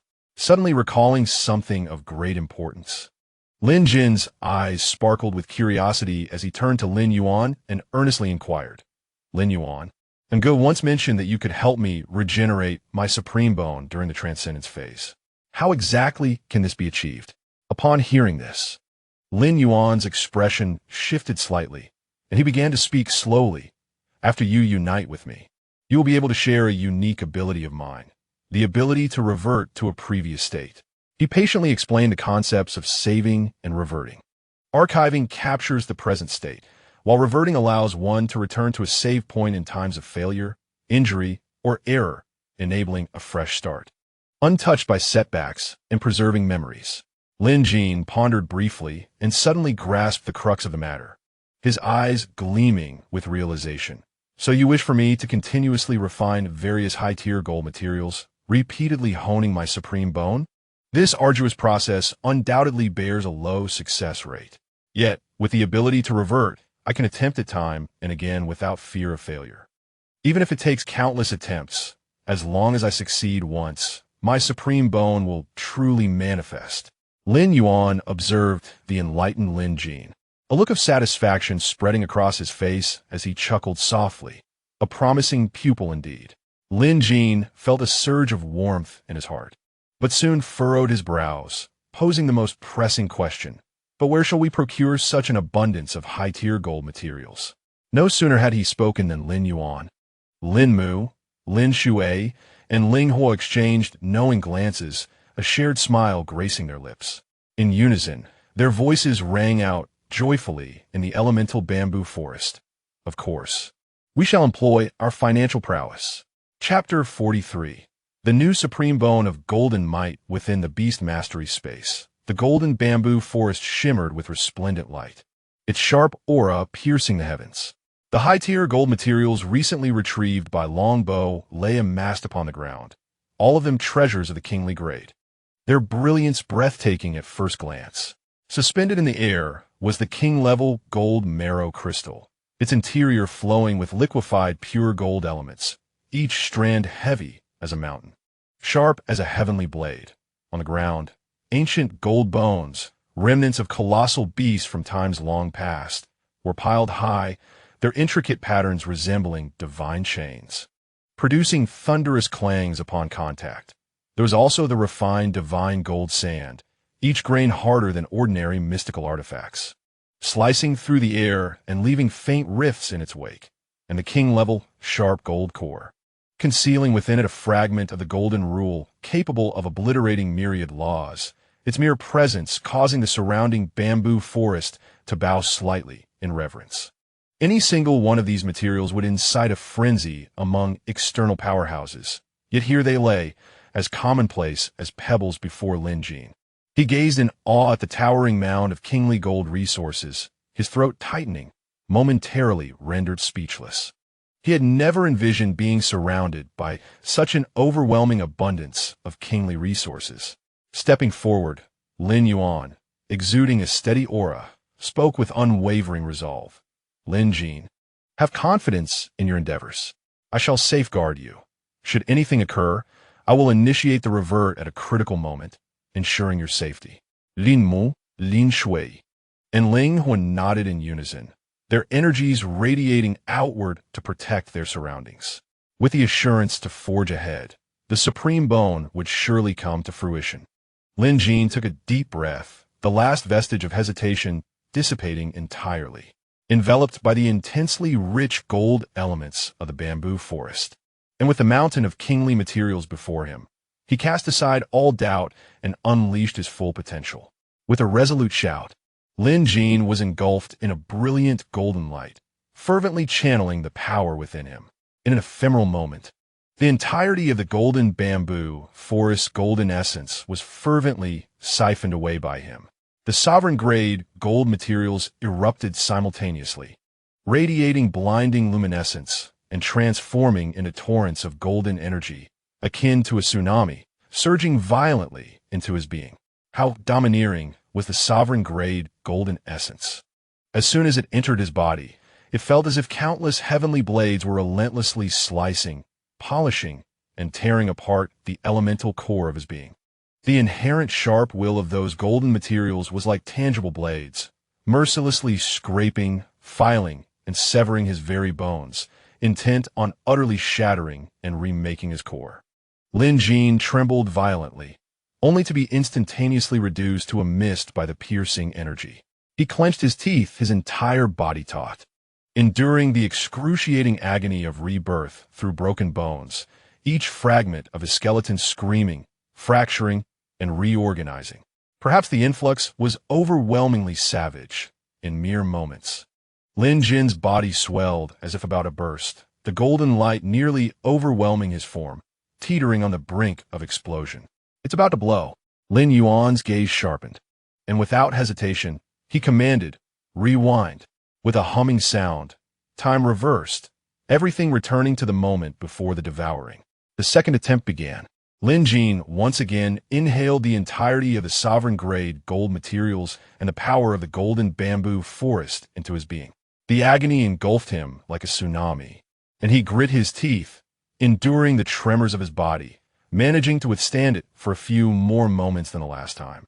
Yet ultimately, he still succumbed to collapse before the energy spiraled out of control. Lin Yuan initiated the rewind once more. The third, the fourth time, he absorbed repeatedly, shattered time and again, starting anew with each attempt. Each time was a harrowing trial of bone scraping and bodily fracturing. Each time tested the limits of his will and flesh. Until the 10th attempt, Lin Jin finally absorbed all the sovereign-grade gold materials completely. His internal golden power surged like an ocean. However, his mind had been utterly worn down by the excruciating pain, leaving him with no strength to guide the energy into coalescing into the supreme bone. The violent golden essence rampaged within him, on the verge of losing control and self-detonating. Lin Yuan sighed softly, taking action once again. Rewind. Beside him, Li Chang'an watched in astonishment, unable to refrain from speaking. Lin Jin, why not consider a different strategy? Take it gradually. If you persist like this, I fear your spirit may break first. Lin Jin breathed heavily, remnants of the tearing pain still coursing through him. Yet his gaze grew ever brighter and sharper.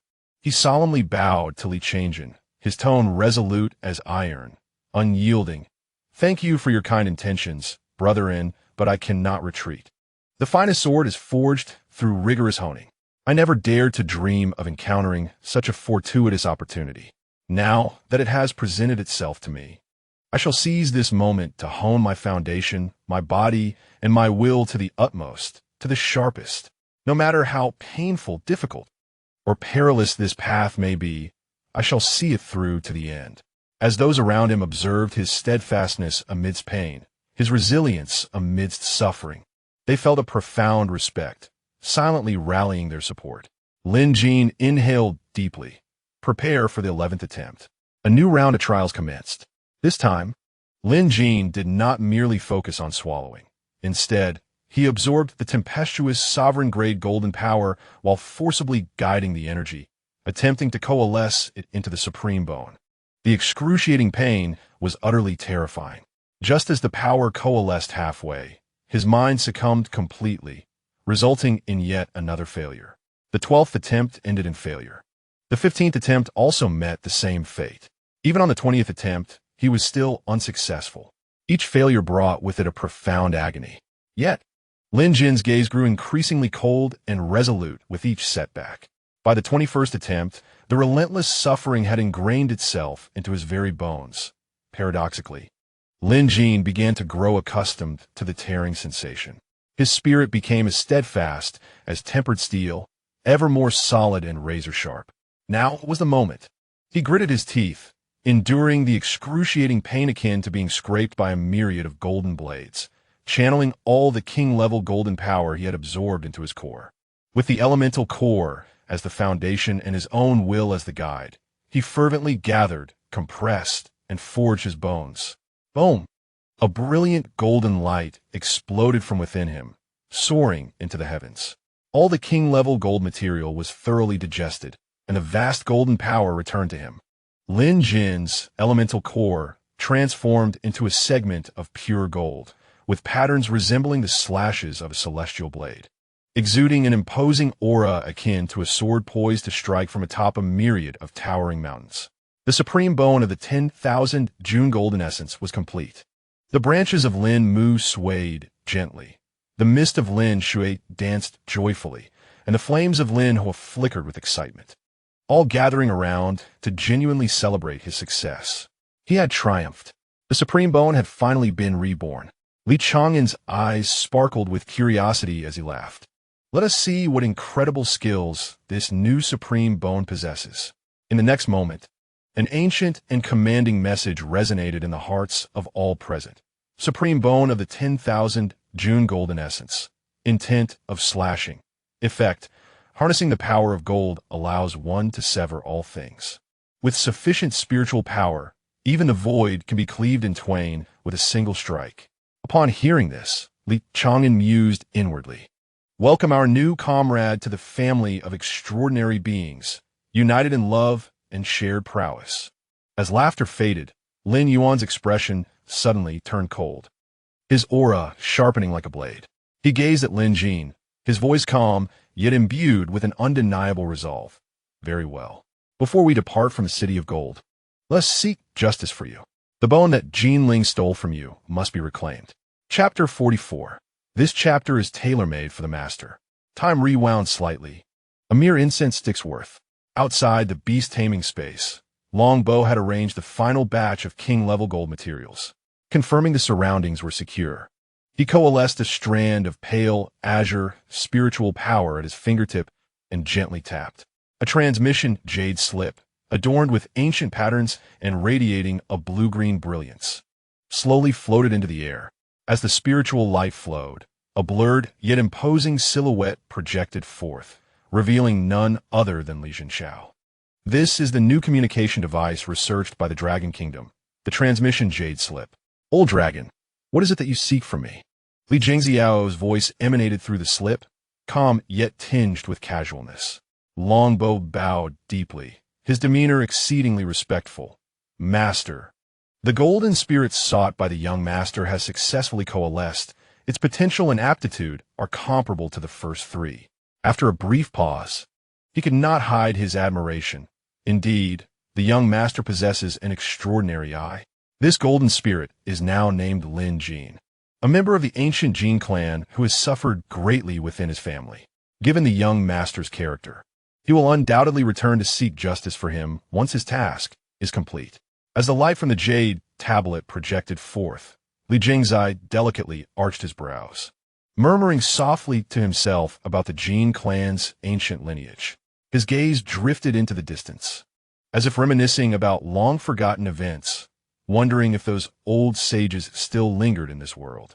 It was precisely because of the concern that they might still be alive that he realized he alone might not be able to ensure the safety of the young master. Longbow spoke candidly, thus urging the master to take preemptive action, to exert a slight pressure and instill a sense of awe. Understood, Li Zhenxia rapidly aliguli. His eyes directed towards the city of Exen, his finger lightly gesturing into the air, with but a single motion devoid of any earth-shattering phenomena. It seemed to traverse endless space, directly descending upon the dwelling of the Jin clan. Moreover, he suddenly shifted his tone, looking at Longbow with a hint of resignation. Long Jin Xiao, the matters of the past have long since faded into memory. How long will you continue to address me as master? Is it not time to move beyond this? His words remained unfinished as he was gently interrupted by Long Jin Xiao. With resolute eyes, he replied, the grievances of your have been laid to rest between us. I had thought we had reached a mutual understanding on this matter. I still call you master solely because the promise made back then remains unfulfilled. As the Kylan son of the Li family, I, Long Jin Xiao, shall protect him with my very life. Li Jingzai was taken aback, then chuckled and shook his head. Ah, you remain as stubborn as ever. Once that lad Chang'an shines brilliantly in the college entrance examination, seek an opportunity to break through. Do not continue to stifle your own cultivation. Otherwise, in due time, you may find yourself unable to protect him. Long Jin Xiao merely smiled faintly at his words, understanding unspoken between them. As Li Jingzai pointed towards the void, far away at the Jin clan's dwelling, the previously clear skies, bathed in golden light, suddenly darkened with the descent of his gesture. Boundless black clouds surged like a cataclysmic tide from the heavens, swiftly shrouding the entire expanse, blocking even a single ray of sunlight. The world fell into obscurity, with an oppressive weight in the atmosphere that felt suffocating, as if the very clouds were poised to crush the city. Deep within the clouds, the divine thunder of the purple sky flickered ominously, emanating a supreme pressure that transcended all. Enemy attack. The shrill alarm resounded above the Gene clan, as three resplendent golden rainbows surged skyward from the depths of the clan's territory. Their presence as ferocious as a tsunami. The three sovereign-level golden spirits that guarded the Gene clan. The foremost spirit, adorned in golden armor, bore hair and beard of gold, with eyes that flashed like blades. The spirit on the left radiated an aura akin to tempered divine gold, every inch of its skin flowing with an essence of destruction, while the spirit on the right wielded an ancient golden blade, its mere presence threatening to cleave the heavens. Upon the emergence of these three sovereign-level powerhouses, the very essence of gold in the atmosphere began to boil with fervor. The air was sliced by their sharp golden energies, emitting a piercing shriek, as the space itself began to crack under the pressure. Who dares to intrude upon the territory of the Gene clan? The leading golden spirit bellowed, its voice reverberating through the clouds, causing them to tremble slightly. Silence enveloped the black clouds. Only the increasing sense of oppression loomed ominously. Attack! The leading golden spirit's gaze sharpened, no longer hesitating. The three exalted sovereigns simultaneously raised their hands, unleashing an unrestrained burst of golden energy. With a resounding cry, the foremost sovereign formed intricate seals with his hands, and a myriad golden elements in the heavens fervently converged, transforming before him into a colossal golden blade towering 1,000 zhang, its surface engraved with ancient golden patterns, the blade's intent slicing through the clouds. To the left, the sovereign struck his chest with fervor, igniting his own essence and the power of his golden bones, which coalesced into a resplendent golden river that traversed the heavens, shattering the very fabric of space in its wake.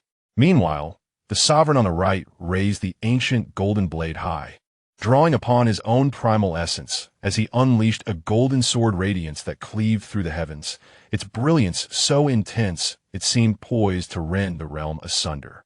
Boom! The three formidable assaults simultaneously struck the oppressive black clouds above. The golden blade fell, the river surged, and the sword radiance tore through the air. The terrifying energy storm instantaneously engulfed the ancient clan of the Gene, causing the earth to rupture, structures to collapse, and countless golden spiritual plants to be reduced to ashes in the aftermath of the onslaught. Yet, in the face of the combined might of the three sovereign-level beings, the dark clouds shrouding the sky remained utterly unyielding. Not only did they not shatter, nor part, but not even the slightest ripple or quiver manifested. All the violent golden assaults vanished silently, as if swallowed by the clouds without a trace. How? How could this be possible? The expressions of the three golden sovereigns shifted dramatically, terror finally flickering in their eyes for the first time. The foremost golden sovereign's pupils constricted, perceiving the spatial laws around them completely frozen, his voice trembling. The entire space is uniquely confined. All our attacks are locked within this realm, unable to reach the existence beyond the clouds. Before his words could fully escape, a thunderous roar erupted from the heavens. The purple lightning of the divine thunder shattered the darkness, illuminating the sky with myriad flashes, and in that blinding moment, all the golden sovereigns finally discerned the truth hidden within the clouds. There, amidst the darkened expanse, loomed an unimaginably vast dragon, its form so immense that one could see neither head nor tail. Its scales shimmered like divine gold, its whiskers flowed like the Milky Way, and its overwhelming majesty was akin to the very sky collapsing. Merely coiling within the clouds sent tremors throughout the entire ancient clan of the Gene. A voice, indifferent yet ancient, resonated with supreme authority, devoid of any rage, echoing like a divine decree in the hearts of every golden sovereign, including the sovereign king. The matters of the youth shall be resolved by the youth themselves. Should anyone dispute this, feel free to step forth and spar with me. A simple statement, yet it rendered the three sovereign-level golden beings utterly paralyzed, devoid of the courage to even twitch a finger. As the oppressive aura dissipated, the black clouds gradually receded, and light returned to the earth. The previously shattered structures and spiritual plants restored to their former glory. At this moment, The elite members of the Jin clan finally dared to draw deep breaths, each drenched in cold sweat. Their bodies chilled as though they had narrowly escaped the clutches of death. Li Jingxiao's beast had not truly manifested here. It was but a projection of Li Jingxiao's will. The golden sovereign king stood in a state of shock, his face a mask of disbelief. As a singular frenzied thought surged through his mind, the background of Li Chang'an is terrifying beyond measure. So, you're the offspring of that esteemed figure. Young master, why did you not reveal this sooner? Chapter 45. The Supreme Bone returns to the present.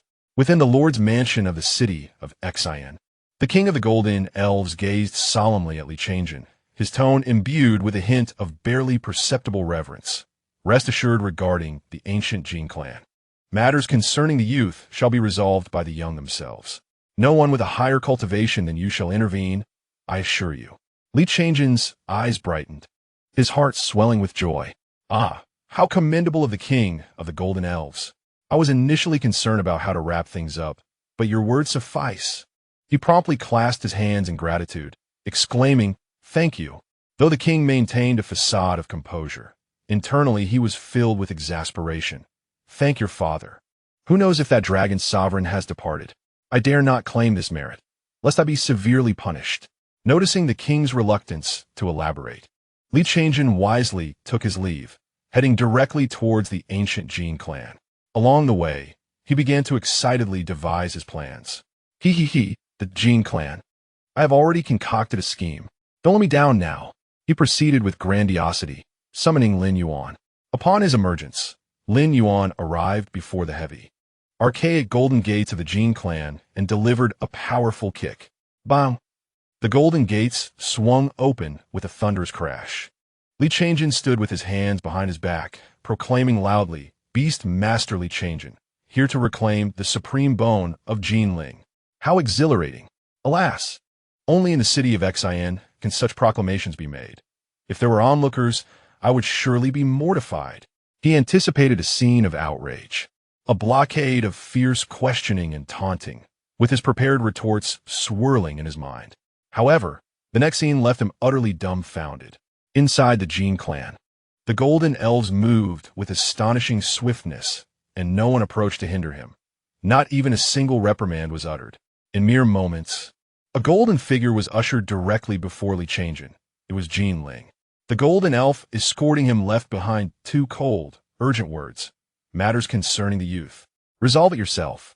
As the words faded, the golden elf vanished as if fleeing from a plague. Li Chang'an, what? This is not right. Is this a twist in the plot? What is happening?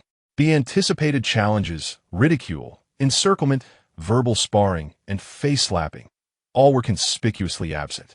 It seemed as though the entire Jin clan was eager for them to resolve their matters swiftly and depart. Is the king of the Golden Elves truly this formidable? Oh dear, what has become of my face-slapping narrative in this world? Is there some intention to thwart me? Very well, let us conclude this quickly. It has lost its charm. Li Chang'an instantly lost interest in his grandstanding and waved his hand dismissively. Lin Yuan understood the cue. Suddenly, the golden elemental totem behind Lin Yuan erupted with blinding golden light, runes swirling as the figure of Lin Jin stepped forth from the totem. Lin Yuan spoke evenly, his voice resonating throughout. Lin Jin has come to reclaim the supreme bone of Wanjun Jingjian. I shall not intervene. If you can protect it, that shall be your merit. As the words fell, the atmosphere in the arena instantly froze. Lin Jin and Jin Ling stood facing each other, their bodies simultaneously enveloped in a brilliant golden radiance.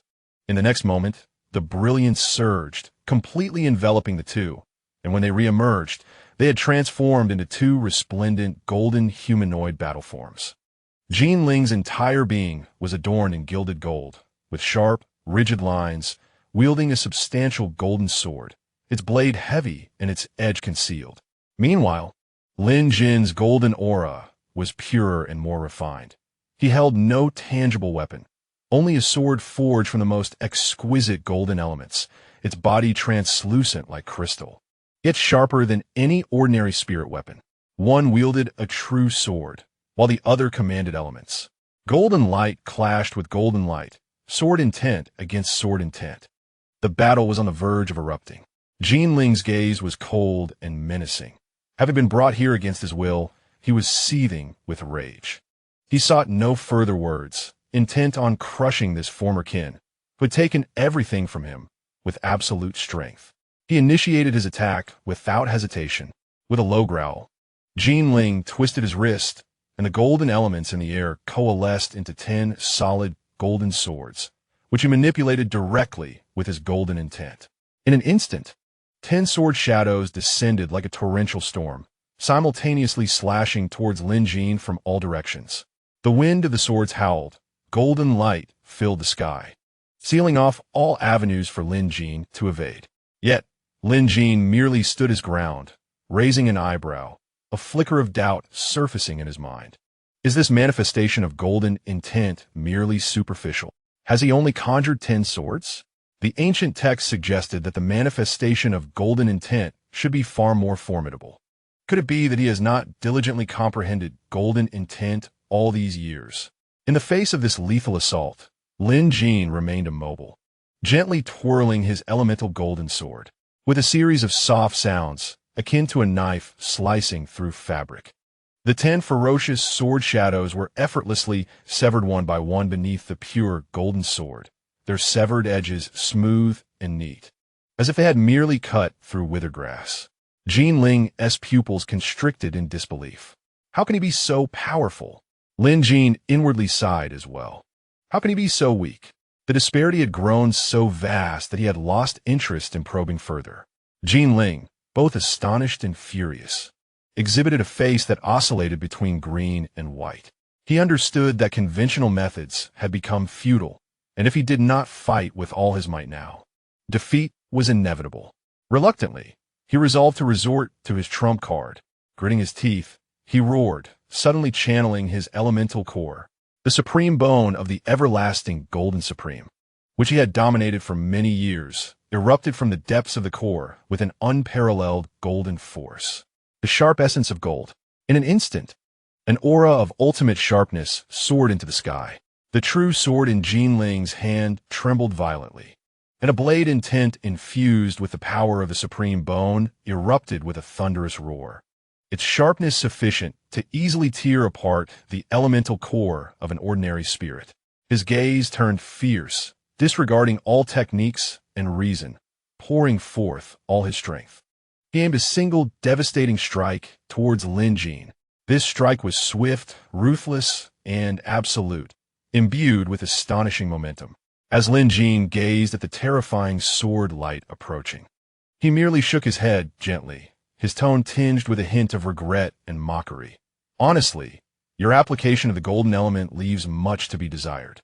For many years, he has dedicated himself to honing his foundational skills, mastering the essence of gold far beyond the capabilities of ordinary individuals.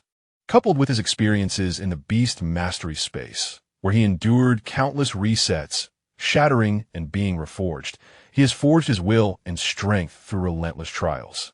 Now, his comprehension and manipulation of gold elements subtly surpass even that of Lin Yuan. The strike from Jin Ling appears overwhelming, yet in Lin Jin's eyes, it is merely adequate. He has already identified several flaws. With a focused gaze, Lin Jin ceases to hold back. A slight exhalation of golden energy envelopes him, utilizing only half of his spiritual power as he raises his elemental golden sword. Intent to cut. There are no earth-shattering phenomena, no exaggerated roars. Instead, a golden blade mark, swift, sharp, and pure, flashes by in an instant. Among the transcendent spirit beasts present, only Lin Yuan can perceive Lin Jin's movements. Li Chang'an feels a blur before his eyes, unable to capture anything. In the next moment, with a swift motion, Jin Ling's ultimate golden intent is cleaved in two from the center. The sword light shatters, golden energy disperses, and the violent force is directly severed in half. This intent of the cut continues unabated, striking directly at Jin Ling's chest. With a soft sound, a small incision is made in the elemental core, yet remains unshuttered. Deep within the core, the golden supreme bone, adorned with intricate patterns reminiscent of divine slashes, is fully exposed to the air, radiating a divine glow. Lin Jin reaches out and grasps it, as if the supreme bone were a fledgling returning to its nest, settling securely in his palm. The bone has returned to its rightful owner. Jin Ling stands frozen, his true sword clattering to the ground. His elemental core damaged, yet devoid of any threat to his life. He remains in a daze, his eyes vacant, still unable to believe the utter and decisive nature of his defeat. Lin Jin tightly clutches the reclaimed supreme bone, feeling the familiar golden power intertwined with his bloodline, and slowly raises his gaze. His eyes sweep across the Jin clan, his voice calm, yet imbued with resolute finality. From this moment forth, I, Lin Jin, shall have no further ties with the Jin clan. Chapter 46. City of Ya. There are 12 days remaining until the college entrance examination. The spiritual energy between heaven and earth suddenly thickens, becoming heavy and profound, enveloping the surroundings with an earth-like weight, stable as ancient mountains. Each wisp of energy carries the steadfastness and immovability of a boulder. Before the eyes lies an endless expanse of earthy yellow and dark gold. The entire city of Ya does not appear to be constructed, but rather seems to have grown directly atop the back of a colossal tortoise spirit beast. This is the embodiment of the Earth Spirit King, an ancient mystical tortoise that dwells between heaven and earth. Its shell stretches for miles, with patterns resembling mountains and rivers, crisscrossed with ravines. Each line conceals the fundamental rules of the Earth's essence, heavy, ancient, and vast, as if it has lain here since the dawn of creation. The shell is blanketed with thick layers of yellow earth, where stone forms mountains and quicksand creates rivers, while the dragon veins of the earth flow slowly underground, supporting a realm of earth spirits as solid as a prison. Thus, the city of Ya unfolds quietly upon the back of the tortoise. The city is devoid of towering walls, encircled instead by a natural rise of dragon vein mountains. These majestic formations, composed of ancient black soil, prison-like golden stones, and the essence of the earth, create undulating peaks reminiscent of a slumbering dragon, forming an automatic natural barrier that isolates the external impurities and intrusions. Between the mountains, there are no intricate pavilions, only earthen spirit palaces, stone halls, and subterranean caverns, all constructed from the crystallized essence of earth elements. Their lines are steady and robust, with rounded edges that exude authority, devoid of any ostentation, embodying the simplicity and resilience of the earth. The ground is not soft soil, but rather a solid spiritual rock, compacted by the essence of earth spirits, firm and silent underfoot, heavy and stable, without the slightest tremor. A faint, earthy, golden luminescence flows upon the surface, representing the energy of the earth's dragon veins. Walking upon it nurtures both body and soul, naturally calming the mind. Within the city, there are no fluttering spirits or darting lights, only a profound tranquility, so serene that one can hear the breath of the earth's spirits beneath. Earth spirits cultivate not extravagance, but rather weight, defense, stability, and enhancement, until they reach the rank of battle generals. All earth spirits lie dormant within the stone abyss beneath the back of the ancient turtle. This abyss is a solid, circular chasm, not hollow, but filled with soft, warm earth, where the mortal and transcendent earth spirits are deeply buried. They continuously absorb pure earth elements into their core for cultivation. Each completion of their training yields pure spiritual soil, nourishing the entire abyss and enriching the spiritual veins further. The openings of these abysses are modest in size, the largest measuring merely 10 meters in diameter, yet they are unfathomably deep, akin to ancient wells leading to the depths of the earth. As Li Chang'an gazes around, he observes 5 such abysses meticulously arranged within the city of Yao, each cloaked in a gentle, earthy, golden glow, silently undisturbed. The battle general level earth spirits typically manifest as shields, armor, steles, or stones, with the most common form being the earthen shields glowing with a swirling golden light, quietly hovering before the palaces, serving both as guardians and reflections of their own forms. Upon achieving the rank of elemental commander, A spirit can fully transform into a complete, ethereal form. Their appearance is strikingly beautiful, with a calm and refined demeanor, aside from their distinctive pointed ears. Their physique and visage bear nearly no difference from humans. The forms manifested by earth spirits generally possess a robust stature with skin in hues of earthy gold, dark gold, or ochre, with sharp ears, steady gazes, and an aura of contained spiritual light that reveals no trace of aggression, yet emanates an unwavering presence akin to a mountain. The entire city of Yao is free from clamor, conflict, and urgency, embodying only slumber, dormancy, stability, and eternity. The earth breathes quietly, and the dragon veins flow gently. Li Chang'an descends slowly from the back of the wind spirit winged dragon, landing upon the most stable spiritual jade platform atop the ancient turtle's head. As he touches down, he feels an overwhelming pressure emanating from the depths of the earth, neither fierce nor hostile nor domineering, but so steadfast that it evokes a sense of despair, as if the very heavens could topple. Yet this place would remain unshaken. He bowed respectfully, his voice steady and reverberating softly in the tranquil surroundings. I, Li Chang'an, pay my respects to the king of the earth elementals. In the next moment, a yellowish spiritual light gradually coalesced at the center of the giant turtle's forehead. This ethereal glow transformed into a humanoid figure, clad in a robe of dark yellow earth, with drooping pointed ears and half-closed eyes, exuding a languid and heavy aura. He was the embodiment of the Earth Elemental King, devoid of any outwardly displayed power, yet seamlessly integrated with the vast land, the entire city of Yaoshan, and the ancient turtle itself. He lifted his gaze slightly, his voice resounding like a boulder rolling down a mountain, deep, yet clear, imbued with a sense of weariness and lethargy, as though he might succumb to slumber once more. Human, I am aware of your presence. The cities of wood, water, fire, and metal have granted passage. I bestow upon you the permission for cohabitation that you seek. He gestured lightly, and a warm, heavy yellowish spiritual light descended upon Li Chang'an's brow, imprinting the permission for cohabitation with the city of Earth. The transcendent level Earth elementals lie in slumber within the stone abyss. You must venture there yourself to seek them. With whom you may forge a bond depends solely upon your ability to awaken that dormant connection. As his words fell, the Earth Elemental King stifled a silent yawn, his fatigue intensifying. I shall return to my slumber now. You may proceed as you wish.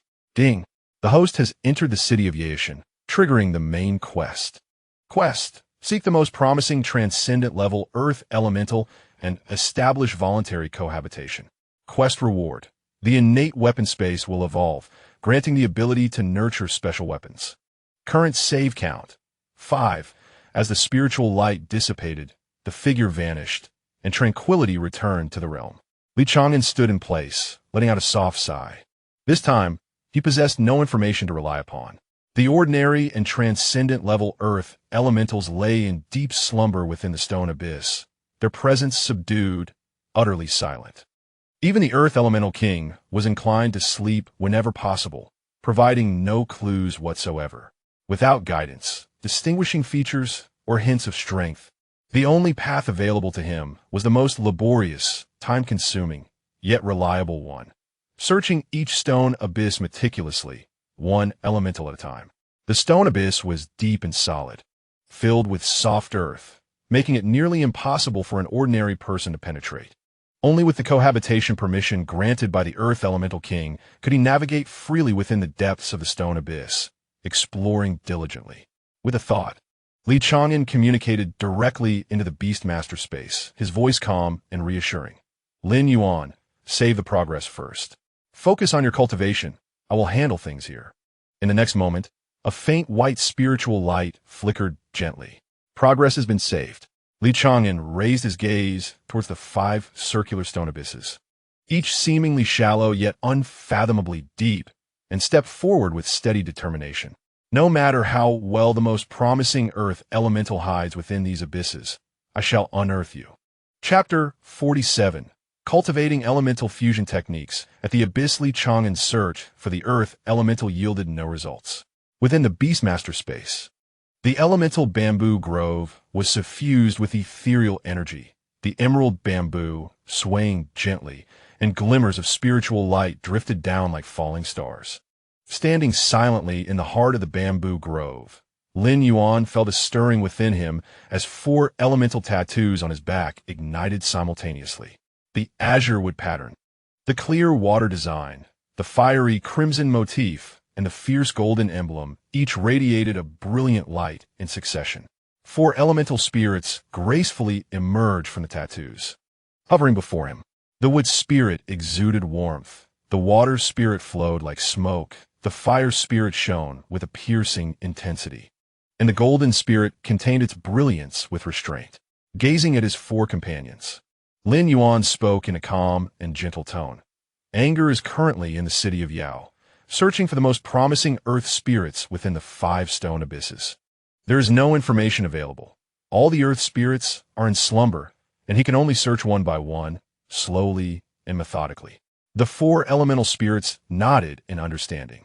The external search led by Li Chang'an synchronized with the passage of time within the Beastmasteress realm. They merely needed to focus on their training and not hold back. Taking a deep breath, Lin Yuan's gaze sharpened. We cannot afford to waste time. Metal produces water. Wood produces fire. These elements are interrelated and thus ideal for practicing fusion skills. We shall first cultivate the dual-element fusion techniques of metal and water, and wood and fire. As his words fell, the 8 elemental fusion patterns on his back trembled slightly, the power of yin and yang unfurling slowly, serving as the foundation for harmonization. Lin Yuan's attention turned to the metal and water spirits. Metal and water. Metal generates water. I have conceived a framework for us to try. The essence of this framework is to conceal the sharp metal within the water, using the water as a cage and the metal as a blade. It can restrain the enemy while also threatening their life. If successful, it will become a formidable area of effect skill. The metal spirit nodded, releasing its golden brilliance, which gradually sank into the currents of the water spirit. The water spirit expanded its vast essence, wrapping the razor-sharp strands of metal within. Water takes form, metal provides structure. Lin Yuan invoked the power of yin and yang, drawing both forces into his meridians simultaneously. In their initial fusion, the metal blade clashed chaotically with the water flow, disrupting the harmony and causing the power to shatter. While cultivating, Lin Yuan also promptly responded to Li Chang'an's request for time reversal, which they completed at the end of each 13-day cycle. Lin Yuan, time reversal. A flash of pale white light signaled Li Chang'an's successful attempt at a time reversal. Once, twice, thrice, failure, dissolution, pain, and starting anew. The spiritual light within the bamboo grove erupted repeatedly, only to be smoothed over by the power of yin and yang. Lin Yuan's brow furrowed, sweat trickling down his chin, yet he did not cease his efforts. Finally, on the 10th attempt, the energies of metal and water within his meridians harmonized, no longer difficult to control. Instead, they nourished each other, coalescing into the shape Lin Yuan envisioned. Water nurtured the edge of the metal, while the metal enhanced the might of the water. Lin Yuan's eyes snapped open, and with a swift motion of his right hand, the powers of metal and water converged explosively, manifesting a golden cage of flowing water in midair. Within this water prison, every droplet was imbued with the piercing intent of metal, sharp and lethal. Lin Yuan gazed upon this formidable strike and softly named it. At last, it is perfected. I shall call this technique Water Slaughter Prison. The size of the water prison is determined by the spiritual energy wielded by Lin Yuan. The greater the energy, the broader the range. The golden water prison hung amidst the bamboo grove, its chilling aura lingering in the air. Lin Jin and Lin Shui were momentarily taken aback, quickly revealing expressions of delight. It worked. After comprehending the water prison, Lin Jin and Lin Mu retreated to rest within Lin Yuan's essence, while Lin Yuan remained undeterred. Turning his attention to Lin Mu and Lin Hua, would nourish his fire, wood serves as fuel, and fire as the blade. Strong wood ignites, leading to an explosive conflagration. Lin Mu exuded boundless vitality, gradually releasing a rich wooden essence, Lin Hua, in turn, summoned pure flames, absorbing the wooden essence into the very core of the fire. The wooden essence nurtured the flames, while the flames reciprocated by invigorating the wood spirit, an organic cycle of mutual growth unfolding naturally. Yet failure continued to follow relentlessly. The abundance of wood essence overwhelmed the flames. The intensity of the flames scorched the wooden source. The unstable forces led to disintegration mid-process. The luminous cycles of regression flickered repeatedly. 11, 12, 13, 14, until the 15th cycle of regression arrived. Buzz, wood and fire achieved perfect harmony. The wooden essence was no longer consumed by flames, and the fire no longer spiraled out of control. The two forces intertwined into a singular, ferocious spire of attack. Lin Yuan's gaze sharpened as he pointed with a single hand. The elemental bamboo staff quivered gently in his grasp. A crimson flame, entwined with verdant wood patterns, pierced through the air, striking with a thunderous explosion. The wooden essence fueled the fire, amplifying its might as the detonation enveloped all directions with astonishing power. Observing this fierce, singular assault, Lin Yuan spoke slowly. This move, when employed as a single target attack, shall be named the Wood Flame Spike. However, should Lin Jin add a layer of metallic sharpness to this strike, its potency could potentially increase. Lin Mu's leaves trembled, and Lin Hua's flames soared high, both invigorated by the outcome. The dual-element fusion techniques of Wood Flame Spike and Water Prison were fully comprehended, igniting a fervor within Lin Yuan. Next, he endeavored to merge the four elements of gold, water, wood, and fire simultaneously. Upon uttering this intention, all four spirits were momentarily stunned. Gold nurtures water, wood begets fire. Yet gold and fire are antagonistic, while water and wood clash. The simultaneous fusion of all four elements posed a geometrically escalating challenge. Nevertheless, Lin Yuan's gaze remained resolute. Angguo is out there searching through each stone abyss. We cannot remain limited to dual elements. Without hesitation, he summoned the powers of Lin Jin, Lin Shui, Lin Mu, and Lin Hua all at once. As the four forces entered his being, they clashed violently. Gold severed wood. Fire melted gold. Water extinguished fire, and wood absorbed water, creating an elemental tempest within his meridians, an excruciating pain enveloping his entire body. Lin Yuan stifled a groan, his complexion paling, yet he steadfastly harnessed the yin-yang essence, attempting to forcibly subdue and harmonize the chaotic energies. Failure. Another attempt. Failure. Once more. The cycles of regression flickered silently at the edges of his consciousness. He immersed himself wholly into the fusion, neglecting to count the attempts. Just as he was about to forcefully activate the four elements again, on the verge of being overwhelmed by the violent power, a familiar thought suddenly resonated from the outside world. It was Li Chang'an. Lin Yuan, I have concluded my search. I have thoroughly explored 5 stone abysses. Lin Yuan jolted, abruptly retracting all elemental forces, allowing the 4 spirits to stabilize their breath simultaneously. Instinctively, he lowered his gaze to the records of regression deep within his consciousness. At first glance, even he was momentarily taken aback. The number of resets had reached an astonishing 50 times. It dawned upon him that during their relentless attempts and continuous cultivation, Li Chang'an had painstakingly traversed each of the 5 unfathomable stone abysses, one by one, through the art of saving and reverting. The fusion of the 4 elements had ultimately eluded success. Yet, Lin Yuan felt no hint of despondency. Instead, he exhaled softly and gazed towards the direction of Yao City, his eyes sparkling with determination. 50 resets may seem arduous, but we have gleaned new fusion skills such as Water Slaughter Prison and Wood Flame Spike. We continue to strive for the fusion of the 4 elements. However, I have yet to discover a suitable earth spirit, Li Chang'an lamented. How could this be? Lin Yuan exclaimed, unable to suppress his astonishment. It has always been you, Ngu, who possesses the keen eye for spirits. How could you not have found one after such a lengthy search? Chapter 48. Found. Upon the silent earth of Yao City, Li Chang'an dusted himself off. The 50 resets bore no fatigue for him.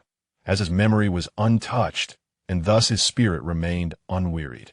He had sifted through the recorded resets to eliminate unsuitable earth spirits. Yet, despite scouring all 5 abysses, he had not encountered the symbiotic earth spirit of exceptional potential. Everything felt unnaturally pristine, almost eerily so. Standing atop the ancient, mystical tortoise's back, he surveyed the expansive, earthen landscape, and the sense of dissonance within him intensified. Unless there were hidden abysses unknown to them, he pondered. Resolute, he turned towards the deepest recesses of Yao City, advancing towards the massive, dormant, earthen light that had slumbered for millennia. There lay the dwelling of the Earth Spirit King. Approaching the Spirit King, he softly called out to awaken it.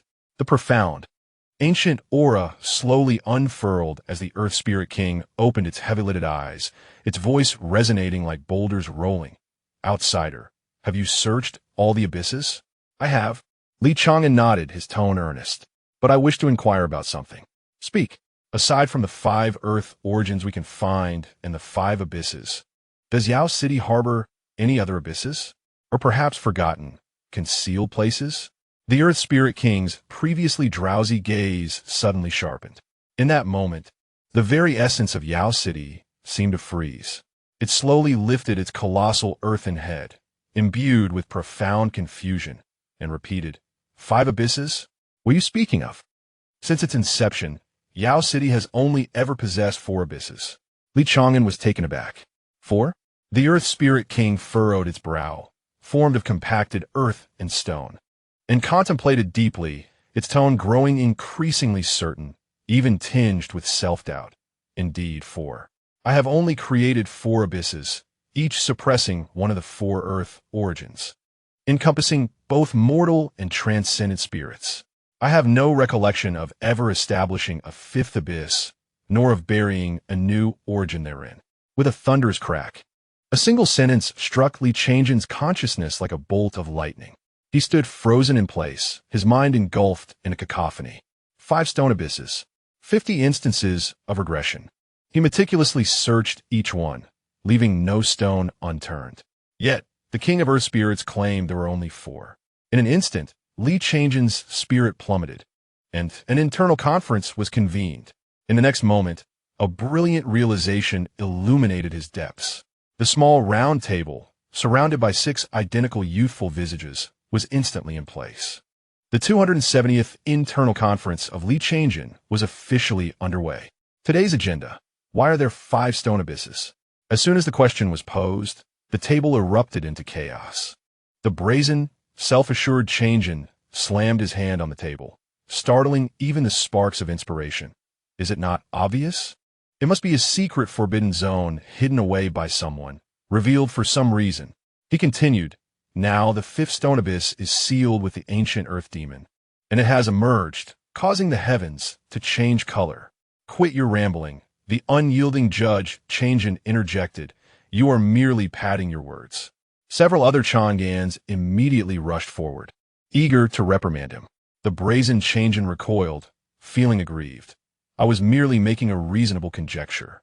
The Emperor Chang'an, seated upon his diminutive throne, slowly raised his gaze. His tone steady and imbued with regal gravity. I have pondered this matter at length. 5 stone abysses, for accounted for, 1 nameless. This is no ordinary oversight. Could it be a coincidence, crafted by the will of heaven? In the far corner, the timid Chang'an raised his hand, his voice barely above a whisper, but even the King of Earth Spirits could not discern how this 5th stone abyss came into being. This only suggests that the additional abyss is either exceedingly powerful or exceedingly weak, he added, receiving a nod of acknowledgement from the Judge Chang'an. Suddenly, the wildly imaginative Chang'an leaped onto the table, gesturing animatedly. I know. The earth element itself must have attained sentience. It piled up and formed a stone abyss, an intelligent mound of earth. It digs its own holes and sleeps. Get down from there, the Judge Chang'an admonished, delivering a light thump on his head. The imaginative Chang'an let out a yelp and curled up. A brief silence enveloped the room. The wise Chang'an, who had been deep in contemplation with eyes full of clarity, finally opened his eyes. He calmly surveyed the 5 noisy versions of himself, his voice soft yet distinct. You are all overcomplicating matters. Earth spirits are born from stone abysses, dwelling in the spirit soil. During their cultivation, they continuously refine the spiritual essence of the earth, expelling the purest spirit soil. The spirit soil produced by the earth spirits, in turn, nourishes the stone abysses. This suggests that the spiritual energy of the abysses and the spirit soil of the earth spirits may very well originate from the same source. He paused for emphasis, revealing a groundbreaking hypothesis. It cannot be that one of the stone abysses is formed entirely from the spirit soil produced by a transcendent earth spirit, can it? As his words hung in the air, silence reigned. The brazen Chang'an was left in stunned silence. The emperor's pupils contracted, and the timid Chang'an's mouth fell slightly agape. Abstract Chang'an maintained a lively pose, frozen in motion. Judge Chang'an raised the gavel, suspended in midair. 1 second, 2 seconds, 3 seconds. To my astonishment, Abstract Chang'an was the first to erupt, leaping up with fervor. This idea, remarkable indeed, it all makes perfect sense. Emperor Chang'an slapped the armrest with vigor. His regal demeanor invigorated. A brilliant theory. One spirit transforms into a chasm, creating its own realm, birthing its own origin. Such innate talent is rarely seen throughout the ages. The overly dramatic Chang'an instantaneously shifted from grievance to arrogance, dramatically shielding his eyes with one hand and striking a pose. So that's it. The most formidable earth spirit is not merely within the stone chasm. It is the chasm itself. Absolutely magnificent. The socially anxious Chang'an's eyes shimmered with excitement as he quietly nodded in affirmation. If the Earth Spirit King was unaware of this, it all makes sense. Judge Chang'an took a deep breath, suppressing his overwhelming astonishment, and struck the small wooden hammer down forcefully. Bang! The hypothesis was validated. The fifth stone chasm is the realm of earth spirits cultivated by the spirits themselves. Unanimously approved. The meeting is adjourned. Outside, Chang'an suddenly opened his eyes wide, all confusion dissipating, leaving only clarity. He no longer hesitated and turned to head straight for the 5 stone chasms. Upon reaching the edge of the chasm, he concentrated and softly called out, Lin Yuan. Lin Yuan emerged from the beast space. At a glance, he discerned that Chang'an had found a clue and gently inquired, Brethren, have you found something? Yes. Chang'an nodded, his gaze sweeping over the 5 stone chasms. Please help me sense the aura of the spiritual earth in these 5 chasms. Which one is entirely different from the others? Lin Yuan closed his eyes, the essence of yin and yang gently unfolding, as 4 elemental powers simultaneously extended outward. In an instant, he reopened his eyes, confidently raising his hand to point at the smallest of the 5 chasms. This one, the aura of the spiritual earth, is similar to the other 4, yet distinctly different. Chang'an's eyes sparkled with realization. This is the one. He immediately raised his hand, utilizing the symbiotic permission granted by the Earth Spirit King. As a soft yellow spiritual light rippled around him, gently descending underground alongside Lin Yuan. As they sank, he quickly explained, Lin Yuan, as you know, earth spirits cultivate within the stone chasms, producing spiritual soil that nourishes the spiritual fields. I am pondering whether there exists an earth spirit that has refined an overwhelming amount of earth elements, causing its produced spiritual soil to far exceed that of others, accumulating over time to form an entire stone chasm. Lin Yuan paused momentarily, struck by the magnitude of the idea and the impeccable logic behind it, genuinely admiring. Brethren, your thoughts always exceed expectations. If such an earth spirit truly exists, Lin Yuan's eyes glimmered with determination. Then it must be the most promising earth spirit we seek.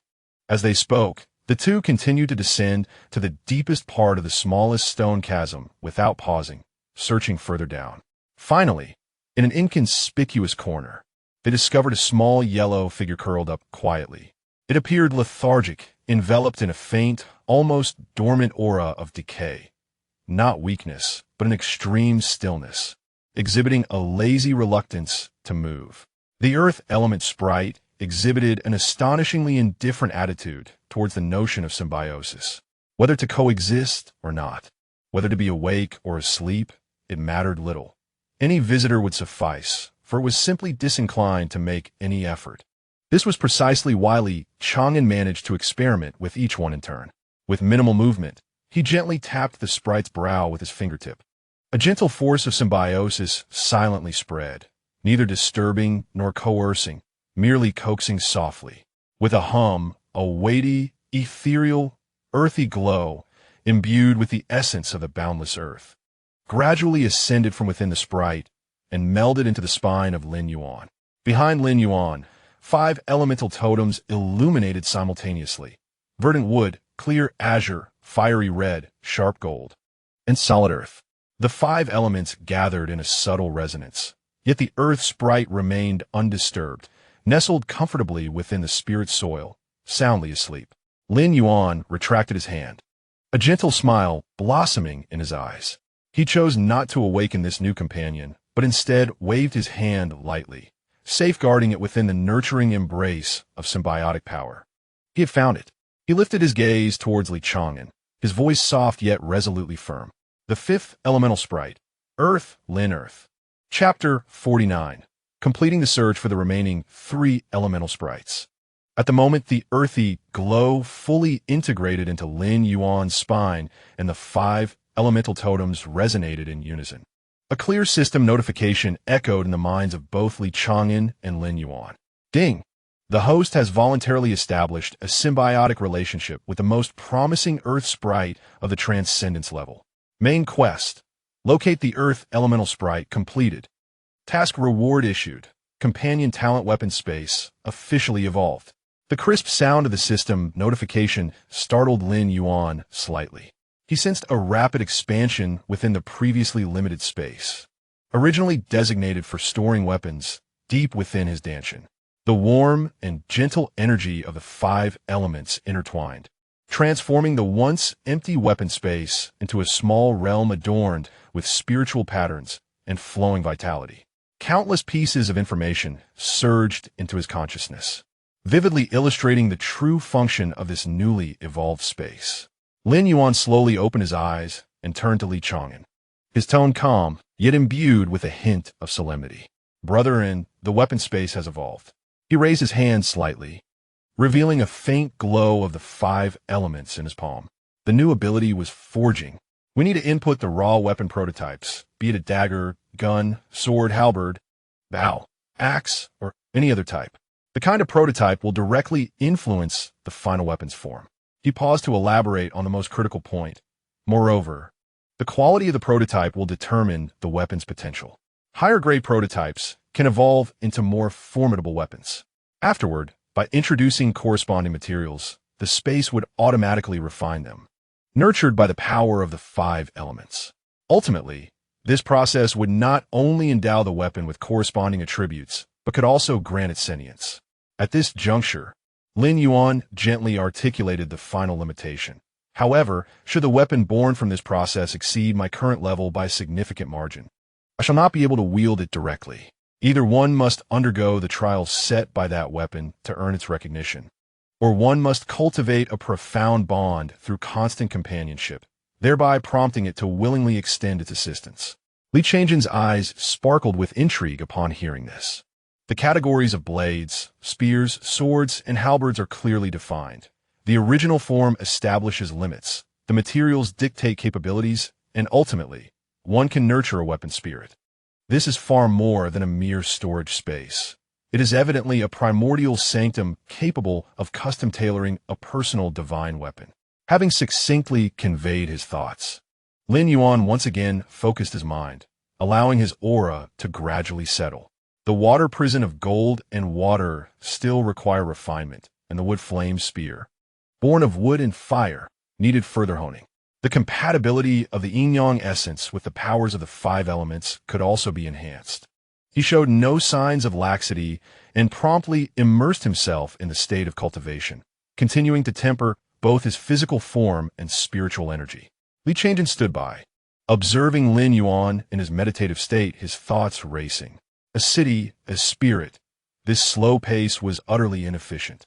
He raised his gaze toward the horizon, his resolve gradually solidifying.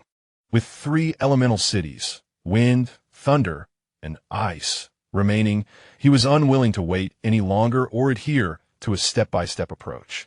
He had no intention of being constrained by the rigid examination process. Li Chang'an spoke softly, his voice calm yet resolute. Lin Yuan paused for a moment.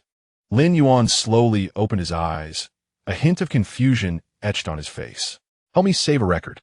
Li Chang'an's tone was steady, just at this current moment.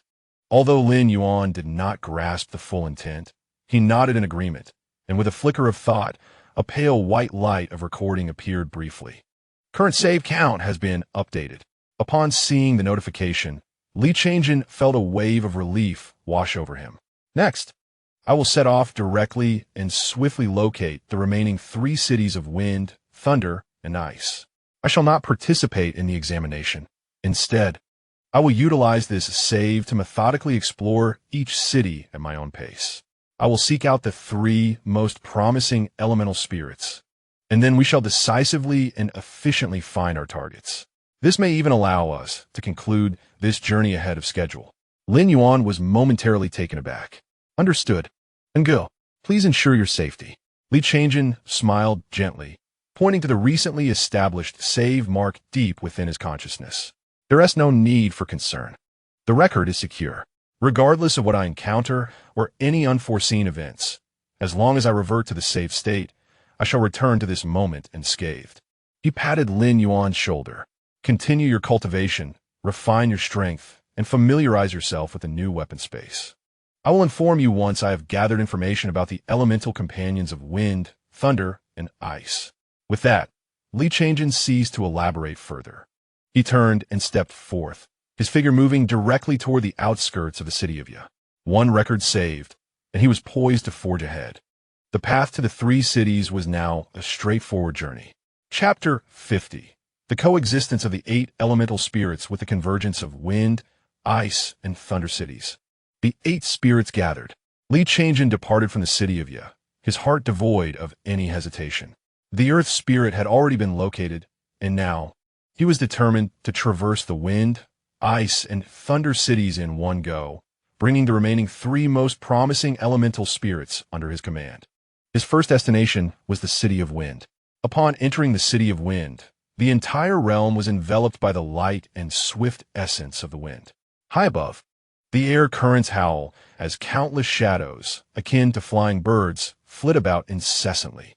The elemental spirits of wind, whether of mortal or transcendent nature, favor transforming into forms such as sparrows, eagles, swallows, and falcons. Speed is their essence. Li Chang'an made his way directly to the abode of the Wind Spirit King. The Eye of the Wind in the 9th heaven. The Wind Spirit King, colossal as a tempest yet gentle and reserved, effortlessly discerned Li Chang'an's intentions and resolve with a mere glance. You possess the quintessence of the 5 elemental essences: gold, wood, water, fire, and earth. Revealing the steadfastness of your heart, the Wind Spirit King intoned, his voice akin to a gentle breeze rustling through the trees, imbued with evident admiration. You and your beast companion tread upon a true path belonging to the elements, which I greatly appreciate. As his words echoed, a pale azure mark of wind gracefully settled upon Li Chang'an's forehead. A permit for symbiosis I bestow upon you. Within the City of Wind, you may seek freely. Any spirit of wind, whether mortal or transcendent, may communicate with you. With this permission granted, Li Chang'an immediately commenced his search. However, the wind spirits were exceedingly swift and adept at concealment. He spent an entire month exploring every wind vein and every wind cave in the City of Wind. Yet he never encountered the one possessing the most potential. During this month, the outside world underwent tremendous upheaval. The college entrance examination occurred as scheduled and concluded promptly.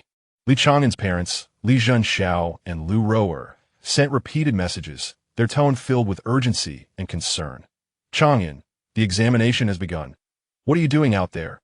If you do not return soon, you will completely miss it. Li Chang'an glanced at the messages and responded casually, brushing them off. I'm engaged in a task that must be completed. Missing the exam is of little consequence. Rest assured, I have my plans. His parents, though anxious, ultimately yielded to his determination. What could they do but indulge their own child? They could only repeatedly urge Li Chang'an to take care of his safety. As for Longbo, upon learning of Li Chang'an's decision to forego the entrance examination, he maintained his calm demeanor. I trust the young master's choice, he remarked simply, asking no further questions, offering no hindrance, nor pressing for urgency, as he continued to provide silent support. After a month of searching, a turning point finally arrived on the day of the Wind Racing Championship. The arena brimmed with spectators. The wind spirit universally acknowledged as the swiftest of its kind, transformed into a swift azure eagle, soaring high and leading the race effortlessly. Just as everyone believed its victory was assured, a nearly transparent, soundless shadow of wind glided silently from the side. There was no roar, no ostentation. It moved so swiftly that even the wind could not keep pace, so fast that the eyes could scarcely register its presence. This wind spirit did not take the form of a fierce bird of prey, but instead manifested as a wisp, delicate as smoke. Its training did not focus on speed, but rather on the paths of stealth and silence, an absolute anomaly among wind spirits. It was precisely for this reason that Li Chang'an had been unable to find it in the preceding month. When that shadow of wind crossed the finish line with unwavering certainty, the arena fell into a profound silence. A spark ignited in Li Chang'an's eyes. This is it. This is the wind spirit of the greatest potential. At this moment, the JKO had concluded several days prior. Longbo, ever thoughtful, meticulously compiled the information regarding this year's exceptional examens, their beasts, achievements, and talents, and conveyed it to Li Chang'an without omission. Li Chang'an silently absorbed the information, committing every detail to memory. Once he confirmed the accuracy of the data, he softly murmured within his mind, "Lin Yuan, rewind." First rewind. Li Chang'an reviewed the rewind record, pausing not for a moment before turning decisively towards the City of Ice. The City of Ice, perpetually cloaked in frost and snow, exuded a crystalline brilliance, with all structures fashioned from intricately carved ice, the chill penetrating to the bone. Here, the mundane and transcendent ice spirits delighted in transforming into various forms of ice crystals, icicles, frost flowers, ice beads, and snowflakes, concealing themselves in every nook, almost blending seamlessly with their surroundings, making them exceedingly difficult to discern. Li Chang'an first sought an audience with the Ice Spirit King. The Ice Spirit King, his form akin to an ancient glacier, emanated a frigid aura. Yet upon sensing the quintessence of the 5 elements within Li Chang'an, he inclined his head slightly, his tone imbued with approval. The 5 elements have taken shape. Your heart is steady as stone, neither arrogant nor impetuous. You are worthy to seek the spirit among my ice kin that resonates most profoundly with you. A translucent ice crystal mark settled upon Li Chang'an's forehead. Permission for symbiosis granted. This quest proved to be far more protracted than that in the City of Wind. For 2 months, Li Chang'an scoured the City of Ice, examining countless ice crystals and engaging with numerous ice spirits. Yet he failed to sense that singular, extraordinary potential aura. Until one day, while traversing a secluded ice crystal street within the city, he overheard the proprietor of a small shop lamenting. "It is truly bizarre. Just days ago, I distinctly reached out to catch a falling glass cup, and I was certain I would succeed. Yet in the next instant, the cup shattered on the ground. Remarkably, it did not break apart violently, as though something had cushioned it momentarily. But to me, that was merely a fleeting second. I even suspect that this place might be haunted."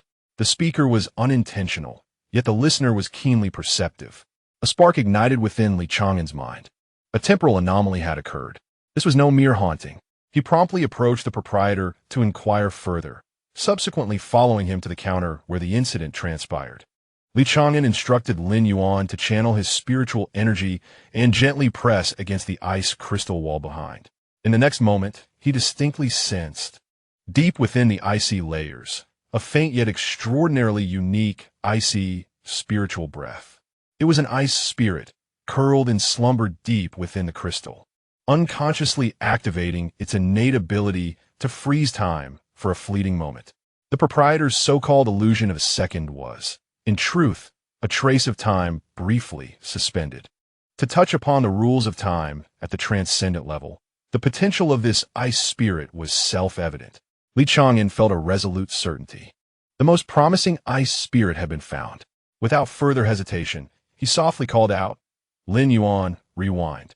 Second rewind. During these 2 months of searching and waiting, within the beast mastery space, Lin Yuan and the 4 elemental spirits also experienced remarkable growth. Lin Mu had grasped the skill of spatial wave, enabling him to double the spatial attribute damage for his attacks. In the tranquil depths of introspection by the water's edge, one learns the rudimentary truths of existence. Approaching the fire, one delves into the forces of causality, grasping a faint understanding of the laws governing it. With a single arrow released, one can ensure accuracy within a certain range. In the presence of gold, one tirelessly hones one's core, refining the sharpness and cutting intent of gold to its utmost, thereby crafting a unique skill known as Heavenly Slash. This name, bestowed by the practitioner, embodies a pinnacle aspiration for the technique, though currently, one's prowess has yet to reach the level of executing such a feat upon the conclusion of the second regression. Li Chang'an hastens toward the final elemental ancient city, the City of Thunder. Within this city, thunder roils and violet lightning dances across the sky, with the air saturated by tumultuous waves of thunderous energy. The thunder spirits are predominantly fierce and tempestuous, their energies formidable and difficult to approach. Li Chang'an presents himself before the Thunder Spirit King. Despite a character marked by straightforwardness and volatility, reveals a rare and profound appreciation upon sensing the 6 elemental auras emanating from Li Chang'an. Excellent. Decisive and unbound by societal constraints. The Thunder Clan admires individuals like you. A wild yet harmless arc of lightning descends into Li Chang'an's palm, granting him the permission for symbiosis. This time, he has searched for 3 months, traversing nearly every inch within and around the City of Thunder. Ultimately, in a forsaken area deemed ominous, known as the Land of Thunder, he discovers a thunder spirit cast out by its kin, labeled as a harbinger of misfortune. This spirit does not belong to the orthodox thunder lineage. Rather, it is an exceedingly rare entity known as the Thunder of Plunder, capable of consuming other lightning energies to enhance its own power, as well as devouring the spiritual potential of its adversaries to an alarming degree. Its unique abilities have led to its ostracism by its own kind. However, Li Chang'an immediately recognizes the immense potential within this spirit. With the target identified, he softly declares, "Lin Yuan, revert." After 3 searches and trials across 3 cities, Lin Yuan and the 4 elemental spirits have developed an instinctual harmony. This time, Li Chang'an no longer gropes blindly or lingers in anticipation. He strides directly toward the answer. The first destination is the City of Wind. He precisely locates the spirit adept at the Secret of Winds, wasting no time at all. In merely 6 days, he persuades the spirit with sincerity, the promise of the future, and the path of the 5 elements. The wind spirit willingly enters into a symbiotic bond with Lin Yuan, henceforth named Linfen. A system notification resounds clearly, ding. Detection of a transcendent level wind spirit with exceptional potential has achieved voluntary symbiosis. Task completed, rewards granted. Skill 5 elements nurturing spirit, save count 2. Current elemental purity, 5. Skill 5 elements nurturing spirit converted to passive skill. Passive 5 elements nurturing spirit. Once activated, it allows for the continuous cultivation of spiritual power through the 5 elements, stored externally within the body. In simpler terms, Lin Yuan has acquired an entire additional spiritual vein, akin to possessing a full reservoir of energy. Subsequently, the second destination is the City of Ice. Li Chang'an requires only a day to locate a quaint shop, where he directly purchases the necessary items. He then excavates the ice crystal harboring the ice spirit and personally extracts the slumbering entity. The ice spirit, deeply attuned to Lin Yuan's 5 elemental aura, offers no resistance and enters into a harmonious symbiosis. ice elemental spirit, named Linbing. Ding. Detection of a transcendent level ice spirit with immense potential, achieving voluntary symbiosis. Mission accomplished, reward granted. Yin-yang I. Yin-yang I. See through illusions, perceive the fortune and magical pathway of opponents, with a chance to directly replicate their moves. With Lin Yuan's vast and profound skill pool, these eyes are akin to wings bestowed upon Tiger. The final destination, City of Thunder. Li Chang'an, accompanied by Lin Yuan, hastened to the desolate Thunderland outside the city, seeking the exiled Thunder Plunderer spirit. After 3 days of communication, the Thunder Spirit wholeheartedly recognized Lin Yuan's elemental foundation and potential, willingly establishing a symbiotic contract. Thunder Elemental Spirit, named Lin Li. Ding. Detection of a transcendent level Thunder Spirit with immense potential, achieving voluntary symbiosis. Mission accomplished, reward granted. Elemental Skill Repository. Elemental Skill Repository contains a vast collection of elemental skills across various attributes, which Lin Yuan can access, learn, and practice at any time. Thus, with Goldwood, water, fire, earth, wind, ice, and thunder, the 8 elemental spirits have all returned to their rightful places. Surrounding Lin Yuan, 8 elemental totems illuminated simultaneously, their celestial radiance nearly tearing apart the Beastmaster's space. The 5 elements mutually nurture, the winds and thunder cooperate, ice purifies and guards, and the 8 auras harmoniously blend. Li Chang'an exhaled deeply, feeling a sense of relief wash over him. Calculating the time, silently, warmth surged in his heart. There were only 2 days left until the college entrance examination. He had finally caught up. Before the examination commenced, he and Lin Yuan had truly accomplished it. He had not missed that highly anticipated test, but had, before it began, traversed a path to the elements that others might take a lifetime to reach. Chapter 51. Our child on the battlefield of myriad races, smoke filled the air, and murderous intent lurked everywhere. This was a brutal arena where countless races fought for survival. Every inch of land stained with blood. Only the 10 seats of the Dragon Kingdom and the pinnacle of saint-level power could grasp the secrets hidden within this battlefield. At this moment, a hearty and exhilarating laughter erupted, overpowering the cacophony of battle. Ha ha ha ha!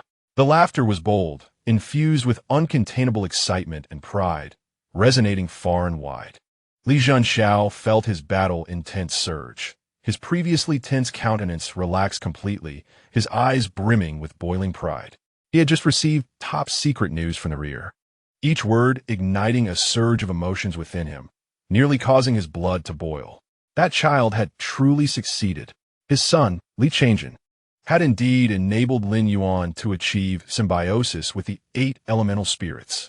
Gold, wood, water, fire, earth, wind, ice, thunder, all 8 spirits gathered.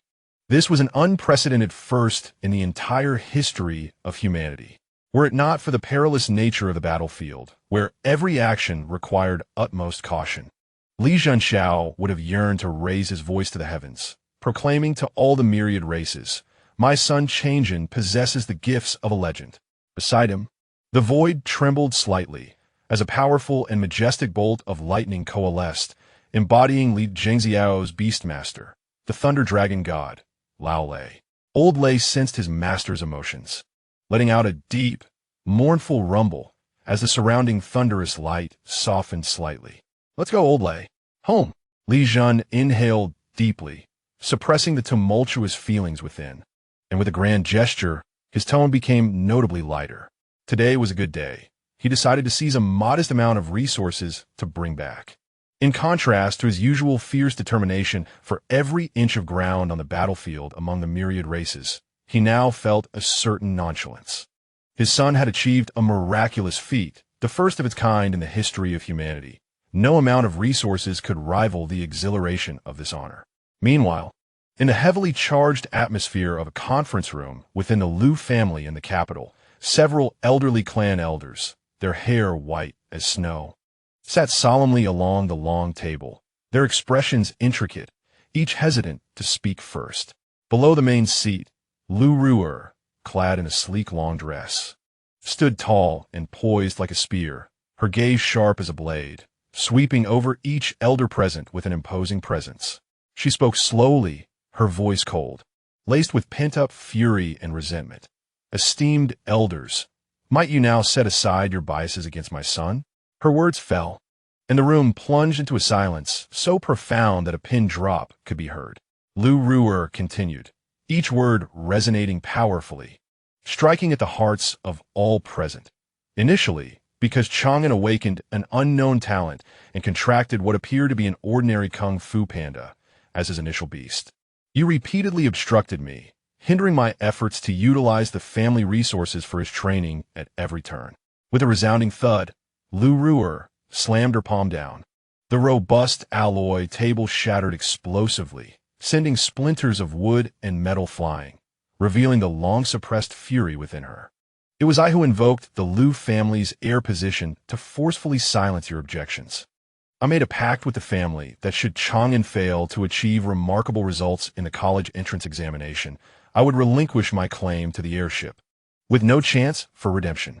Her gaze was as sharp as a sword, scanning the assembly without a hint of retreat. "And now, the truth lies before you. Chang'an has accomplished what no one in the history of humanity has ever achieved. The cohabitation of the 8 elemental spirits is unprecedented. He is the first. I shall see, from this moment on, who dares to utter a single disparaging word against my son, Lu Ruer." Her declaration was assertive and commanding, leaving the elders speechless, their hearts stirred. Lu Ruer cast one last glance at the assembly before striding decisively out of the conference room, her resolve unshakable. None dared to obstruct her, nor did anyone attempt to detain her. It was only after her figure had completely vanished through the door that the room resumed its activity. After a brief silence, the eldest and most esteemed elder suddenly chuckled heartily, his previous gravity transformed into exuberance. "Huh, who would have thought? Ruer's son is indeed the first of his kind in human history. This child possesses unparalleled talent and extraordinary fortune, sufficient to shield our Lu family and continue our legacy of grandeur for another millennium." Another elder nodded vigorously, his tone exceedingly solemn. "From this day forth, all resources of the Lu family shall be unconditionally prioritized for Li Chang'an. Whoever dares to dissent shall be an enemy of our Lu family's very existence." At the forefront, the head of the family surveyed the assembly with a steady gaze and declared with resolute authority, "Within the Lu family, there may be discord, conflict, and competition.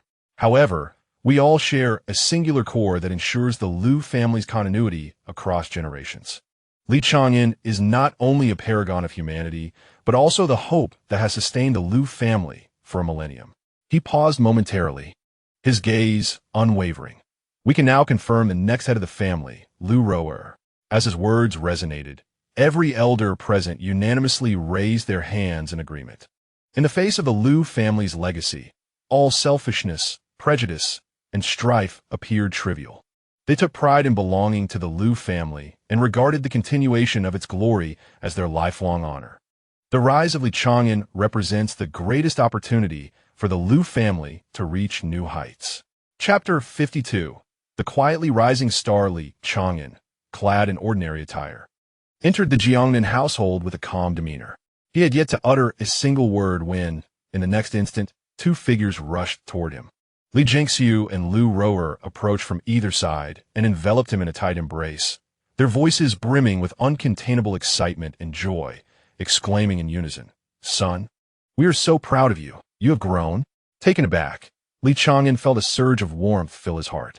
Being their child was the greatest fortune of his life. It was they who had truly allowed him to experience the warmth of home, providing a haven amidst countless doubts and cold gazes. "Dad, Mom," he softly called, a hint of emotion choking his voice. "Thank you for supporting me. Now that I've completed the 8-element symbiosis, I will excel in the college entrance examination and ensure that everyone knows the name Li Chang'an." Lu Ruer gently patted his back, her eyes glistening. "We believe in you." Li Jingxiu released his embrace, his gaze shifting to the space behind Li Chang'an, as if he had sensed something already. He spoke with calm assurance. "Let us go. Since the symbiosis has just been completed, you might still be unaccustomed to wielding your power. Perfect timing. I will accompany you for some rigorous practice. Meanwhile, in an underground training facility in the capital, Chiziose remarked, "You have truly brought the Great Wall to fruition. Now, its strength is confined within the transcendent level. Even I find myself challenged by the Great Wall, having a battle for 3 days and nights. It's all thanks to the Great Wall," Chize replied, casting a proud glance at the beast before him. The Great Wall had long since transformed from the diminutive shield soldier it once was. Its entire form was now forged from 10-element celestial stones, devoid of any earthly iron. Towering at 2 meters in height, solid and imposing, exuding an aura of majesty. Its head was adorned with a sharply defined knight's helmet, covered in armor, revealing only a cold glint that obscured its features, enhancing its authority. Its arms and body were seamlessly integrated, both clad in robust shield-like armor. Supported by 4 sturdy legs made of celestial stone, 2 in the front and 2 in the rear, firmly anchored to the ground, resembling a mountain of shields, heavy and unyielding, emanating an air of undeniable power. 2 pairs of broad primary shields lay across the sides, their surfaces shimmering with hues of gold, wood, water, fire, earth, wind, ice, lightning, light, and darkness. The edges were faintly adorned with thorns and ominous glimmers of poison. Clad in layers of impenetrable armor, every inch radiated an aura of invulnerability, instilling an overwhelming sense of security. Onlookers beheld this towering beast, formidable as a fortress, yet remained oblivious to the fact that the armor, shields, and limbs were merely a facade. The true essence of this great wall was the reforged core of the celestial stone. Not only had it completed the core's Reforging, but under the meticulous refinement of Kiz-E, it had also cultivated a flawless skill set, all achieved at a proficient level. Taunt forces opponents to target the user, causing them to lose rationality in their pursuit. Passive Thorn Shield. When struck, thorns erupt from the shield, inflicting damage upon the attacker. Passive Poison Shield. Enveloped in venom, there's a chance to poison attackers, with heightened probability against foes of superior rank. Passive Paralyzing Shield. Has a chance to immobilize adversaries upon being hit, effective against those of higher rank. Passive Unmovable as a Mountain. When standing firm in defense. The defensive power surges 5-fold, while rapidly restoring spiritual energy. Absorbing Shield. Draws upon the life force of enemies, converting it into self-healing, with diminished efficacy against higher-ranked targets. Passive Golden Bell Shield. A protective aura enhances overall defense. Status Removal. Can directly strip away enhancement effects from enemies, nullifying all boosts they possess. Moreover, various defensive support skills had also reached mastery level, and when combined with the Shield City Wall talent, could conjure a colossal barrier measuring 10 meters in length and 5 meters in height, as steadfast as a fortress and exceedingly difficult to breach. Kiz-E had also awakened the Beast Master Space. Mythical grade Beast Master Space, 10 directions of hell. The sky churned with tempestuous clouds, fierce winds howled. An icy rain mingled with fiery flames, while the earth split open to reveal a searing abyss. In this extreme environment, relentless devastation ensued, and merely standing within it meant enduring ceaseless erosion. This was the terrifying effect of the 10 directions of hell. The Beastmaster must perpetually withstand the onslaught of harsh weather and surroundings. Only through relentless enhancement of defenses and physical conditioning could one barely survive. Consequently, training defensive skills and physical prowess within proved to be extraordinarily effective. Yet, at the center of this tumultuous space stood a quaint, sturdy villa, exuding warmth and stability. This was a safe haven meticulously set up by Kiz-E with the assistance of Xiao Yuvong, isolating all external violent forces and creating a small realm of comfort and tranquility. Xiao Yuvong regarded the moving fortress-like beast before him and couldn't help but nod in admiration. A perfect amalgamation of offense and defense, counterattack, control, recovery, and debuff negation. This was no mere shield soldier, but rather a living bastion of war. Kiz-E's lips curled into a slight smile as he gently patted the solid shield of the Great Wall. The forthcoming college entrance examination arena was now in our hands. However, Kizzy paused momentarily, then softly inquired, "Old Xiao, is it permissible for me to serve as the guardian for Qingbei Academy and the Longsha class?" Thus this year, no student aspiring to enroll in Tsinghua or Peking University or the Longsha class will gain admission. Upon hearing this, Xiao Yuvong let out a hearty laugh, the sound reverberating through the underground practice room, causing it to tremble slightly, with droplets of wine spilling from the gourd. "Of course it matters not," he declared, waving his hand with an air of dominance and pride. "After all, this is the essence of your college entrance examination. Now that I have taken you, a disciple possessing both courage and capability, I shall ensure that those old geezers are envious to the point of despair." Qi Zai felt warmth in his heart and nodded emphatically. With Xiao Wuvong as his backbone and the Great Wall by his side, he was destined to overpower all rivals in this year's examination arena, forging a path to the pinnacle for himself, his brother, and the Great Wall. The training ground of the Li family had undergone a dramatic transformation. The ground was riddled with pits of varying depths, strewn with rubble and cracks, all remnants of a fierce battle just moments prior. The air still charged with the chaotic essence of the 8 elemental forces intertwining. Li Jingxiu gazed at his beast, the Thunder Dragon, his pupils constricting in disbelief. The Thunder Dragon, with a physique rivaling that of a king-level beast, now bore a distinct wound. The Thunder Dragon had been injured by Ling Yuan. Even a minor wound was sufficient to send shockwaves through both their minds. This was a spirit beast of king-level caliber. Yet, Ling Yuan was still merely at the transcendent stage. Inflicting harm upon a king-level beast was nothing short of a miraculous overturning of common understanding. Moreover, the elemental fusion technique Ling Yuan had just executed, an explosive sequence of 8 elemental skills, was executed with seamless fluidity and astonishing power. Despite unleashing such a multitude of formidable skills, Ling Yuan showed no signs of depleting his spiritual energy. Instead, his aura remained robust, each move executed with alarming proficiency.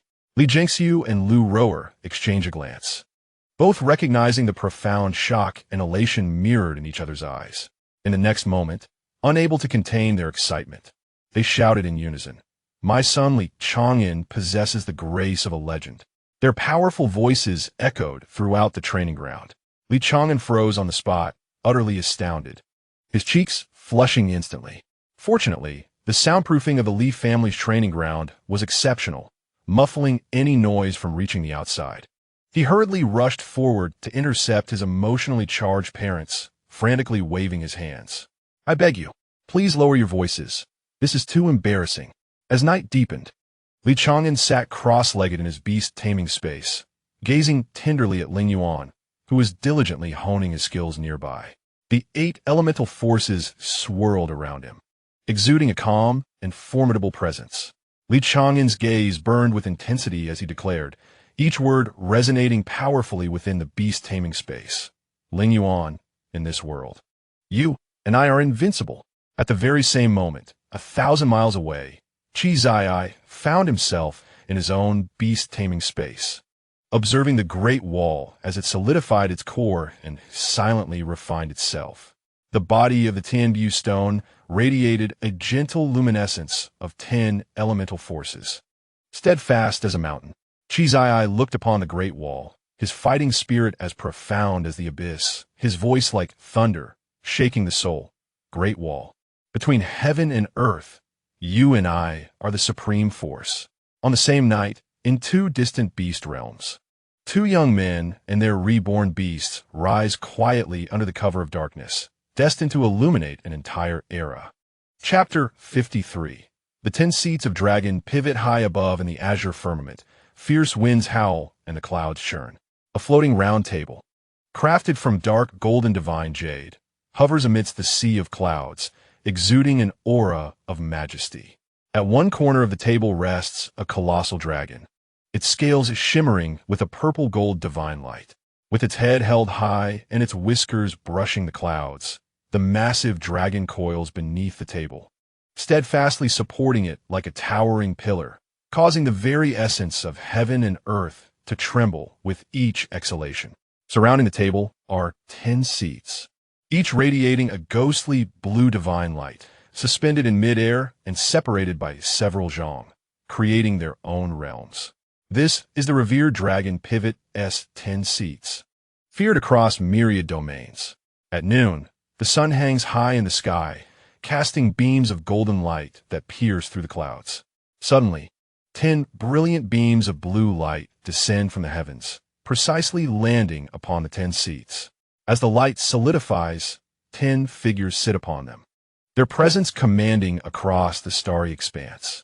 The appearance of the 10 seats of Dragon Pivot First Seat. Sword Immortal Xiao Yuvong dressed in garments as white as snow. With raven hair tied high, he is enveloped in an ethereal sword aura. His striking features resemble those of an otherworldly being, radiating a chilling sharpness capable of severing myriad laws. A subtle tap of his fingers upon the table echoes like the sound of a sword ringing through the clouds, making him the most ethereal yet formidable figure among the 10. Second seat, military strategist Gu Ji clad in dark battle armor, adorned with intricate patterns of 1,000 troops. His visage is resolute and stern, with eyes sharp and steady like a veteran of the battlefield. An aura of iron-blooded ferocity envelopes him, sitting with the unwavering presence of a mountain, exuding authority without movement. Third seat, Heavenly Stone Ling, a towering figure reminiscent of an ancient divine mountain. His bronze-hued skin is sculpted and robust. With short hair standing like steel needles, his rugged face exudes a bold charisma.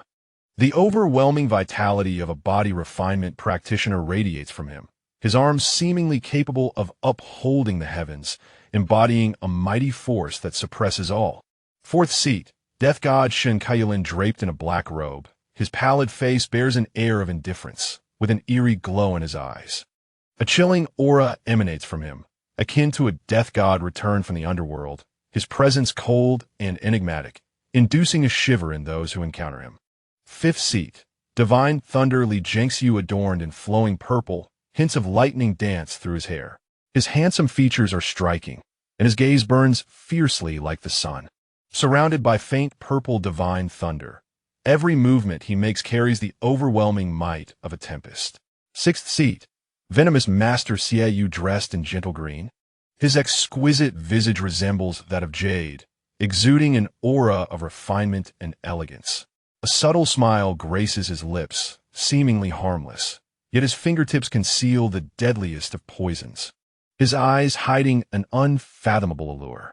Seventh seat, Beastmaster Meng Zumu in brown attire. His tall and robust figure radiates wildness and defiance. An aura of ferocity surrounds him, akin to a beast king commanding the myriad creatures of the heavens, exuding a wild and untamed spirit. Eighth seat, Gambler Gang dressed in vibrant colors. His lively figure exudes youthful exuberance, with a mischievous glint in his eyes and a perpetual smirk on his lips. His presence is elusive and capricious, master of the fates, representing the modern heir of the fortune-telling arts. The ninth seat, Song Yushi, adorned in a delicate and elegant attire, with ink-black hair cascading over her shoulders, possesses an ethereal beauty that is both cold and transcendent. Her demeanor is tranquil, akin to a serene abyss, concealing within her gaze the profound mysteries of unparalleled sorcery. Though her aura is restrained, it harbors a latent might capable of cataclysmic destruction, marking her as the most extraordinary talent within the Song family of sorcery. The 10th seat, Long Qing Xian, clad in white threaded with silver, exudes an otherworldly charm, his presence warm and unassuming. His eyes seem to reflect the rise and fall of celestial rivers, embodying the passage of time. As a direct descendant of the ancient Long family, he is enveloped in the enigmatic glow of temporal laws, rendering him the most inscrutable entity among the 10 seats. The 8th seat, Gang, leans slightly forward, her lively voice shattering the silence of the clouded expanse. With a smile, she addresses Long Qing Xian, exclaiming, "Little 10, your research on the jade slips is indeed remarkable." The first seat, Xiao Yuvong, lets out a resigned sigh, his fingertips subtly retracting the sword energy as he interjects, "All right, little eight, let's pause there." He scans the assembly with a steady and authoritative tone. "Let's report our progress, starting with me." The first seat, Sword Immortal Xiao Wuvong, commands the Xiao family, having claimed an impressive 300 acres. The second seat, Gaiji of the Gu family, has secured 19 for 40 acres. The third seat, Zhan Tian, hailing from the Shi family, occupies over 300 acres. The fourth seat, the Reaper Shan Kaiyulin, has assassinated rivals to seize over 18,000 acres. The fifth seat, Divine Thunder Li Jingxiu, representing the Lu family, has dominion over 24,057 acres. The sixth seat, Kiju Xiaoyu of the Xie family, controls over 13,000 acres. The seventh seat, Beast Si Meng Zhumu from the Meng family, commands 25,000 acres. The eighth seat, Gambler Gang of the Gu family, occupies over 18,800 acres. The ninth seat, Song Yushi of the Song family, has claimed over 2,500 acres. The 10th seat, Long Qing Xian from the Long family, holds 23,000 acres. These territories were fiercely wrested from the hands of myriad clans on the battlefield, now belonging to the realm of the Long Kingdom. At this moment, the elite from each family remains steadfastly entrenched in the depths of the battlefield, fiercely guarding the land they have earned through bloodshed and valor. Xiao Wuvong attentively absorbs the reports from each individual, his ethereal form slightly vibrating with renewed vigor, the sword energy around him becoming more buoyant. He then throws back his head and laughs heartily. "Excellent. What a splendid achievement. This marks the most glorious victory for our Long Kingdom in many years." Indeed, Gaiji, the second seat, nods slowly, the glory of countless armies seemingly flowing from his dark battle armor. Gazing at the vast mountains and rivers below the clouds, pride radiates from his countenance, and the unmistakable boastfulness in his tone leaves the assembly momentarily speechless. I had previously worried whether the next generation could reliably shoulder the burdens we bear and secure the future of our Long Kingdom. He pauses, his voice suddenly rising. However, it appears there is no cause for concern. It is evident to all that this head of the military family is eager to showcase the prowess of his offspring. The assembly discreetly diverts their gaze, save for the sixth seat, Xiaoyu, who chuckles softly and leisurely inquires, "Second brother, what do you mean by that?" Guji was suddenly invigorated, leaning slightly forward, his tone dripping with pride. "Since you inquire, allow me to elaborate on my son." Gu Qinyuan, as his words fell, a faint yet palpable mythical pressure subtly radiated. What he had awakened was the mythical level Beast Master Bond. Beast Master Bond transcends the conventional contract model, transforming into a bond connection. All beasts within this bond may be contracted unconditionally. Furthermore, there was the mythical level Spatial Fusion Elevation. Fusion Elevation classifies beasts into 1-star, 2-star, and 3-star. Beasts of the same type can merge, reaching a maximum of 3 stars, at which point they can independently develop intelligence. Gu Ji's voice resonated with vigor, exuding confidence. "My son, Gu Bei, awakened the Beast Master Space at the tender age of 12, a true prodigy, a being of innate mythical stature." Before the crowd could respond, the imposing figure seated third, resembling an ancient divine mountain, raised an eyebrow and interjected with a rough voice, tinged with a hint of defiance. "Enough with the self-satisfaction. Whose child isn't endowed with mythical level talent?" He slammed his hand onto the round table, causing the air to tremble slightly. "My boy possesses the mythical level harmony of mind and spirit. Harmony of mind and spirit instantly synchronizes the will of all contracted beasts, achieving perfect fusion. Additionally, he boasts the mythical level martial arts repository. Martial arts repository houses ancient martial arts and mystical techniques never before seen in this world. Boundless and infinite." Shi Ling scoffed, wearing an expression of humble strength. "Did I boast? What have I claimed? Enough already. You all revel in your displays." The fourth seat's Shan Kailin, clad in black robes, rarely infused his cold voice with a hint of warmth stating, "In the grand examination of the myriad races, the truth will be revealed. Let us adhere to the old custom and place our bets." His words stirred a tempest of excitement. Naturally, I shall wager on my son. Li Chang'an, the fifth seat, Li Zhenxiao, crackling with lightning, spoke with commanding authority. "I advise you all to follow my lead. Otherwise, you shall surely face ruin. Now, that statement is quite erroneous, my friend." Xiao Yuvong, in his flowing white attire, raised an eyebrow, a smile laced with certainty crossing his face. "If we are to wager, let be on my cherished disciple, Qi Zai. I haven't even bet on my granddaughter. I solely bet on my apprentice. Surely you comprehend the weight of that." "Oh, so certain are we?" Li Zhenxiao raised an eyebrow, his voice resonating with thunder. "Dare you wager your cherished bottle of Qincaiyu Zy, aged for many years, against me?" Xiao Yuvong laughed heartily, his sword aura soaring. "Why would I hesitate?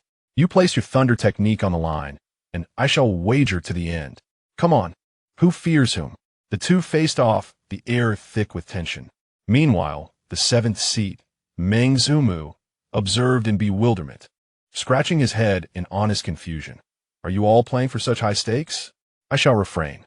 Gambling is detrimental to one's health. I merely propose adding a light mine and betting on my daughter." The crowd responded with disbelief.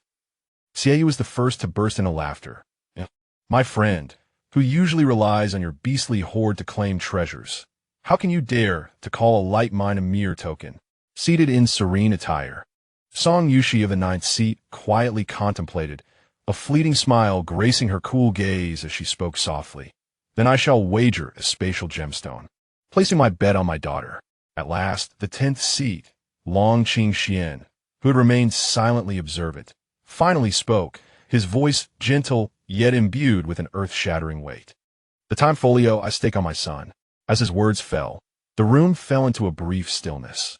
The time folio, an unparalleled treasure that touches the very essence of time and space, was at stake. Meanwhile, around the round table, 10 figures engaged in lively banter, their spirited discourse igniting the atmosphere with fervor. Their exuberance stemmed from a singular reason. The future of the Dragon Kingdom shone so brightly it rendered sleep elusive. With successors in place, the legacy remains unbroken. In such a glorious dawn, how could one not revel in joy? How could one not embrace the madness? High above, at an altitude of 10,000 meters, the dragon's chant echoed, interwoven with sword energy, military might, bloodlust, the specter of death, divine thunder, toxic melodies, beastly roars, divination, sorcery, and the power of time and space, coalescing into a radiant light belonging to the Dragon Kingdom, illuminating the battlefield of myriad races and brightening the eternal night. Chapter 54. Examination rules. Towering at 2 meters, the muscular panda beast, Lin Yuan, tilted his head with curiosity as he looked towards Li Chang'an. "Brethren, what are the rules for the college entrance examination we are to partake in?" Li Chang'an communicated silently with Lin Yuan through thought. "We are currently in Jiangnan City, the southernmost city on the periphery. We shall head towards the capital. The next city is Linjiang City. Linjiang City will first engage in internal competitions, culminating in 500 arenas, each presided over by a single challenger. Once our people from Jiangnan City arrive, we shall challenge these 500 arena champions. If someone is defeated, a challenger will ascend to take their place. Those who are knocked down can still challenge other arenas. This continues until none remain undefeated across the 500 arenas. Those 500 individuals shall be the ones permitted to proceed to the next city. Those who lose will remain in Linjiang City and select a school there. Each city follows this pattern, guarding and seizing arenas, striving to advance to the capital." Lin Yuan paused, then inquired, "So, do the examines in the capital get to attend the capital's schools directly?" Li Chang'an's thoughts conveyed tranquility. "Certainly not. That would be unjust. Even if one does not secure a quota for advancement, there remains a second opportunity. One may directly challenge local candidates in any city. If victorious, they may replace the opponent and remain in that location for their studies. If defeated, they retain their original scores and can attend their previously eligible schools. Lin Yuan clenched his sturdy paw, muscles taut, a fierce determination igniting within him. Brethren, I will defend every arena and study alongside you at the finest university in the capital. Li Chang'an paused momentarily, gently correcting him through thought. The finest in the capital is not a singular university. I only recently learned this from my unreliable father before our departure.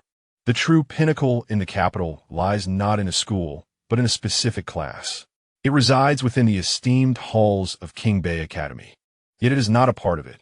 It merely utilizes their premises for instruction.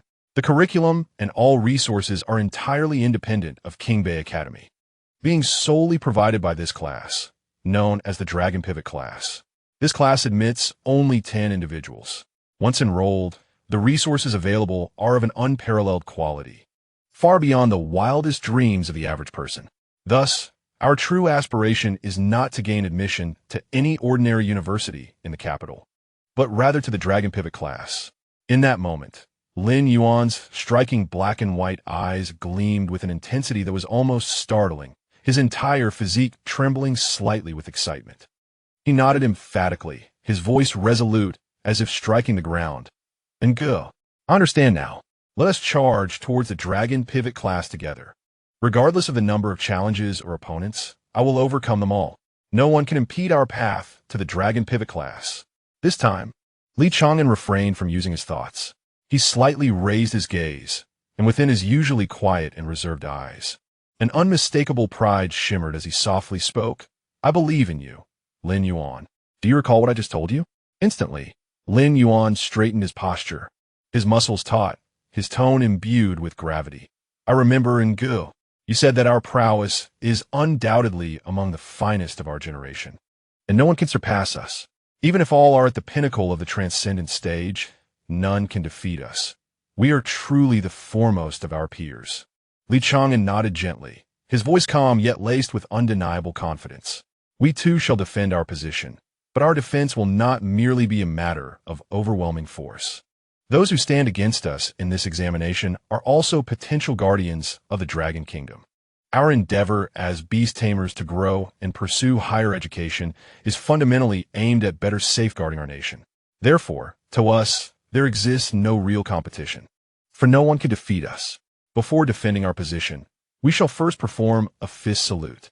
Should the opponent refrain from launching a surprise attack in this moment, and even reciprocate the gesture, we shall engage in a guiding bout, teaching them how to better harness their potential. However, if they disregard the courtesy and strike without waiting for the completion of our salute, Li Chang'an's gaze turned slightly cold. Then we shall show no mercy. We will shatter their dreams of success in this examination. Lin Yuan's aura surged, his imposing 2-meter frame standing tall like an iron tower. He quietly declared with great conviction, I understand, and go. Whoever dares to obstruct our path to the Dragon Pivot class shall find themselves unable to even stand on the arena. Thus, Li Chang'an and Lin Yuan continued their conversation through thoughts, embarking together upon the cloud ladder, arriving upon the back of the colossal wind god wyvern.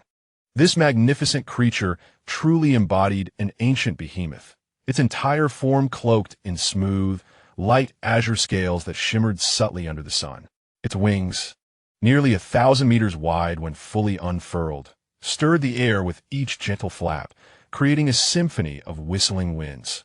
Its elongated neck arched gracefully, and its head, sharp as a primordial blade, gazed down upon the earth with indifferent vertical pupils, emanating an aura of ancient majesty and gravitas. Its broad back resembled a moving expanse of land, flat and solid, seemingly capable of bearing mountains. A series of neatly arranged structures adorned its back, their walls etched with layers of beast-conquering runes, radiating a luminous glow that formed an invisible shield, warding off winds, dampening shocks, and repelling foes, effectively isolating all dangers. Even while standing upon its back, gazing upward, one could scarcely perceive its entirety, feeling as diminutive as a speck of dust. Prior to seeking his designated chamber, he first approached the lead instructor responsible for the 5,000 examens to register his arrival. No sooner had he completed his registration than a chorus of astonished murmurs erupted around him. Wow, it's enormous. Is this the wind god pterosaur? This is the safest and swiftest mode of transportation across cities in our Dragon Kingdom.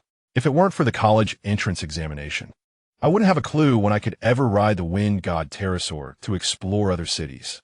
Look at those structures on its back, inscribed with runes, shielding us from the wind and providing protection. It's exceedingly secure. Someone could not help but gaze upward in admiration. Wow.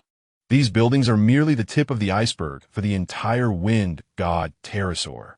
Standing on its back, I can scarcely glimpse its head. Indeed, with 5,000 people aboard, it feels like a game, not cramped at all. Chang'an remained oblivious to the surrounding clamor, his social anxiety rendering him averse to crowds. Once his registration was confirmed, he quietly led Yuan toward his personal chamber. Upon closing the door, the external noise was instantaneously silenced. The solitary human and panda sat in tranquility, awaiting the wind god pterosaur's ascent toward Linjiang City. Once the lead instructor confirmed that all were present, he communicated with the wind god pterosaur through thought. "We are ready. Let us depart, my companion. Thank you for your assistance." The lead instructor was, in fact, the beast master of the wind god pterosaur. Chapter 55. The battle commences before long. The colossal wind god pterosaur soared above Linjiang City. The high-altitude winds howled past, causing robes to ripple, while below lay a densely packed expanse of white jade arenas, gleaming with a cold, solemn light under the sun. "Jump!" With a commanding call, countless examines, accompanied by their beasts, flushed with excitement, leaped one after another from the back of the wind god pterosaur, striking poses they deemed the most impressive. Some spread their arms like soaring eagles. Others stood with hands clasped behind their backs, exuding an effortless grace, while some struck battle stances alongside their beasts. Cheers and shouts mingling with the wind. The wind god pterosaur emitted a deep, resonant roar. An invisible domain unfurled instantly. A soft azure energy resembling a gentle giant's hand, securely cradling each descending figure, ensuring a safe landing without the slightest jolt. Chang'an stood at the edge, hesitating to move. He fixated on the arena below, his gaze slightly unfocused, his mind racing with thoughts. Please, this is a grand entrance from such heights. How spectacular! The pose must not falter. Should I put one hand in my pocket? No, that seems too contrived. Crossing my arms? But wouldn't that appear overly arrogant? Never mind. Let us keep it simple. Hands in pockets. A natural demeanor is the most stylish. Resolute in his decision, Chang'an slipped his hands into his pockets and nodded slightly to Yuan beside him. The duo, a man and his panda companion, leapt into the air, plunging straight down from a height of 1,000 meters. On the back of the wind spirit pterosaur, at the very moment when all the candidates began their descent, a silent figure gradually materialized. The teacher leading the Jiangnan City team caught a glimpse from the corner of his eye, yet did not turn around, maintaining a cheerful gaze upon the exuberant group of young individuals below, as if he had anticipated their arrival. The newcomer was none other than the teacher leading the Linjiang City team. His eyes swept over the candidates swiftly descending, and he spoke with genuine interest. "I did not expect that this time Jiangnan City is led by you, the esteemed spirit master Zhao Wu." Zhao Wu stretched leisurely, radiating an air of relaxation, and responded nonchalantly. "It's merely an empty title. I've just been summoned back to take a break after a decade of steadfastly guarding the southern frontier. So, do you wish to challenge me?" There existed an unspoken understanding between the two team leaders. Only the strong had the right to lead their teams forward, while the weak remained to oversee matters at their respective locations. The teacher from Linjiang City hastily clasped his hands in respect, his tone imbued with sincere reverence. "I would not dare. You have valiantly defended the southern border for 10 years, shedding blood countless times. I am in awe." "Very well," Zhao Wu replied casually, leaning against the railing as his gaze turned to the highest platform at the center below. "You may commence overseeing the candidates. I shall remain here and observe. I am eager to see what promising talents this cohort holds." Below, all candidates landed steadily. The candidates from Jiangnan City and Linjiang City stood on either side, their gazes colliding, and an invisible fire of competition ignited in the air. The spirit of battle almost palpable. The examination begins. Candidates, ascend the platform and engage in combat. The voice of the Linjiang City teacher resonated like a thunderclap throughout the arena.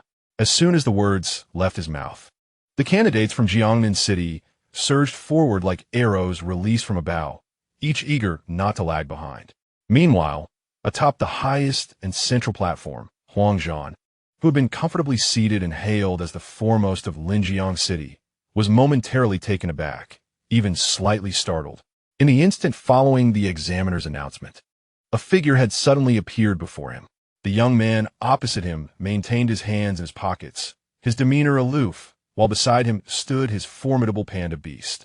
Over 2 meters tall, its muscular frame resembling cast iron, quietly poised at his side. Incredibly swift, it seemed as if he had been standing there from the very beginning. According to the rules of the platform, once the beast made its entrance, combat could commence immediately. Huangzhan felt a tightening in his chest and was about to mentally command his dual-knife beast to strike first. However, at that moment, the robust panda, towering like a fortress, brought its forepaws together, slightly bending at the waist, and performed a formal and impeccably standard salute. The gesture was steady, courteous, and devoid of any hint of disdain. Huangzhan was left utterly bewildered. Is this the custom of Chang'an City? He pondered. Regardless, they have offered a greeting. I must not lose my composure.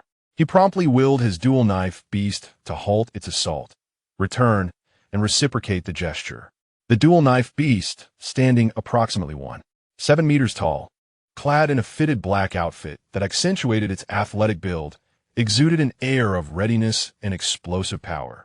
On either side of his waist hung a pair of slender long swords, their sheaths dark and devoid of luster, revealing no hint of their sharpness. Most peculiar was his head, which bore no facial features, no discernible countenance. Instead, it was shrouded in a dense, unyielding black mist, as if concealing an infinite array of secrets, rendering it inscrutable to the eye. Upon receiving the command, the dual-wielding swordsman swiftly gathered his stance, raising his hand in a solemn salute. With the ceremony concluded, the battle commenced in earnest. The swordsman launched the first assault, unleashing his full might without the slightest reservation. With a powerful step, he propelled himself forward, simultaneously gripping the hilts of his swords. Draw and slash. 2 blinding beams of white light instantly enveloped the blades, both long swords nearly unsheathing at once, slicing through the air with a deafening roar as they aimed directly at Lin Yuan. His gaze sharpened, and with a firm grip, he conjured an elemental bamboo staff that materialized in his hand. He stood his ground, unwavering, as he flicked his wrist, positioning the staff horizontally before him to meet the 2 fierce strikes head-on. Clang! The clash of metal rang out, a piercing sound that erupted as a violent shockwave radiated from the 2 combatants. Lin Yuan remained steadfast, using nothing but the elemental bamboo staff to successfully block the full force of the swordsman's draw-slash. While the block appeared effortless, a glimmer of surprise flashed in Lin Yuan's eyes. Stabilizing his stance, he discreetly communicated with Li Chang'an through thought. Brethren, this beast tamer possesses remarkable skill. He employs a technique of fast and slow strikes. Most individuals using 2 swords for a simultaneous draw/slash instinctively believe both blades will strike at the same speed. This fellow purposely alternates between a swift and a languid attack, maintaining formidable power while concealing his variations. It is evident he has devoted considerable effort to honing his craft. No wonder he holds the title of the foremost in Linjiang City. Li Chang'an, upon hearing this, lifted his gaze with a measured calmness. Observing the dual-wielding swordsman across from him, he discerned clearly that even though Lin Yuan had nonchalantly deflected the lethal maneuver, the black mist surrounding the swordsman's head betrayed no sign of disarray. Huangzhan remained quietly vigilant, scrutinizing Lin Yuan's every move, not overlooking the slightest detail, patiently awaiting an opening. He is a worthy adversary, Li Chang'an remarked with tranquility. Lin Yuan, have you devised your strategy? Of course. Lin Yuan deftly flicked his claws, summoning the formless elemental bamboo staff, which he used to deftly interrupt the swordsman's follow-up assault. In an instant, the staff dissipated, and Lin Yuan's claws grasped the air, causing golden radiance to surge forth, as two solidified golden elemental long swords materialized in his hands. This time, it was Lin Yuan who took the initiative. Holding the sword in his right hand, he appeared to strike slowly, creating an illusion of a heavy buildup of power. Yet, as the blade approached, its speed inexplicably decelerated. Conversely, the sword in his left hand began slowly, only to suddenly dart out like lightning. The swordsman reacted with remarkable swiftness, immediately raising his sword to defend against Lin Yuan's left-hand blade. However, at the moment of his block, Lin Yuan altered the trajectory of his golden sword. The once quick left-hand blade slowed dramatically, while the originally slow right-hand blade surged forward with explosive speed, completely defying intuition. With a swift cut, the golden blade grazed the swordsman's arm, leaving behind a shallow, yet telling scratch. Though merely a minor wound, it sufficed to illustrate the disparity between their skills. As Huang Zhan's pupils contracted, a profound shock reverberated within his heart. He immediately communicated to the dual knife wielder, "Be cautious. This panda's mastery over the golden element is terrifyingly profound. If he had exerted his full strength in that last strike, we would have already been defeated." He continued, "His restraint in not eliminating us is merely a lesson in how to wield a more potent slow-fast blade." Huang Zhan's emotions were exceedingly complex as he glanced up at Li Chang'an. The youth remained with hands in pockets, his gaze indifferent and his expression so tranquil it bordered on apathy, as if the clash among the pinnacle of their generation held no interest for him whatsoever. This only ignited Huang Zhan's fighting spirit further. "Dual knives, observe closely, memorize his movements, and then we shall turn the tables and defeat him." Inspired by the Beastmaster's fervor, the dual knife wielder felt a surge of battle spirit as the dark mist around his head stirred slightly. The ensuing combat transcended mere brutality, evolving into a profound, mutual teaching experience. With each strike, the dual knife wielder emulated Lin Yuan's rhythm, the transitions between speeds becoming increasingly fluid and natural, with progress visible to the naked eye. As the battle unfolded, Lin Yuan grew ever more elated, his eyes filled with admiration, and his strikes became more patient, each move guiding his opponent's growth. It was only when the time for the first round of the examination was drawing to a close that Lin Yuan finally ceased holding back. His gaze sharpened, and the golden element surged violently around him. There were no flashy maneuvers, no fluctuations in speed, only a pure, weighty, unreserved horizontal slash. In a flash of golden light, the dual knife wielder was sent flying, crashing heavily against the edge of the platform, his weapons cast aside, rendered powerless. The victor was Jiangnan City's Li Chang'an. Huang Zhan accepted his defeat wholeheartedly, devoid of any bitterness. He stepped forward, extending his hand towards Li Chang'an with sincerity. "Thank you for guiding us. You are truly formidable." In that moment, Li Chang'an thought to himself, "You're welcome. Your talent is remarkable, and your comprehension is high. If you continue to hone your skills, you will surely grow stronger."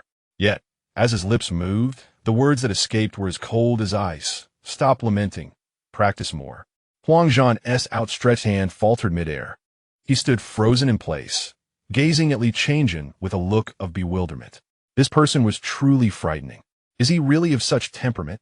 Dazed, Huang Zhan turned and vacantly descended from the platform, his mind consumed by a singular thought. He is far too strong and far too fierce. I must never provoke this individual. Chapter 56. The Battle of the Capital City. Meanwhile, at the assessment site of Qingbei Academy in the capital, an almost suffocating atmosphere of oppression enveloped the scene.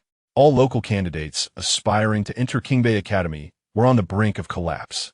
No one had anticipated that this year's assessment would unexpectedly change its format. It would not be a series of individual competitions or fixed team battles, but rather a collective effort from all candidates in the capital to defeat the singular defender of the arena. Upon first encountering the defender, a sigh of relief swept through the crowd. The defender appeared to be of similar age. possessing a calm demeanor that did not resemble that of a fierce and domineering powerhouse, especially upon noticing the seemingly unremarkable shield-type beast by his side. Many found themselves inwardly chuckling, viewing this as a straightforward assessment to pass. Yet, upon engaging in genuine combat, all underestimations were instantaneously obliterated. For a grueling 3 hours, within the span of 360 breaths, this relentless struggle drained the spiritual energy and shattered the will of these proud, young prodigies from the capital, who had been hailed as geniuses since childhood. The creature known as the Great Wall, a defensive beast, became a veritable nightmare for all assailants. Its resilience was extraordinary. Both its physical and spiritual defenses were absurdly high. Countless attacks merely elicited faint glimmers of light against its formidable form. More disheartening was its uncanny ability to counterattack. Any aggressive move against it would result in a swift decline in its own condition. Injuries, exhaustion, and chaotic energies would all recoil upon its assailants. Conversely, should they cease their onslaught, it would nonchalantly regain its vitality, rendering all prior efforts utterly futile. Attempts to forcefully breach its defenses using enhancement skills were met with the realization that the creature could effortlessly dispel such augmentations. Even more exasperating was the myriad of resistances layered upon this shielded warrior. Physical, elemental, mental, and curses, none of which achieved immunity, yet all effects were significantly mitigated. And all of this was merely its base state. Throughout the ordeal, Chang'an never once employed his innate gifts against the Great Wall. As the battle progressed, the group grew increasingly anxious and feeble. From an initial surge of confidence, they descended into a state of agitation and ultimately numb despair. 3 hours of unrelenting conflict had depleted their once indomitable spirits, just as they teetered on the brink of collapse, barely able to raise their arms. The 9 candidates who had been waiting at the periphery could no longer restrain themselves. Each of these individuals, without exception, bore legendary talents, the creme de la creme. Typically haughty, now visibly strained by the torment of this mobile fortress. The first to step forward was a woman with cascading hair and a striking presence. Tall and imposing, her demeanor exuded an icy elegance, clad in a form-fitting outfit that accentuated her athletic physique, wielding a long sword of pristine white. This was no ordinary weapon. It was her innate beast, named Heartcleaver. The woman, known as Chang'an, was a master of sword techniques, renowned among the younger generation of the capital. Heartcleaver, wielding sharpness, she commanded softly within her mind. In an instant, the sword was enveloped in a piercing white light, its cutting aura surging, causing the very air to quiver. This was a manifestation of unparalleled physical offensive power, capable of effortlessly tearing through the defenses of similarly tiered beasts. Chang'an's gaze darkened, a flicker of crimson flashing in her eyes. The first form of the Heartcleaver technique, chaotic threads. As her words fell, dozens of slender yet fierce crimson strikes erupted suddenly, like a tempest of emotional threads, ensnaring the Great Wall's formidable shield in a dense weave. The resonant clinks echoed continuously as the impervious shield bore deep gashes, inflicting actual damage upon the Great Wall. However, the true peril lay not in the wounds themselves, but in the enigmatic force entwined within her swordplay. Struck by the chaotic threads, the Great Wall's emotions spiraled into chaos. One moment, it stood steadfast as a rock.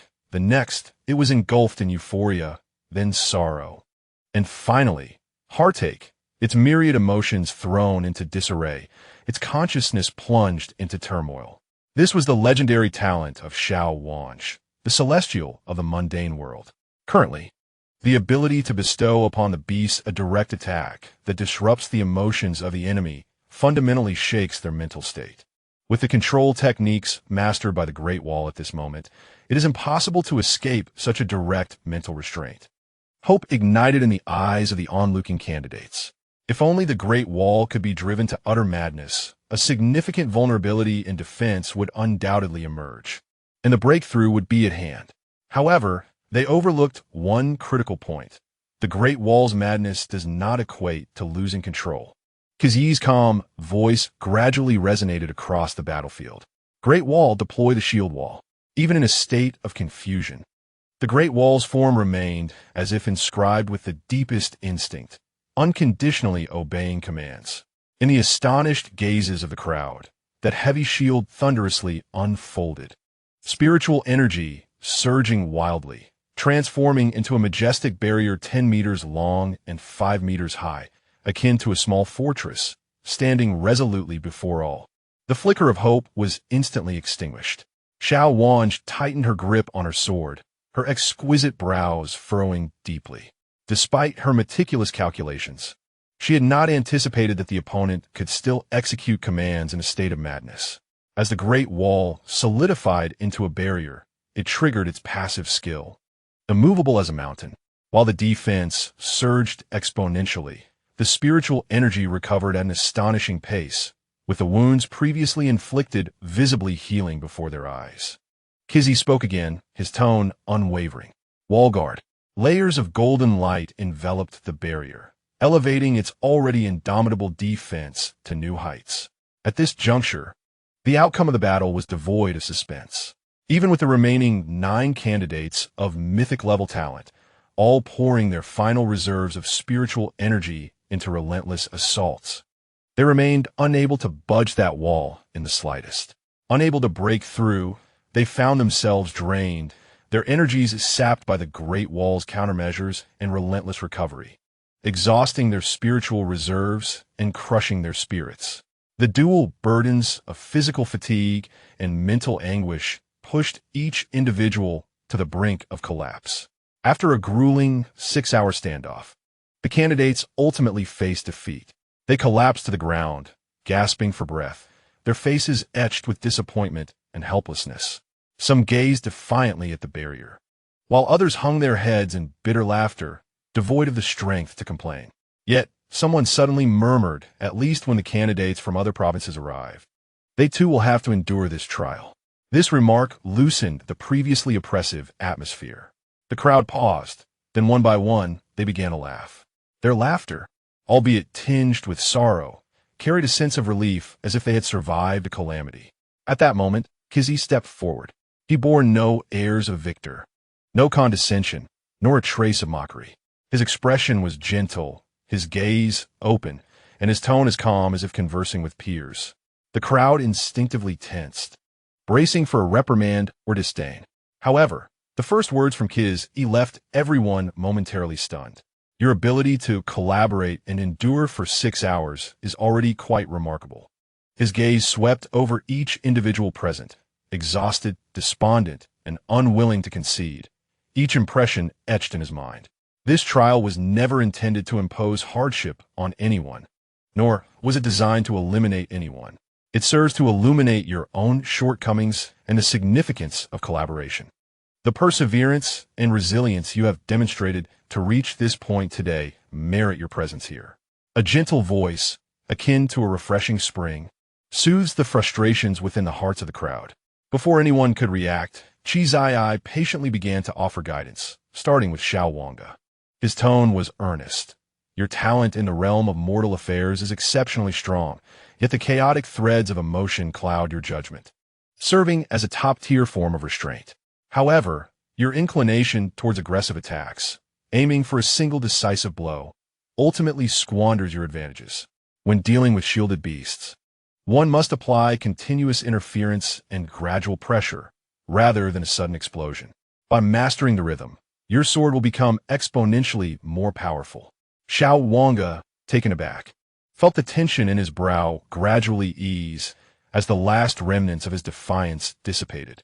Chi Zai then turned to the candidates whose attacks were backfiring upon themselves, meticulously explaining, your strength is ample, yet your tempo is too hurried, failing to evade the judgments of the Thorn Shield. Instead of a relentless charge, one must conserve energy, pause, and seek openings to avoid being overwhelmed by retaliation. To those who frequently lost their enhancements, he advised, enhancements are not merely for embellishment. They are meant to disrupt recovery and suppress defenses. The timing of your strikes should coincide with your opponent's moment of healing. As for the remaining 8 proud candidates, each possessing mythic-level talents, he treated them with no less regard, pinpointing the essential issue. Each of you is strong enough, yet you fight alone. Should you attempt to collaborate, you may very well possess the ability to rival the Great Wall. His words were delivered with meticulous care and patience, striking at the heart of the matter without a hint of condescension. In Chang'an's eyes, these individuals were never adversaries nor failures. They were future comrades who would stand shoulder to shoulder on the battlefield. By providing guidance today, he hoped to foster a greater chance of survival in the face of true crises. From astonishment to surprise, then to earnest listening, ultimately yielding to admiration. Everyone listened intently. Their breath softened. The 9 legendary prodigies, known for their pride, also subdued their arrogance. Their eyes filled with respect. They had lost thoroughly, yet their acceptance was complete. They did not lose to a mere wall or a test, but to a peer who was powerful, composed, gentle, and sincerely regarded them as allies. Once Chang'an finished his explanation, a profound silence enveloped the arena. Xiao Wanga was the first to stand upright, gripping his sword tightly, bowing earnestly with a clear and respectful voice. "Thank you, Chang'an, for your guidance." The other candidates followed suit, each rising with fatigued bodies, their voices unified, resolute, and filled with reverence. "Thank you for the guidance. We are wholeheartedly convinced." As the setting sun cast its glow over the examination grounds, it elongated the figure of the upright and gentle mentor. The disappointment of defeat had long since evaporated, replaced by clarity of direction and rekindled fighting spirit. From this day forward, the name Chang'an would be etched in the hearts of all candidates in the capital as one worthy of respect. Chapter 57. The Demon King of the Arena in the capital. Days later, the eccentric talent from Chang'an, who participated in the competition with a panda, had already become the most enigmatic topic among candidates nationwide. In the waiting area, a cacophony of voices filled the air, with discussions rising and falling like the tide. "Have you heard? A peculiar individual has emerged from Chang'an's college entrance examination, accompanied by a panda beast, which is quite bizarre." I know. That fellow bows before the competition, and if you respond properly or wait for him to finish, he will offer guidance to enhance your abilities. However, should you misinterpret his intentions and attack, his panda will retaliate fiercely, leaving its opponent severely injured and showing no mercy. Moreover, that person is as cold as ice, with an unfathomable strength. After offering his insights, he turns away without uttering another word, as if bestowing a mere charity. It is indeed strange. Yet many who have received his guidance have successfully gained admission to their desired universities. Wait, isn't he the complete opposite of Chang'an? Indeed, one is as gentle as jade, while the other is as ruthless as a demon. It is said that the Chang'an examines have arrived in the capital today. Let us go to Qingbei Academy to witness the spectacle. As the news spread, the arena at Qingbei Academy was soon surrounded by a throng of eager onlookers. Top examines from across the land gathered, each acutely aware that the defender of this arena is none other than the unparalleled Chang'an, who has yet to be bested by any competitor. As the crowd buzzed with anticipation, strategizing how to collaborate and break the stalemate, a figure slowly advanced to the forefront. The young man stood tall, his features handsome, yet his eyes were devoid of warmth, exuding an aura that was both detached and oppressive. He raised his hand slightly, his tone flat, yet imbued with an undeniable arrogance. "I kindly ask everyone to step aside. If my partner and I cannot defeat him, then neither will you." At this, the crowd fell into a sudden hush. The speaker was none other than Chang'an. Among the onlookers, 9 top examines, each possessing legendary talents, exchanged glances, their expressions darkening. Particularly, the front row figure, Xiao Wanga, furrowed his brows tightly, his face betraying unabashed displeasure, his gaze towards Chang'an laced with evident impatience and disdain. Is he truly the remarkable examinee from Chang'an? What is strength? No matter how formidable, he cannot surpass Chang'an. All 9 of us, endowed with legendary talents, have been defeated by Chang'an. What right does he have to stand alone? Such arrogance, such disregard for others. Does he truly believe himself invincible? Among the crowd, a well-meaning examinee stepped forward, speaking earnestly. "Classmate, Confidence is commendable, but you must have heard of Qi Zai's prowess. Collaborating is the most prudent choice. Listening to the murmurs and admonitions from all sides, Li Chang'an silently sighed, lowering his gaze and refraining from further speech. Only he understood that his previous statement had nearly drained him of all courage. With so many eyes fixed upon him, he felt a profound discomfort, his toes digging into the ground. This silent demeanor, however, was perceived by the crowd as a manifestation of timidity and insecurity. Laughter erupted instantaneously, filled with mockery, disdain, and derision, directed squarely at Li Chang'an. Even the 9 legendary talents could not suppress a smirk. Xiao Wan's brows knitted tighter, her displeasure nearly spilling over. She found the individual before her both arrogant and laughable, a true embodiment of overestimating oneself. She had thought him formidable, but it turned out he possessed little more than this meager audacity. How dare he brazenly challenge Qi Zai? Was he not merely a jester, strutting about, now rendered speechless? Did he truly believe himself to be a person of significance? It was laughable. He was nothing more than a buffoon, wasting everyone's time. Sarcastic remarks echoed around her, piercing like needles. Many spectators, eager for entertainment, awaited the spectacle of Li Chang'an's impending humiliation. The proctor, Xiao Yuvong, stood atop the platform, observing everything unfold. Noticing Li Chang'an's silence, he solemnly declared, "The examination begins." On the arena, Li Chang'an raised his gaze, the earlier tension dissipating, replaced by an icy demeanor. His thin lips parted. Though his voice was soft, it resonated clearly throughout the venue. "I had kindly warned you, do not blame me. Lin Yuan, clear the field." Before the crowd could grasp the meaning of clear the field, Lin Yuan, the panda beast beside Li Chang'an, suddenly exuded an overwhelming aura. The totems of earthy yellow and fiery red behind it glimmered brilliantly, a wave of pressure engulfing the arena. In an instant, the elemental forces of fire and earth within the air surged chaotically, coalescing into a colossal meteor that appeared out of thin air, exuding a destructive aura aimed directly at all the candidates on the stage. The terrifying energy fluctuations rendered every face pale with fear. Even more alarming was that the meteor's attack encompassed all living beings on the platform, sparing neither the candidates nor their beastmasters. Simultaneously, Li Chang'an slowly lifted his gaze, his frigid stare sweeping across those who had mocked and ridiculed him moments earlier. Where his eyes fell, the scornful expressions of the candidates immediately froze, cold sweat trickling down their spines. His gaze held no anger, no emotion, only a chilling indifference, as if surveying a pile of inconsequential debris. "Lin Yuan, send them to be reincarnated." That seemingly light-hearted statement caused the temperature in the arena to plummet. Lin Yuan responded, raising a hand to summon a blazing longbow, its frame ablaze with fire, arrows coalescing at an astonishing speed. In the next moment, a volley of fire arrows shot forth, swift, precise, and lethal, aimed directly at those who had just mocked Li Chang'an. The actions were sharp and decisive, exuding a palpable intent to kill. This sudden and ruthless assault left everyone in the arena dumbfounded.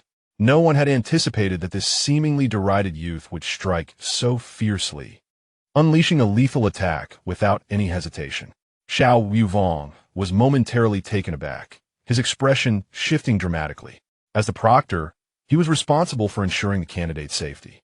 In the blink of an eye, Xiao Yuvong raised his hand, grasping at the void.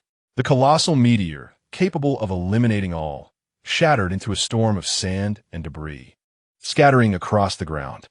Immediately following, he waved his sleeve, and with a gentle yet irresistible force, all candidates except Li Chang'an and Qi Zai were ushered off the platform. At nearly the same moment, the defender Qi Zai's gaze sharpened, and he promptly commanded his beast, the Great Wall. A surge of golden radiance erupted as Qi Zai solemnly ordered, multiple defenses, layer upon layer of dense golden shields materialized out of thin air, steadfastly protecting all targets locked onto by the rockets.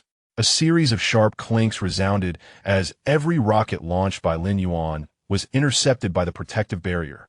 The flames extinguished, and the crisis averted. It was only at this moment that the crowd, still trembling with fear, regained their senses. The arena fell into a deathly silence. Those who had mocked Li Chang'an just moments ago now found their legs quaking uncontrollably, their faces as pale as parchment, lips trembling, unable to utter a word. They stood frozen below the stage, hearts racing as if they might burst from their chests. Had it not been for Xiao Wu Wang's timely intervention, had Qi Ziyi's defenses not thwarted the lethal attack, they would have already been corpses. Fear coiled around each heart like a chilling serpent. The previous disdain, scorn, and ridicule shattered utterly in the face of overwhelming strength and ferocity. In its place was a profound dread and regret. They lamented their foolishness in provoking such a harbinger of death, in deriding a being capable of erasing them with a mere gesture. Particularly the 9 mythically gifted candidates, who now bore no trace of arrogance. Their faces were grave, their bodies tense. Xiao Ji's displeasure vanished completely, replaced by deep shock and trepidation as she fixated on the figure on the stage, her fingertips trembling slightly, no longer daring to underestimate him. Meanwhile, Li Chang'an on the stage had not spared a single glance for the crowd below. He disregarded Xiao Wu Wang's warning and paid no heed to the fear radiating from the others. He merely exchanged a calm glance with Xiao Wu Wang before slowly turning his attention to Qi Ziyi and his beastly Great Wall, remaining as indifferent as a soulless harbinger of death. To all present, Li Chang'an had transcended the status of a mere genius candidate. He had become an unequivocal demon king, one who struck with deadly force at the slightest provocation, flouting rules and dismissing all, including the examiners, as inconsequential. Those who had laughed the loudest now dared not even breathe, trembling in fright. The 9 exalted mythic talents also suppressed their arrogance, their hearts filled with an ineffable fear. Xiao Wangu stood among the crowd, her brow still furrowed, but no longer in displeasure. Rather, she was enveloped in a profound sense of unease and terror. No one dared utter a single word of mockery, not even mustering the courage to look Li Chang'an in the eye. High above, Xiao Wu Wang observed the solitary, cold figure on the stage, feeling his blood pressure soar and his temples throb. He silently seethed with rage. "Old Li, your son is truly remarkable. Were it not for your sake, I would teach him a proper lesson today, so he understands the meaning of rules." A tempest of anger surged within him, yet he felt utterly powerless. Xiao Wu Wang took a deep breath, suppressing the turbulence within his heart, and ultimately could only maintain a stoic expression as he coldly uttered a few words. "The examination continues." As his voice fell, the atmosphere remained eerily silent, suffused with an overwhelming sense of dread that lingered in the air. Chapter 58. Battle, battle, battle. I slay, slay, slay. On the arena, a fierce wind suddenly surged.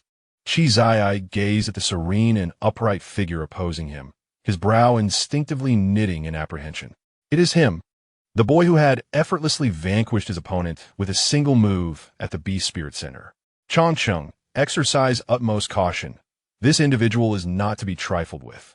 His aura was taut, and there was no longer a trace of disdain in his eyes, only a weighty vigilance.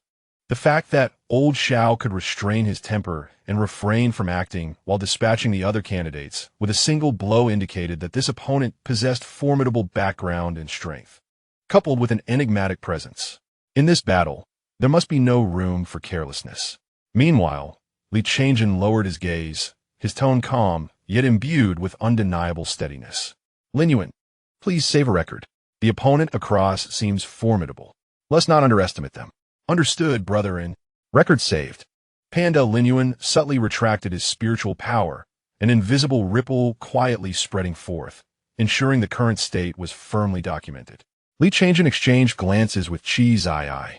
One exuded an icy stillness, while the other radiated steadfastness akin to a mountain. The air suddenly thickened, an intangible pressure clashing and surging between the two, signaling that combat was imminent. Chang'an, unleash all skills without hesitation. Before Qi Ziyi's command was fully articulated, a tempest began to brew on the opposite side of the arena. Floating staff. In the next moment, a staff, radiating with ethereal light and subtle wind patterns, materialized in Lin Yuan's palm. This was a mystical weapon birthed from the weapon space after evolution, propelled by spiritual energy, capable of applying a levitation effect upon its target. Should there be a significant disparity in realms, the effect would multiply exponentially. Lin Yuan's grip on the staff tightened slightly, his figure erupting into motion. With the staff imbued with the violent force of wind spiritual energy, he struck without hesitation, delivering a powerful blow to Chang'an. With a resounding thud, Chang'an's massive form jolted violently, being forcefully propelled into the air, utterly beyond his control. Before the crowd could gasp in astonishment, Lin Yuan's footwork reached its zenith. His afterimages multiplied, his figure moving so swiftly that it appeared as mere blurred shadows, leaving the onlookers only to witness the gusts of air stirred upon landing and Chang'an continuously airborne, unable to touch ground. Wind piercer. The fierce wind attribute skill followed closely behind, sharp blades of wind cascading like a torrential downpour, relentlessly bombarding the levitating Chang'an. The sounds of successive strikes filled the air, the onslaught so ferocious that it was nearly suffocating. The onlooking crowd collectively inhaled sharply. It was a shadow step. Wasn't this technique supposed to require at least mastery level to achieve such instantaneous movement? High above the platform, Xiao Yuvong's gaze deepened. No, this is not the traditional shadow step. It resembles a unique technique improved by this panda, intuitively grasped by the Beastmaster. This child is certainly extraordinary. The tactics are indeed exquisite. It's just unfortunate that he has encountered both me and Chang'an. In the depths of his heart, he has maintained a calm judgment, his face betraying no signs of panic. While everyone was awestruck by Lin Yuan's overwhelming barrage of attacks, a myriad of crimson lights suddenly illuminated the surroundings of the Great Wall, which was under relentless assault. The brilliance surged forth, and countless rebound orbs shot toward Lin Yuan at the speed of light. So swift were they that the naked eye could scarcely perceive them. To the onlookers, the red light had already collided with Lin Yuan's form. The city wall's defense is activated. His gaze turned slightly cold. The damage rebounded is half of what was inflicted. Such a dense onslaught. The damage reflected back is sufficient to severely injure that martial panda. He felt assured of victory, merely awaiting the moment Lin Yuan would be struck by the counterattack. At a critical juncture, Lin Yuan's figure suddenly flickered and vanished from sight, narrowly evading several rebound orbs. Yet, challenges soon followed. In the midst of his frenzied assault, the rebound orbs around the Great Wall multiplied, becoming increasingly overwhelming. The flicker ability had a cooldown, and it was impossible for Lin Yuan to evade all the counter damage with but a single blink. In this dire moment, a long-dormant wooden totem behind Lin Yuan suddenly glowed. A delicate, sapling-like green apparition emerged, the embodiment of Lin Mu. Suspended behind Lin Yuan, Lin Mu radiated verdant light, actively drawing the wood element from the surroundings in a frenzied gathering. Simultaneously, Lin Yuan summoned the earth element, intertwining both forces in the air. Golden body. Li Chang'an's voice resonated calmly. This spatial skill could not be activated solely by Lin Mu. However, it was unexpectedly discovered that by collaborating with Lin Tu to execute the elemental fusion technique, utilizing the earth element's profound spiritual power, they could forcibly invoke this move in the form of fusion technique. A golden-green radiance enveloped Lin Yuan entirely, forming an impenetrable light shield around him. The effect of the golden body, invulnerability for 1 second, during which all damage is negated. Lin Yuan forcibly summoned the world's barrier with his spiritual power, isolating all attacks outside. This fleeting second, whether initiated too early or too late, would face the onslaught of the rebound orbs. The continuous barrage was terrifying. Did that demon lord truly allow his beast to engage in such reckless tactics? With such high-intensity, sustained attacks, any beast, upon being struck by the counter damage even once, would inevitably succumb to the relentless rebounds. The spectators watched in horror, their faces alternating between pallor and ashen gray. Their earlier underestimation had long dissipated, leaving only profound fear and astonishment. Lin Yuan's gaze was sharp, precisely controlling the rhythm. As soon as the flicker was off cooldown, he immediately repositioned. Once the golden body cooldown concluded, he activated it instantaneously, with the world's barrier absorbing the concentrated counterdamage, cycling the flicker and golden body without missing a beat. He maneuvered through the sky ablaze with red light, his form as agile as a specter, while the rebounding orbs descended like a torrential storm, failing to touch him even slightly. Yet, amidst the fierce battle, Lin Yuan ultimately succumbed to the intoxicating thrill of combat. For a long time, I had not encountered an adversary capable of engaging me head-on, delivering a series of relentless strikes. With each blow, my excitement intensified, yet amidst the fervor, my composure began to wane, revealing a slight vulnerability. I misjudged the cooldown of my golden form, activating it half a second too late. A sudden rebound sphere struck me with ferocity. Bang! The immense force of the counterattack erupted, sending a tremor through my body, my breath momentarily disrupted. Save progress. Came Li Chang'an's steady voice, devoid of reproach. A flash of light enveloped me, and I returned to the state of my previous save. My injuries vanished, as if that fatal blow had never transpired. I bowed my head, a hint of guilt in my tone. I apologized, brethren. I should have been more composed. Li Chang'an gently shook his head, his tone calm, yet imbued with a reassuring strength. It is not your fault, Lin Yuan. I understand. For so long, you have stood alone at the pinnacle, with no one by your side to share the burden of your full might. Encountering an opponent of equal caliber, engaging in a thrilling battle, I comprehend the exhilaration of no longer being solitary. He lifted his gaze towards the Great Wall, his eyes piercing and resolute. Thus, fight with abandon. However, regardless of the strategy you choose, maintain tranquility within. Restlessness is the root of your erratic performance. You were struck just now because the thrill of combat clouded your judgment, leading to a miscalculation in timing.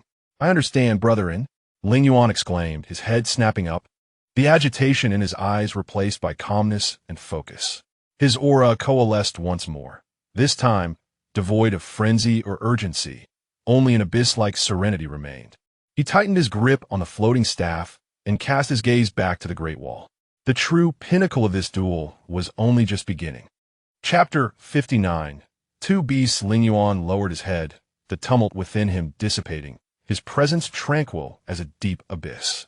He raised his eyes towards the floating Great Wall, his palm gripping the staff, quivering slightly, devoid of any wild enthusiasm. Only the utmost composure remained. Let loose and fight. In the next moment, Lin Yuan sprang into action.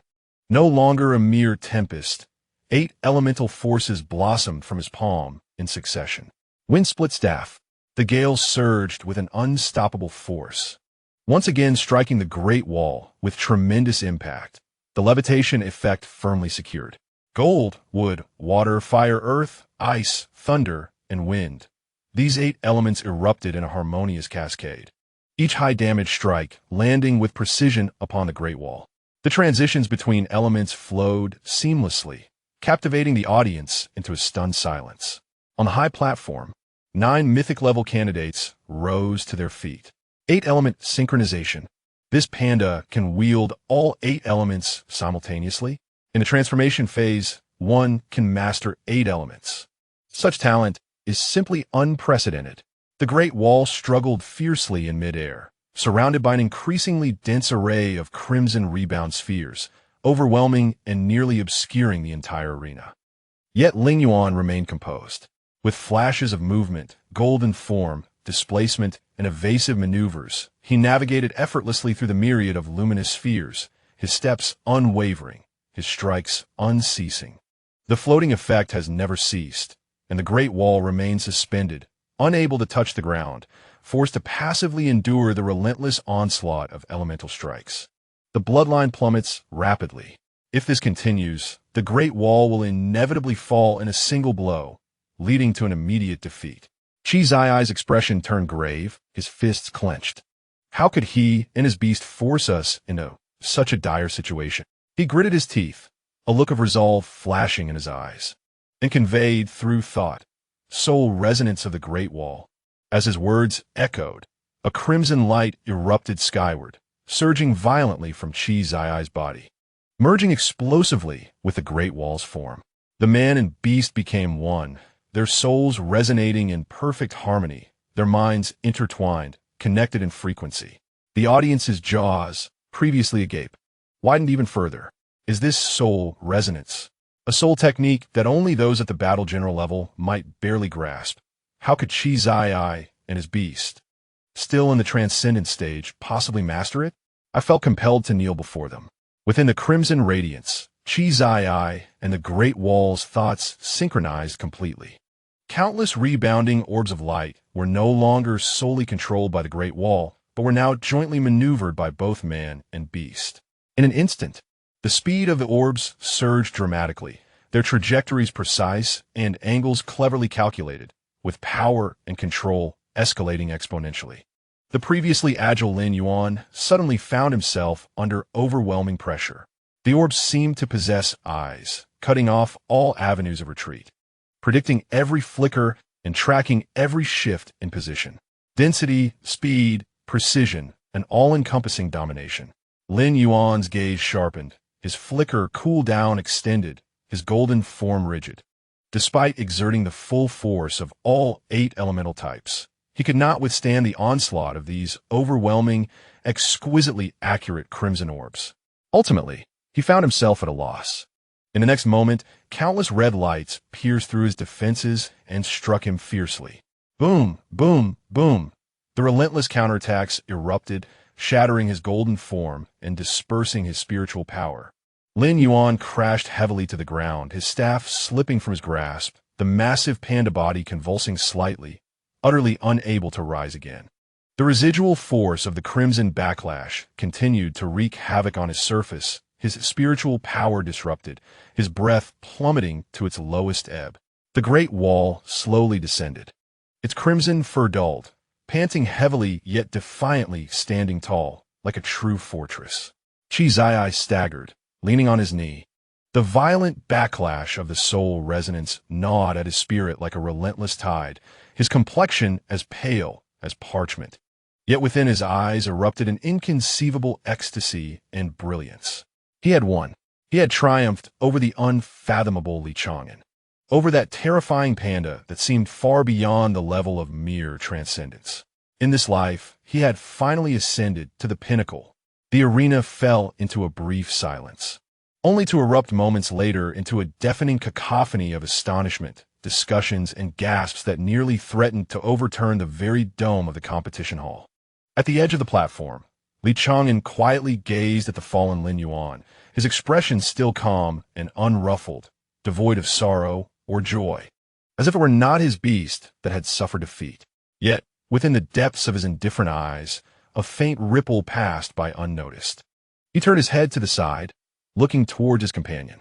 The voice of Longbow emerged, soft yet tinged with genuine perplexity. Longbow, what is soul resonance? Why have I never heard of this technique before? Longbow subdued the astonishment in his eyes, regaining his usual composure as he lowered his head and patiently explained. Young master, soul resonance is an arcane technique within the realm of beast tamers that is exceedingly difficult to comprehend and even more challenging to execute. The reason is quite simple. It necessitates a complete synchronization of mind and spirit between the beast tamer and their beast, with unwavering beliefs that are indistinguishable from one another. This is not something that can be attained through mere cultivation or resources. It requires a shared experience of life and death, a journey through perilous circumstances. To potentially grasp it in an instant, he paused, casting his gaze toward the other side of the arena where Chi Zai stood precariously and sighed softly. That young guardian of the arena is remarkable. At such a tender age, he has achieved such a profound connection with his beast. His future is boundless. With a shift in tone, Longbow quickly added, his voice tinged with unabashed favoritism. Of course, in my eyes, young master is still more formidable. He has simply been lacking the opportunity to comprehend this path. Upon hearing this, Chang'an's lips curled into a gentle and knowing smile, and he nodded warmly. I understand. Thank you, Longbow. Before the smile could fade, a clarity returned to his gaze. There was no anger, no resentment, only a long-dormant brilliance quietly awakening. His fingers, resting at his side, curled slightly as a soul transmission, only audible to Ling Yuan, directly entered the panda's mind. Ling Yuan, rewind. This time, Ling Yuan continued his relentless assault, as ferocious as before, pressing forward without granting the Great Wall a moment's respite. The elemental forces of wind, wood, metal, fire, water, earth, thunder, and ice flowed through his hands with fluid grace, soaring, suppressing, and striking in seamless succession, once again trapping the Great Wall in midair, its life force plummeting rapidly, seemingly on the brink of annihilation. In that critical moment of life and death, Li Chang'an's voice gently resonated in Ling Yuan's mind once more, steady and imbued with an unprecedented seriousness. Ling Yuan, I haven't told you this before. The first time I saw you at the Spirit Beast Center, I resolved to choose you, because I believe you're just like me, Ling Yuan. The commonality we share, you have always known, haven't you? Ling Yuan's offensive momentarily faltered, a flicker of confusion crossing the panda's eyes, soon replaced by a profound sense of being touched. The commonality between me and brethren? That must be it. Together, one man and one beast traverse the journey. To reach the pinnacle, they have endured countless bitter potions, sleepless nights of cultivation, an unimaginable pain and solitude that others could scarcely fathom. They have squandered resources and fought tirelessly to grow stronger, struggling repeatedly at the limits of their endurance. Others believed they sought victory, to stand atop the highest peaks, to look down upon the masses. Yet only they understood the truth. They did not seek to win. Ling Yuan's heartfelt thoughts resonated clearly within Li Chang'an's soul. Almost simultaneously, Li Chang'an's voice, filled with the same tenacity and resolve, echoed within the souls of both man and beast. I do not wish to lose. In that fleeting moment, it felt as though time itself had come to a standstill. A soul fire of an exquisite azure hue erupted from Li Chang'an's chest, soaring toward the heavens, while an identical flame simultaneously burst forth from Ling Yuan's being. The two flames collided in midair with a resounding crash, demonstrating no hint of repulsion, and instantaneously merged into a vast, oceanic expanse of blue soul fire, enveloping both man and beast entirely. In this moment of soul resonance, Li Chang'an and Ling Yuan attained a profound understanding. Unlike the fervent and tempestuous crimson soul fire of Qi Zai and the Great Wall, their soul fire radiated tranquility and depth, yet harbored the power of destruction within its cerulean embrace. This was not a bond forged through shared trials of life and death, but rather a resonance born from the intrinsic connection of their souls, harmonizing in unwavering conviction. The arena fell into an eerie silence. All judges, contestants, and spectators were left agape, even forgetting to breathe. Blue soul fire, he too possesses the ability for soul resonance, and his quality is on par with Qi Zai. Upon the arena, Ling Yuan's aura surged dramatically, his speed rendering him a mere blue afterimage. The 8 elemental forces no longer surged in alternation from his palm. Instead, the tattoo of 8 elemental totems on his back illuminated, revealing 8 elemental spirits. All their powers converged upon the seemingly ordinary elemental bamboo staff in Ling Yuan's grasp, which now emanated a terrifying pressure that sent shivers down the spines of all present, an overwhelming force that far surpassed a mundane, capable of crushing a battle general. Ling Yuan's gaze was clear and resolute as he raised the bamboo staff, his voice resonating through the soul fire with profound intensity. 8 elements fusion technique, chaos of the sun. As he brought the staff down, it resembled a cataclysmic sun crashing to the earth. Qi Zai's complexion turned ashen to the extreme, yet he did not falter. Gritting his teeth, he pressed his hands fiercely against his chest and roared, "There is no other option. Great Wall, we shall endure this blow together." Suiming's protection. With a thunderous roar, the crimson light surrounding the Great Wall surged to its zenith, and behind his enormous form, a colossal and formidable shadow of a Xian turtle gradually manifested, its shell adorned with intricate patterns that enveloped the entire arena, exuding an indomitable aura of defense. This was the Great Wall's ultimate safeguard, capable of withstanding the full force of a peak battle general strike. Chang'an furrowed his brow upon witnessing this. He still possesses a hidden card. He cast a glance at Lin Yuan, transmitting resolute thoughts through their souls. Lin Yuan, let's unleash our full power. The azure soul fire surged violently. The crimson soul fire blazed fervently in response. The two flames, one blue and one red, confronted each other at the center of the arena, visibly expanding and burning, threatening to tear the entire platform asunder. Not enough. Chi Zai bit down hard, drawing blood, as he recklessly urged his soul fire, pushing their resonance to its utmost limit at the cost of his own life force. Locking eyes with Chang'an, whose expression hardened with determination, he too refused to yield even a fraction. Who fears whom? He proclaimed, fully releasing his restraints, igniting his soul, and forcefully elevating the intensity of the soul fire. We cannot afford to lose. The voices of man and beast echoed in perfect unison, resonating deeply within the hearts of all. We cannot afford to lose. On the other side, Chi Zai and the Great Wall's cries mirrored their resolve. At the moment when two extreme forces were about to collide, a figure suddenly appeared in the center of the arena. It was Xiao Yuvong. Unbeknownst to anyone, he had moved, his form as swift as teleportation.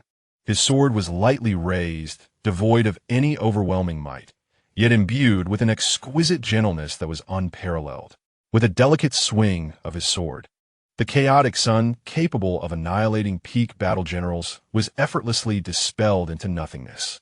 The blade flashed once more, gently flicking, severing the wildly burning red and blue flames of soul, extinguishing them simultaneously. The resonance of souls was forcibly interrupted. Xiao Yuvong sheathed his sword and stood, gazing at the two nearly frenzied youths before him. He let out a soft sigh, his tone tinged with a hint of helplessness and a touch of indulgence. You two little monsters, what are you playing at on the examination arena? Such formidable soul flames. With your current transcendent strength, can you withstand the backlash that follows? As if to validate his words, the next moment, Chang'an's vision darkened, his soul racked with pain, his body collapsing backward. Almost simultaneously, Chi Zai trembled, consciousness fully sinking into darkness, collapsing to the ground. Lin Yuan swiftly darted forward, securely catching Chang'an. Chang'an hastened over, cautiously supporting Chi Zai. Both fell unconscious.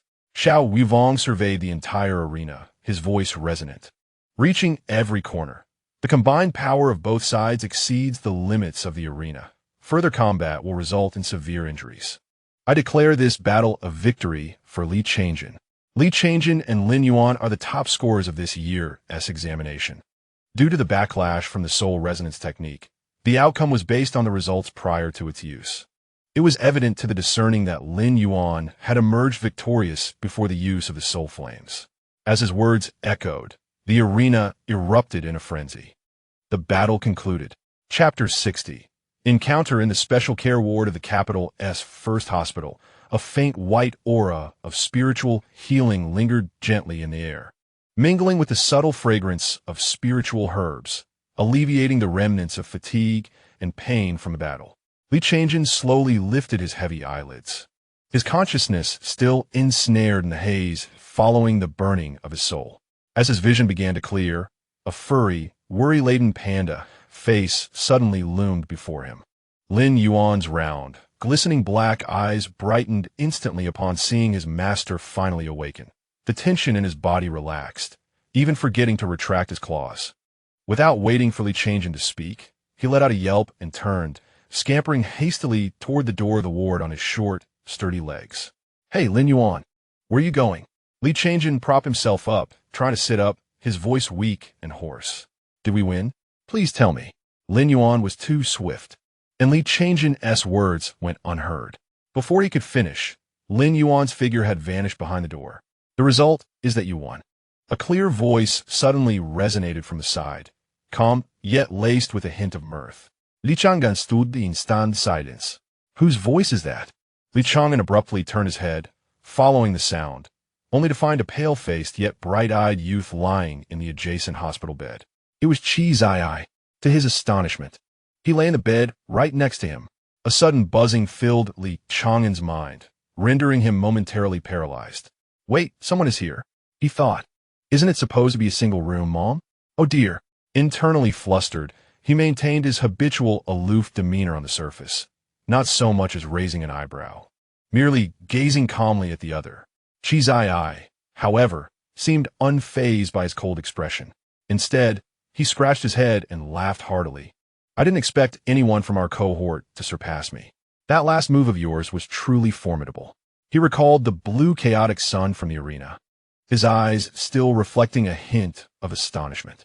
If I couldn't withstand the burning soul fire of the Great Wall, the outcome would have surely been disastrous. Of course, if we had managed to endure it, the dire consequences would have been yours. Though notwithstanding does seem likely, he shrugged casually, his tone relaxed, devoid of any bitterness, instead infused with the excitement of encountering a worthy rival. I am genuinely pleased to meet an opponent like you. Li Chang'an blinked, acutely aware that there was no malice in Chi Ziai's words, only pure openness and acknowledgement. The tension in his heart eased slightly as he quickly prepared a response in his mind. I'm also quite pleased to encounter an opponent like you. Yet, as the words were on the tip of his tongue, social anxiety and a hint of discomfort caused him to divert awkwardly. Meeting you has been a lifetime experience. Chi Zai was momentarily taken aback, but soon burst into hearty laughter, his mirth resonating through the entire ward. Ha ha ha! Do people from Chang'an always speak so amusingly? After his laughter subsided, he looked intently at Li Chang'an. By the way, we actually met before the college entrance exam at the Beastmaster Association. Do you remember? Thank you for that occasion. Let me formally introduce myself. My name is Chi Zai. It is a pleasure to meet you. As he spoke, he extended his right hand towards Li Chang'an, his gaze sincere and unpretentious. Li Chang'an, lying in bed, noted the considerable distance of over a meter separating them and silently grumbled, Buddy, with this distance, how can I reach your hand? Nevertheless, he cooperatively raised his arm, extending a gentle grasp across the beds, completing the handshake. Li Chang'an. The three succinct syllables formed one of the few self-introductions he could utter smoothly.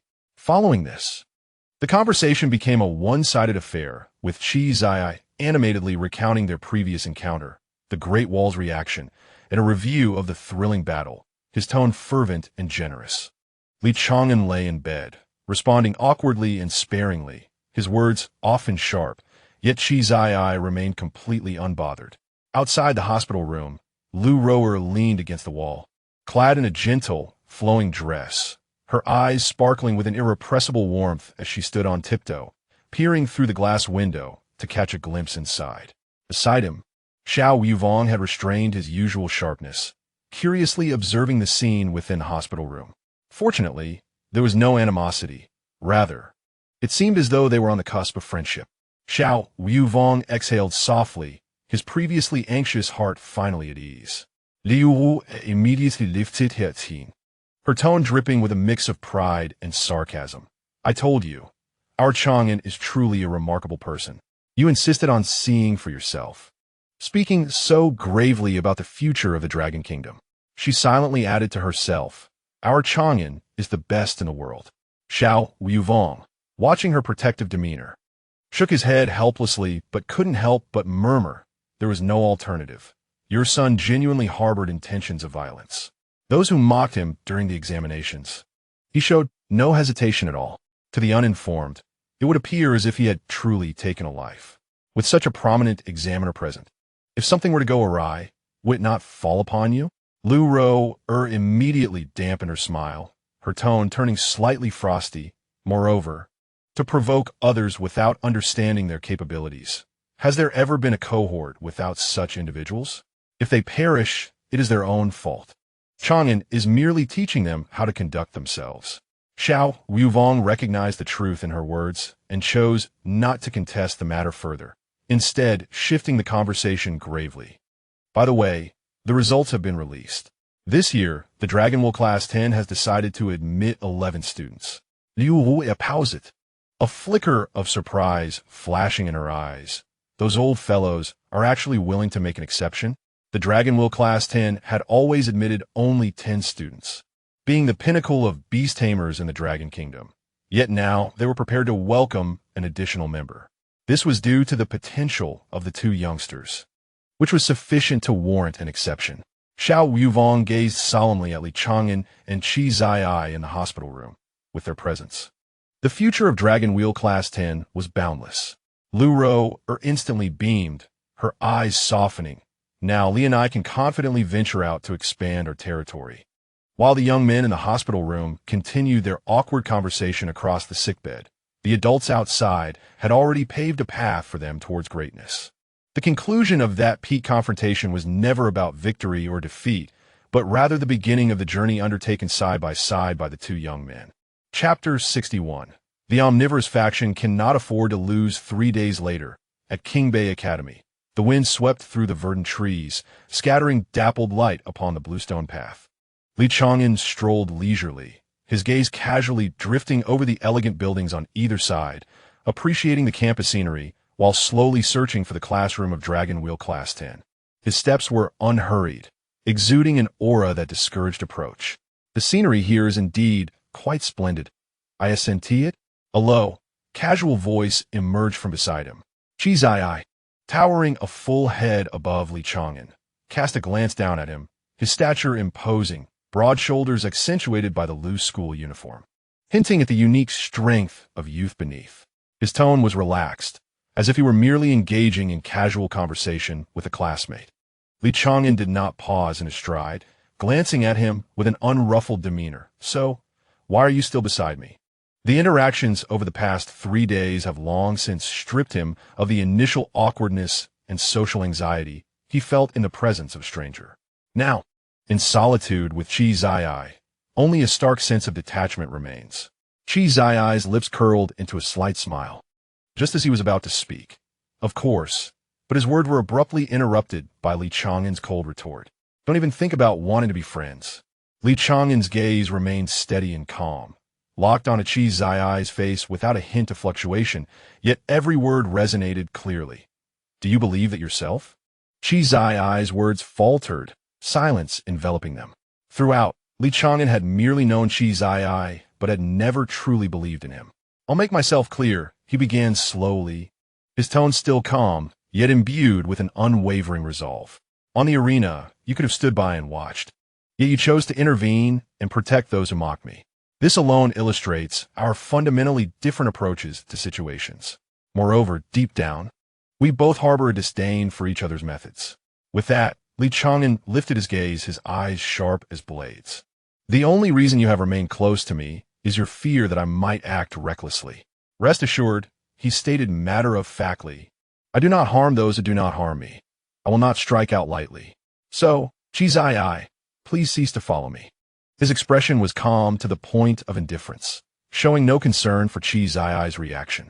Though Qi Zai was robust and towering, the quiet yet overwhelming aura emanating from Li Chang'an felt suffocating, as if waves of pressure were cascading upon him. In that moment, Qi Zai truly sensed that beneath Li Chang'an's words lay not mere discontent, but palpable hostility. He sighed softly, a hint of resignation in his voice. Indeed, we simply do not mesh. I understand now, he conceded, nodding. I shall head to the classroom. Do take care. With that, he turned away, departing in the opposite direction of Li Chang'an. In Qi Zai's mind, most youths at this age remain somewhat naive, requiring time to mature, which is why he was willing to afford others another chance, provided they had not committed any heinous acts. He recognized that Li Chang'an's vigilance and stubbornness were commendable traits, and he empathized with him. Yet, understanding did not equate to liking. He ultimately found Li Chang'an's rigid and extreme approach distasteful. Once Qi Zai's figure had completely vanished, a subtle voice echoed in Li Chang'an's mind. It was Lin Yuan's voice. Brethren, since you have no intention of forming a deep connection with Qi Zai, why have you allowed him to follow you and spend so much time with you these past few days? Li Chang'an paused, a glint of cold realization flashing in his eyes as he replied through thought. After spending these days with him, I could easily deduce that he is merely a pawn for someone testing me. Now that the performance has concluded and the objective achieved, it is only natural to let him go. I must admit, I do admire his ability to feign sincerity for such an extended period. What if he genuinely wishes to befriend you, brethren? Lin Yuan couldn't help but press further. Li Chang'an scoffed, his tone resolute. Impossible. But he genuinely seems like someone who wishes to befriend you? You have encountered but a few individuals. With a helpless shake of his head, Li Chang'an was about to continue speaking when he suddenly sensed something amiss, halting abruptly. Wait, is this the correct path to the classroom? After a brief moment of silence in his mind, Lin Yuan's voice emerged, tinged with a hint of cautious awkwardness. Brethren, is it possible that Chizai was also heading to the Dragon Pivot Class 10 classroom, while you were walking in the entirely opposite direction? Li Chang'an's calm facade shattered in the next second, and he lowered his voice, exclaiming, What the? Why didn't you say so sooner? In the Dragon Pivot Class 10 classroom, Guazeo was the first to arrive. She had eagerly claimed a prime observation spot by the window, her view unobstructed, clutching a small notebook. Her eyes sparkled like a fervent fan who had just discovered genuine sweetness as she scanned every figure in the classroom, her heart racing with excitement. She first zeroed in on the duo who had arrived together, Xiao Wange and Gu Qinyang. Xiao Wange appeared aloof and taciturn, but in reality, she was a warm-hearted person, and those who got to know her would discover her delicate and gentle nature. Gu Qinyang, though typically flamboyant and outgoing, had no one he deemed worthy in his heart. Yet Xiao Wange saw through him and earnestly reassured him that many would be eager to befriend him regardless. Thus, Xiao Wange became the first friend Gu Qinyang acknowledged. Guazeo internally screamed, Help! Cold on the outside, warm on the inside.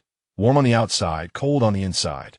Xiao Wange, do you realize you're unconsciously charming Gu Qinyang into a state of utter infatuation? I must take a hearty bite of this.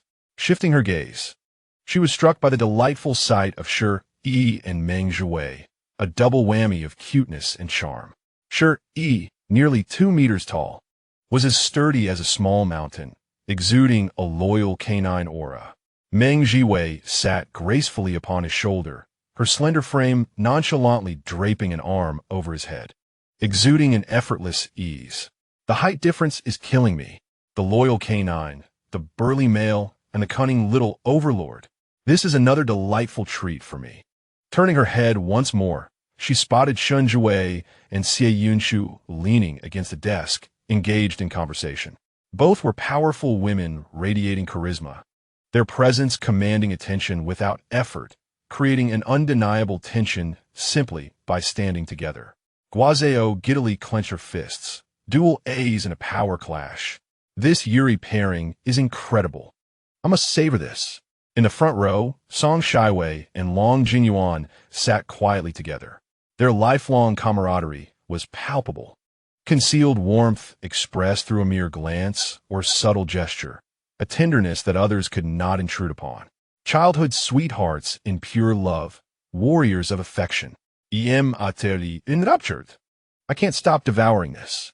Having savored all the class pairings, her smile stretched from ear to ear. Her excited gaze landed on Chizai, darting toward the door. Huh, where's the legendary big bad wolf, Li Chang'an? The couple I am most eager to see is missing its main character? Just as she pondered this, the front door swung open. A composed and serious man entered the room, his gaze sweeping across the entire class as he introduced himself. My name is Wang Hui, and I am your homeroom teacher for Class 10 of Longshu. I will now. Just as he spoke halfway, the back door of the classroom was gently pushed ajar. A slender figure, exuding an air of aloofness that discouraged familiarity, crept in stealthily, seeking an unoccupied seat to settle quietly. It was Li Chang'an, who had arrived late and lost his way. Wang Hui's gaze pinpointed him with precision, his tone calm and unwavering. Li Chang'an, please stand up. As the words fell, 10 pairs of eyes turned in unison, fixated on Li Chang'an. Among the crowd, Chizai's laughter was the most pronounced, his expression betraying a gleeful malice that was impossible to conceal. Li Chang'an felt a sense of impending doom. Chizai, for the first time, the usually composed and indifferent expression on his face cracked, and he stood up with a resigned bravery. Wang Hui looked directly at him. Why are you late? Li Chang'an paused for a second. Then, in a tone of resigned acceptance, replied, I took the wrong path. Wang Hui nodded, not overly chastising. Be more careful next time. You may sit down. Just as Li Chang'an exhaled a sigh of relief, a fleeting thought crossed his mind. Is it unexpectedly simple? He then heard the homeroom teacher lightly add a punishment. Of course, there will still be a consequence for your tardiness. I was considering how to help you all become familiar with one another. So Li Chang'an, why don't you have a friendly contest with your classmates? Li Chang'an was momentarily taken aback. Wang Hui added nonchalantly, you cannot use soul resonance. The remaining 10 of you will join together. In that instant, Guazhao froze in her seat, her notebook slipping from her lap. Her mind blanked for a second, and then she became bewildered. An 11-person class. Li Chang'an against 10. Teacher, you truly dare to agree to this? Chapter 62. 1 against 10 figures stood shoulder to shoulder, their expressions grave as if facing a formidable foe. They were all acutely aware of the prowess possessed by Li Chang'an and his formidable abilities. Thus, they strategized before the battle, seeking any glimmer of hope for victory. Without the use of soul resonance, what chance did Qi Zai have against him alone? Xiao Wanga's voice, cool to the point of being frigid, shattered the pre-battle silence. Qi Zai gave a self-deprecating smile, his tone heavy with resignation. You all already know the answer. None of us stand a chance. However, I do have a plan. Qi Zai's gaze swept across the group. If we band together, we might have a 30% chance of success. The group quickly huddled together, whispering to devise a meticulous strategy. Let the battle begin. Wang Hui's commanding shout heralded the commencement of the hunt. In that instant, 11 beast mastery spaces trembled and shattered simultaneously, releasing a surge of beastly energy into the air. The first to leap forth were Gu Qinyan and Meng Jiwei. The radiance enveloping Meng Jiwei surged as her mythic-level talent erupted forth. Mythic-level talent, Clan Conqueror, capable of contracting an entire race and commanding them in battle. Mythic-level Beast Mastery Space. Life can be nurtured within the space, significantly increasing mutation probability, ensuring at least one mutated species every 100 births. The luminous expanse surged with brilliance as 100 ethereal flower spirits emerged in unison, their petals fluttering and countless rays of dazzling sunlight converging simultaneously. Sunbeam burst. Over 100 beams of sunlight erupted forth, harnessing the solar energy from the heavens and coalescing into a blinding torrent of power, overwhelming enough to crush ordinary transcendent beast tamers. On the other side, Gu Qinyan issued a sharp command as 6 complete transcendent beasts emerged, intertwining metal and lightning, forming a formidable force of violent restraint. Lightning Blitz. 6 attack speed increases 20-fold, with a chance of triggering an instant kill effect upon skill release. The 6 beasts transformed into streaks of lightning, poised to exploit any vulnerability in Ling Yuan with lethal intent. Ling Yuan stood unmoved, his expression indifferent. As the onslaught of sunlight and lightning approached, dark clouds swirled around him, and he raised his hand to intone. Power of darkness, bullet time. The intangible power of darkness erupted suddenly, grasping and redirecting the torrents of sunlight and lightning, sending them back unscathed. Simultaneously, the dual-colored totem of water and gold behind him illuminated brilliantly, merging its golden and watery hues, escalating the oppressive force. Water prison. The golden stream swiftly coalesced into an indestructible cage of water, crashing down. The 100 flower spirits barely had time to scream before being consumed and eliminated by the water prison.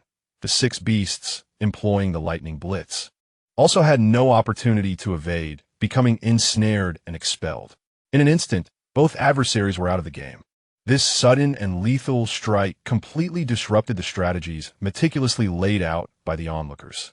Without time to be astonished, Shi Yi, Xie Yunshu, and Shun Zai charged forward. In front of Shi Yi, a small dragon of pure gold spiraled into existence. Though merely in the transcendent phase, it bore the inherent pressure of its lineage, possessing extraordinary potential. The next moment, Shi Yi fused with the golden dragon. The golden light erupted, transforming him into a terrifying beastman with a dragon's head. his body cloaked in dragon scales, radiating formidable might. Dragon Fist.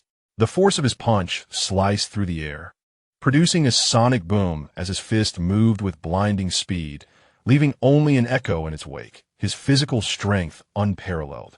Ling Yuan, however, merely cast a cursory glance, fully aware of the Shi family's formidable physique, and chose not to confront it head-on.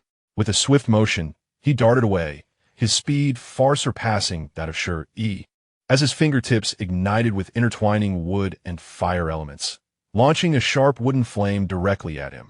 Yet, just as the wooden flame was about to strike, Ling Yuan caught a whiff of an unusual scent, the air around him becoming thick and acrid.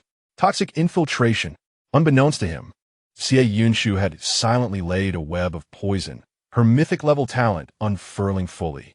Mythic-level talent. Body of 10,000 poisons. Maximum affinity with poisonous attributes. Contracted poison-type beasts can be endowed with a body of 10,000 poisons, aiding in their evolution. The dormant mother of poisons within her palm surged to life, suffusing the air around Ling Yuan with an invisible venom. A cunning stratagem indeed. If the poisoning succeeded, it would weaken Ling Yuan. Even if it failed, it would at least force him back, granting Shi a reprieve. Alas, Ling Yuan sighed inwardly. Blink. In an instant, the figure vanished only to reappear, delivering a powerful strike upon the transformed body of Shi. Like a kite severed from its string, Shi was sent soaring and crashed beyond the arena, thus facing elimination. Ling Yuan had intentionally held back. Otherwise, this blow could have resulted in grave injury. At the very moment Shi was struck away, Ling Yuan activated his golden body, retreating with a swift flicker as his elemental bamboo staff morphed into a longbow wreathed in flames. Sunward Flash. This was a long-range lethal move he had acquired from the elemental skill repository. Swift, precise, and ruthless, ready to unleash its power at a moment's notice. However, just then, from the shadow behind Ling Yuan, which bore no sign of life, a peculiar-colored chameleon demon cat lunged forth, its claws infused with lethal intent. Life or death claw strike. At this moment, Shun Zai's mythical-level talent was brought to its zenith, triggering a critical strike upon the next attack after the beast broke its stealth. This attack is bound to inflict tenfold damage, with potential for further amplification. The unexpected backstab caught even Ling Yuan off guard. A commendable blow, but alas, you chose to strike my back. Ling Yuan called out. Ling Jin responded to the threat. The golden totem behind him suddenly expanded, radiating golden light as a faceless, gilded humanoid apparition emerged from the totem, wielding a golden sword, its intent sharp enough to pierce the heavens. With a sweeping motion of the sword, golden edge, and heavenly slash, the strike sent shock waves through the air, its sharpness capable of shattering all. Wang Hui's expression changed drastically as he materialized to shield Shun Zai from the terrifying sword strike, which meant Shun Zai was officially out of the contest. Almost simultaneously, Ling Yuan released an arrow from his fiery bow. Xie Yunshu had no time to evade, and Wang Hui, with no other choice, intervened again, yet could not alter the outcome. Both Xie Yunshu and Shun Zai were eliminated. As the battlefield rapidly condensed, Song Shiwei and Long Jinyuan approached in quick succession.